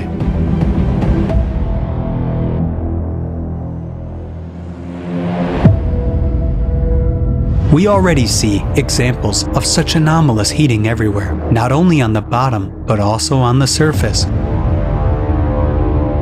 At the end of 2013, a huge area of unusually warm ocean water, about 1/3 the size of the United States, formed in the Gulf of Alaska and began to spread. The water temperature in many places exceeded the norm by 5 to 6 degrees Celsius. Nick Bond, state climatologist for Washington, named this phenomenon the blob, similar to the sci-fi horror movie of the same name. In 2 years, the blob more than doubled its size and stretched by more than 4 million square kilometers of ocean from Mexico to Alaska. Near the coast of Newport, NOAA experts recorded this blob in September 2014 with a 7 degrees Celsius temperature rise in just 1 hour. Oceanographer Shell Gentleman commented on this event. I know that area really well, and 7 degrees is a huge jump. It wasn't due to normal daily heating, and that warm water was from the blob. Nothing like this has been recorded by climatologists in the entire history of observations. This abnormally warm mass of water, unprecedented in its scale and duration, has existed for several years and led to the death and migration of a huge number of marine life. National Geographic dubbed it the blob that cooked the Pacific.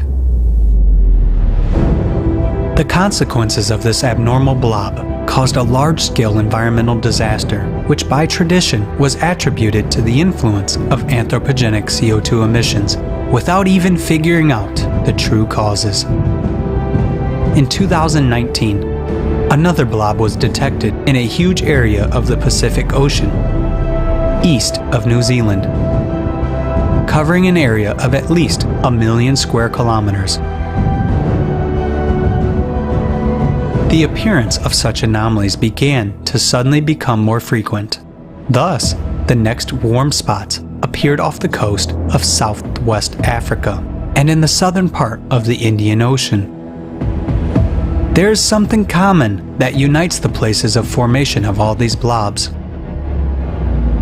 These are geologically active regions with a young, thin crust, with active underwater volcanoes, cracks, and deep crustal fractures. These are places of the most active output of hot and fluid magma. But the factors of magma uplift are not taken into account in the explanation of the causes of ocean heating by the worshippers of carbon dioxide fighting. Those collaborationists show their utmost incompetence. They don't care about the fact that very soon we are all going to die, including themselves. They ignore and do not even look at the factors of underwater volcanism, and they do not want to include them in the models, not to mention the study of ubiquitous magma uplift. After all, the impact of ocean heating on the climate is enormous. The ocean contains 1,000 times more heat than the overlying atmosphere. The ocean is called the kitchen of weather. The warming of its waters already enhances catastrophic typhoons and hurricanes, which annually claim thousands of human lives. According to Professor Alexandra Zhigalin, atmospheric vortices receive additional heat from underwater thermal emissions in the area of the Japanese tectonic zone, as far as Kamchatka. Now, we see the typhoons moving further north and their ever-increasing destructive power. Let's recall Typhoon Rai in the Philippines in December 2021. It was the most devastating typhoon in the region in the last year. And beyond that, their power will only increase, and their destructive capacity will become more and more significant. The unprecedented heating of the ocean suggests that the ocean is already exhausting its ability to contain the energy trying to escape from the bowels of the earth. And when magma reaches the denser and thicker rocks of the continental crust, which on average is 2 to 3 times thicker than the oceanic crust. Then, the processes of cascading eruptions of land volcanoes will begin, and it will be too late to stop this process or to seek salvation.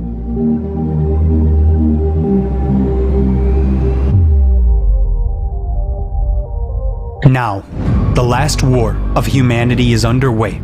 The danger level is red.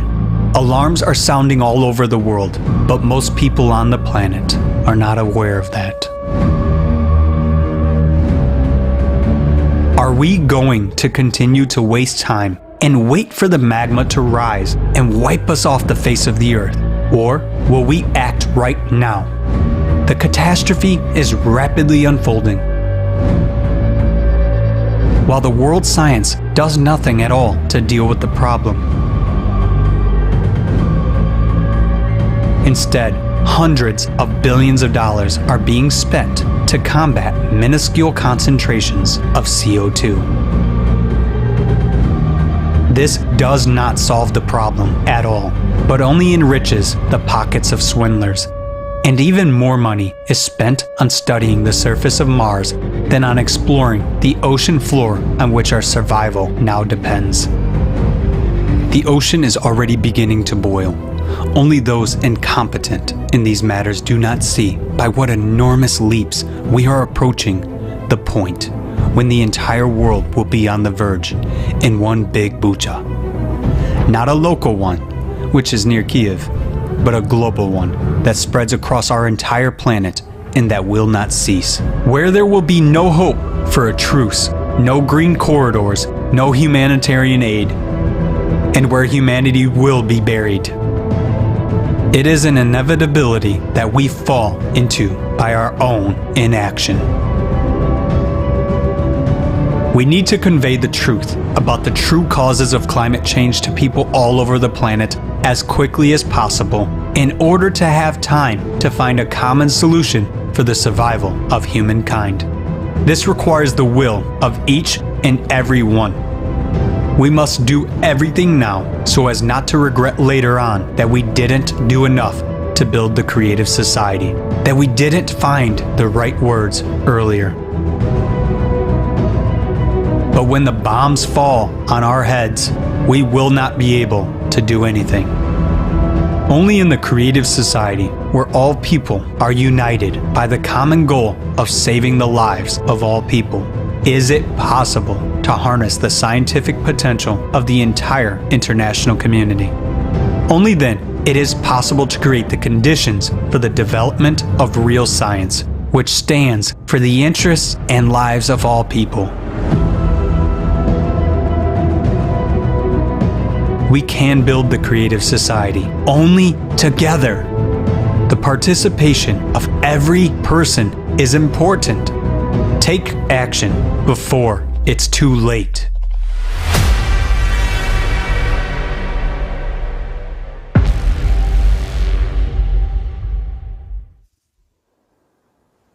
Obviously, we will not be able to cool the ocean, especially by stopping human emissions of carbon dioxide. The heating of the ocean is a consequence of the processes inside of the Earth. Professor Vitorito came to this conclusion. He showed a correlation between earthquakes on the ocean floor and rising atmospheric temperatures. Despite pressure from collaborators, he continues his research. Our team is conducting joint research with Professor Vitorito. We gathered evidence and data to support climate change caused by natural factors. Understanding the common purpose and importance of the creative society has led to collaboration and working together to study the natural factors of climate change. This is not just a science project for our entire team, but a really inspiring collaboration because we all understand the importance of building the creative society and bringing scientists together. Let's hear from Professor Vitorito himself next.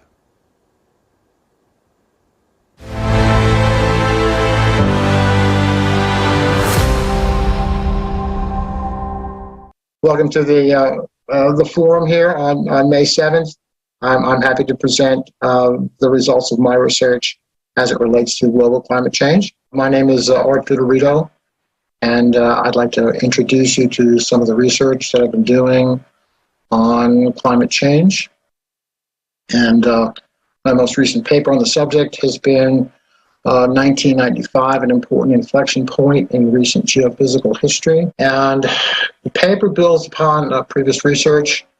I've done linking changes in underwater seismic activity and global temperatures in a 2016 paper titled The Correlation of Seismic Activity and Recent Global Warming.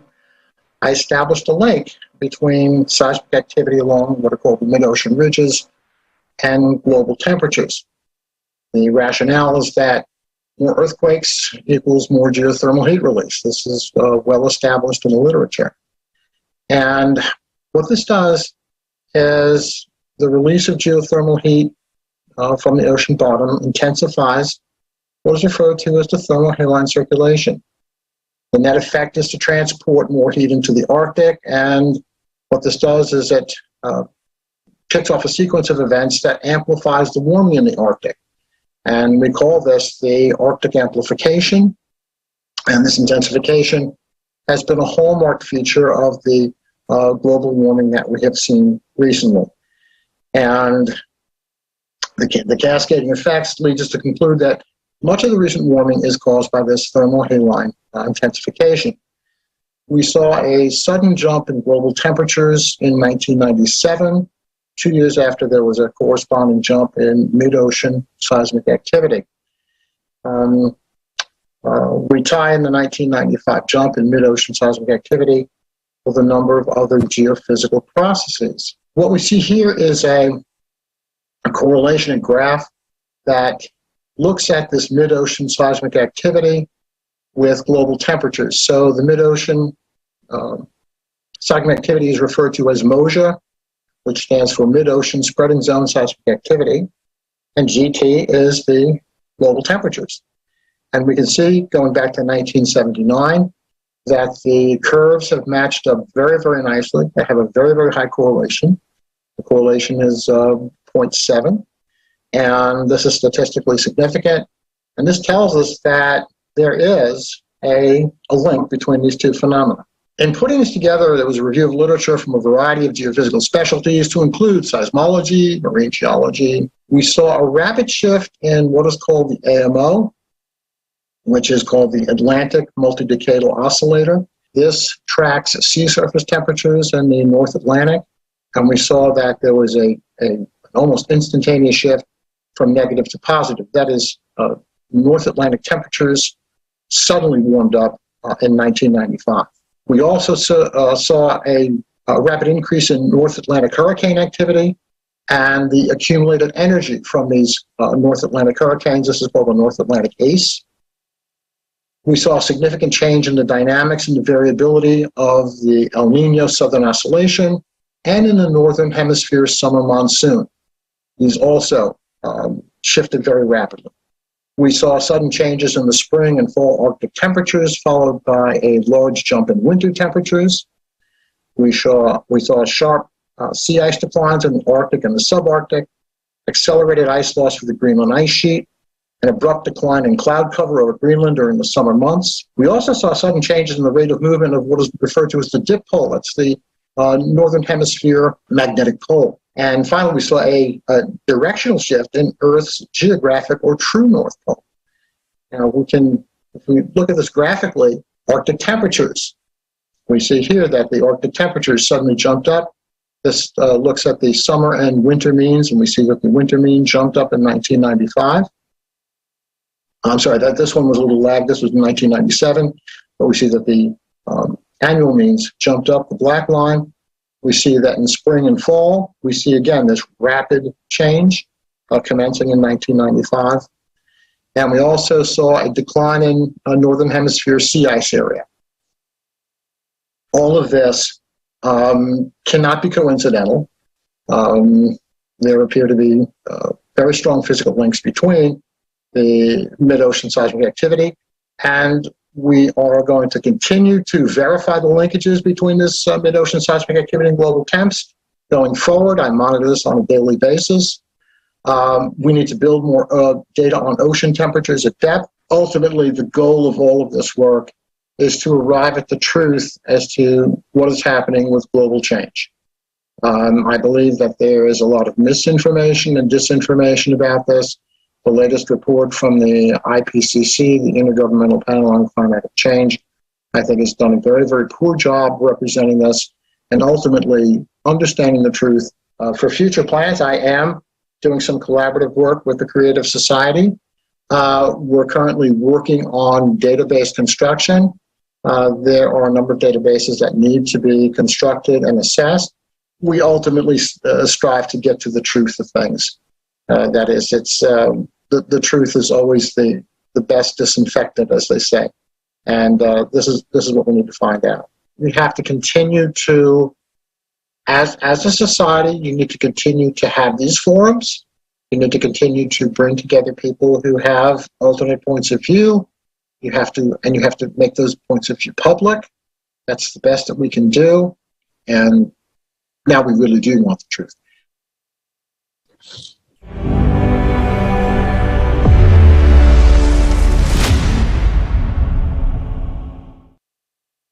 Again, we would like to express our sincere gratitude to Dr. Vitorino for his dedication to finding the truth and for providing facts and evidence concerning what is occurring on our planet.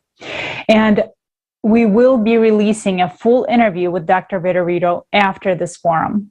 And now I would like to remind our viewers that an independent platform has been launched by volunteers of the Creative Society Project from 180 countries with the support of scientists, researchers, professionals, and experts in order to unite the scientific potential with a single goal of identifying the true causes of climate change that are not related to human activity and providing these facts to the general public.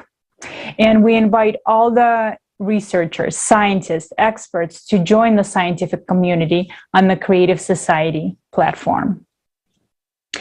And now I would like to pass the word to independent researchers who have created their own channel that's called Grand Solar Minimum. And now let's hear from Jake and Mary.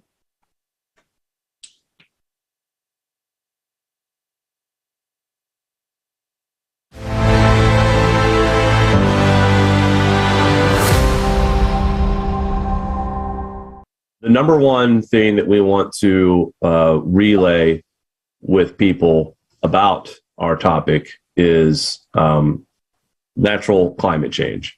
And a lot of people don't see these kinds of graphs and charts posted around anywhere, Twitter, Facebook, because the mainstream media bores us and fills us with that hockey stick temperature graph and how we're having runaway global warming. I believe that we have just experienced a brief modern warming period. And I think since 2016, just based on how we have correlated things with solar activity, we feel like that we are indeed cooling. This is a graph of the last 400 years of sunspot activity. You can see on the left side the Maunder minimum, which was a deep grand solar minimum. Now, so our thinking is that we are going to see a Maunder minimum type grand solar minimum here in the next 3 to 5 decades because of, you can see clearly here on this scale where we are in the next solar cycles. And it's obvious that the declination forecast. Right. It's a forecast. Now, what does that mean? Sunspots, low and high. It's being correlated that when we see lower solar activity, lower sunspots, usually we can correlate empirical data and show you higher cosmic radiation dosage rates that lead to cloud nucleation that combine with other particulates in the atmosphere, water vapor, And the cosmic rays, the highly charged particles are considered like steroids for the water vapor. The reason why it's such a big deal and it's such an important part to the research of solar forcing is that of the cloud theory. Heinrich Finsmark, Jasper Kirksby have done lots of peer-reviewed work that involves cosmic radiation and cloud nucleation. So that's why we see these big rain events where we get 24 hours of, like a month's worth of rain in 24 hours or 22 feet of snow that Japan has seen. That is because of how much cosmic radiation is in our atmosphere. Due to the sun being weaker, that also weakens our magnetic field and allows more cosmic radiation to come into our atmosphere. So when we see all these headlines about these flooding events and the big snows and everybody's blaming man-made climate change on this, it insults me. I feel like that mainstream media is hijacking something that is absolutely happening, but it's happening because of the sun. And the sun also, we also believed in this research that the sun does have a lot of correlation with seismic activity. The lower the solar activity appears to be when we see the strongest seismic activity. Our sun is still weak. And with the weak sun also means a weak magnetic field, allowing more particles to bombard the atmosphere. And cosmic rays, as you know, penetrates to the core of Earth, which I believe therefore triggers the volcanoes and the earthquakes, which emit the most CO2 than anything on this planet. I think the magnetosphere is going to continue to get even weaker as we get into 2030 and 2040, which will definitely see more of an uptick in earthquake activity, volcanic activity, because of cosmic radiation coming in because of our weak magnetosphere. And that's my biggest concern too, is when we see the cooling in the 2030s and all these Green New Deal policies that these governments are trying to implement on trying to save the planet, by the time we get to the 2030s, we will be cooler globally. We will see more ice. We will see more snow. And the world governments are going to celebrate, we did it. We stopped global warming. Our laws and taxes and increased pricing and telling you what to do changed the climate. And that's going to open the door for anything the government wants to do to its world population. Governments want to stick out their chests and say, I'm going to save you all from disaster and climate change. And it's time we wake these people up, because we're going to get resources taken away from us when we need them the most. When it comes to heating your home or getting yourself power, or even just the ability to drive a car anymore. I'm a mother. I have kids. And the messaging, like in the school systems, the indoctrination that it's CO2, it's your fault, and the kids don't really conceptually grasp that. And they're not presented natural cycles, which just boggles my mind. Or natural cycles aren't a consideration of big climate change. It's all, one perspective of man-made. And, I would love to see these school systems sort of have a broader, universal view. So we're not terrorizing our children. What I've seen kids online, they're terrorized. Like, it's like, what future do I have anyway? It's like a hopeless situation we're narrating to our children, and we're not inspiring them to innovate. And I feel like that our school systems are indoctrinating our children into scaring us into making us believe that we're causing this and we can do something to stop it. We can't stop it, but we sure can thrive in it. We can find ways to do that better. We have to get the message out. And the powers that be don't like putting out messages like ours with natural climates. We were actually demonetized from Google for sharing harmful and dangerous content, is what they said. Because we talked about natural cycles, we talked about volcanic and earthquakes being all associated with the sun, and we were labeled as dangerous and harmful. Well, they said specifically, they sent me a letter that we've been demonetized off our website and our videos because we go against the authoritative consensus. So and we're talking about the sun and natural cycles. It just seems insane and totally disconnected from human reality. It goes to by discussing it like we're doing right now in forums and topics, they're going to hear it. And if they keep hearing it, it's going to sink in. So you're right. The best way to get the message out is continuing to have these forums that you guys host and just continuing to put out as much content as much as possible on platforms. I mean, you guys volunteer, we're volunteering too. And it's, again, it's not for notoriety. It's not for famous. It's not for income.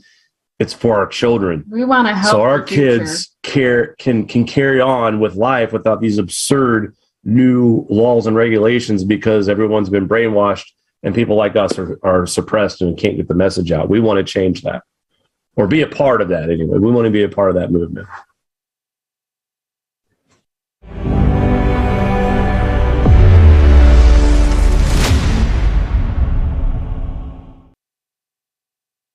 Thank you, Jake. Thank you, Mary. Thank you for coming on this forum. We really appreciate having you here with us.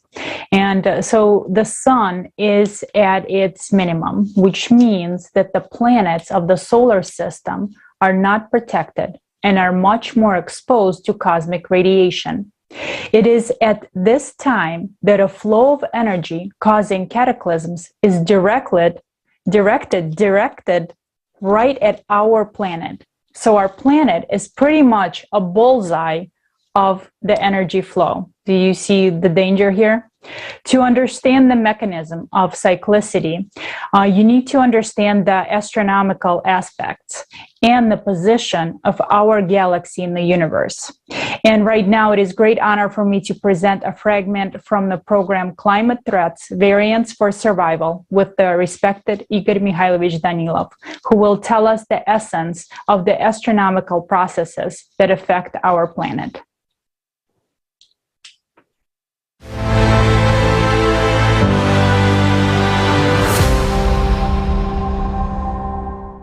Igor Mikhailovich, you said that we're entering the 24,000-year cycle, and the consequences of entering this phase are much more complicated than in the case if humanity would enter a 12,000-year cycle. They're certainly worse. In what way? What explains this? Well, we actually explained it more than once, but let's explain one more time. Let's try to explain in a simple and understandable way. Well, let's try to explain in an abstract way. Just imagine, let's say, a clock dial. This clock dial is our galaxy. Above it, there is the entire universe, a major part of it. Well, below, there are already galaxies. Well, they're towards the edge of the universe, so to say. And there is 12 o'clock and 6 o'clock on the dial. 12 o'clock is located towards the universe, whereas 6 o'clock is located towards the edge of the universe. What is a cycle? And here there should be an understanding. A cycle is when our galaxy, during its rotation, while it constantly rotates, so the cycle of its rotation is exactly 24,000 years. Thus, it is exposed to radiation twice, in other words, from outer space, from the universe, from galaxies. There is, let's say, such a ray of light, like a laser, just to make it clear, which simply shines. It shines not just on our galaxy, but on other galaxies as well. Aggregation and addition take place. And it's a very harsh interaction. It's not the light, it is something a little bit different. Energy. Right, it's a flow of energy that is formed by means of two lenses. Never mind, let's not delve into this. It's not an astrophysics class now. Yet, this hard radiation, when we get into a gravitational interaction, into a strongly pronounced interaction with the universe, with masses of galaxies along one line, let's say, we get onto this line twice during the period of rotation. When we get to the point of 6 o'clock, it's a 12,000-year cycle. Then, our entire galaxy is above us. And numerous planets take this hit. But when we get into this radiation, and at that time we are at 12 o'clock, it turns out that we are on the front line. After all, our planet is in the Sophora arm, well, in the arm of our galaxy. The planet is situated nearly at the edge of the arm. So it turns out that nothing protects us. And just like many other solar systems, we are actually a shield for our galaxy, for all planets and systems located below. Therefore, a much stronger impact takes place than when we are at the point of 6 o'clock, meaning when we rotate. Let's say these interactions that take place, many people will come up with a question, how is that? It is clear that the galaxy rotates. Does it constantly occur or what? Well, the galaxy doesn't just rotate on its own, but there is also spiral movement of the galaxy itself in space, not only on its axis, but additionally. And so, getting into this cycle, when all this is combined, here we are exposed to this kind of process of interaction, so to say. Why is it not so dangerous at the other time? Because at other moments during 12,000 years, this impact occurs along a tangent line, meaning along a slanting line. There is no direct radiation. Here I can explain using the sun as an example. This will be very clear and illustrative. Why in the middle of summer, when it is hot and the sun is at its zenith, do our days become the hottest? Why? There is a straight ray. Or the sun begins to set, or autumn comes, for instance, or it is winter.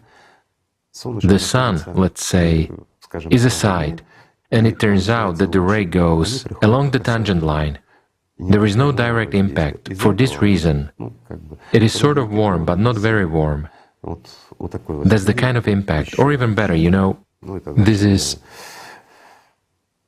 for a totally simplified understanding. Let's imagine a bullet that flies out of a gun is flying strictly horizontally, and there is a target that is located strictly vertically, so the bullet hits it precisely. And here naturally, if the material is not quite solid, the speed is sufficient and the hardness of the bullet is sufficient, then it breaks through this material. But it's enough to only change the angle of our target for the bullet to deflect upon contact. In other words, the target is no longer placed strictly vertically, but at an angle. So when hitting the target, the bullet will be deflected. The same is here. At 12,000 years, there is a reflection of these rays, and it doesn't cause us major harm. But when there is a direct impact, that's when the trouble begins.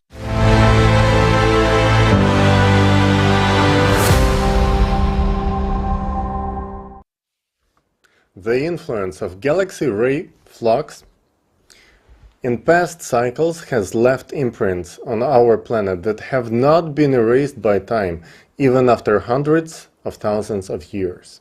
A team of Creative Society researchers has pieced them together and provided evidence of climate change triggered by the cyclical process. Next, let's watch the continuation of film on cyclicity.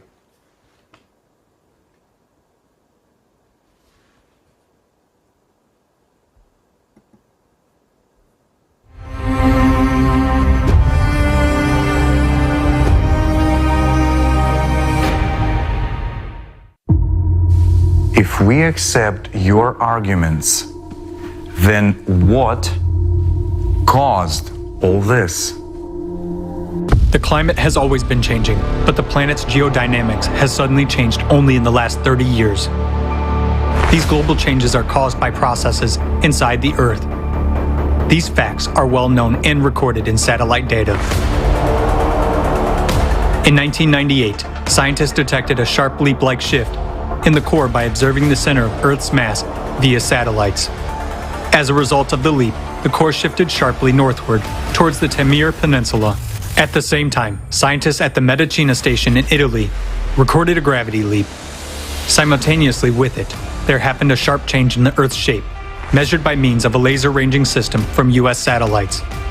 The planet began to abnormally expand in the area of the equator, although earlier the trend was the opposite.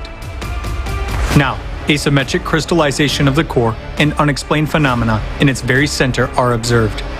Due to displacement of the core, the planet's rotation accelerates and its centrifugal force is growing. For this reason, magma sources in the mantle began to sharply rise to the surface, undermining and heating the lithosphere from the inside. Consequently, magma rising in the area of lower pressure expands in volume and boils up. Its pressure on the Earth's crust increases.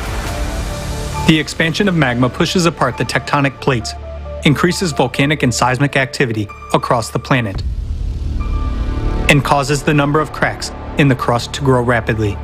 Through these cracks, water from the surface escapes deep into the crust. The thin oceanic crust is ruptured by magma, causing the ocean to heat up at the bottom.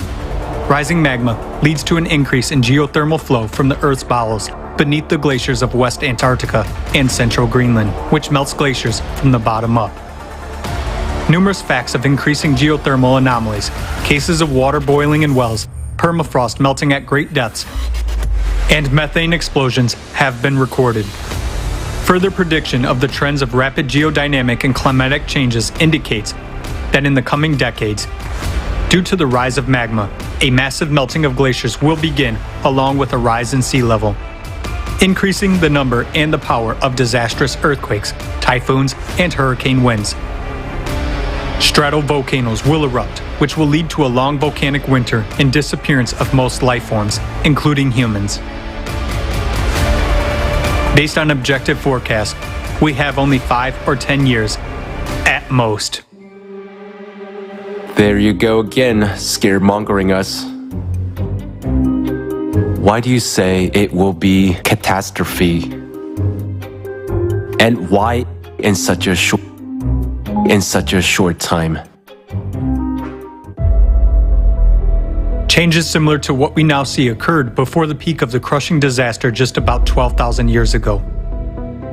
Those events are called the Ellard Oscillation and the Younger Dryas glaciation that followed.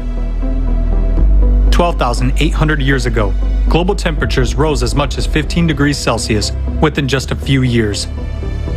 Most of the ice sheet suddenly melted, and the Earth emerged from a full ice age. At that time, there were extreme floods and other natural disasters, along with an intense sea level rise. The Gulf Stream stopped at that time, just as it is happening nowadays.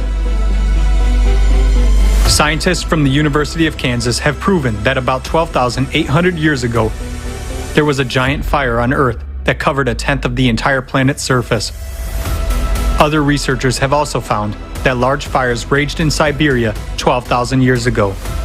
Similarly, nowadays there are more and more large-scale fires that cannot be extinguished.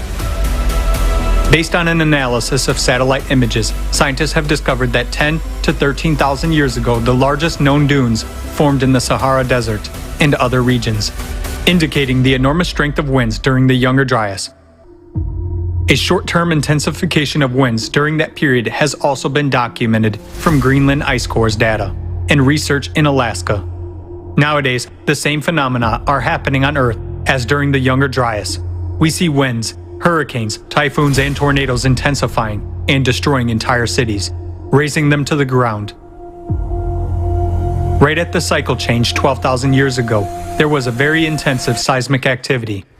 This is indicated by radiocarbon data, as well as paleographic reconstructions of the Younger Dryas.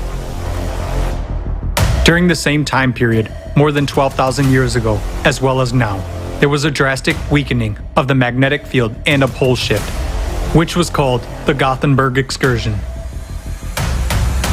The reason for all these abrupt changes was an abnormal magmatic activity caused by changes in the core.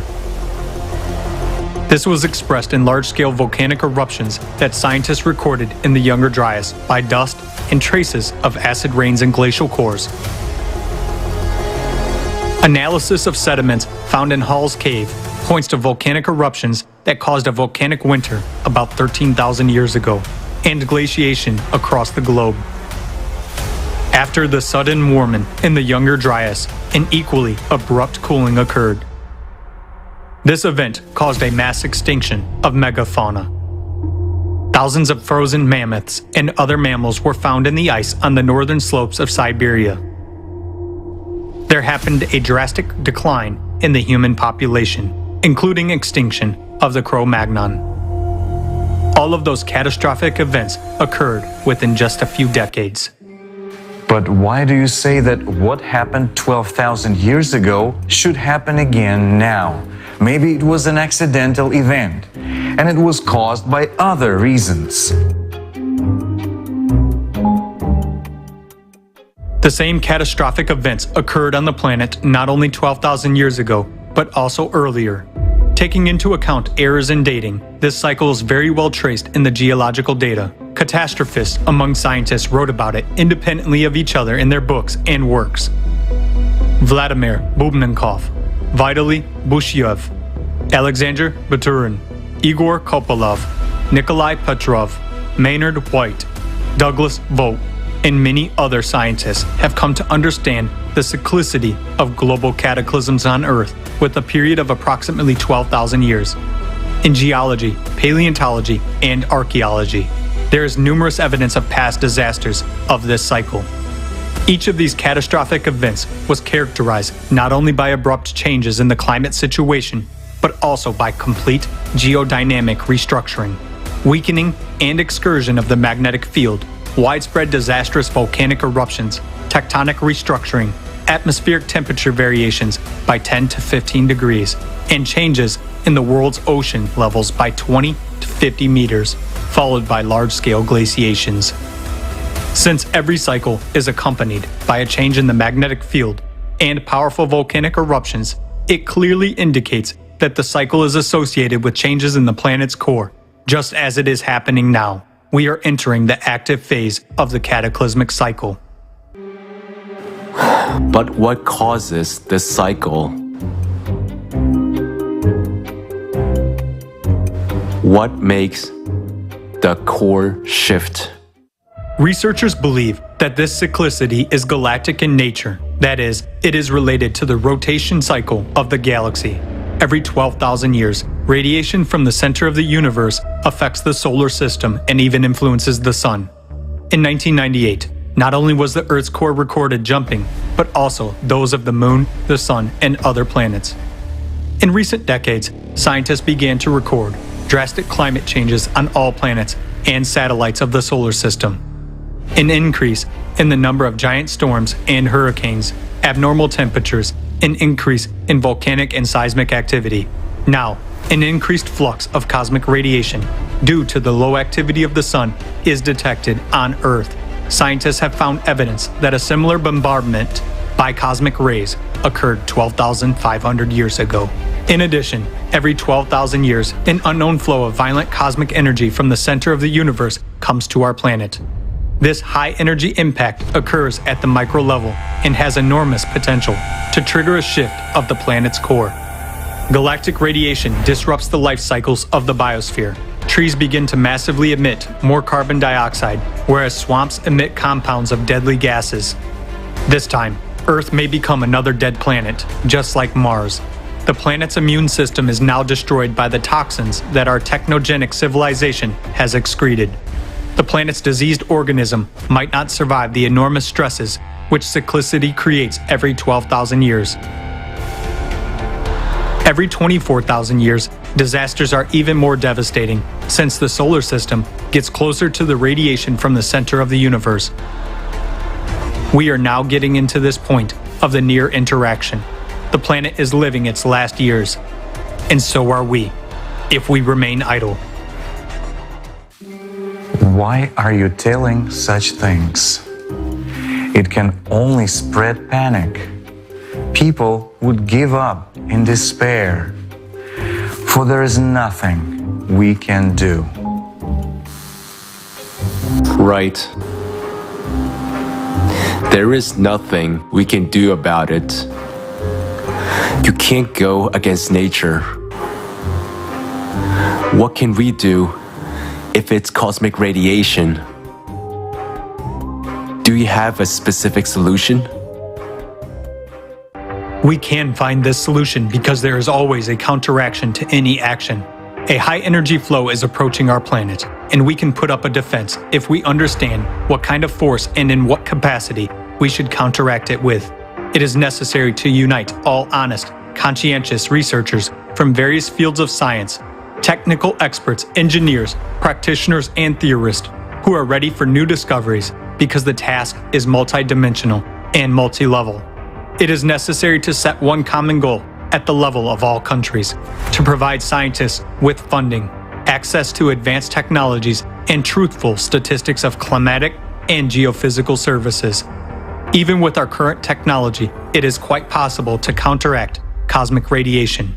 If the goal is one and society prioritizes preservation of civilization in every human life, then humanity will be able to find a solution on how to manage this high energy flow.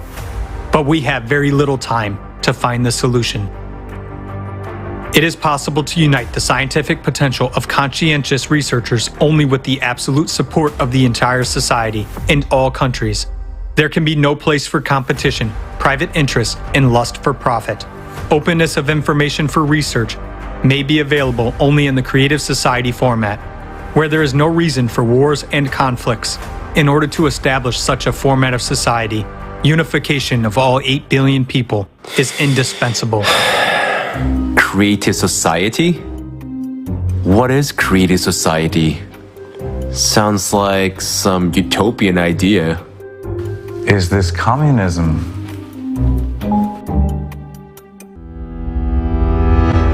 Creative society is a format of society where, not on paper, but in practice, the highest values are every person's life, freedom, safety, and well-being. It's a society where there is no power of one person over another, where people themselves make decisions on key issues without shifting responsibility to a few individuals. All conditions are created for the development of one's personal potential for the benefit of all people, and the whole society takes care of every person. It's a world without wars, poverty, violence, or power. Such a society is beneficial to everyone. Unlike communism, the creative format cannot be built by force or via a revolution. Creative society is an opportunity to peacefully bring our civilization to a new stage of evolution within the shortest time possible. All legal, economic, and social mechanisms are available for that. But this requires true unification of people. This doesn't mean uniting our wallets or refrigerators, but uniting based on the values of humaneness, kindness, mutual help, and respect. We are 99% of the planet's population. We want to live as human beings. People all over the world are already uniting and acting to build the creative society. What can we do right now? What can I do? Where do I start? You can join the Creative Society platform that already exists. Invite your friends, scientists, and all thinking people. You can tell the truth about climate change and the way out honestly and without smoothing over the rough spots. Through mass media, you can spread information about what is really going on, not to sow panic or fear, but to share the solution. People do not want to hear the truth because they are simply scared until they know there is a way out. Now, everything depends on each person, on you, my friend. Right now, you can tell all your friends, acquaintances, and relatives about what you learned and understood at the forum. Global crisis. We are people. We want to live. We should act now, while we still have time, so that we don't painfully regret later for not finding the right words and not being able to warn about the trouble. Creative Society is not a political or commercial organization. It's an association of ordinary people from all over the world who, despite any circumstance, act to save all of humanity. These are true heroes, just like you. Join us. We can do anything together with you. Look here.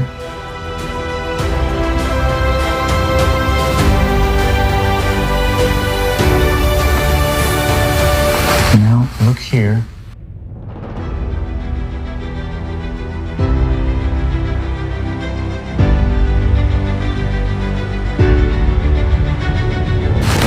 We can do this. It's realistic. Yes, of course. I'm calling the director of the Institute of Volcanology. Good idea.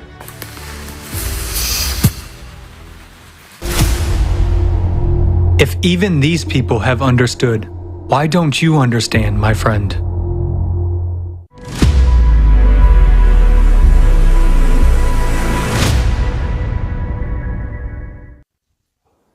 Isn't it so, friends, if even these two scientists could get along, then why cannot we? Why cannot we start taking action today to make sure that we can live safely tomorrow? And the action starts from very simple steps. Sharing the information, because only notified people who know what is happening can make decisions, can influence our future in the positive way. So share these links on your social media. Make sure everyone knows. Make your own video with understandings and send it to us on our website, creativesociety.com, on our email, and also post it on your Instagram, TikTok, Facebook, Twitter. That's the best thing you can do. And of course, join the Creative Society. Join volunteers who make this research, getting to know scientists from so many different fields and bringing together all the pieces of the puzzle of this picture of what is going on our Earth. And those who have been doing this already understand, and hopefully you too, that there are some very serious cataclysms ahead of us. And there is very little time left to prepare. Even now, it is necessary to understand in detail the cosmic impact, to know what are we dealing with and how can we counteract it. Jan Cora will tell us about the effects of intergalactic rays on our planet and what fundamental changes we are already seeing today. Jan will tell us about the danger of cosmic rays and the effect that they have on our planet. Please go ahead, Jan.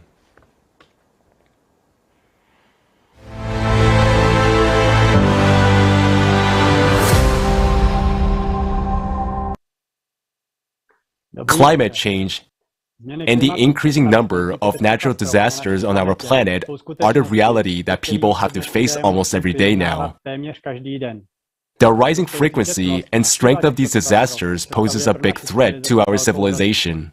And now, I want to provide the facts pointing to an influence that comes from outside of our solar system and triggers cyclical cataclysms every 12,000 years. The first fact is that in 1998, the satellite observation showed that there was a sudden change of movement of the Earth's center of mass towards the Taimyr Peninsula, resulting in observed significant changes in the Earth's rotational axis movement. This appears to be the consequence of the movement of the Earth's core. On the screen, you can see the speed of movement of the center of mass and its sudden change in 1998. On the right, you can see a corresponding change in the Earth axis precession. These significant changes in Earth's rotation lead to changes in centrifugal force, increase in volcanic activity, and earthquakes. It is noteworthy that since 1994, the movement of the Earth's magnetic pole has speeded up and is also moving towards Taimyr Peninsula. On the screen, you can see the movement of the Earth's magnetic North Pole. Since the Earth's magnetic field is expected to be generated by electric currents in the Earth's core, these two facts are related. That is, some invisible force caused the displacement of the planet's core and magnetic field. Something triggered this process. So far, we were speaking only about Earth. However, at the same time, there are observations of a sudden change in the position of the Moon. On the screen, you can see the lunar distance after removing known influences as measured by laser ranging. You can see that in 1997, there was a sudden jump. Climate changes have also been observed on other objects in the solar system. All this suggests that the influence is coming from outside the solar system. This influence must have enormous energy to cause such dramatic changes. This effect is taking place at the micro level through elementary particles. The changes happen here as well. The proton charge radius is a well-known physical constant. In 2010, another measurement of this constant was made. This measurement resulted in a value that is 4% lower than the original value, far beyond the measurement error of the previous measurements. Both subsequent measurements confirmed the new value of the constant, although there were also measurements confirming the old value. This discrepancy in the measured radius of charge of the proton is a mystery to scientists, and they have no good explanation for it yet. We want to point out that the underlying cause of this change and the changes in the Earth's core are the same. As insignificant as a 4% change in the radius of a charge of a proton may seem, imagine if the sun shrunk by 4%. The consequences for life on Earth would be catastrophic. The same goes for the proton charge radius. This constant affects the fundamental properties of atoms, such as the energy levels of electron orbitals, and as a result, the chemical properties of atoms. Thus, even a small change in this constant would affect the properties of hydrogen, which is one of the building blocks of life, and thus disrupt fine-tuned chemical processes within organisms. In the last 2 decades, various observatories have detected a variety of high-energy particles whose origin is not entirely clear. We believe that this is also a sign that the solar system has entered a cosmic ray jet of some kind. This radiation affects elementary particles and thus triggers destructive processes at the macro level, such as changes in the Earth's core. The response of plants to these changed conditions may be that CO2 production in the Brazilian rainforest is steadily increasing, while CO2 absorption is decreasing. That's why since 2013, these forests have become net producers of CO2. On the screen, in pictures C and D, you can see consumption and production of CO2 of rainforests. Picture B shows a resulting net CO2 consumption. We have presented the facts that point to an outside influence that is triggering the processes that threaten our survival on this planet. But we still need to fill in a lot of gaps to fully understand the nature of this influence. We need to bring together the potential scientists from many fields to research these processes so that we can counter them. We ask all scientists, especially quantum physicists, geophysicists, and astrophysicists, to join efforts in helping understand these external influences. Many lives are at stake, our entire civilization.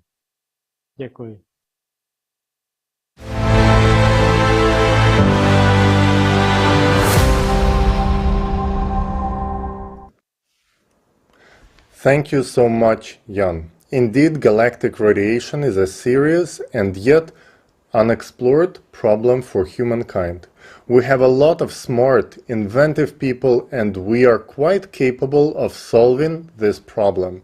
We suggest that you watch a fragment of a program with the esteemed Igor Mikhailovich Danilov about what opportunities do we have as a civilization.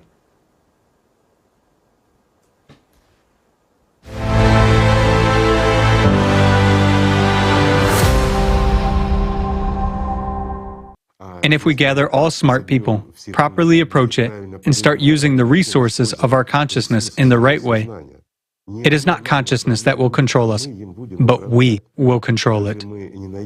Won't we? Find a solution to protect our planet.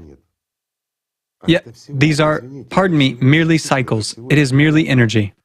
Yes, the cycles are destructive, but guys, it is energy. We can accumulate and redirect it. We can direct that which destroys us to creation. Isn't that right? After all, it is power. It doesn't matter what kind of power it is. It is uncontrollable. Therefore, it is chaotic.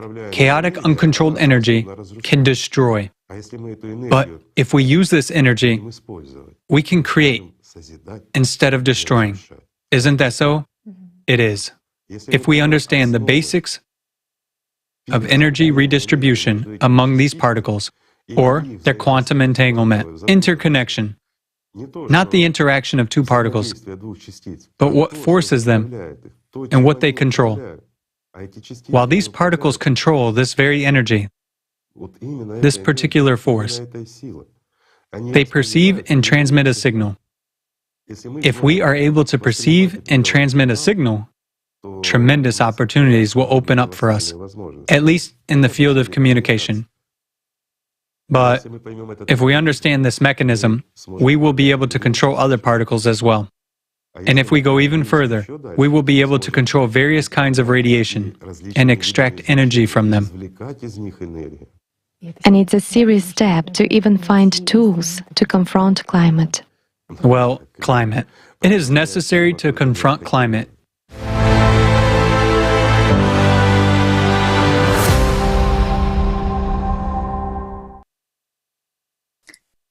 Спасибо огромное, уважаемому Игорю Михайловичу Данилову, за озвученную бесценную информацию. Huge thanks to esteemed Igor Mikhailovich Danilov for this precious information. Dear friends, you have many times heard today that the salvation against imminent catastrophe during 12,000-year cycle is unification of scientific potential. But this is possible only in a creative society. You might have a thought, how would this help at all? Is this solution? Why is it only possible to unite scientists in a creative society? You could just give a grant to solve this issue, but leave the consumeristic format. I will now explain in the clear terms why we can only find a solution in the creative society and why in the consumeristic format only death awaits us. Look at our world today. Countries are disunited, fighting and trying to hurt each other as much as possible. The most advanced laboratories and research are owned by military and therefore classified. The smartest people in the world are busy creating bombs and supersonic missiles to destroy us. Us, humanity, on the other side of the planet, more qualitatively. Satellites, instead of monitoring the climate, control the bomb flights. All countries hide from each other what are the real situation of climate change on their territories. And this happens at the time when in every country the earth is cracking under people's feet and magma is erupting, trying now to resolve the information about where there are supposedly stable, safe territories and where a supervolcano is about to burst. For the pseudo-safe territories, there will immediately be a war with we are managing to kill each other several times better than the climate, and soon there will be no safe territories on Earth at all. And what are doing those whom we used to call scientists? At this time, we have shifted the responsibility to them to think instead of us. Some people create bombs, others solve, shot the crap about the anthropogenic factor into us, while others judge their megalomania, sticking to the narrow territories.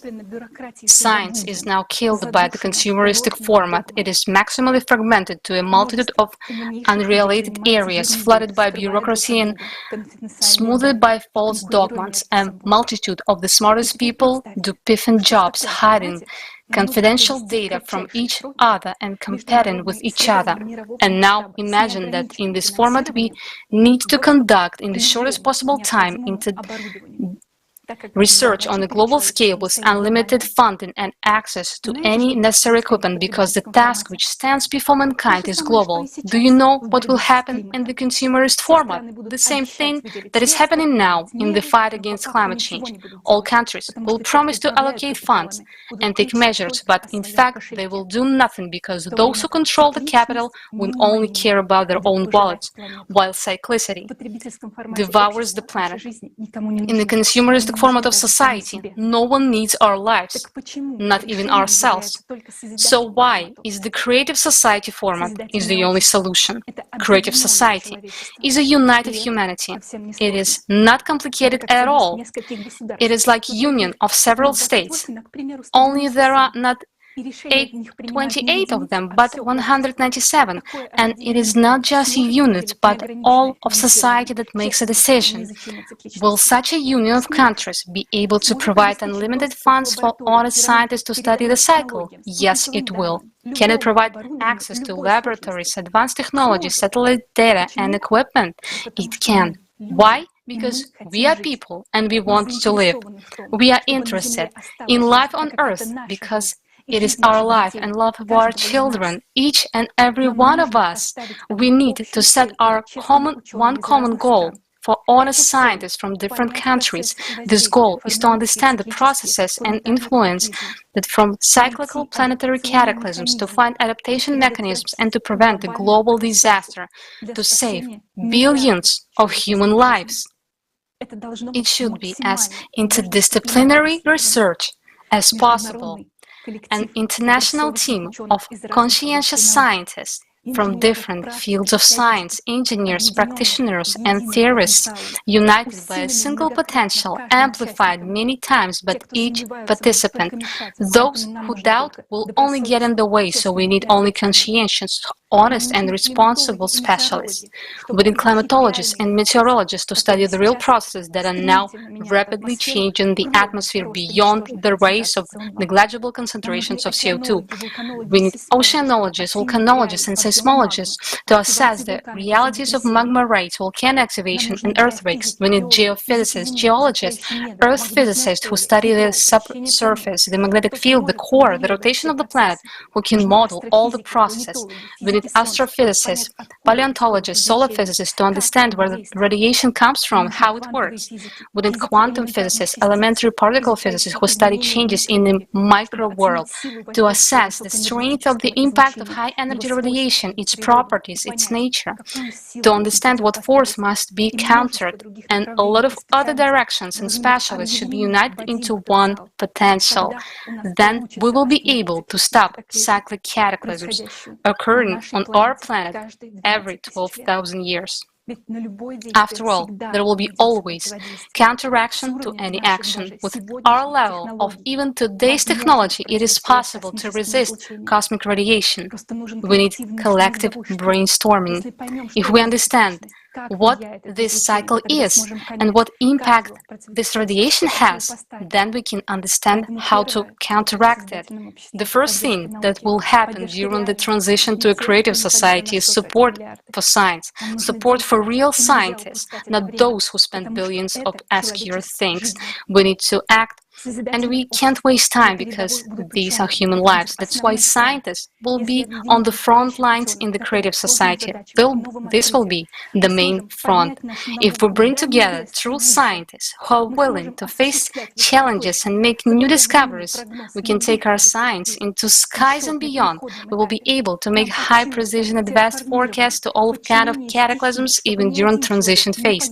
We will be capable of terraforming the elements so that no human lives are lost or left homeless. We will not only be able to study the cyclicity, but to get out of it forever for future generations of humankind, to learn to control those high energy radiation and direct them for peaceful purposes, providing mankind with free energy anywhere in the world. We will be able to explore outer space, fly to other galaxies, and discover new planets. Combined scientific potential can bring the level of human development of such heights which we can only now dream of. It is more than real, and all we have to do is to act. We need a united humanity. What does it mean to unite? It means to act towards one common goal. So, is there a more noble and unifying goal than building the creative society?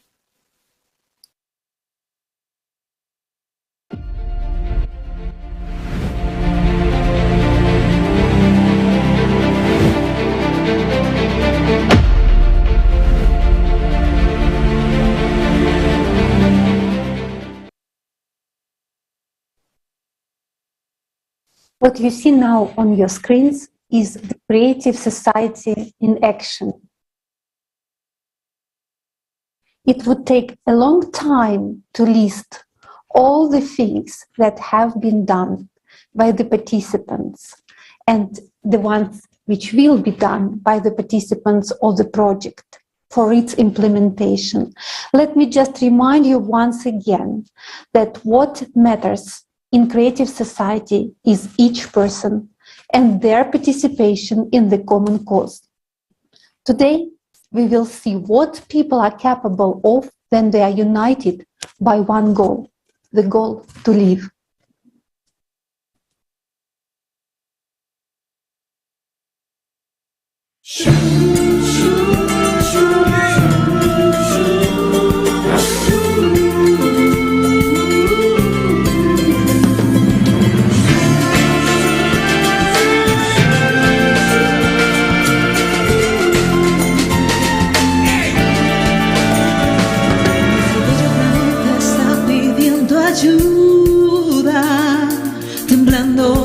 Ardiendo en llamas,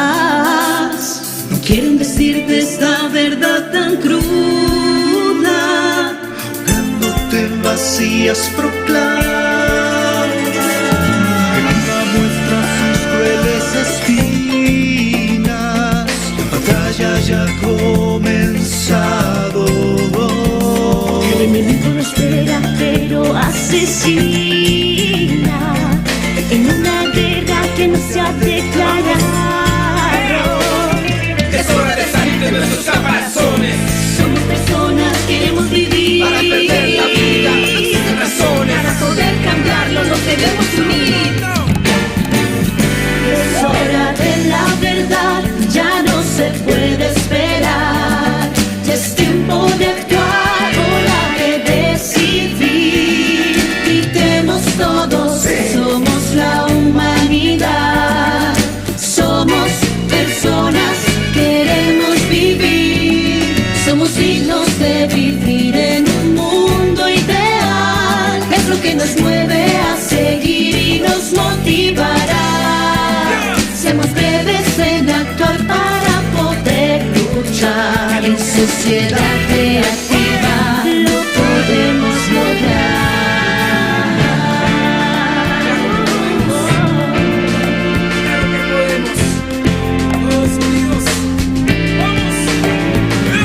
Ya esto está claro y no se puede esperar. Darle ventaja al que nos pueda matar. Lo que vale es tu opinión, no seas carne de cañón. Nuestra fuerza es la amistad, nuestra fuerza es la unión. El clima está matando a nuestro único enemigo. Eso podemos superarlo y lo haremos contigo. Con la fuerza de tu mano muestra al mundo tu actitud. Vamos por esa victoria. El héroe eres tú. Y no podemos salvar esto, aún no es el final. Tenemos la oportunidad de unir a nuestro potencial. Es hora de ser parte de una nueva sociedad. Todos unidos venceremos por toda la humanidad. Si obedecemos, nunca me llorarán tus días. Si no es nuestro enemigo, si nos quiere destruir. Y yo unido por lo mismo tuyo, sabe lo que te digo. Tío, formamos el destino tuyo del mismo camino. Es hora de la verdad, ya no se puede esperar. Ya es tiempo de actuar, hora de decidir. Gritemos todos, somos la humanidad. Somos personas, queremos vivir. Somos dignos de vivir en un mundo ideal. Es lo que nos mueve a seguir y nos motivará. Somos breves en actuar para poder luchar. En sociedad creativa. Sea de la verdad, ya no se puede esperar. Es tiempo de actuar, hora de decidir. Gritemos todos, somos la humanidad. Somos personas, queremos vivir. Somos dignos de vivir en un mundo ideal. Es lo que nos mueve a seguir y nos motivará. Somos breves en actuar para poder luchar. Sociedad creativa.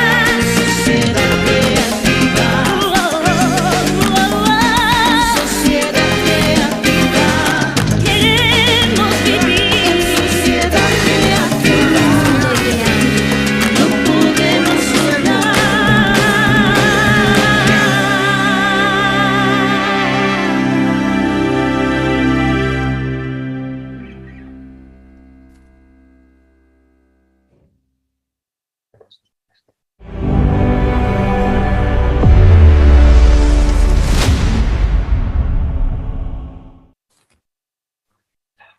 We express our gratitude to our partners around the world for their invaluable contribution to the future of humanity, for building the creative society. And let me remind you once again that all participants of the Creative Society projects are volunteers, people of goodwill, irrespective of their status, profession, personal and professional interests. They are first of all people who are ready to act for the sake of saving our civilization. The Creative Society project is open for sponsorship and informational support. Anyone who shares the views of the project can help and become its active participant.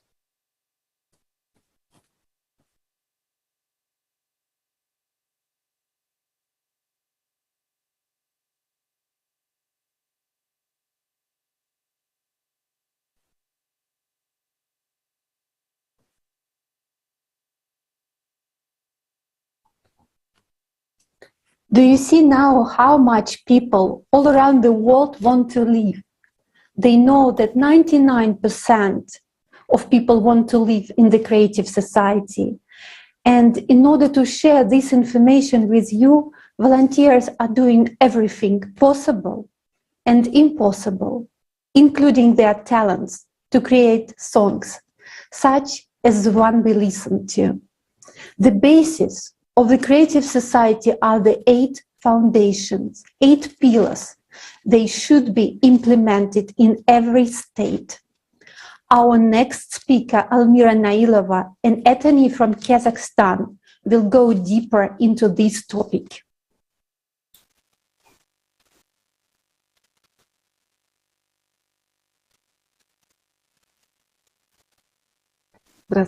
Hello. The facts presented at this forum confirm that the consumerist format of society is a threat to a human's life. But any normal person wants to live in a safe society without war and violence, with confidence in the future. The way people live in society depends on who makes the decisions. There are 2 variants. The first one is when only a few make decisions. And this is the existing consumerist format. But this is the format of inhumanity. This is the way to everybody's death. We have already seen this. The second option is when the decision about how people should live is made by all people. This is creative society. The creative society is a society which protects everyone's life, where power really belongs to the people. According to legal science, an integral part of any state is people. Without people, respectively, there is no state. So, the state is we, people. Society is we, people. If we look at the laws of any country, we see that in one form or another, power belongs to the people. We just need to start exercising our right to decide for ourselves what kind of society do we want to live in, a consumer society or a creative one. We, as people, now exercise our power through public opinion. What does public opinion mean? It is when all or most of us declare what we want or don't want. For example, when in 1999 in Bolivia, a few people in power decided that people should pay not only for water, but even for rain, the majority of people disagreed, and the decision was overturned. Another example, in 2009, a referendum was held in Iceland under the pressure of public opinion, where the people of Iceland refused to pay the debts of bankrupt banks. As we can see, the will of the people is a huge force in determining what kind of life you and I will have, and we all want a creative society. If we want something, we need to start actively expressing our opinion, thereby shaping public opinion. We need to form an electoral demand for building the creative society. That is why it is very important that you tell each and everyone, your families, friends, colleagues, and even strangers. In Kazakhstan, we actively wrote to politicians, civil servants, and deputies about the Creative Society project. And we received answers that our initiative to introduce the principles of the creative society in all aspects of society is supported.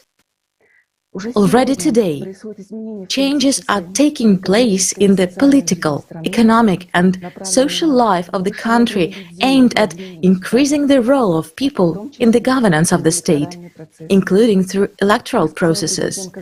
As the President of Kazakhstan said, electoral processes are necessary because people have simply stopped believing that their vote matters and is capable of changing life in the country country for the better.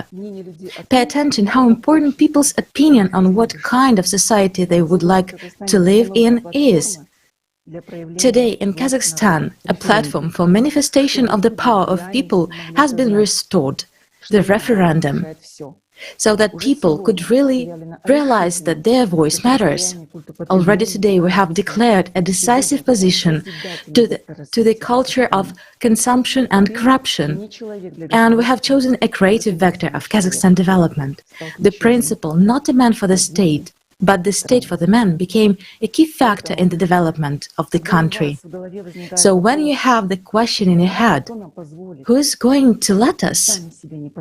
It is us who make it impossible by our doubts, fears, inaction and indifference to the way we live our lives.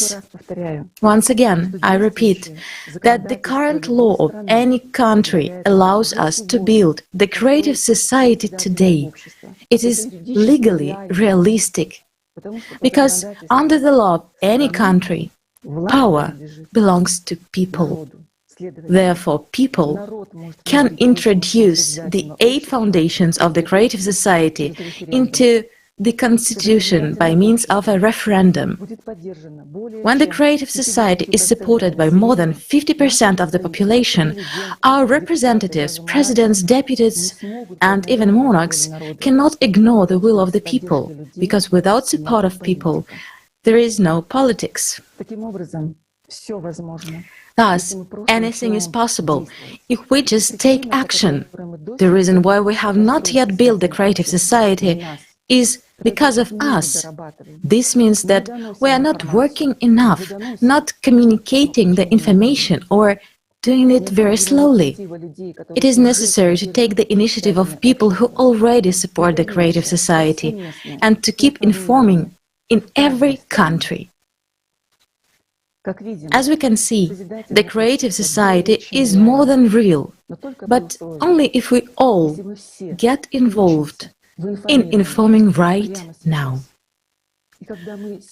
And when we participate in this forum now, we are expressing our will, expressing our demand for the realization of the creative society and our disagreement with the fact that there are slavery, wars, violence. So this forum is also an active form of public expression.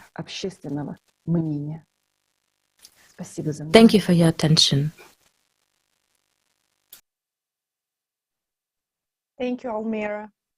Next, to continue this topic, I would like to give the floor to Mr. Qasim Rashid, who will share his views on the 8 foundations of a creative society. Mr. Rashid is a civil rights attorney, author, human rights activist, and politician.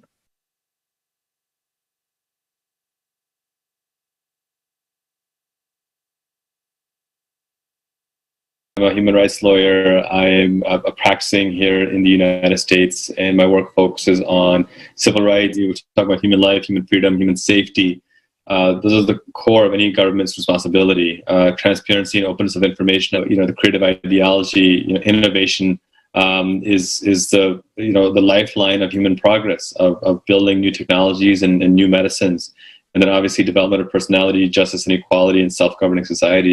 It speaks to these elements of ensuring that we have governments powered by people, as opposed to by autocrats or dictators or fascists or anything of that nature. So no, I think those principles, these 8 foundations, really well integrate to legal precedent and to what the law should require. Now it's just a question of making sure that governments and those in power are held accountable to the people, as opposed to ruling over the people with an iron fist. If we want a government that truly reflects the will of the people, then the people need to create that by being involved and engaged. And because at the end of the day, if we have a government by, of, and for the people, that's not, that empty statement remains an empty statement unless we act upon it. It becomes an active statement when we implement it in our daily lives. And every change we've seen throughout American history, throughout world history, began with somebody saying, this is wrong, and we deserve better. So do you think that the creative society where human life is the highest value is possible to build? I don't think it's only possible. I think it's necessary. I mean, it's not just a matter of possibility. It's a matter of this is a necessity. If we don't prioritize human life, we're facing existential crises. There's a potential for world war breaking out any day now. There's a potential for another pandemic if we don't get this one under control. There's the all but certainty of climate catastrophe coming, and if people are worried about the number of migrants right now, I think the number is 80 million now worldwide of refugees. I'm sorry. Once the climate crises become even more severe, that's going to get into the billions. So it's not a question of is it possible or not.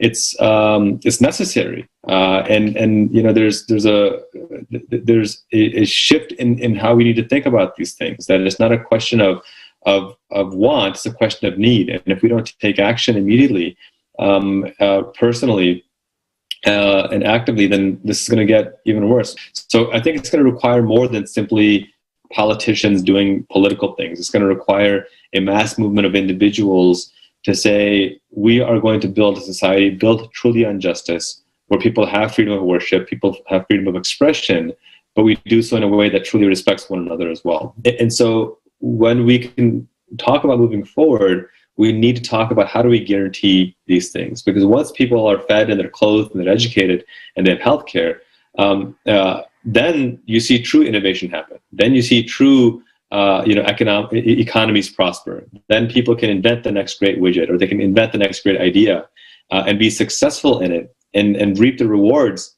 of their success because they've been given this foundational basis that guarantees their humanity. That's, in my view, the real path forward, where we can guarantee the humanity of people and allow them to flourish and be who they truly are. Thank you very much, Mr. Rashid. Thank you. And creative society is absolutely necessary. I would like to next introduce Mr. Saran Akminyan, President of Armenian Creation Council, NGO member of the Prosperous Armenia Party, who will share more about the creative society. Սրտանց ողջունում եմ գլոբալ ճգնաժամ,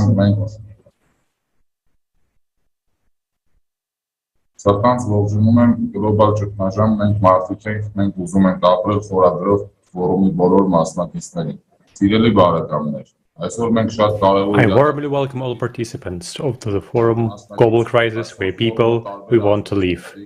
Dear friends, today we are participants in a very important event. Today's forum is the volition of people of different nationalities, religious views, and social statuses. It is expressed will of united humanity. It is an honor for me to be a participant in this forum, to witness that you and I are making the strategic step towards the salvation of our civilization. Dear friends, today, together, we have seen the terrible crimes against humanity. The most important thing for us is to understand this is, as long as we live in the consumer society, the war in Armenia, and what is now happening in Ukraine, and in hotspots around the world, will all continue. Some individual terrorists will be succeeded by the others. They will continue to divide us via different principles and to force us into fighting one another. People all around the world will continue to die. Things can't be in any other way in the present format of society. It's our duty to stop and forever prevent this lawlessness. We are fed up with wars, deaths, and suffering. The only way out of this darkness is to start building peace among people. The only way out is a society in which the first priority is to improve the quality of each person's life. It is a society in which there will be a peaceful labor and continuous development. It is a society in which the value of human life is the highest value for everyone in the world. All this is possible for every person only in the creative society. Creative society is the salvation for the entire civilization and even for Armenia. My dear friends, It is a great honor for me to represent the Armenian people at this forum. It is a great pleasure and honor to announce to the world that the Armenian nation is now engaged exactly in the building of the creative society, and there are results in this matter already. I truly appreciate the tremendous work which has been done thanks to the fortitude, patience, and heroism of my compatriots. This path is full of difficulties, but it's our choice. What gives me strength is knowledge. The knowledge that the only option for the survival of all humankind is the creative society. This knowledge is based on the experience of the people of Armenia, who are taking specific steps to build the creative society. We are constantly looking for new ways to achieve this vital goal for humanity.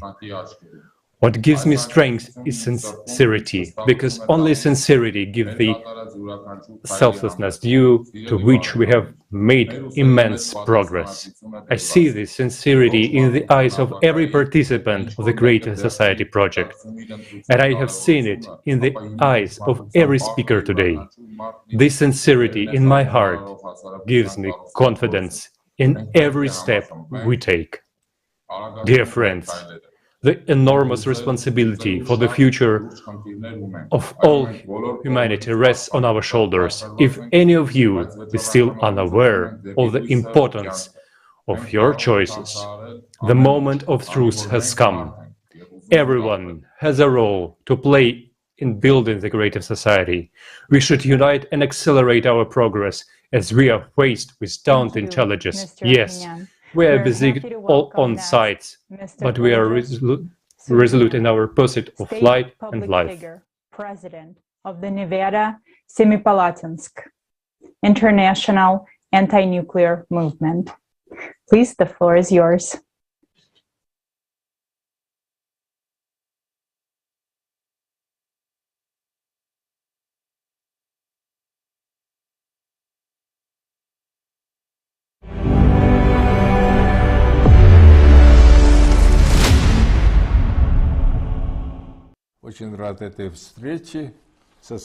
I am very glad to have this meeting with my colleagues and like-minded people at the International Forum Global Crisis. Now, these topics of consumption or creation are the central question. And I am very glad that you're raising this question and creating this dream of ours, that the entire world will become the society of creation. It is necessary to actually create and think about the future for people. And it is very important that politicians become imbued with this ideology. Politicians in all countries, in fact, so that they would think more about this somewhat forgotten concept of creation.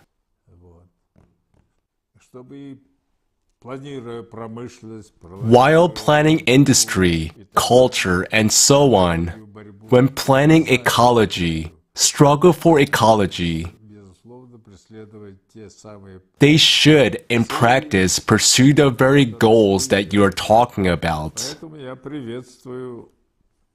So I welcome this initiative and hope that it will spread not only in Almaty, let's say, but all over the world. The idea of equality and brotherhood is included in these very foundations, right?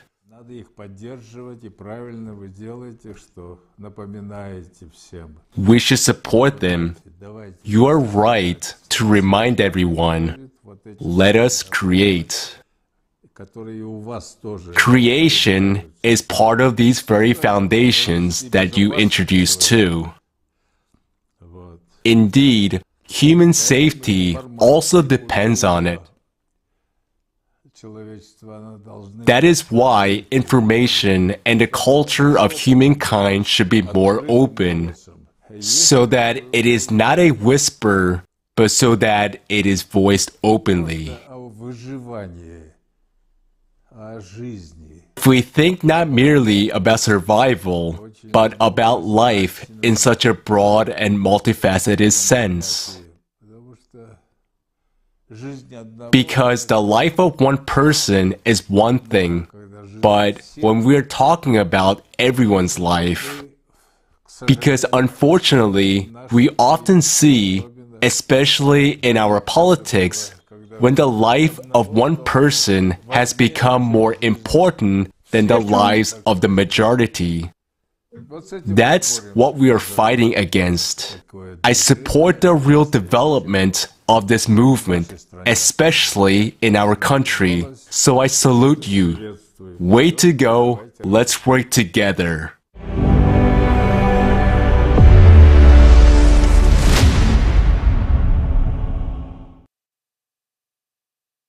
Thank you, Mr. Suleimanov. The next speaker is Baket Jamal Aspanova, Director of the National Library of the Republic of Kazakhstan and President of the Library Association of Cultural Workers. In 2021, she was awarded a special medal, the Best Woman of Kazakhstan.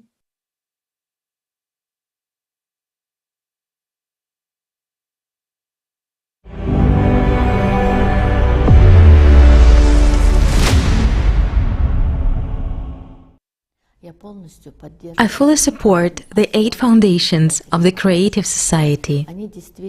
They are truly focused on the values of humanity, on improving the quality of each human's life. And indeed, we can build the Creative Society together. There is no other way to build such a society. That's what I think. We need to unite. Only through our joint efforts can we eradicate all these problems and solve all the issues together, only in unity. We will hardly be able to do it otherwise. Separately, no one would be able to solve them on their own. The issues of ecology, climate, and many others must always be solved by all people together. Creative processes in Kazakhstan have already started and are already well underway.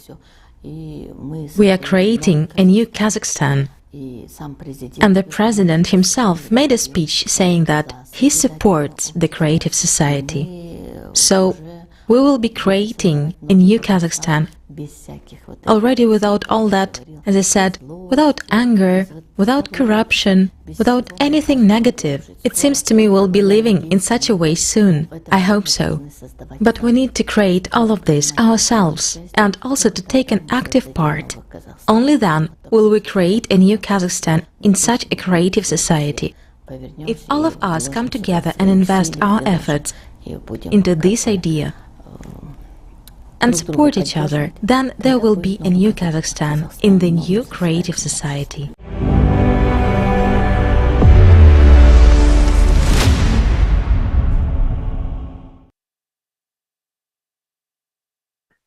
Я благодарю всех.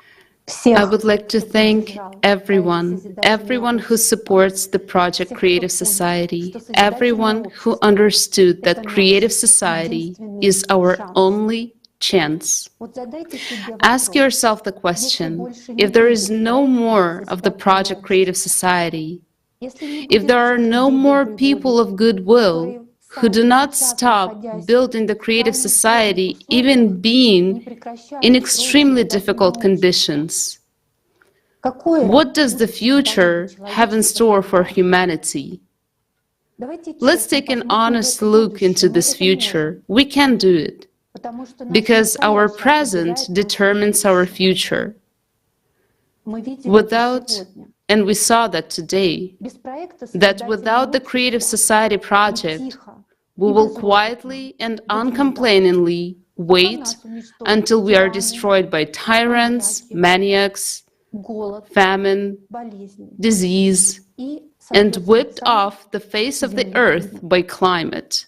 Until then, we will all slave away in the slavery of an inhumane consumerist format. We will understand how it will end. But we will continue to lie to ourselves and brace ourselves. We will remain constrained by fear. We will betray our children over and over and loved ones again and again with our silence until the X hour comes. But is that why we give birth to children, care of them, educate them, build homes in cities, so that they can die with us like stray dogs? Is this our future? This is our future without the creative society. And for many people, this is their present. And I want to tell you that without the participants of the Creative Society project all over the world, we wouldn't have a single chance to change it. Because only people can make a difference. And every little action of the participants of the Creative Society project is a heroic contribution to our common victory. They are the real heroes who overcame the fears in their heads and became an example themselves that one person can do a lot if he is a human being. Who are the real heroes of our wartime? In times like these, when everything is silenced and the truth is hidden, the heroes are those who step over the prescribed rules of the game and tell the truth. By denouncing consumer society, they care about the future of humanity. They are the first to support the creative society. Today's hero is every one of you, friends.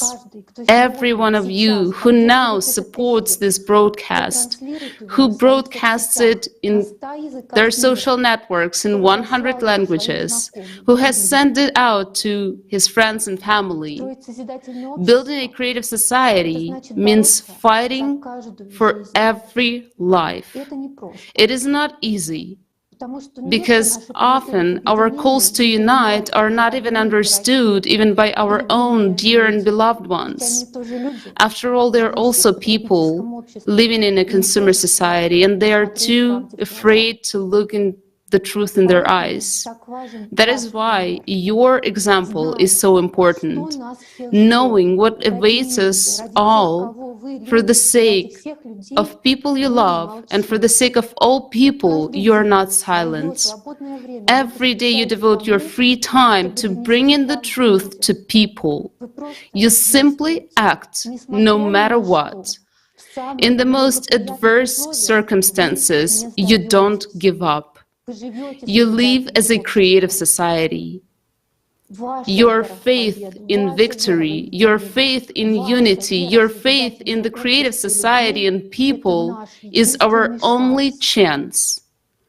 Without all of you, we would have no future. There would be no future for my children, our children. Thank you for everything. You know, we have no time to sit and hesitate. We only have time to act. What you are doing is priceless for humanity.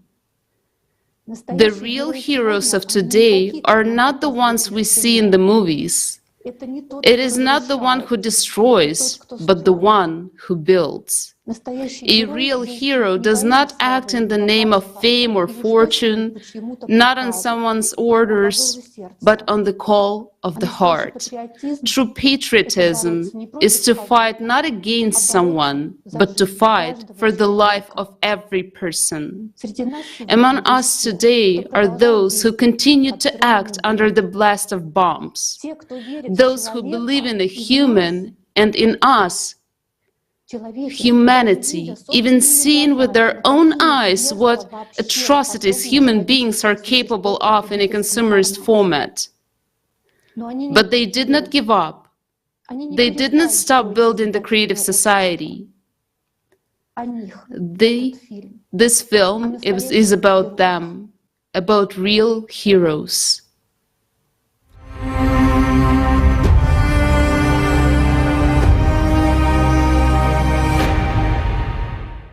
Hello, I'm Anya from Irpin. We are now taking a walk in Irpin with my beloved husband.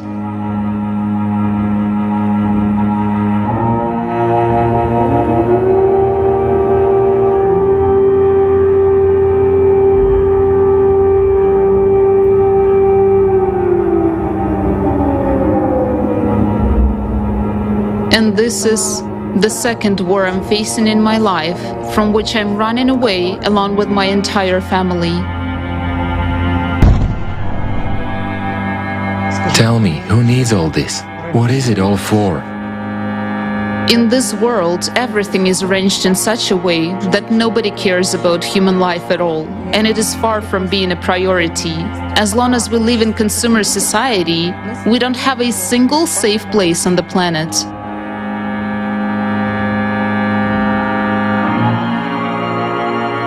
People, answer this question. Do you want to live in such a society? As for me, I don't.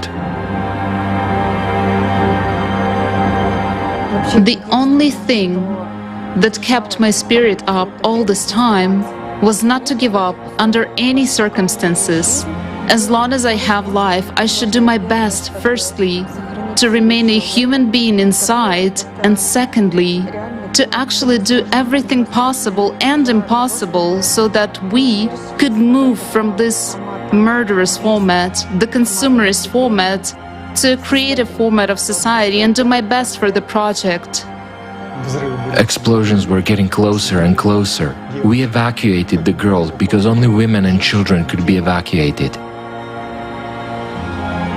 They were shooting and bombing from all sides, while we, women and children, were standing like cannon fodder in the middle of the train station.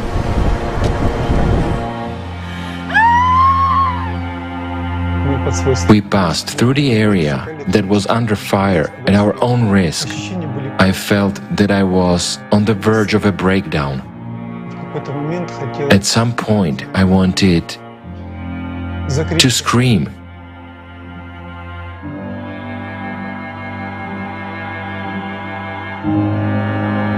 The fact that right at this moment, my parents are under bombs, air bombs, gunfire, whatever, all the modern weaponry. The only thing left is to use nuclear weapons. My brother was killed by a shell that landed on the house where he lived. He was on air until the last minute, as long as they had electricity and the internet. He participated in live broadcasts. He spoke about the creative society. He participated as much as he could. We will build the creative society, and we will have peace, order, wealth, and prosperity.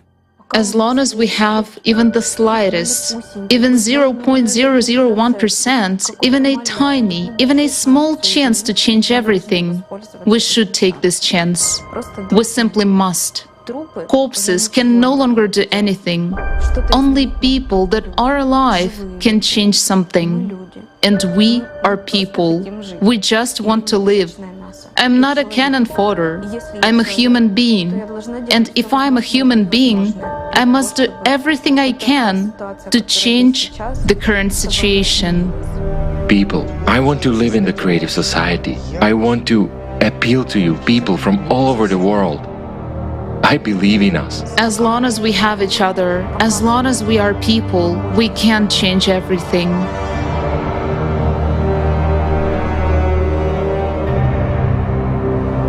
We're now driving along the road that my family and I were taking when we were evacuating. There are so many cars on both sides of the road that were shot, burned, or ran over by tanks. Those pieces of human bodies or what's left, all this is terrifying. It mustn't be like that. Please hear me, it mustn't be like this. We're a human society. We must build a society where your life, my life, the life of our friends, relatives, and any other individual should be valued as one's own. Otherwise, we are not a society, truly. Believe me. Human life is the most important. All this can be rebuilt and repaired. Human life cannot be restored. When it was announced that there was an opportunity to evacuate, the first thing we said was yes. When we were driving, everywhere around there were shelled cars. A woman and a man whose children were sitting in another car fell on their knees, folded their hands and said, "Please take us." We had 2 vacant seats left in our car.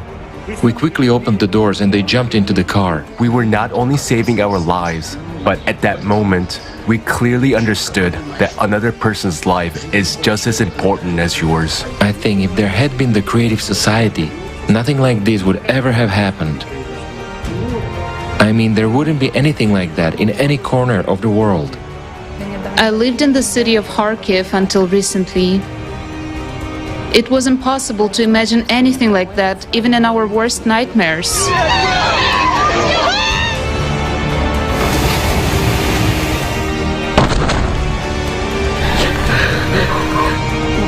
But this is the price we pay for our inaction and silence in building the creative society. Are we really so indifferent to other people's trouble? Have we lost our empathy? Are we so bogged down in this consumerism that some pieces of paper motivate us to kill people?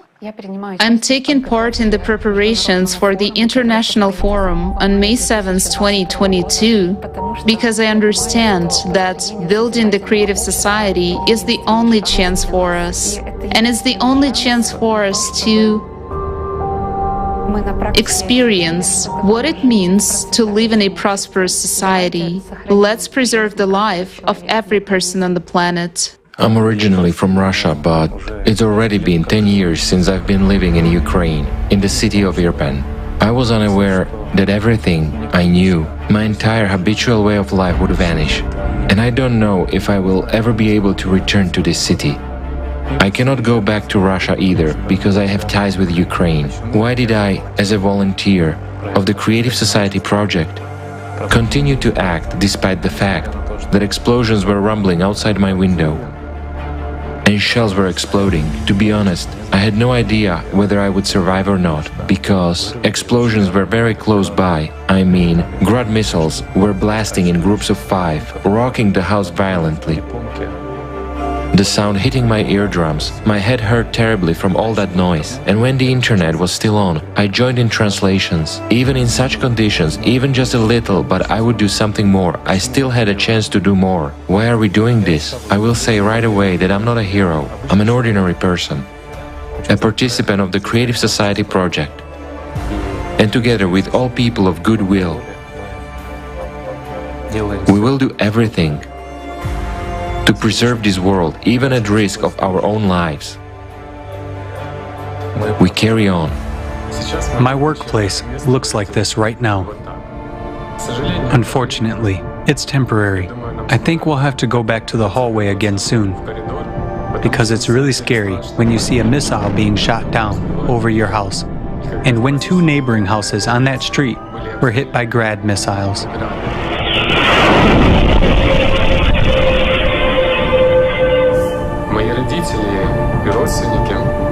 My parents and relatives were at the epicenter of tragedy in Mariupol. It was really scary when we lost contact with them, when we had to search for some news, watch videos to see a familiar face among the living, and to find out that they were alive. It was difficult to live and eat here, realizing that my parents were sitting in the basement of their destroyed house and could lose their lives at any moment. My uncle was shot at by a sniper just because he went to pick up humanitarian aid. He could not get up because the sniper was mocking him. For every move he made, he was shot. It wasn't easy to find the strength under such pressure to continue preparations for the forum. But at some point, when the entire situation had already reached its apogee, The forum and the preparation for it became for me such an inspiring event. Like a guidance, a vector that gives at least some hope for the best. I found time to communicate with friends to continue the development of the Creative Society website. I do not know yet whether I will have the internet or whether I will have an opportunity to participate in the forum. So we are building our collaboration in such a way that people from other countries would be able to pick up the task and our common cause will not be affected.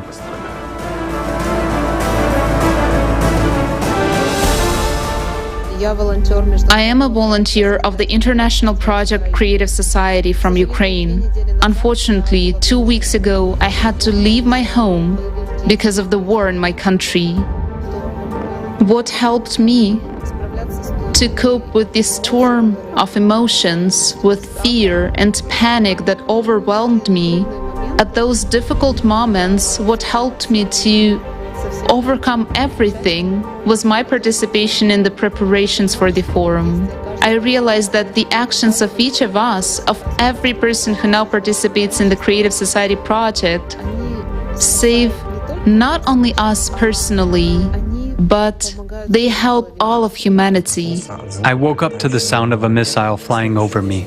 My girlfriend and I stayed in the bathroom for the next 10 days. When you're sitting in the bathroom, you don't know if you're going to have enough food and water tomorrow. The Creative Society is needed so that all this does not happen, so that there is safety, so that people live with love for each other. That's why I'm actively participating together with other guys, preparing for the forum, recording interviews with eyewitnesses and scientists, and everyone is saying that we need the Creative Society. Why do I keep preparing for the forum? Because I'm not alone. I'm not the only one who wants to live. I'm not the only one who wants to bring good, creative, positive things into the world. I'm not the only one who wants to bring the value of life into the world. I wanted to spread this information and truth to the whole world. I looked out the window and saw a huge missile free-falling 500 meters from us. To be honest, I really said goodbye to my life. I realized that I'm the luckiest person in the world because I remained alive. The horrible, ugly face of the consumerist format that we now see in the world is what motivates us to build a creative society. It motivates me even if there is a war outside to sit down and edit a video for the conference, to help with whatever I can right now. To help with whatever I can. War didn't become... It was a huge shock for me. But it didn't become something that would stop me. Because war is the concentration of all the violence that exists every day on this planet. So for me, the best thing was to devote every second I still have, because I didn't know if there would be a next one, to preparing for the forum. Because the forum is the only way to stop this madness.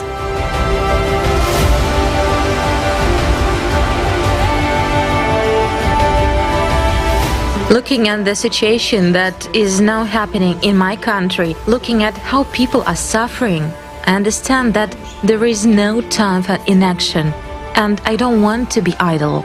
That's why I continue to take part in the preparation for the forum. As long as we have even a single opportunity, even a few percent, we have to do everything we can to make the Creative Society come true. Because it's our future. I want to tell you absolutely sincerely and honestly that being in the city of Bucha, with my family, under constant gunfire, under constant explosions of bombs and shells, where every second, every moment could be my last one, and every next explosion could take away my life and the lives of my family and friends. Every day, I pray to God to have a second chance. And I'm truly grateful that He gave me that second chance. that he enabled me today to be involved in the preparation and organization of this forum, that he gave me a second chance to be involved in building the creative society. Dear friends, please hear me, listen to all those people who will tell their stories during the forum, that the creative society is our only and last chance. Let's not waste it.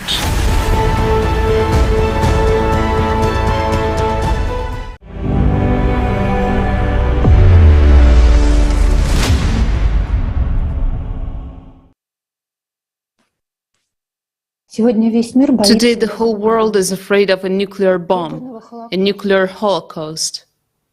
But the worst bomb is a callous heart that doesn't care about other people's lives.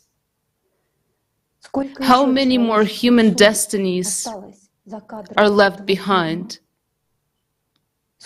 How many we have already lost on the fronts of consumer society? It is so painful and difficult to realize how many beautiful people we will never get back. It's not just wars that do this. It's all the ugliness of the consumerist format of society. For these people, our loved ones, our friends, we are too late. We have had no time to build the creative society. This feeling that we didn't have time to save them will stay with us. But for sake of those who are alive, we have an obligation to act. Our heroes all over the world, participants of the Creative Society project, today are doing the impossible to start the hearts of the heartless, to start the beating of the human heart, even in those who have it dead, morally dead, carrying out the reanimation of humanity. And people are standing up all over the world because truth and the will to live drive these heroes. These are the ones who are on the front lines right now. These are all of you. And for those who are still hiding and hoping that humanity's last war will not touch them, I would like to say, previously, like you, we didn't know much, we didn't see much. Just like you, we thought more about our stomach and our selfishness. But let's be honest, you see everything, you just don't see a way out. And we wanted to know the truth and find a way out. And when you know the bottom line, you open your eyes and you start to see other things, things that you didn't see before. You begin to see life, you begin to appreciate life, every life, and then you make your choice. You make it right now. You either turn off this broadcast and continue to live in consumerism, as if nothing is happening and you haven't heard anything today, or you make a choice right now and stand with those heroes who are giving themselves the word that they will do everything in their power to build a creative society, a society where you are a human with the capital letter H, not a cannon folder. Tell me, what have you done for life, for the human future, for our children? What have you done today that disaster will not come to your house tomorrow? And you can do a lot. Because when we are together, when we are for life, we understand that not a single chance must be missed. We act, and every action brings us closer to the creative society. When life is at stake, the most pressing question is, what have I done for us to survive? I remember a quote by Martin Luther King Jr. Everybody can be great because anybody can serve. You don't have to have a college degree to serve. You don't have to make your subject and verb agree to serve. You only need a heart full of grace, a soul generated by love. I bow down to all the heroes, thanks to whom we will live in the creative society. I bow down to all the participants of the Creative Society project in the *ALLATRA international public movement from all over the world. Thank you. Without you, we don't have a chance to live.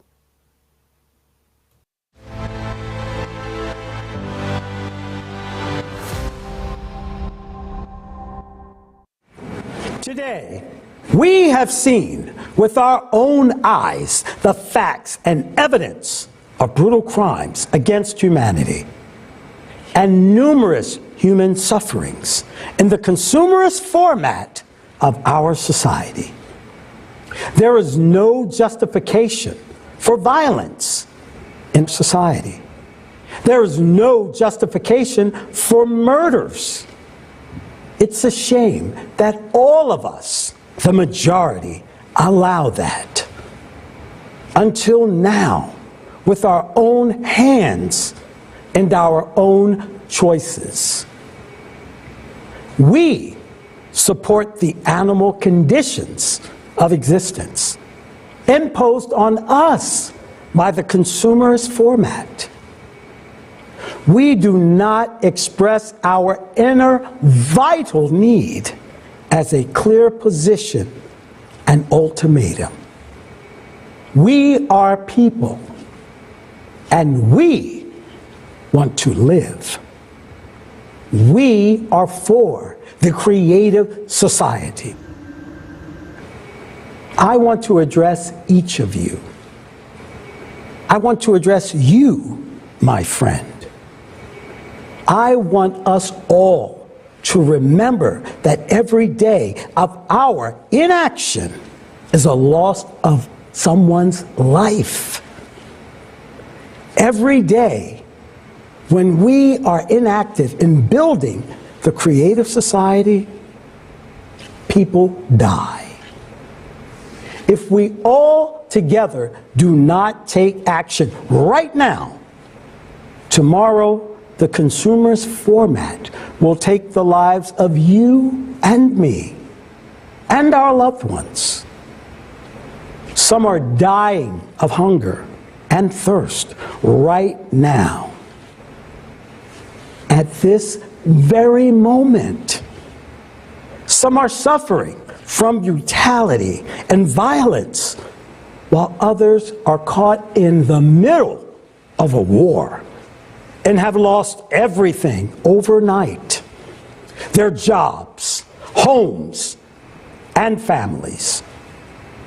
Yet, even yesterday, these people had no idea that today they would find themselves in such inhumane conditions of existence that today they would be killed. Are you sure this won't happen to you and your family tomorrow? Look, this is Ukraine. This is the city of Bucha, where masses of people died back on February 23rd this year. They were making life plans and building prospects. But on February 24th, early in the morning, a war came to them. Are you sure that tomorrow a war will not come to you, to your home, and take the lives of your family and friends? Are you sure a war won't take your life too? Are you sure of that in our consumer society where human life is not worth anything? The idiocy and absurdity is that the cause of these horrors and the ruined destinies of millions of people is the result of the ambitions of a few. Psychopaths who have gained power over us in the consumerist format. Let's take 1 million people. They are all wonderful people, except for just a handful of individuals. But these few individuals, because of their extreme greed and tyranny, use the rest of people for their own selfish, despicable interest. With our own hands, they force us to maintain the conditions of the consumerist format, which turns people into non-humans. And later, they claim that this is the way it should be, that it is our nature, it is natural. But this is not normal. Let's tell the truth. Yes, there are psychopaths in our society, and there will always be. But will they be able to seize power over people in the creative society? No, because power in the creative society belongs solely to the people. In the creative society, psychopaths will not be able to wage wars and destroy millions of us. They will not be able to brainwash us through their corrupt media. They will not be able to be the rightful owners of all human and resource potential. But most importantly, they will not be able to satisfy their own ambitions with our blood at the cost of our lives. Today, in the consumerist format, psychopaths are not locked in asylums. They are at the top of power over us. That is why the genocide of mankind continues every day. And our world is overflowing with the human grief and suffering. We have no right to leave such a world to our children. We need to change the conditions and build the creative society with our own hands. We are constantly divided because it is easier for them to control us. That way, the pit us against each other like dogs, forced to quarrel and hate one another. Are you familiar with a situation when people ask you, whom do you support? These people or the others? Do you support the left or the right? Who do you belong to? That party or the other? That religion or the other? Are we cattle or things that belong to someone? Even when such questions are asked, we are left with no chance of being united, of being one peace-loving humanity. But today, even when attempts are made to artificially set us at odds and separate us from one another, our position in life is clear and unambiguous. We answer all the questions from the corrupt media and collaborationists. We are people. We want to live. We are for the creative society. And only this position is our future. A person with A consumerist worldview cannot understand the sincerity of people, their selfless motive to live and act for the sake of the future of all mankind, not just for themselves. All the more so in our time, when humanity is under the threat of destruction, when we are attacked by the most ruthless enemy, the climate. The consumerist format is cruel, but it is nothing compared to the global climate change that brings devastating cataclysms. There are heroes who see the global threat and the entire absurdity of the consumerist format. And they are not silent. They are active. After all, we all understand the world is a big place. And although it is difficult to inform everyone, it is possible. We understand that the world mass media are now working for the collaborationist. Everything is in private hands. The corrupt media will do nothing to alert people to the global threat of an undeclared climate war and the need to save people through unification and building the creative society. It can only be done by us, people themselves, who realize the importance of this moment and the importance of informing everyone right now, while we still have some time. You see, no one but us. These heroes are ordinary people. True heroes are those who, despite the fact that their own lives are in real danger of death, despite all fears and risks, they continue to act, to take care of others, to knock on other people's doors, even to those who are heartless, because they are also people. The heroes act for the sake of all humanity, knowing that every second may be their last.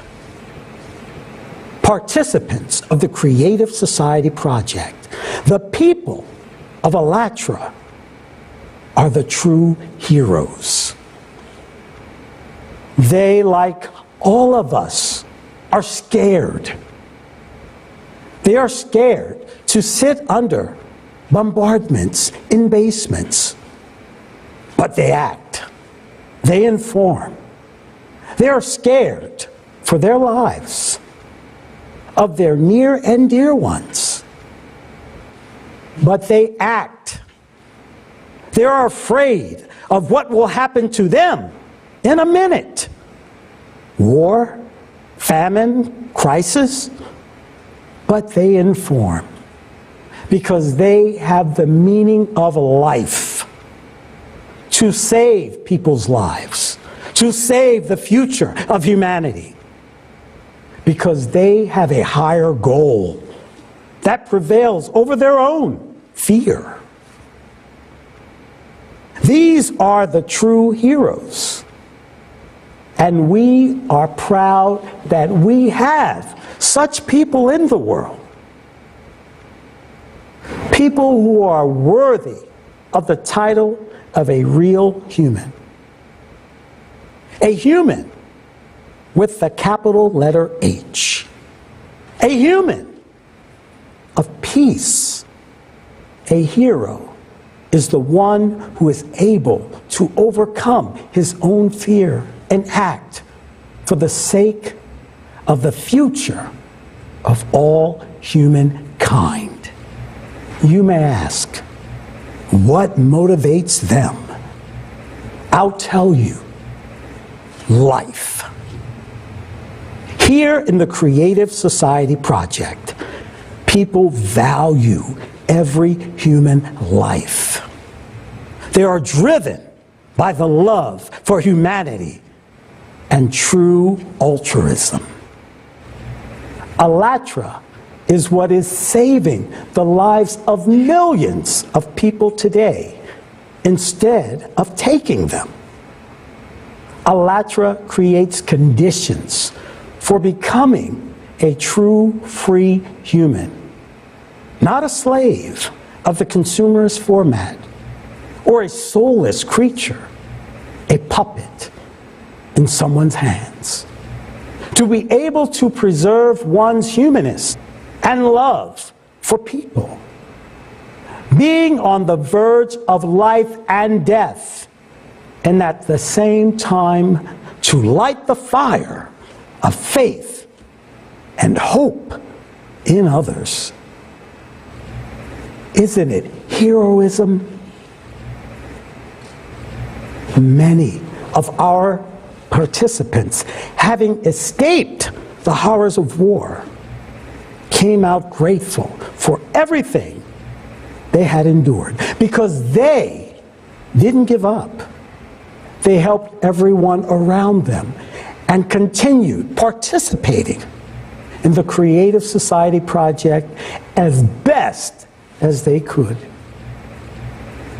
While others were falling into despair and panic, participants of the Creative Society Project clearly understood and realized the purpose and meaning of life, the value of time and attention. And most importantly, they became particularly convinced of the great power of unity and solidarity when people help each other selflessly, honestly, and with their own hearts open. Isn't this the dream of each of us? To live in a world of love and friendship? The hardest part of building the Creative Society is to explain so that people understand that it benefits everyone, for each and everyone. It's the only salvation, the only chance to survive and gain real life.